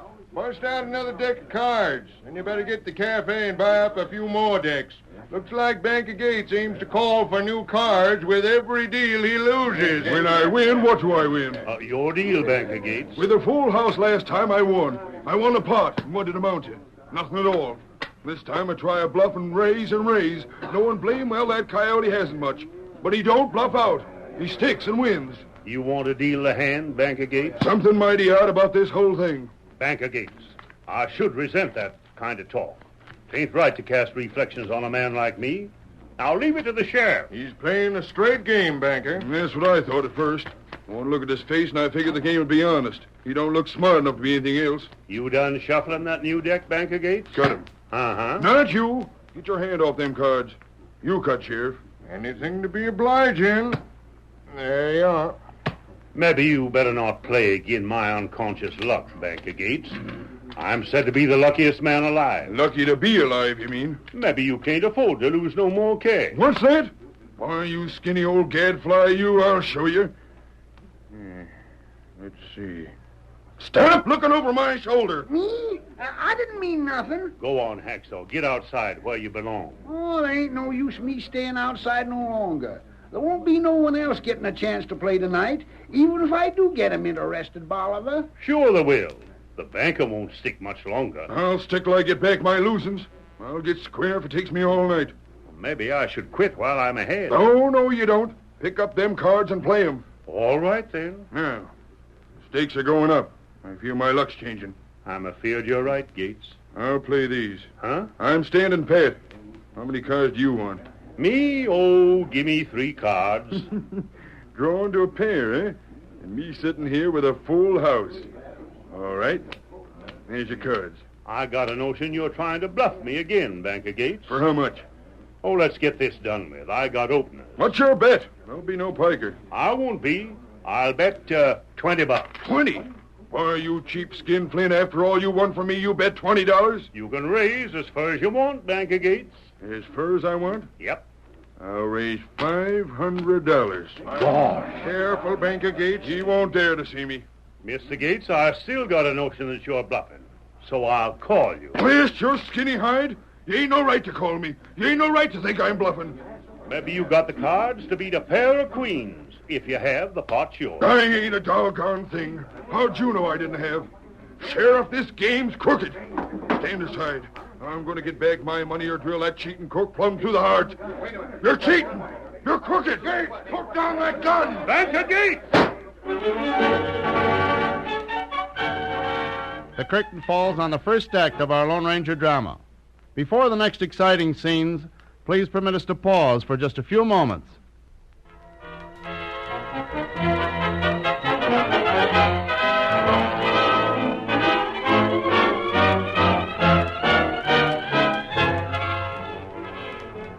Now to continue our story. Bolivar Bates at Hacksaw Hastings schemed to win at poker from the greedy banker Martin Gates. Gates had foreclosed without mercy upon the ranchers in the district, making it impossible for them to sell their cattle in the profitable northern markets. Knowing this, the Lone Ranger watched the progress of the game from outside the tent. But when the banker finally lost his temper and shot point blank at Bolivar, the masked man quickly entered. You ornery killer! You shot my partner! You killed Bolivar Bates! That's enough of that shooting. Who's this masked man? Drop that gun. You're covered. Drop it. Me help him, old man. Get him out of here, Tonto. Sheriff, you're putting this man under arrest, aren't you? You're doggone right I am. Ice your hands, Gates. I had reason to shoot. I had reason. It was a card game. That's for a jury to decide. And I'll be on hand to tell that jury how square the game was. Why, Bolivar wouldn't cheat. We'll stay here with Bolivar, Sheriff, and see if there's any chance to save him. Yeah, you're coming to the calaboose, Banker Gates. No, you can't do that to me. Who says I can't? I better take care of my partner's winning. But let me look at him. Let me see how bad he's hit. Get going. You already done enough to him. I'd drill you myself if I wasn't sure the Lord'd hang you for this. On your way now. But the masked man, who's he? Ain't no concern of yours who anyone around here is now. You won't be around town.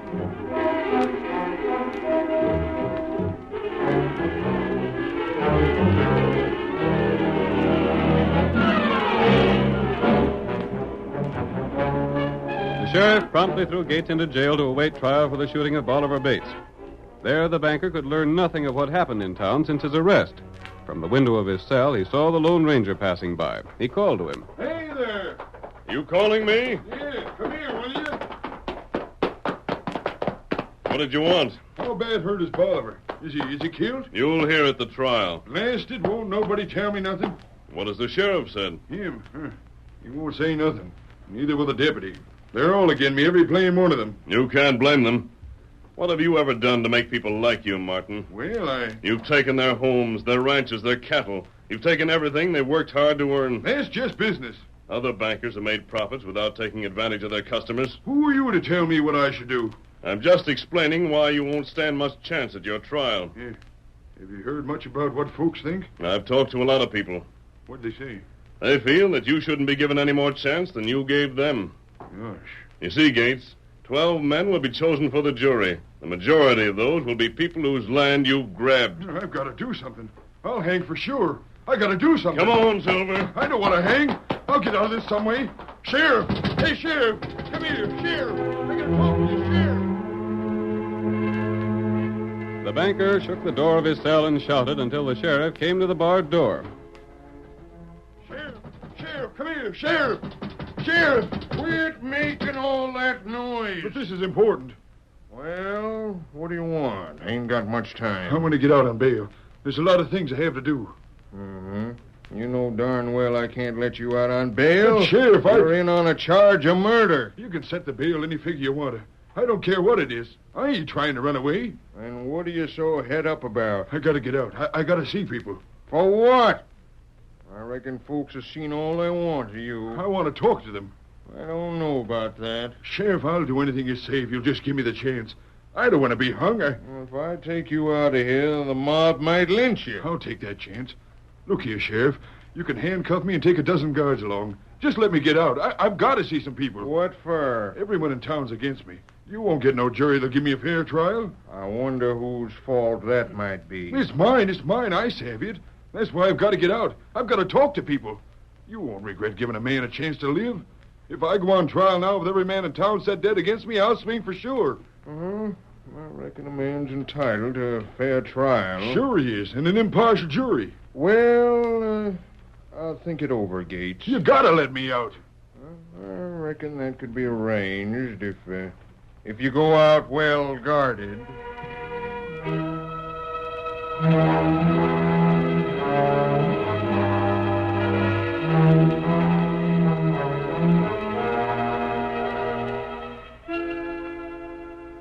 The sheriff smiled to himself as he released the banker under guard. Gates wasted no time calling on the people he had driven from their homes. He went first to Jeremy Burke. What do you want here? We're getting out in this place as soon as we can. We got till the first of the month, Gates. You told us that yourself. Hold on, Burke. You ain't got to leave. Where did you hear what he says, Burke? I changed my mind. I ain't foreclosing. You ain't foreclosing? I'm going to renew your mortgage like you asked me to. Your what? Yes, here. Here's the new mortgage. You just sign here and go on living here. This place is still yours. And you can pay me the cash you owe me when you get it. Well, I'll be... Don't you see, Burke? That leaves you free to dispose of your cattle. And with the cattle my own again, I can sell it? Sure you can. Wherever there's a market? Certainly, wherever there's a market. I can join the Chisholm cattle drive to the north. By thunderation, what's come over the banker?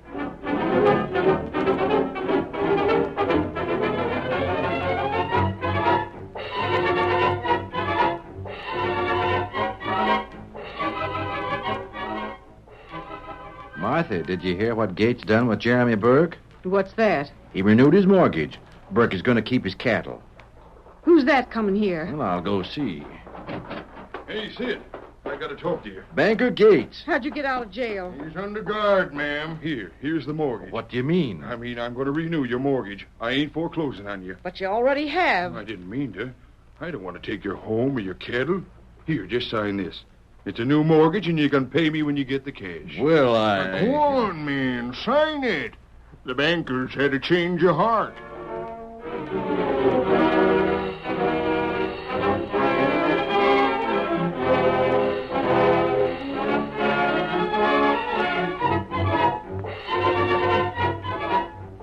Martin Gates, renewing the mortgages on liberal terms, hurried from one place to another. His debtors were astonished, and the news of the banker's action spread like wildfire. Those who had already lost their homes rushed to interview Gates before he could change his mind again. Are you renewing my mortgage, too? What about me, Gates? Can we keep our land? Are you going to let us have our cattle? I'll pay you as soon as the cows are sold. Just line right up here. I got new mortgages for every one of you. I ain't going to foreclose on nobody. What's your name? Lem Purdy of the Barcade. All right. You foreclosed. You drove us out. We've been wondering where we was going to sleep next week. You're going to sleep right on the Barcade. You're going to keep the Barcade. Here's your paper. Sign right here. What about me, Gates? What's your name? Sam Tyndall. All right, Sam. I got your paper here somewheres. You can pay me when you're ready. Who's going north with cattle? I am. So am I. Me too. We can join the Chisholm cattle drive. We can get good prices to the north. Next man, step up here. Hurry it up now. Hurry it up. I've got to get through all these papers before sundown. And then the sheriff's taking me back to jail.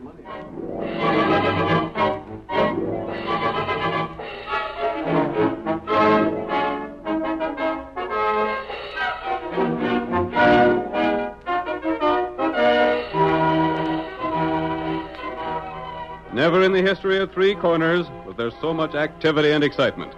Toward sundown, when Gates, tired and exhausted, was again in his cell, he saw countless herds of cattle being driven northward past the jail. The banker stepped to the door and called to the sheriff. Sheriff? Sheriff, I want to speak to you. Well, what's on your mind now, Gates? All them cattle going by. They're all going to join Chisholm. With a drive to the north, eh? Yep. They can sell the cattle there, can't they? Sure they can. Get good prices for it. You know, Sheriff, it's a funny thing. Well? All my life in making money, I've never been half as contented as I am right now. In spite of the fact that you're waiting trial for murder? Yep, in spite of it. I just wish... You wish what? I wish to goodness I hadn't shot that poor critter. Huh. Ain't likely a jury will hang you now, Gates. You bribed every man in town. Curious thing, though, Sheriff. It ain't the hanging that bothers me. No? It's the killing of the man. I don't know. Something happened to me today, seeing all them folks with their faces lighted up with smiles. Looks like you had a good lesson, maybe, huh? Right. How's the prisoner, Sheriff? Come in, stranger, come in. He's a changed man. I heard he'd been doing a lot around town today. Sheriff, who is this masked man? What's he doing around town anyhow? Well, Gates, he come here to investigate you. Me? Good fortune sent old Bolivar and Hacksaw here. Look here, can't you tell me how Bolivar Bates is? I ain't even sure he's dead. Come in, Bolivar. Well, Sheriff. How are you feeling? I'm feeling all right. Fact is, I'm feeling frustrated. You? Howdy, banker. You feel like playing some more poker? That man, he's alive. He's walking. He ain't even wounded. It was generally believed, Gates, that if you lost money, you'd lose your head. You did that very thing and drew your gun. Yep, you sure enough did that. But I shot. That's what you spent this time in jail for, Gates. Drawing and shooting a man over a game of poker. But he ain't even wounded. Ain't your fault, Gates. You sure shot straight enough. That wadding in the blank cartridge you fired most knocked the wind right out of me. Blank cartridge? Yep. You see, Banker Gates, you was figured to do just what you done.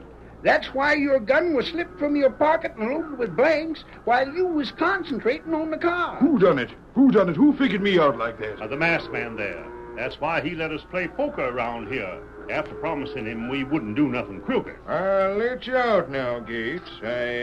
I reckon you've learned your lesson. Let me out. And I ain't killed nobody? I don't look dead, do I? Now, maybe you're going to regret what you done today, Gates. But it's all done, and you can't recall it. You'll sign new mortgages. The funny part of it is, Sheriff, I don't regret it. Doggone it, I'm glad I done it. Have you anything else to say to the banker, Bolivar? No, reckon not. Think hard. Oh, yes. Gates. I come to give back what I won from you. Huh? You mean you're going to give back the money? Yep, minus your 10%, Sheriff. You see, we didn't win that cash fair. It was a darn good scheme just the same, Sheriff. You see, I'd hang around and get to see the hand that Banker Gates was dealt. And if he had anything to beat what Bolivar was holding, I'd give Bolivar the high sign. So you cheated me. You cheated me after all. Yep. And my conscience hurts me, Banker. That's why I'm returning your cash. Cheated me. Well, by darn. I wouldn't believe that a galoot that looked like you would do it. But it looks like I got tricked all around. By darn, I'm doggone glad of it. I never felt better in my life. You keep that cash, Bolivar. Huh? Keep it. You earned it. Well, I'd sure enough like to, but I can't do it, Banker Gates. You see, I didn't win it honestly, and my conscience bothers me. Your conscience, my eye. You're giving it back because the Lone Ranger made you, just like he made Banker Gates give back the land he took. You see, Banker Gates, in this new country, new laws must be made. Men can't live and grow with the country unless they replace the written laws with the laws of humanity and help each other.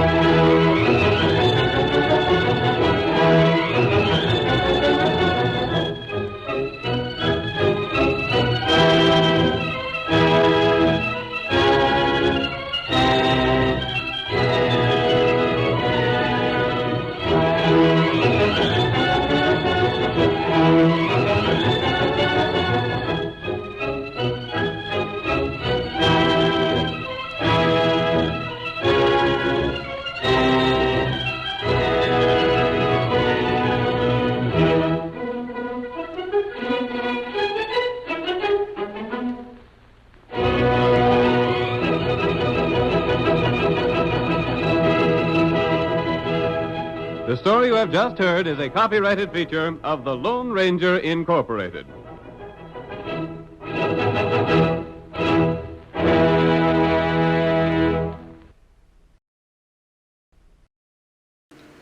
Groucho Marx meets some of the most interesting people you could ever hope to hear on radio in You Bet Your Life, coming up next. Ladies and gentlemen, the secret word tonight is heart. H-E-A-R-T. Really? You bet your life. The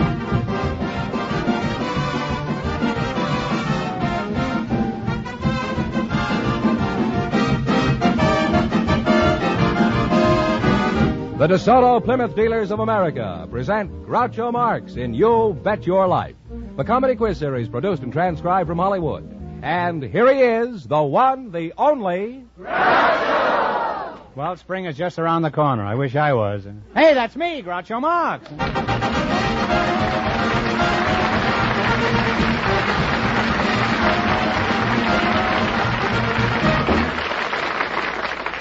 Thank you. Well, here I am again with $1,500 for one of our couples tonight. George Fenneman, who gets first whack at it? We asked if there were any couples here tonight who had been married more than 50 years, and just before we went on the air, our studio audience selected Mr. and Mrs. A.S. Thacker, and here they are. Folks, meet Groucho Marx.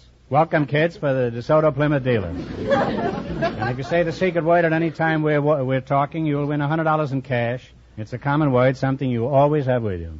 So you two are married more than 50 years, eh? How long have you been married, Mrs. Thacker? 50 years, and last November. And how long have you been married, Mr. Thacker? How does it feel to be celebrating your 50th wedding anniversary, Mr. Thacker? Well, just beautiful. Yeah. Wonderful. About the same as the 49th, I suppose. And how was the 48th? Do you remember that? About the same. About the same. Well, let's try the 39th. How was that year? Huh? It was wonderful, too. Yes, that was a great year, the 39th. How long have you been in California, Mr. Thacker? 27 years. Mm-hmm. And why did you come here? Well, we was living at Spokane at that time, and I wanted a warmer climate. Mm-hmm. Wouldn't it have been cheaper to put on heavy underwear? Where did you formerly reside, Mrs. Thacker? Before that, I mean. In Texas, Gainesville, Texas. Was that near Nacogdoches or Denison or... Yes. I was once pinched in Nacogdoches for playing euchre on the front porch of the hotel. It happened to be on a Sunday, and you're not allowed to play euchre on Nacogdoches on Sunday. As a matter of fact, the way I played, they shouldn't have allowed it on Saturday either.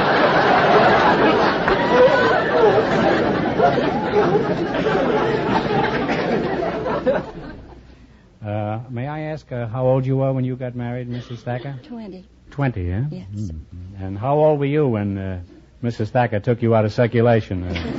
I was 26. You're 76? I'm 77 now. 77. Well, you just passed the spirit of 76. What sort of work do you do now, Mr. Thacker? I don't work. You're a bum?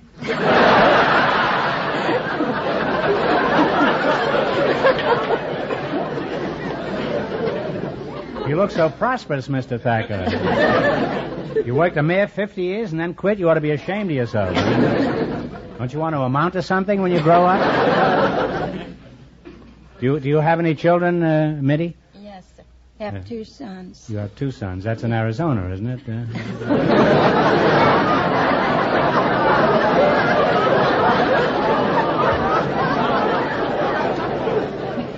Do you have any grandchildren, Yes, Mrs. Thacker? Yes, sir. I have 2. 2. Do you have any great-grandchildren? No, sir. Do you have any great-great-grandchildren? No, sir. You're in a rut. Now, after all these years of marriage, do you have any pet name for your wife, Mr. Thacker? Yes, sir. I always called her Sweetheart.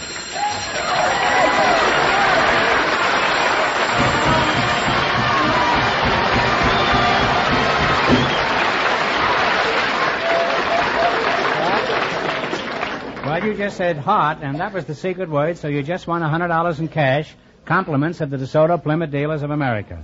Thank you. Thank you.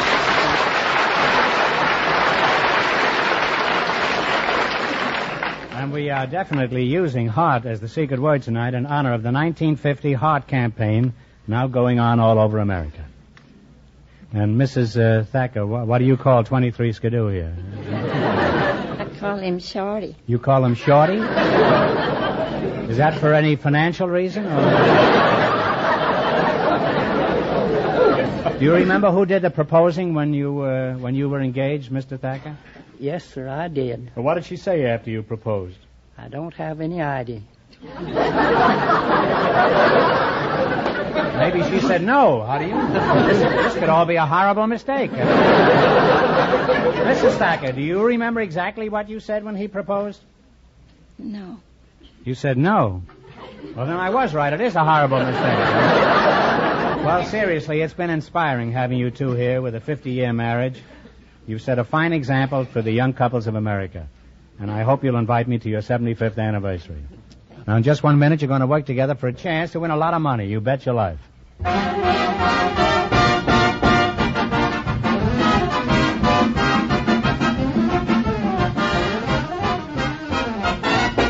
Your DeSoto Plymouth dealer pledges himself to treat you fairly and squarely, day after day, year after year.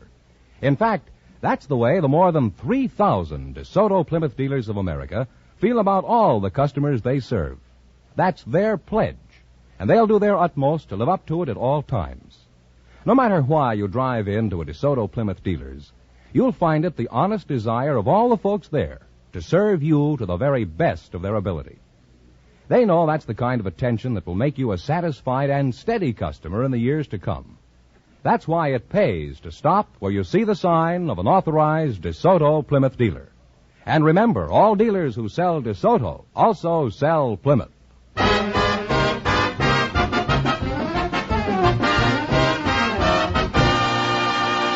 Now then, let's see if you two youngsters will get the chance at the $1,500. Fenneman, tell them the rules.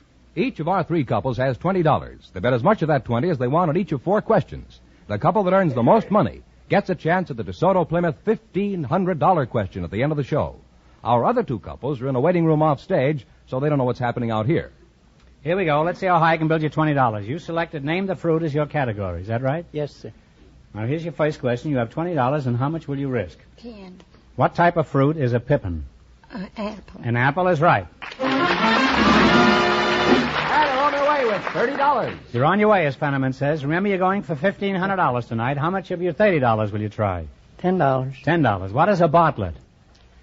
Pear. A pear is correct. Now they have $40, Groucho. Now you have $40, huh? Here's your third question. How much of the 40 will you try? 20. What kind of fruit is a muscat? M-U-S-C-A-T. Grape. It's a grape. Do you think it's a grape? And you think it's a grape? Well, it is a grape. They're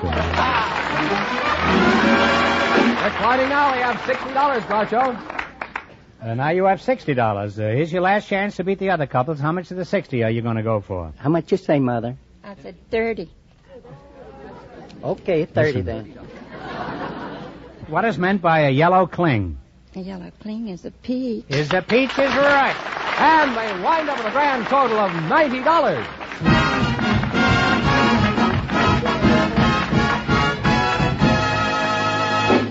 Thanks and good luck from the DeSoto Plymouth dealers. Now, don't go away now. You might get a chance at the big question. Groucho, the secret word is still heart. Yes, George. Perhaps the next couple will say it. Yes, George. Just before we went on the air, our George. studio audience selected Blanche Ames, a department store buyer, Mr. Alexander Atkinson, a married man. And here they are. Folks, meet Groucho Marx. Welcome for the DeSoto Plymouth dealers. One of you says the secret word, he wins $100 in cash instantly. It's a common word, something you always have with you. Mr. Atkinson, huh? Right. You're the married man? Oh, yeah. Mm-hmm. Very happily married. Very happily. Oh, well, yeah. There's no point in getting pugnacious about it. Huh? Very Atkinson, are you related to the dramatic critic on the New York Times? I'm related to a former governor of Georgia. Well, that's not you're quite talking the about same thing. Brooks Atkinson. I mean Brooks Atkinson. Oh, yes. He's a distant relative. You see, well, he must be Yeah. if you're here and he's in New York. Now, where are you from, Mr. Atkinson? I'm from the land of sunshine, flowers, beautiful women, juicy oranges, and no smog.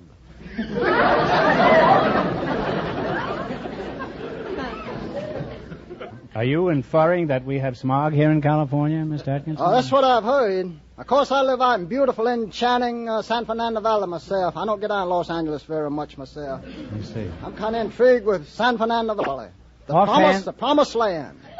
Well, they've been promising a lot. I don't know whether Offhand, I would say you're a realtor. Is that right? Well, I had a little property down in Florida, but recently I got a letter saying... that it was underwater? That they discovered...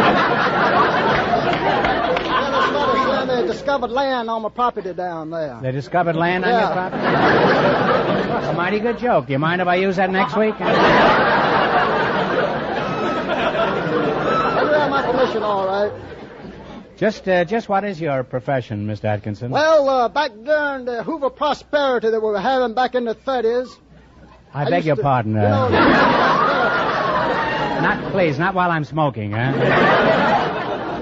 I got tired of eating the grapefruit and oranges. That's about all I had to eat, so I wanted a little meat. I just go out and catch the bullfrogs at night. I go out at night and catch these frogs, and you take them and fry them in butter. Man, it's better than southern fried chicken. Well, I must try that sometime. These tourists came down there. These are Yankees. Anyway, they kind of took a liking for these.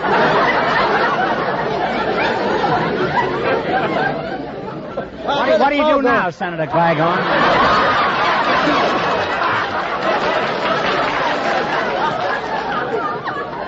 Well, at the present time, it's my good fortune to be associated with the finest studio in Hollywood. That comes from the bottom of my heart. That's Warner Brothers.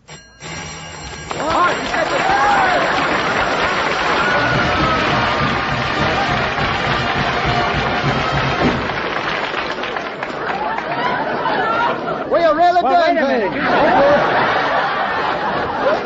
Mr. Atkinson, you went on gabbing so long that you finally won $100. You said heart, and that's the secret word.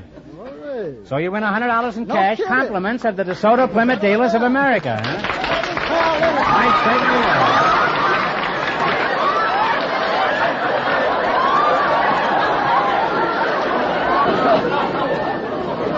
Mr. Atkinson, are you related to the Atkinson in New York? Huh?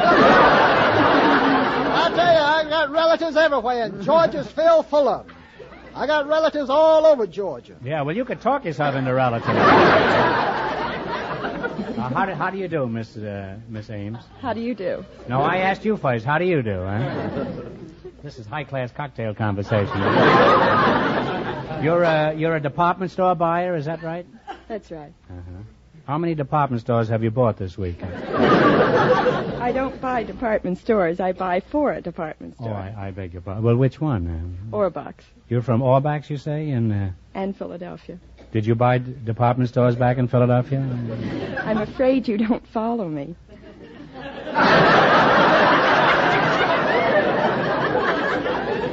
Well, even if I did, there's nothing to be afraid of.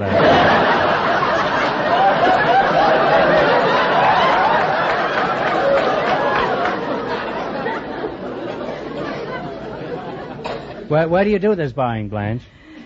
At Orbach's in the Oval Room. What do you buy for them? I buy better dresses. Better dresses? And who buys the worst ones? Did you ever buy any dresses that your store can't sell? I get stuck with a few white elephants. White elephants, huh? I can see why you get stuck with them. What do you do with these white elephants? Well, when they don't move, why, we usually mark them down for sale. If they don't move, they must be dead, is that it? Imagine a store full of dead white elephants. Must be quite a problem on a hot day. Huh? Well, where do you keep them? Where do you keep these dead white elephants, huh? Well, we hang them on racks. Oh, no wonder they're dead, huh? Now, let's be calm and go at this thing scientifically, Blanche. Huh? Now, what I originally asked you, Blanche, was do you ever buy any dresses for your store that you can't sell? Yes, I'm afraid... Are they changing the styles this year, Blanche? Yes, the trend is more towards the shorter skirt. Do you think we could speed up that trend a little? Huh? After all, I haven't got so long to go, you know.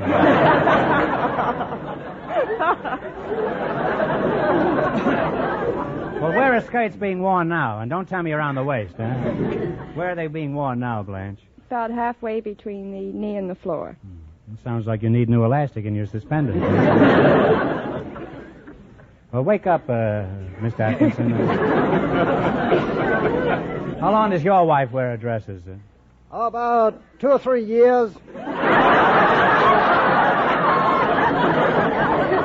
Okay, go back to sleep, Mr. Atkinson. I'll wake you up as soon as Thyman runs again.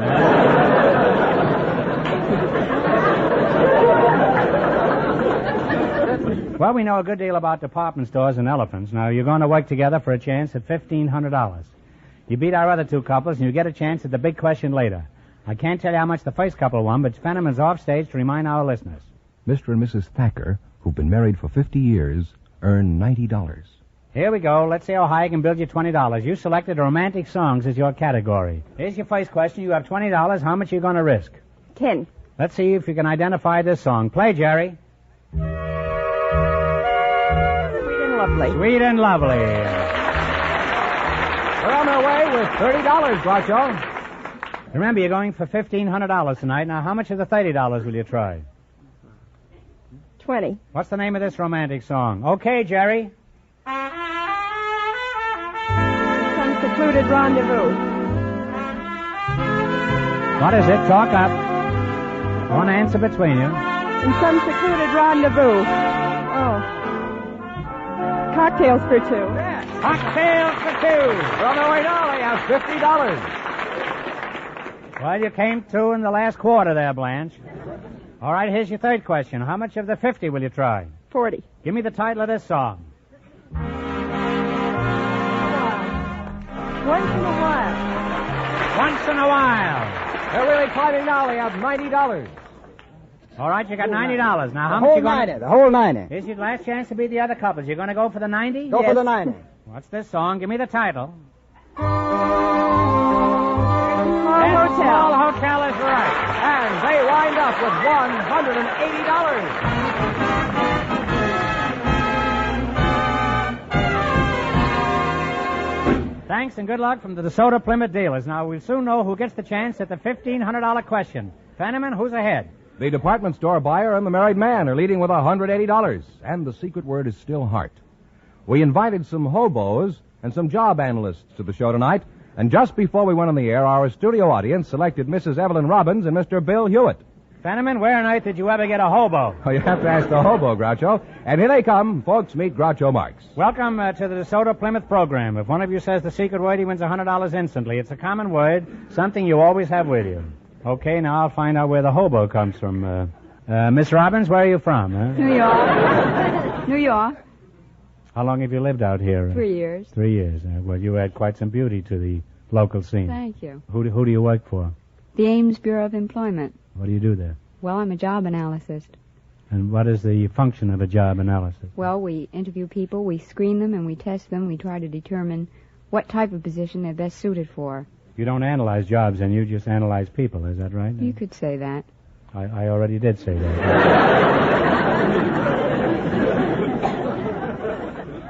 Now, by sifting through all the facts about Evelyn here, I gather that you're the hobo. Is that right? That's right.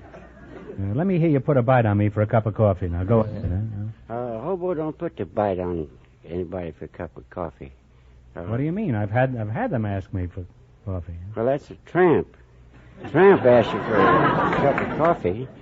A hobo goes out and gets it different. He runs a butcher shop for meats and the bakery for toppings, and then he cooks it up. Bakery for what? Toppings. That's day old bread, stale stuff. Well, if you want stale stuff, just listen to me here. Huh? How do you get it from the butcher? I mean, you walk in there and he throws you a hunk of meat? Huh? Well, you give him a song and dance. Just tell him, say, I'm trying to cook up something down in the jungles down here, and I'd like to have a little meat. It's a good idea to have something under your arm, like some potatoes, and say, look, Mac, I got a loaf of bread here. How about giving me a little meat to go with it? They're easy. It's a pushover. I'll try that tomorrow, huh? Tell me, Bill, as a knight of the road, how do you live, huh? Oh, sometimes good, sometimes bad. Like an actor, huh? Where do you live? Well, if I'm working in the city like bellhop or dishwasher, I rent a room. If I'm not working, I live in the jungle. Well, when you're camping in the jungle, as you call it, what kind of meals do you make? Make a mulligan stew. Well, how do you make mulligan stew? Do you get them angry first, or? Well, first you gotta have a lot of meat, see? A lot of meat, eh? Well, you're back in the butcher shop again. Huh? Then you throw in a lot of vegetables, your own salt and pepper and everything you get, and you cook it in an open fire and you can. Well, suppose you can't get any meat. I wouldn't be a mulligan stew then. No, well, what would you have then? Huh? That'd be slumgullion, I guess. What do you drink with your slumgullion? Oh, battery acid. Battery acid? Yeah. Well, you should at least be able to start on a cold morning, huh? Just what is battery acid? Well, that's fresh coffee. The first time it's you boil it off. After that, it's no longer battery acid. What, do you use it over again? Sure, but it's not battery acid then. That's dishwater mud. Yeah. How many times do you cook it over? Oh, that all depends on conditions. If you got a lot of coffee, it's not necessary. Sometimes when things are tough, you got to boil it over a lot of times. In my house, it tastes like dishwater the first time. How do you keep in touch with people when you're on the road? Where do you get your mail? Oh, mostly general delivery. You know. Yeah, well, what kind of work do you do when you're working, Bill? Oh, any kind of work. I've been a sailor. I was a fireman. I worked on deck. Worked in copper mines. Been bellhop. Worked in harvest fields. Mm-hmm. Well, how do you get from place to place? Do you ride the rods? Oh, they haven't rode the rods in 25 years. I started first on the whole board in 1950, and I was 15 years old. Yeah, I ride boxcars, ride a reefer. What's a reefer? A reefer's the end of a fruit car when it's not iced. And you ride a tender, ride the blinds on a passenger train, ride the deck. Pretty dangerous, isn't it? Oh, yes. What kind of car do you prefer? Well, I prefer Pullman, but...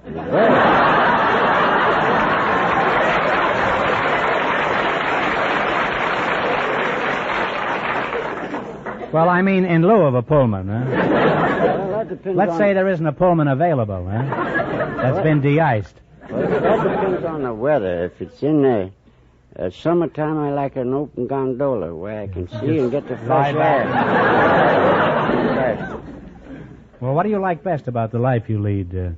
Well, I like to be free. I don't like to be tied down. I like to go places. I like to get up in the morning when I want to. I don't want some wife telling me to get up or sticking her cold feet in my back. You prefer a refrigerator car to a woman, is that it? Well, this has been very interesting, and having you here tonight. And now you're going to try for a chance at the $1,500 question. You beat our other two couples, and you win a chance at all that money. I can't tell you how much our other couples won, but Fenneman's going to remind our listeners. The department store buyer and the married man are ahead with $180. Here we go. Let's see how high I can build you $20. You selected Islands of the World as your category. Is that right? Now you have $20. How much are you going to try? $15. $15. What ocean do you find the Hawaiian Islands? Pacific. Pacific Ocean is right. On their way with $35. Well, remember, you're going for $1,500 tonight. Now, how much of the 35 will you try? 25. 25. In what ocean do you find Greenland? In North Atlantic. In the Atlantic is right. They now have $60, Groucho. Now you have $60. Here's your third question. How much of the 60 will you risk? 50. In what sea do you find the island of Corsica? Corsica? The Mediterranean. The Mediterranean is right. They're really climbing now. They have $110. Say, you must have done a lot of reading in those boxcars. Oh, I sailed in there during this war. Oh, I see. Well, here's your last chance to beat the other couples. Now you have $110. $100. $100. In what ocean do you find the Isle of Tahiti? That's in the Pacific. In the Pacific is right. And they wind up with $210. And that means that they get the chance at the DeSoto Plymouth $1,500 question.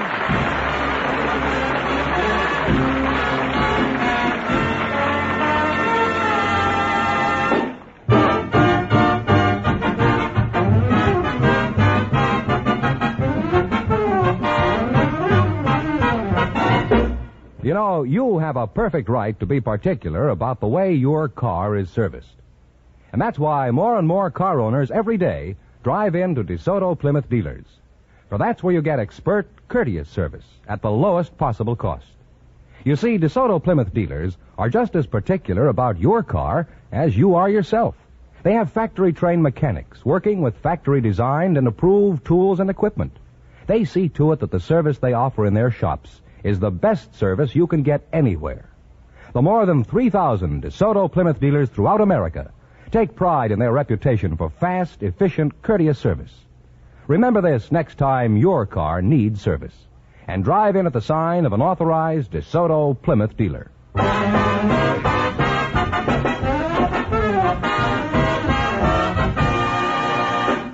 And here's the hobo and the job analyst, the winning couple, all ready for the DeSoto Plymouth $1,500 question, Groucho. Well, if you win this, you're really going to be able to ride in Pullmans. Here we go for $1,500. Ready? I'll give you 15 seconds to decide on one single answer between you, so think carefully and please, no assistance from the audience. Here it is. In 1914, the United States Army finished its biggest peacetime job. What is the biggest peacetime job ever accomplished by the Army?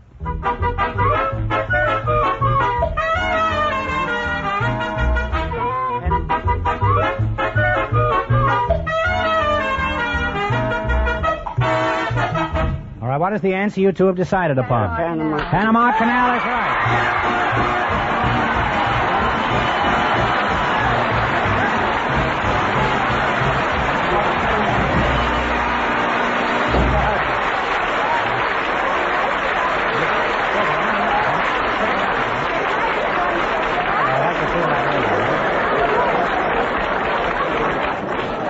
Well, you had the right answer, so you won $1,500. What are you going to do with all that money? Bill, what are you going to do with yours? Well, My heart stops jumping.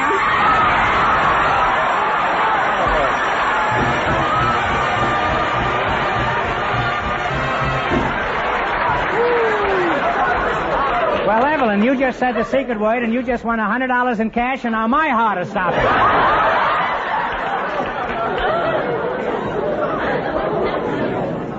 Well, now, Evelyn, what are you going to do with all that money? I don't know. You're just dumbfounded, huh?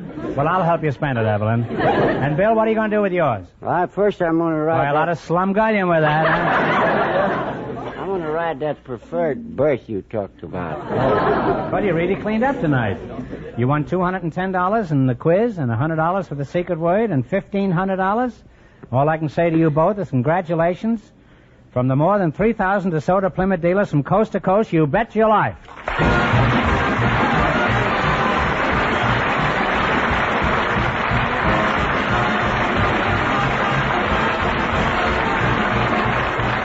You Bet Your Life is a John Goodell production, transcribed from Hollywood, directed by Bob Dwan and Bernie Smith.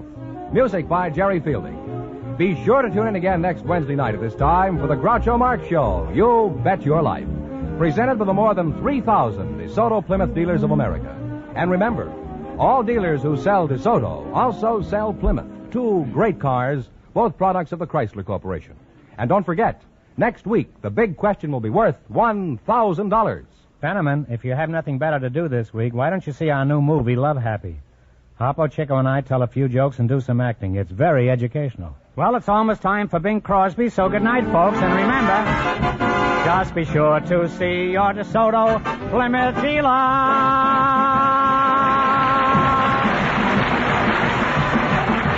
Here's a tip from the National Safety Council.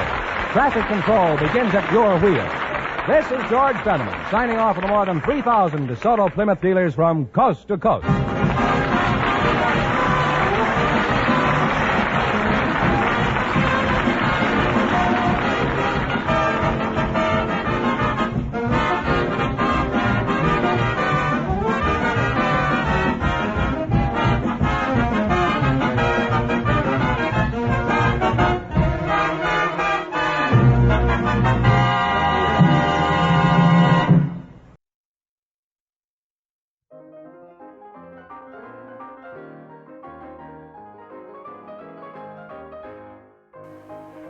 To think, man, all I have to do is turn up at the courthouse in 2 days for my audition, and I'm gonna be a major star. Wait, the courthouse? So maybe they hold auditions later.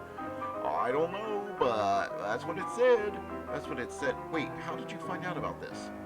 From the letter, of course. Wait, I thought you couldn't read anything except if you give a mouse a cookie. Well, I can sort of, You better let me see this letter. Oh, alright, here it is. Alright, let me just, Wait, this doesn't say you're wanted for an audition. What? It says you're wanted on suspicion. What? It says you're wanted on suspicion of eating all the fish in the aquarium, in the local aquarium. No! No! Oh, that's bad, isn't it? Yeah, they want to put you on trial for it, so I'd say that's bad. Folks, we'll have to straighten this whole thing out.